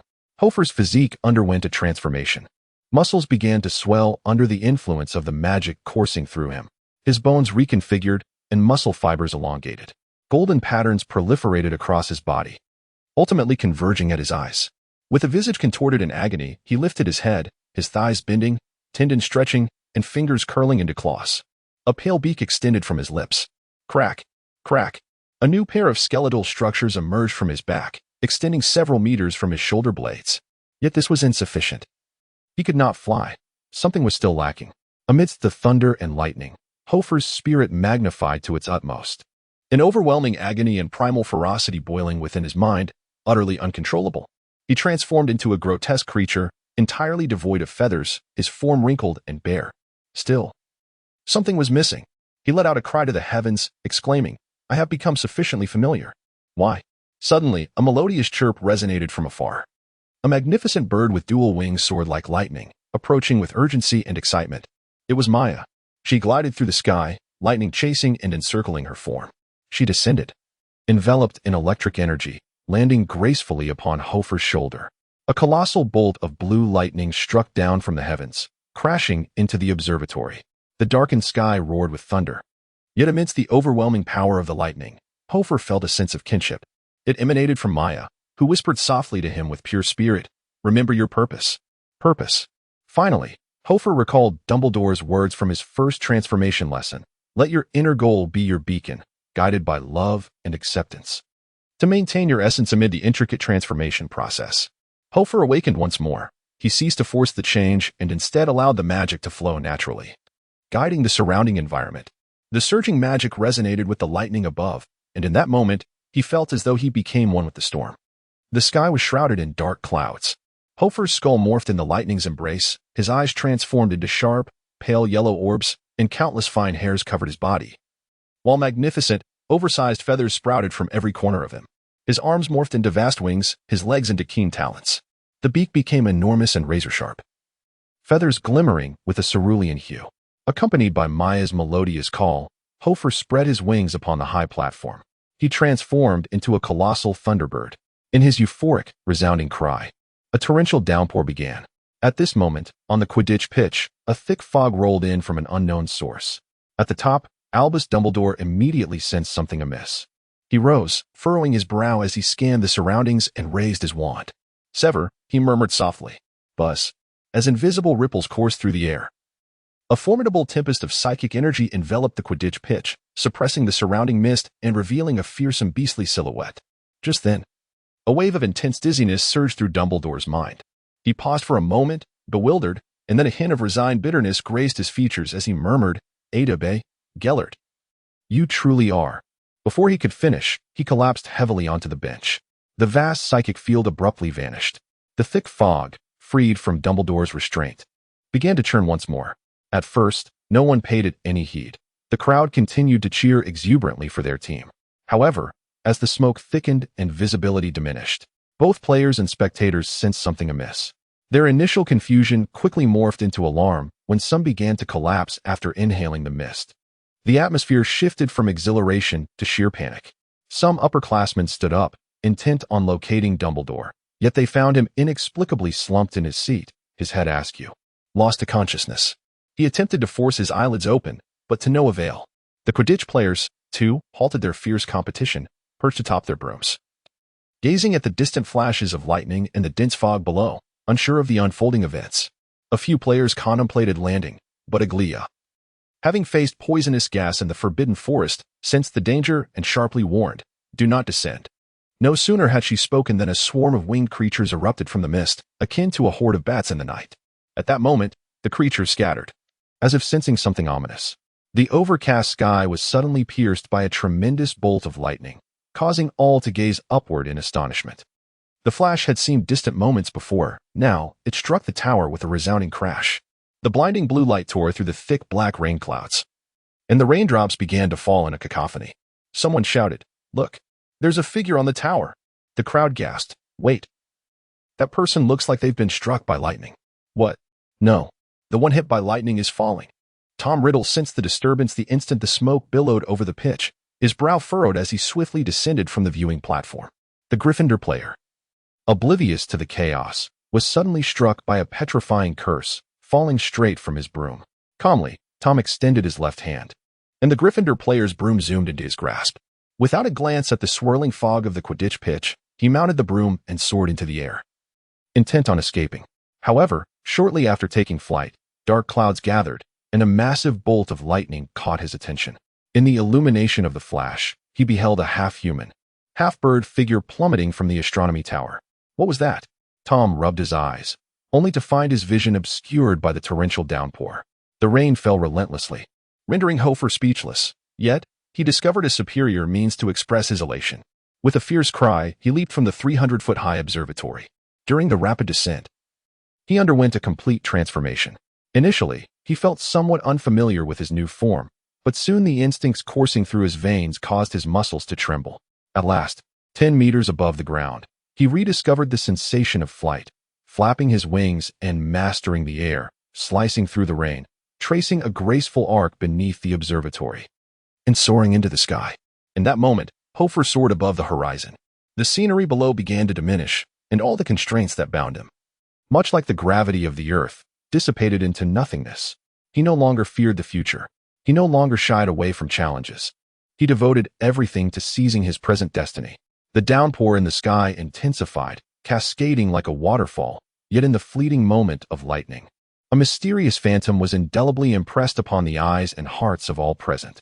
Another flash of lightning illuminated the scene. Tom Riddle crouched atop his flying broom, trembling and bewildered. A massive shadow had just swept past him, and no one understood better than he the terrifying surge of magical energy at that moment. What filled him with even greater dread was the psychic force contained within that magic, a relentless, fearless drive to break through all obstacles. Beneath the fluttering Ravenclaw Quidditch banner, someone raised their arm and exclaimed, "I see an eagle soaring." Another, covering their mouth in fear, gasped, "What eagle could be so large? It must be some unknown magic." Merlin's beard. Is that a creature from myth? On the field, the young venomous pouch leopard had been drenched by the rain, revealing beneath it a quivering adult, none other than the Quidditch instructor, Pario. He knelt foolishly on the ground, head raised, allowing the rain to drench his face. His mouth agape like a gibbon. Jesus reborn, what is this? In the stands, Miranda braved the downpour, hastily rushing to Dumbledore's side. As she gazed at the lightning above, she retrieved the antidote and, supporting Dumbledore, forced it down his throat. After consuming the potion, Dumbledore managed to open his eyes, the rain plastering his reddish beard. As he slumped in the highest chair, incredulously staring at the eagle silhouette amidst the storm, muttering in shock, "Ah, Animagus." Miranda understood what that was. She was more aware than anyone else of the truth behind that shadow and of the boy who fell time and again, only to rise once more. Unbeknownst to her, tears streamed down her face. High above the ground, over 300 meters in the air, Hoffa flapped its wings, darting across the field like a bolt of lightning. With a thunderous roar that could shatter eardrums, spectators only caught a fleeting glimpse of a shadow. The scene from May 1939 remained etched in the memories of everyone at Hogwarts. Amidst the tempest of thunder and rain, a colossal bird descended from the heavens, racing overhead like a deity surveying the mortal realm. No one knew whence the great bird had come, nor what it had endured. They could only stand, gazing upward like a group of muggles, as the deluge brought forth by the majestic creature cascaded down upon their faces. They could not begin to fathom what it truly was. The ordinary populace is destined to remain oblivious to the transformations of the masters. Aglaia stood transfixed, her attention drawn to the distant flashes of lightning and the silhouette of the eagle, oblivious to the swooping Snidget that soared above her. Other Quidditch players were similarly immobilized by the astonishing spectacle, their mouths agape as if to swallow the blurs of the quaffle darting about the field. However, They soon paid dearly for their negligence. The frenzied Snidgets surged forth once more, disrupting their formation and pulling them one by one from their brooms. Regaining her senses, Aglaia hastily drew her wand, intending to flee on her broom, but the Snidget had already set its sights on her. The torrential rain doused the thick fog enveloping the field, revealing 3 towering figures below. On the shoulder of the tallest man, a silver phantom monkey screeched in a state of profound agitation. "Major, we must leave," one of the dark wizards uttered, his voice trembling in German as he gazed at the distant lightning. "Something seems amiss." Schmidt Ruttroff squinted at the sky. "The mission may have encountered complications. We must depart." With that, he waved his wand, summoning several flying brooms that descended into his grasp. Among them, Aglaia, along with her broom, was seized by a Snidget. When adversaries meet, the tension is palpable. Before Aglaia could react or draw her wand, Schmidt swiftly disarmed her with a flick of his wand. He then turned, grasping her body and taking her as a hostage. Just as the 3 took flight, a piercing shriek echoed through the sky. A black wizard riding a broom called out in terror, "What is that behind us?" Schmidt's expression darkened as he rotated his broom. The phantom monkey on his shoulder screeched frantically, foreseeing calamity. Countless Snidgets carried the brooms, eager to escape this perilous place. In the high altitude, Hoffa regarded Schmidt's retreat with a glimmer of derision. Everything he had learned this semester coalesced in his mind, and his understanding of transfiguration had never been so profound. The ominous clouds in the sky swiftly morphed, giving rise to a colossal phantom of a giant eagle that appeared before the arena, its wings outstretched and crackling with lightnings, firmly obstructing Luttrov's path. Schmidt, filled with trepidation, gazed upward, witnessing a massive figure soaring past him, flapping its wings before executing a sharp turn to confront him. A thunderbird. How could this be? How could such a creature exist in England? For the first time, Schmidt, an expert in magical creatures, roared in disbelief. On the flying broomstick, the captive Aglaia stared blankly at the heavens. The dense clouds rendered the sky as dark as ink, only illuminated occasionally by flashes of lightning that allowed her to glimpse her surroundings. A sense of foreboding washed over her, yet she found it too incredible to accept. Could it be him? Impossible. How could this be real? What on earth is this creature? Hoffa soared upward with the speed of lightning, climbing thousands of meters into the sky, then folding his wings together, he dove down amidst the electric brilliance. Instinct coursing through his veins, igniting a love for the sensation of the plunge. A thick bolt of lightning suddenly struck down. Schmidt narrowly evaded it by twisting the broomstick. However, his companion was less fortunate. Another dark wizard, unable to utter a word, was struck by the lightning and plunged straight down from a height of over 100 meters. Hoffa flapped his wings one last time, letting out a cry as his speed surged once more. In the next instant, he hurtled through the darkness, enveloped in unparalleled electricity, colliding with the flying broomstick at an astonishing velocity of over 350 kilometers per hour. Boom. Time seemed to freeze at that moment. The immense kinetic energy transformed into potential energy, causing layers of muscle to crumple, and the fluid dynamics forced the man before Hoffa to cough up a stream of blood. He was propelled backward, his bones shattered in that instant. Spinning in the sky, he expelled a torrent of blood and flesh, resembling a rag doll, helplessly witnessing Aglaia being captured in the grip of the colossal bird above. Impossible. Impossible. What about the plan? Where is that little brat? He cried out, blood spilling from his mouth, before plummeting from a height of over 300 meters alongside his phantom monkey and coiled-winged creature. Crash. A thunderous sound echoed. The dark wizard and the magical creature tumbled into the muddy ground beneath the torrential rain, rendered immobile even with the presence of a substitute jellyfish. Struggling to lift his head from the muck, he rasped in terror. Who on earth is it?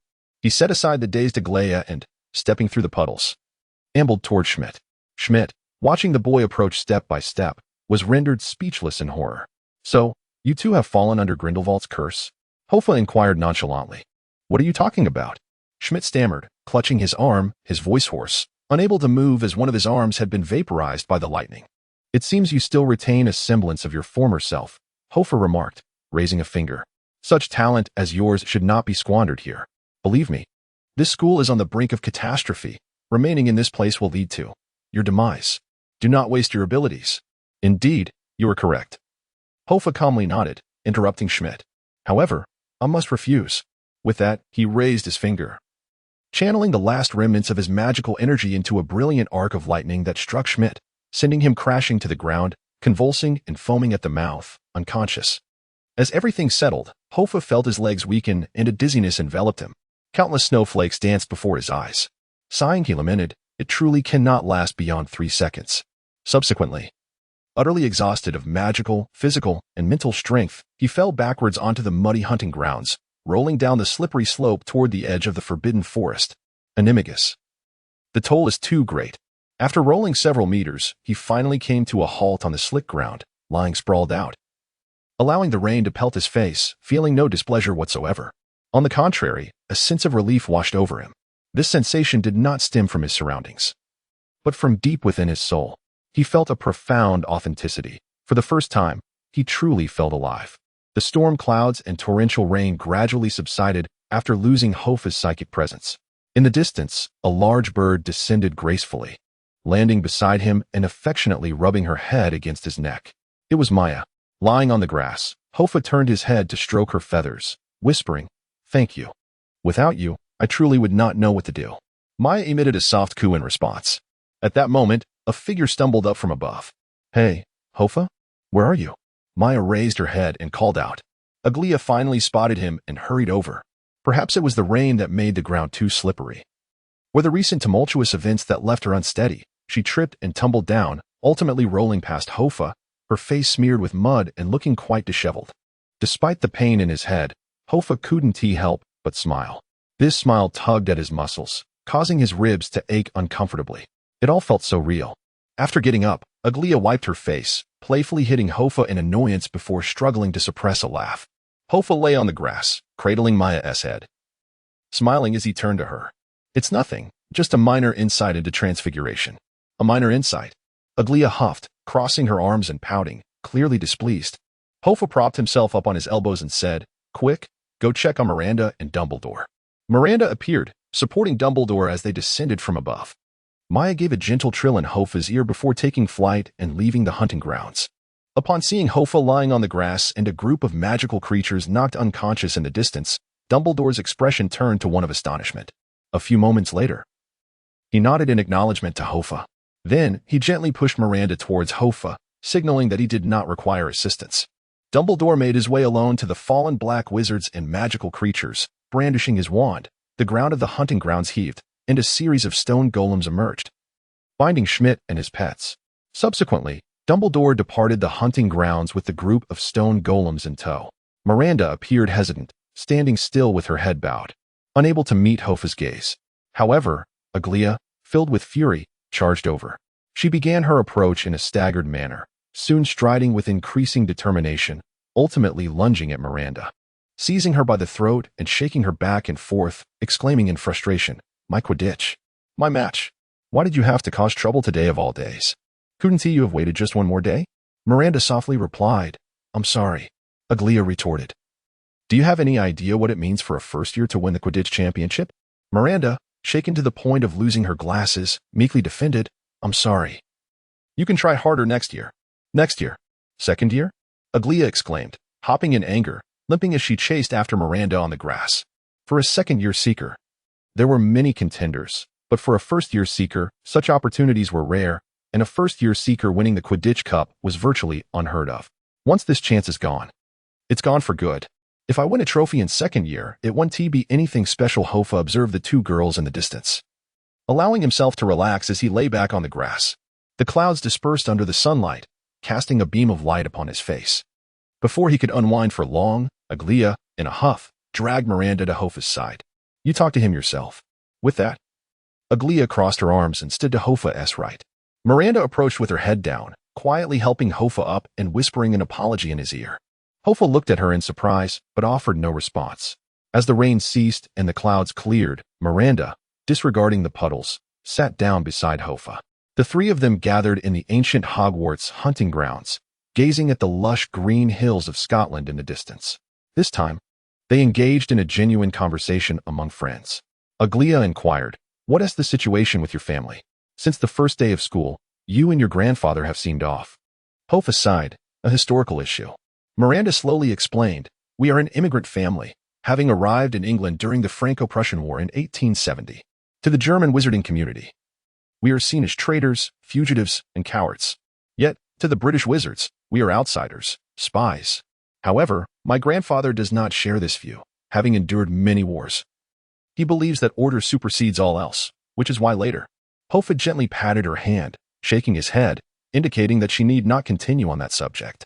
Miranda smiled faintly, and after a brief silence, she continued, "In truth, Adebe has been quite kind to me. After my parents passed away, he took me to many countries, attempting to help me forge new friendships." Miranda hugged her knees, gazing ahead, yet Hoffa understood she was speaking to herself. She murmured softly, "I can comprehend his anguish and his aspirations. However, after Grindelwald revealed the truth to me, he cast a forgetting spell upon me. He does not trust me, and I find it impossible to forgive him." Aglaia gasped in shock. "A forgetting spell?" Miranda replied, "Indeed." Hoffa listened in silence, refraining from further comments. He merely inquired, "What about Miller?" "I am aware of Miller's existence. In fact, his birth was my hope. I once envisioned a day when I could pass my life on to him and liberate myself from my loathsome past," she said calmly. Aglaia's eyes widened in astonishment. "Many times, I delegate the burdens I am reluctant to face to him. He is like my brother. He undertakes tasks I cannot bring myself to do. For instance, torturing me?" Hoffa grinned. "Well, Miranda did not deny it. And killing dodos, informing on others, and so forth. I am not shirking responsibility. What he does is no different from what I would do. If judgment comes, I will bear the consequences alongside him." "Can you control him?" Hoffa asked. "I have not communicated with him before. Perhaps I have given up. However, starting today, I will attempt to connect with him, just as you suggested." She thus candidly admitted everything. Hoffa found her rather terrifying, yet inexplicably refreshing. Nonetheless, he believed that with time, he could defeat Miller once. And surely he could conquer him multiple times thereafter. At present, he felt no fear of the challenge. A slight movement caused Hoffa to feel every bone in his body ache. He sighed. The two girls each took one of Hoffa's arms, helping him to his feet. Suddenly, Aglaia exclaimed, "Hoffa, what has happened to your eyes?" "Eyes? What about my eyes?" Miranda waved her wand, conjuring a small prism from droplets of water and presenting it before Hoffa. He looked down and realized that his pupils had transformed from dark brown to a pale gold, identical to that of a thunderbird. This. Hoffa disregarded the two girls beside him and the pain coursing through his body. He quickly broke free and began to examine himself. Fortunately, it seemed that no other changes had occurred. "Do you know what this means?" he asked his friends, hoping for some clarity. Aglaia sighed. "I do not know. Such a condition is virtually unheard of. However, you are indeed quite audacious. Few wizards dare to attempt transforming into magical creatures. The irreversible change in your eyes is already a rather minor after effect. Speaking of which, you should truly be grateful to your Thunderbird friend." "How so?" Hoffa questioned, puzzled. "Generally speaking, an animagus transformation is typically confined to non-magical creatures, as transforming magical beings can lead to a multitude of unforeseen consequences. This is due to the fundamental differences in the operation of wizarding magic and the magical essence of such creatures. Even transforming into a regular animagus is an arduous task, let alone transforming into a creature as formidable as a thunderbird. However, during your transformation, a friend attuned to your spirit responded and came to your side, transferring a portion of their abilities and magic into you, which facilitated the metamorphosis. Otherwise, the outcome would have been entirely uncertain. After all, you are the first individual in history to transform into a magical being. At this moment, the school infirmary is teeming with patients. Numerous students who inhaled the toxic fumes of the poison bag leopards are receiving treatment from the school medic, Rainer. In the sterilization room, Hoffa, during his examinations, took the time to inspect his entire body, particularly the forbidden areas, but found no other changes aside from his altered eye color. It is also possible that it was merely his illusion, as he perceived his nails to be slightly sharper, as he bore no significant injuries. Hoffa was unceremoniously cast aside by the medic after being assigned a bed, with little further attention paid to him. Surrounding him are many injured individuals, however. Due to the timely arrival of the torrential rain, none sustained life-threatening injuries. Many appear pallid and are retching continuously. Meanwhile, those seated in higher positions, who remained unscathed, engage in animated discussion, each claiming to have seen a magnificent bird soaring across the sky. Some assert it was an eagle. Others suggest it was an arcane and unknown spell, and a few even proclaim it to be a guardian spirit. In any case, opinions abound. Yet none can ascertain the true nature of the phenomenon, resembling a gathering of muggles speculating about UFOs. However, the true instigator of the storm sits still in a corner, listening to their fanciful discussions. Initially, Hoffa felt a sense of secret satisfaction, But as time passed, he grew accustomed to it. He did not wish for others to know that he had already become an animagus, as revealing this would necessitate registration with the Ministry of Magic, an endeavor fraught with complications. Apart from 2 friends, he disclosed nothing to anyone else. Nonetheless, while he has the ability to transform into a Thunderbird, this is contingent upon the support of substantial magical restorative potions. Hoffa instinctively feels that other animagi do not share this predicament, as they merely transform into ordinary animals, whereas he expends considerable magical energy and effort to alter his magical essence into that of a magical creature. If one considers St. Mungo's Hospital's price of 20 galleons for a vial of secondary magical restorative potion, it would cost him 100 galleons to transform once. Such expenses are daunting. On one hand, no one's wealth comes easily, and on the other, he senses that if he transforms too frequently, he may irreversibly become a birdman. The prospect is truly terrifying. In the final month of the 1st grade, Hoffa ceased to worry about the future. After his discharge, he no longer felt the urgent need to achieve anything. Miranda exhibited no further signs of darkness, and Aglaia was not preoccupied with the idea of becoming the leader. They resembled 3 ordinary students, engaging in play, study, and conversation. Occasionally, Hoffa would visit Joy to keep Maya company, accompanied by Aglaia and Miranda. Maya had fully embraced him as one of her own, often forcing him to consume live fish she caught from the Black Lake. However, this gesture of goodwill was something Hoffa found difficult to accept, and the trio frequently fled from the pursuit of a large bird. Hoffa did not intervene. He accepted the reality that he might have to part ways with Maya and Joy. He lived in the moment. Before long, the end-of-term examinations arrived as scheduled. Hoffa achieved commendable scores in charms and transfiguration, though his grades in other subjects were rather average. As for Miranda, she consistently received mediocre marks, barely passing each subject, including charms. Aglaia, on the other hand, excelled in every subject, securing the top position in all her classes. Including transfiguration, Hoffa's grades in transfiguration theory and history were not as impressive as hers. When the results were announced, all 3 successfully navigated their way through the 1st grade without any significant surprises. As June arrived, the weather grew progressively warmer, and the semester was drawing to a close. They displayed no particular interest in the events surrounding the Quidditch final. Despite the daily discussions among peers about an unidentified flying object spotted during the torrential rain on the day of the match. At the graduation ceremony, Dipet merely delivered a dry and tedious speech, offering platitudes about the hopes for the graduating 7th-year students of Hogwarts to strive for excellence. Ultimately, due to the unfinished matches between Ravenclaw and Gryffindor, the House Cup was claimed by Hufflepuff.